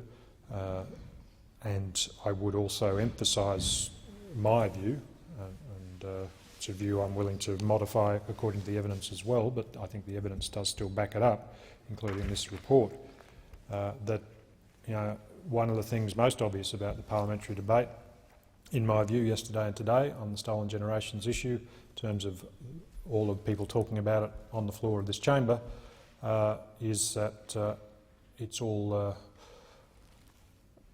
a bunch of non-Indigenous people, most of whom have very little day-to-day contact with Indigenous people, Indigenous communities, blathering on about what we think the solutions are. Now, I'm not saying that our views aren't important. I think they're reasonably important. I like to think mine are. But they're not as informed and as important in many respects in this area as the views of Indigenous people themselves, particularly those at community level.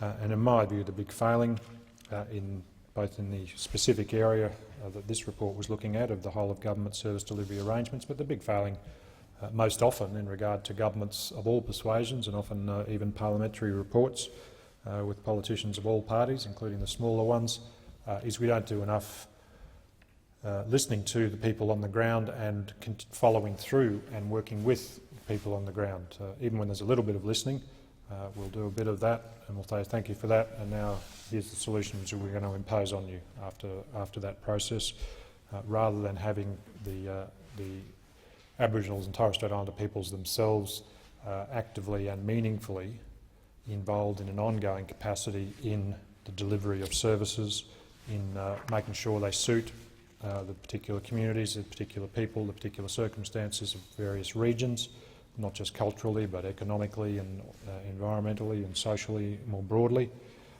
and that there's an ongoing focus and an ongoing capacity for those views to be heard and to be able to make a difference, not just to be heard in a thank you for telling us your views, but in your views will be acted on, or at least taken into account in a meaningful way.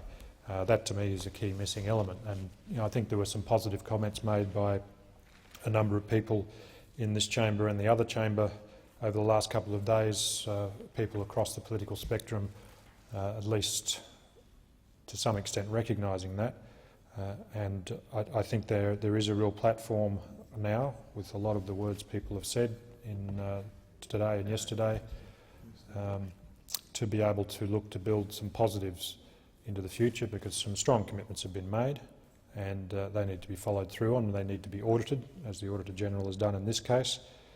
But the key thing is to maintain the focus, because what happened in this case, as happens in so many cases, is the new whole-of-government arrangements were announced, big fanfare, a lot of media coverage, a lot of strong statements, a lot of strong commitments, a lot of determination, and I'm sure very genuine, and then focus shifts elsewhere until a couple of years later people go, I wonder what all happened to that. You have a look into it, find a report, and it says, well, it actually was a disaster, to not put too fine a point on it. We've got to have that continual focus in an ongoing day after day. It doesn't mean it's got to be in the front pages day after day. Sometimes it's actually helpful to not have things on the front pages. But we do need to maintain our focus on it, and that, I think, is the key call I would like to make to political parties and to the Parliament and to the Senate in particular, is to keep the day-to-day focus on it as much as possible, to keep the point-scoring opportunities out of it, and as much as possible to actually listen more to Indigenous peoples at community level. As we all know, there's as much diversity of views amongst Indigenous peoples as there are in the wider non-Indigenous community about what will work, what doesn't.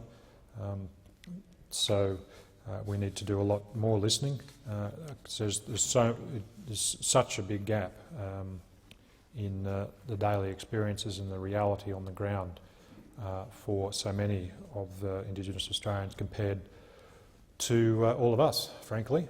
And it's just unrealistic to expect people like us and those that advise us and people in government to be able to determine all of the correct solutions without far more effective connection to and involvement of people on the ground. And I think that is a key failing, and it needs a shift in attitude, and it needs a shift in where the resources are directed. So I think this audit report is a valuable one, not just in the specifics of it pointing to the failings in the whole-of-government Indigenous service delivery arrangements, but more broadly, I think, not just the specific failings of that arrangement, but I think the lessons that can be learnt that have been, about the mistakes that were made in this case are the same mistakes that have been made time and time again, in my view. These aren't new mistakes, these are actually old mistakes being repeated because we don't go about it the right way. And I think in this area, even more than most, the process of how these things are done is in some ways more important than the policy behind it. Because if the process is good enough, the policy will adjust in recognition of the reality on the ground. As the process identifies the flaws in the policy, adapts to the evidence of what is working and what is not, it will modify itself towards something that will actually work effectively. I think there's actually a lot of commonality about what the goals are that want to be achieved, eliminating the gap in life expectancy, significantly improving access to education, significantly improving employment opportunities, significantly improving housing arrangements, maintaining and improving recognition and respect for and acknowledgement of Indigenous cultures. The goals are actually widely shared. We need a better process in place that will actually take account of what works on the ground so that we actually start moving towards those goals rather than spinning round and round in circles, which seems to be, sadly, what we all be continuing to do. And I'd seek leave to continue my remarks on that. Is leave granted? Leave is granted. Number 5, Auditor General, Audit Report number 11 of 2007-2008, Performance Audit, Management of the FFG Capability Upgrade, Department of Defence, Defence Material Organisation. 6, Auditor General, Audit Report number 12 of 2007, 8. Performance audit administration of high-risk income tax refunds in individuals and micro-enterprises market segments. Australian Taxation Office. Number 7, Auditor General, Audit Report number 13 of 2007. 8, Performance Audit, the Australian Taxation Office's approach to managing self-managed superannuation fund compliance risk. Australian Taxation Office. Number 8, Auditor General, Audit Report number 14 of 2007. 8, Performance Audit of the Regional Partnerships Program, Volume 1. Department of Transport and Regional Services. 9, Auditor General, Audit Report number 15 of 2007. 8, Performance Audit Administration of Australian Business Number Registration Follow-up Audit, Australian Taxation Office. 10, Auditor General, Audit Report number 16 of 2007. 8, Performance Audit Data Integrity in the Child Support Agency, Department of Human Services. 11, Auditor General, Audit Report number 17 of 2007. 8, Performance Audit Management of the IT Refresh Program, Centrelink. Number 12, Auditor General, Audit Report number 18 of 2007. 8, Financial Statement Audit, audits of the financial statements of the Australian Government entities for the period ended 30 June 2007. Number 13, Auditor General, Audit Report number 19 of 2007. 8, Performance Audit Administration of the Automotive Competitiveness and Investment Scheme, Department of Innovation, Industry, Science, Research, Australian Customs Service. Number 14, Auditor General, Audit Report number 20 of 2007. 8, Performance Audit Accuracy of Medicare Claim Processing, Medicare Australia. And finally, last but not least, number 15, Auditor General, Audit Report number 21 of 2007. 8, Performance Audit Regional Delivery Model of the Natural Heritage Trust and the National Action Plan for Salinity and Water Quality, Department of the Environment, Water, Heritage and the Arts, Department of Agriculture, Fisheries and Forestry. That concludes the consideration of committee reports, government responses and Auditor General's reports. Madam Clerk. Do I stand? No. I have received letters from party leaders nominating senators to be members of committee. Thank you. Great pleasure that I move my first motion as a minister. I seek leave to move a motion to vary the membership of committees. Is leave granted? Leave is granted. Thank you. There's a real unity ticket here. I move that senators be discharged from and appointed to committees in accordance with the documents circulated in the chamber. The question is that the motion be agreed to. Those in favour, please say aye. Those against, no. I think the ayes have it.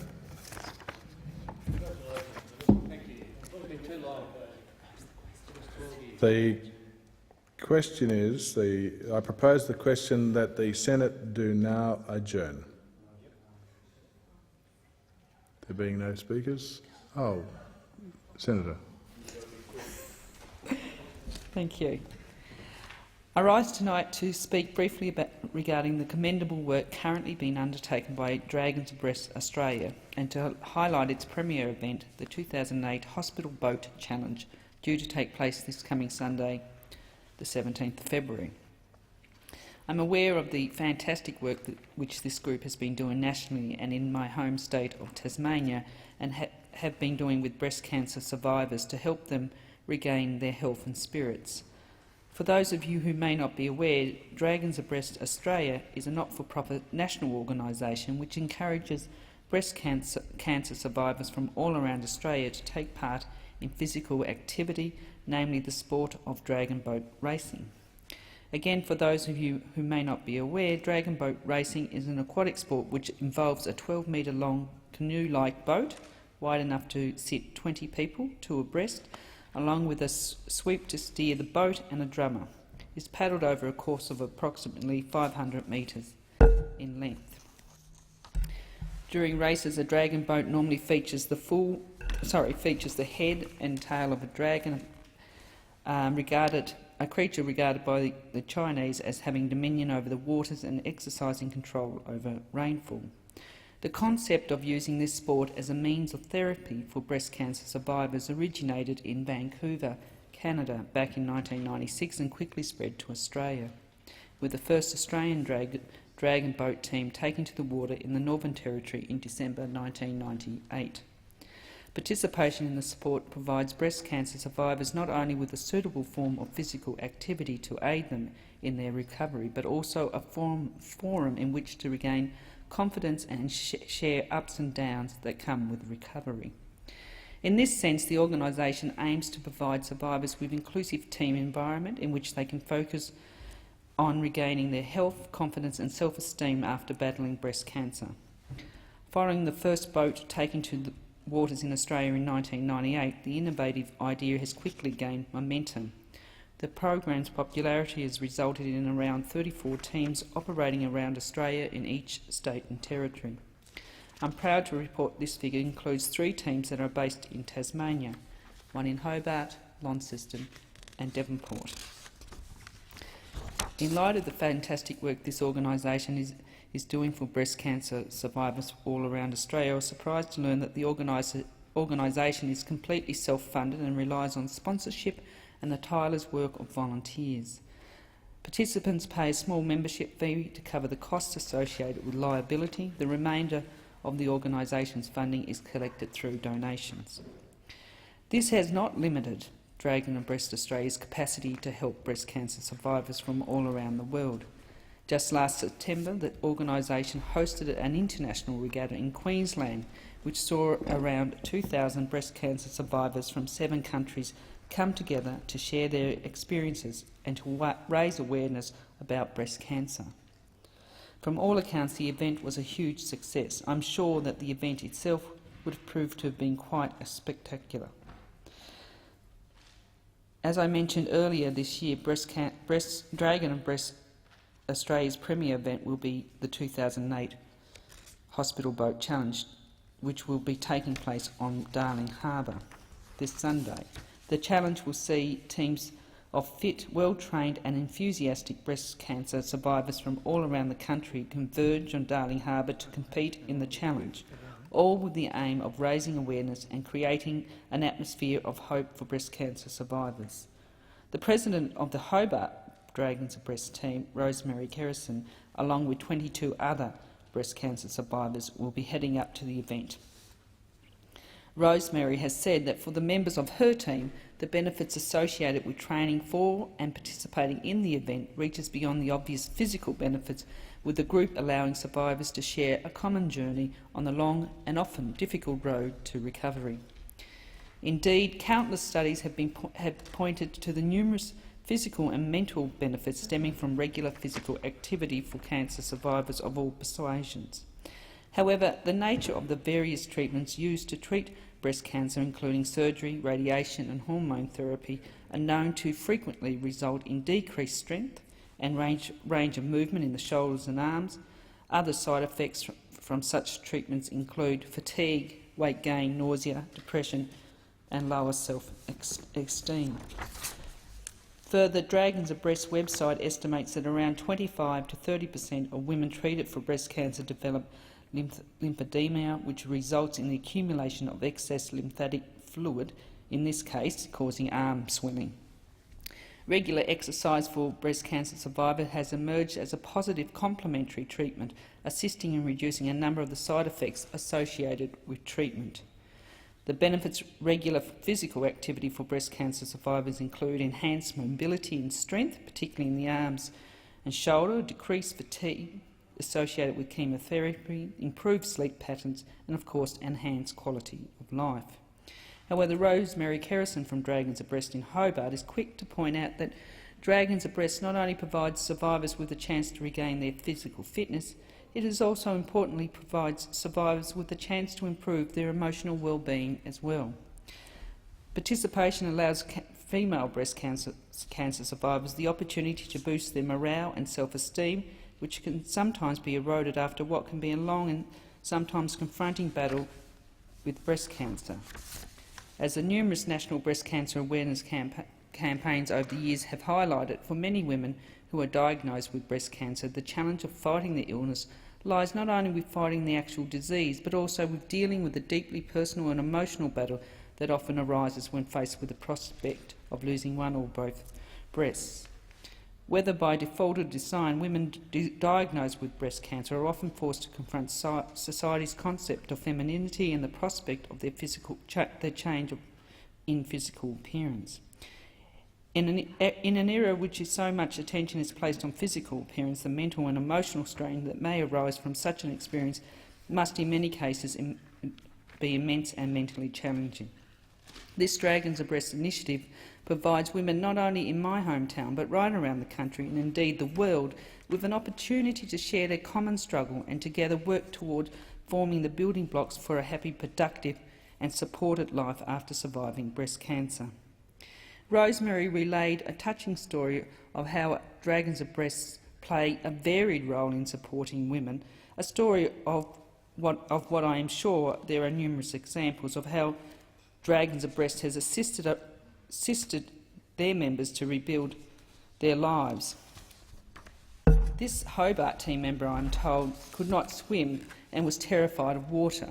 After ongoing support from her other team members, she eventually gained the courage to first sit in the boat and then to participate. Following on from this, I'm told she is now taking up swimming lessons on a regular basis. As I've said, this is probably only one of a number of stories that could be told worldwide of how Dragons of Breast has assisted breast cancer survivors on their journey towards recovery. Roughly 1 in 11 women in Australia is diagnosed with breast cancer before they reach the age of 75, and despite a significant increase in awareness and intense campaign promoting early detection through breast screening, it remains the most common form of invasive cancer and the leading cause of cancer death in women. Despite this, there is still hope, and organisations like Dragons of Breast are providing that to sufferers and survivors alike. For this reason, I commend the work that Dragons of Breast Australia is doing to raise awareness about this disease and, most importantly, to provide much-needed support for breast cancer survivors around the country. I personally think it is a fantastic thing to encourage women who have been through the often difficult and confronting experience of battling breast cancer to participate in physical activity which will help them reconnect with the positive aspects of their physical and mental well-being. It is also great to see an organisation that is able to provide women with a company team environment in which to regain their confidence and in many cases work through the grief associated with the changes that have occurred in their physical appearance as a result of the illness.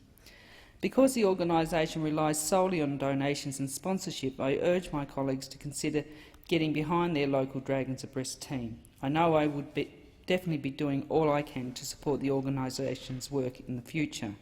Although I am unfortunately not able to attend the event on Sunday, I certainly wish all participants the very best of luck and hope that it proves an enjoyable and enriching experience for all.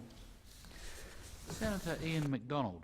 Thank you, Mr. President. Mr. President, I want to use the first opportunity I have in the new parliament to do something that my colleagues will find very strange coming from me, who is generally a big hater. But I want to congratulate the new government on one thing, and that is the decision by the new government to continue on the Northern Land and Water Task Force that was set up by the previous government, and of which our colleague Senator Bill Heffernan was the chairman. Now, unfortunately, although expectedly, the new minister has removed what she called the political appointees to that task force from the task force, but she has agreed or has determined to continue that task force going. And I think that can only be good for Australia as a whole, and particularly for Northern Australia. In speaking tonight, I did want to particularly pay tribute to all of the members of the Northern Land and Water Task Force, but particularly to those members who will no longer be serving on it. And they are Senator Heffernan, Mr Warren Inch, formerly the member for Leichhardt, Mr Barry Hass, the Liberal MP for Kalgoorlie, the biggest seat in the Commonwealth, Senator Ron Boswell, also from this chamber, and 4 parliamentarians who did make a very significant contribution to that Northern Land and Water Task Force.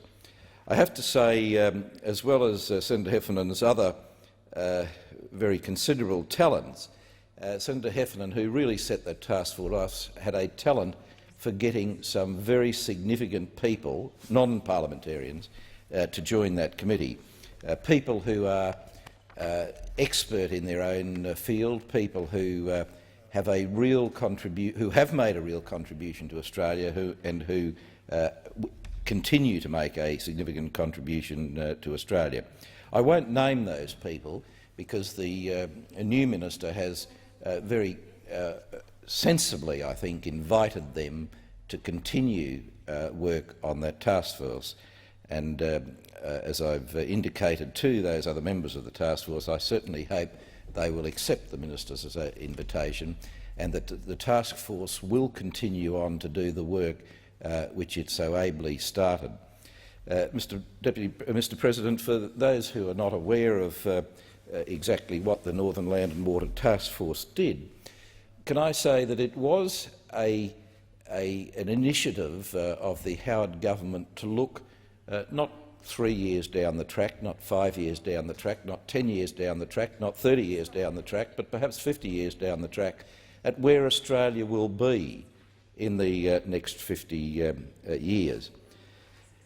And the science on climate change seems to suggest to us that as the decades roll forward, Australia in the south of our continent will become drier and Australia in the north of our continent will become wetter. And there were opportunities for pioneers to actually open up the north and to provide for Australia a food bowl for our country and for Asia in the way that the Murray-Darling Basin was opened up and pioneered perhaps 100, 150, even 200 years ago. And this Northern Land and Water Task Force was looking at those distant goals to try and look after Australia. And the task force, under the chairmanship, as I say, of Senator Heffernan, did do quite a lot of work in the 12 months that or so that it was operating. And we did meet in all parts across the north. We looked at a lot of things. We heard a lot of evidence from people who have very firm views on what Australia should do in the future. I have to say that whilst at times we thought the work we were doing was quite revolutionary and far-sighted, we did see in Darwin a library of I think it was the CSIRO library, which had reports from, as I recall, the early 1900s looking at the same sorts of things. But the problem or the issue has become more urgent because if we do run out of water in the south, we will as a nation need to feed ourselves and feed our neighbours who are less fortunate than us. And the idea was to look very seriously at sustainable use of land across the north of Australia that could be productive with the water that is available in the north. It does seem that the south of the continent will become much drier, which will mean some of those very good agricultural lands in the south of Australia will not be as productive as they have been in the past. And there is already a movement of young people, of young pioneers, I might call them, to look at the north. And we inspected quite a number of new farms that had been opened up by entrepreneurial young people, a young man and his wife, a young couple, who've moved into what some would say was fairly virgin country, have set up farms, and the ones we saw, thankfully, are doing very well. And as I said to them, I hope they make squillions of dollars out of it. But that sort of action is already happening. And the task force looked at land in the northwest of Western Australia, across the Kimberleys into the Daly River area, a particularly fertile area which holds great promise, with a bit of government initiative and a bit of government common sense, which seems to be a little lacking just at the moment. I'm talking about the state government. We also looked at issues in the north of Queensland, where there is land, there is opportunities for water containment that could be used for irrigation. Underlying everything the task force did was to make sure that any future plans were actually sustainable. It wasn't a matter of going out and building dams willy-nilly, but it involved looking at various parts of land, looking at the quality of the soil, what it could grow, how sustainably farming operations could be held there, and how the north could, with its what appears to be a more adequate supply of water in the decades ahead, be used to feed Australia and perhaps even more importantly feed the rest of the world. We're conscious that with the way China is expanding and the way it's expanding in a way that's perhaps not so sustainable, that there is a huge population in that part of the world that won't be able to feed itself in the not-too-distant future, and Australia will become even more so the food bowl not just of our continent but of South East Australia. And I'm particularly pleased, Mr President, that the previous government did appoint this long-term, or appoint this committee that was taking a long-term approach and view of where our nation would be heading in the decades ahead. Mr President, those involved, as I say, did a very good job, and I'm pleased that the new government is going to continue it on. I understand the new government is going to somehow involve it not so much in the Department of Environment and Heritage, where it was placed previously, but in the new Office of Northern Development. I certainly hope that it doesn't become another bureaucratic group occasioned or staffed by public servants. Certainly the task force that has operated to date has been very well served by a very good secretariat from the Department of Environment, a very capable secretariat, but I just urge the Labor government not to diminish the work of that task force by just making it another bureaucratic organisation.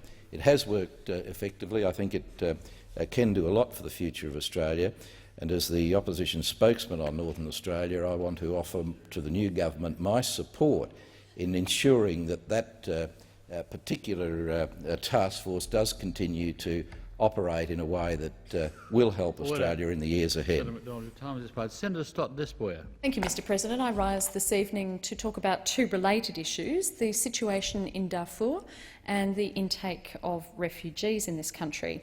I want to start by drawing the Senate's attention to the stand that was taken today, and I'm sure some of you heard about it on the news, by the iconic filmmaker Steven Spielberg.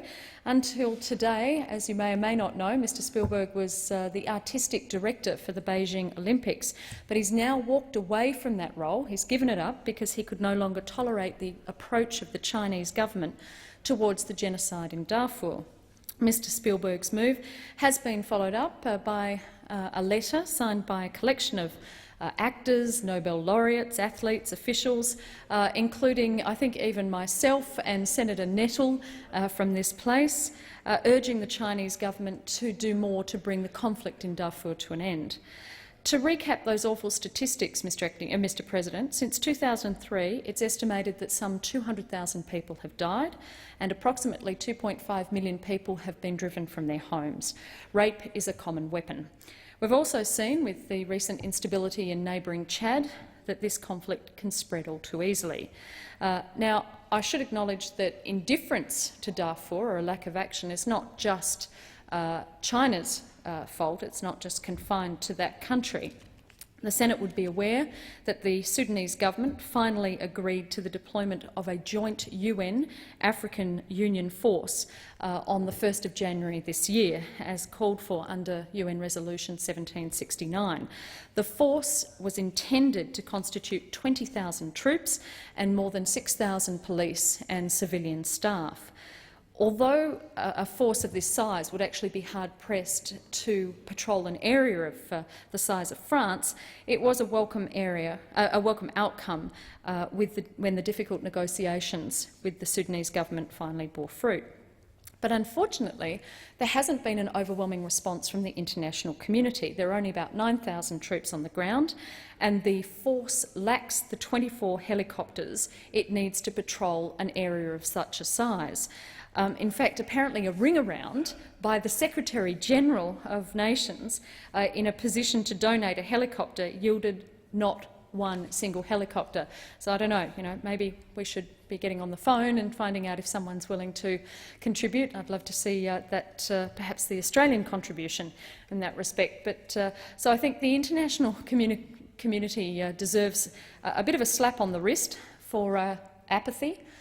So much for not allowing another Rwanda to happen. Well, it's happening, and we all have a responsibility to respond in some way. But I do reserve a special criticism for China, and that's because of its close relationship with the Sudanese government. China is a major partner of Sudan. It buys approximately 2/3 of Sudan's oil exports. It's a major donor of aid and of capital works. It's recently increased its trade with Sudan, providing the Sudanese government with resources to basically make it easier to continue its campaign against the Darfuri people. China, for a long time, has been the primary source of military supplies to Sudan. This includes Shenyang fighter jets that have just been deployed to Darfur.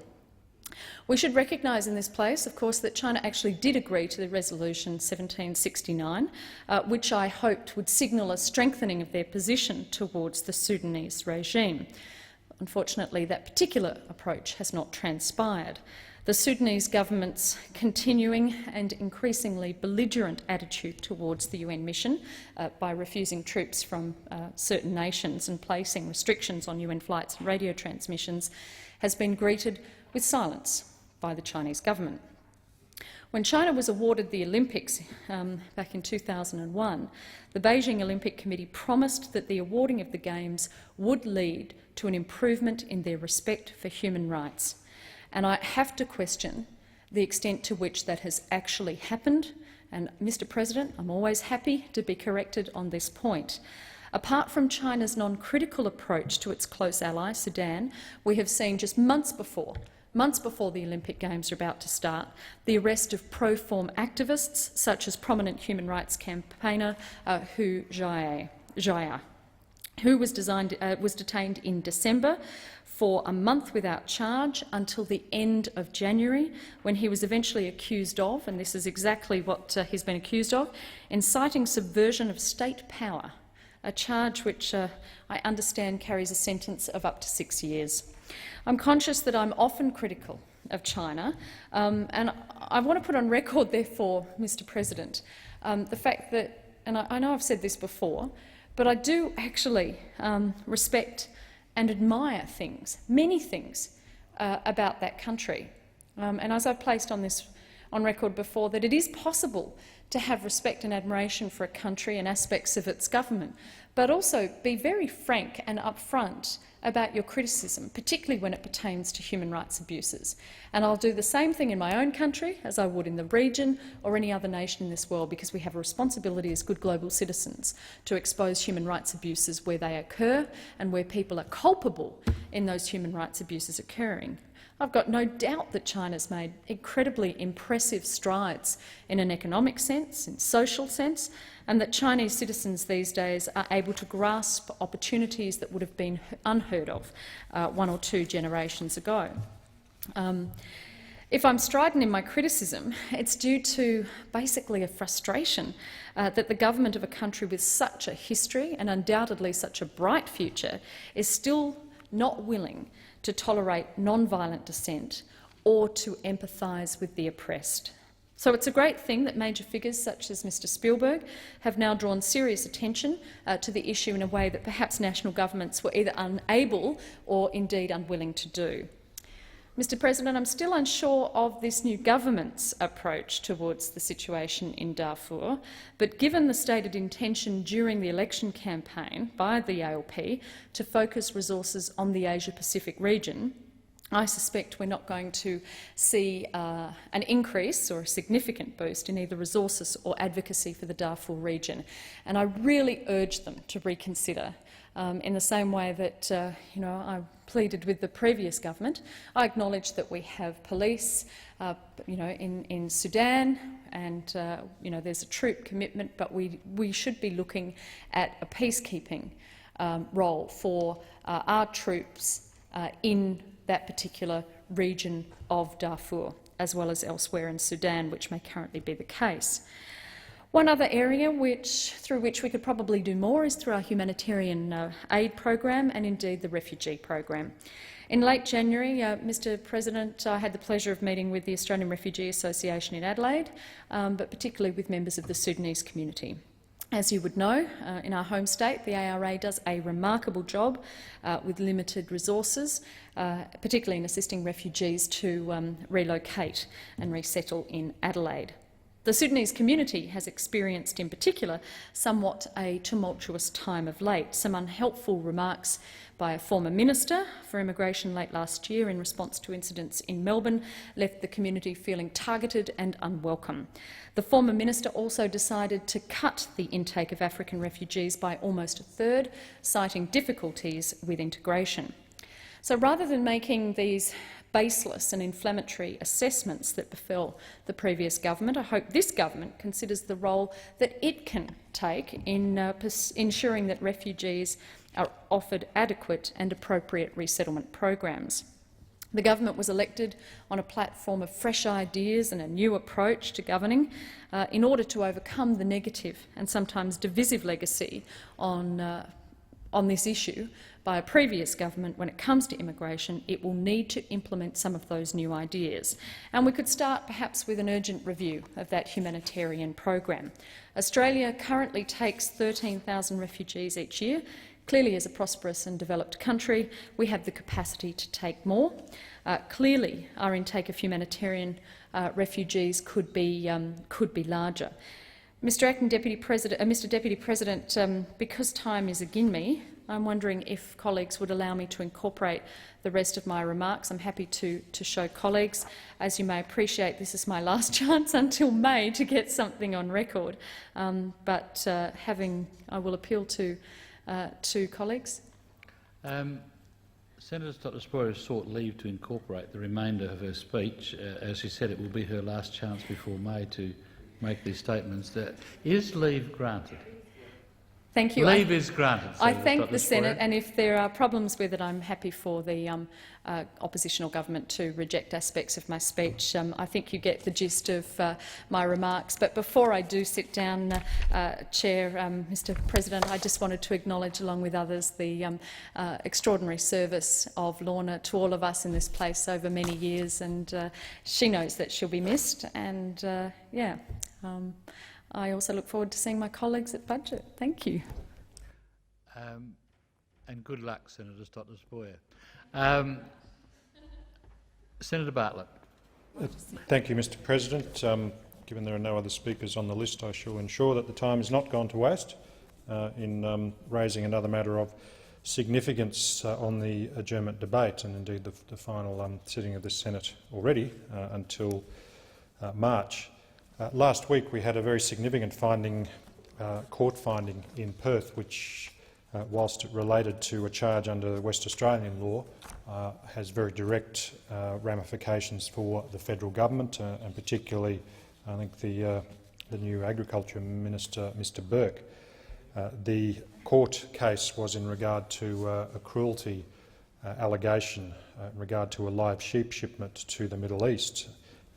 The finding of the magistrate found that there was clearly a proven breach beyond reasonable doubt of the West Australian Animal Cruelty Act. However, the charge was dismissed because, in the words of the magistrate, while the element of the offence of cruelty to sheep was proven, the Animal Welfare Act is inoperative to the extent of its inconsistency with Commonwealth law. In other words, the fact that the exporter had an export permit issued by the Commonwealth Government overrode the fact that their export practice breached the Animal Cruelty Act or the Animal Welfare Act of West Australia. Now, I think this clearly indicates inadequacies in the export provisions under federal law and the way that they're implemented. Clearly, and by way of a finding beyond reasonable doubt in an Australian court, the export licences are being issued which directly enable unnecessary cruelty to significant numbers of livestock. Now, I know it's fairly traditional in Australia to be dismissive about cruelty towards livestock, and let it not be forgotten that there are literally millions of livestock exported from Australia each year who undergo very unpleasant, to put it politely, journeys of 2 to 3 weeks and sometimes longer in very clearly uncomfortable conditions, there to meet, I might say, an extremely unpleasant fate in regards to the manner of their offloading and the manner of their slaughter in many of these countries. Indeed, I'd have to say that in a clear example of just how contemptuous the industry is towards these issues of animal cruelty, in response to the finding of the court and the decision of the court. Now, this is a court that found that the Animal Welfare Act was breached in regards to causing unnecessary harm to tens of thousands of sheep.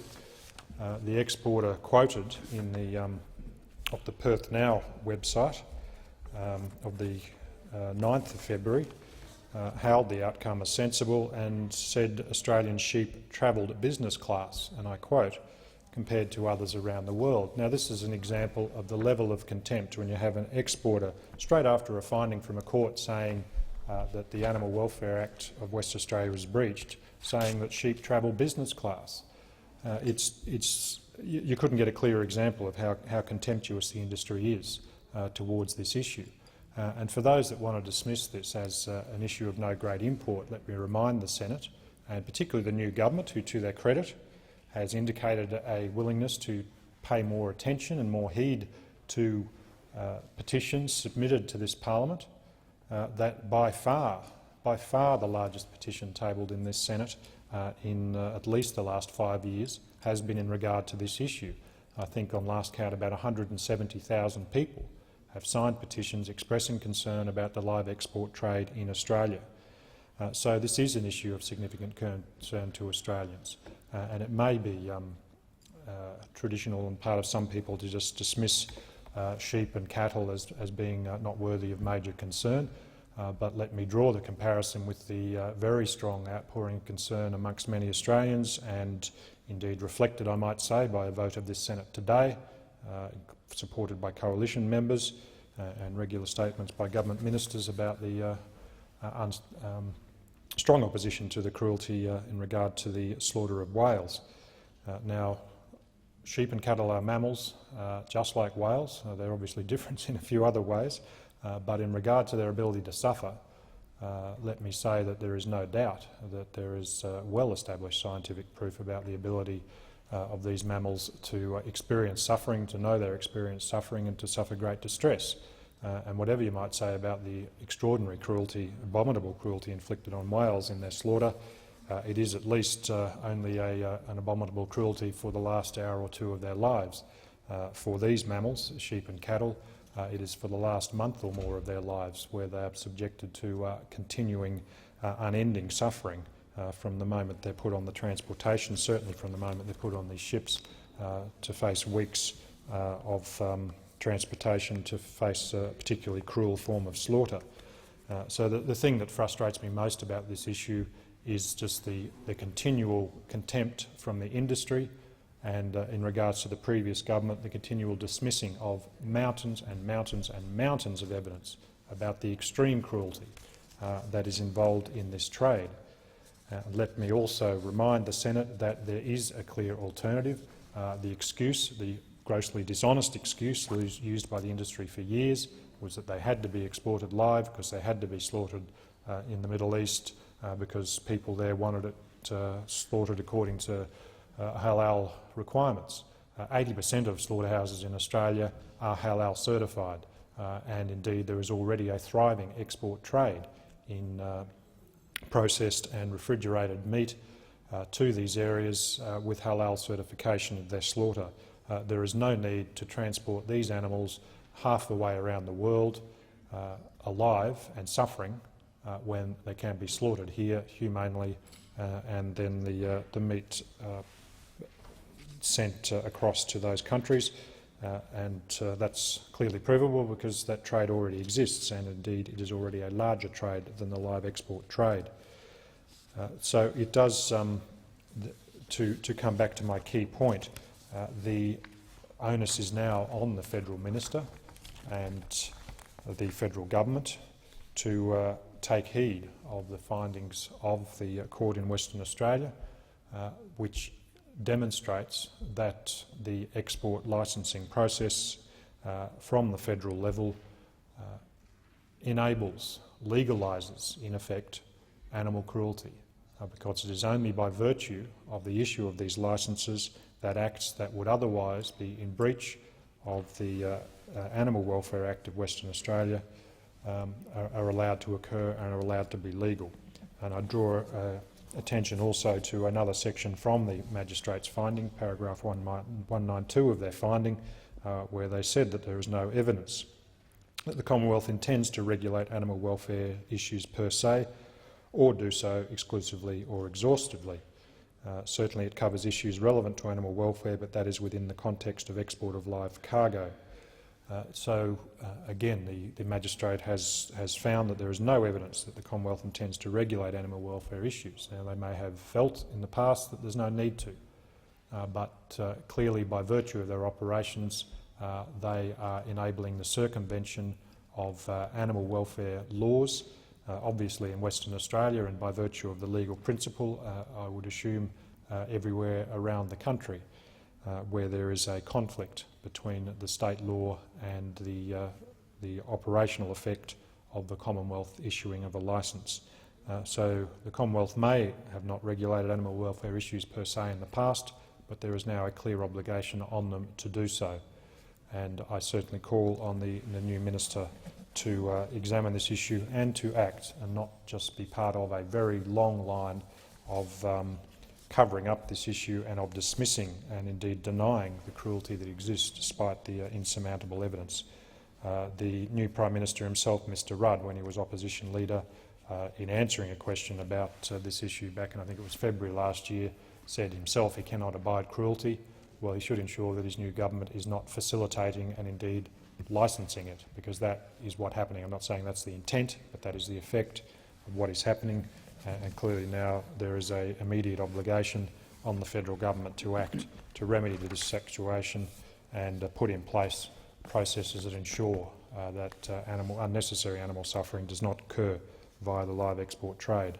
And the obvious way to do that, frankly, is to phase out the trade, because an alternative exists, which would also, I might say, provide more employment opportunities in Australia. Order. The Senate stands adjourned until Tuesday the 11th of March 2008 at 12:30 p.m.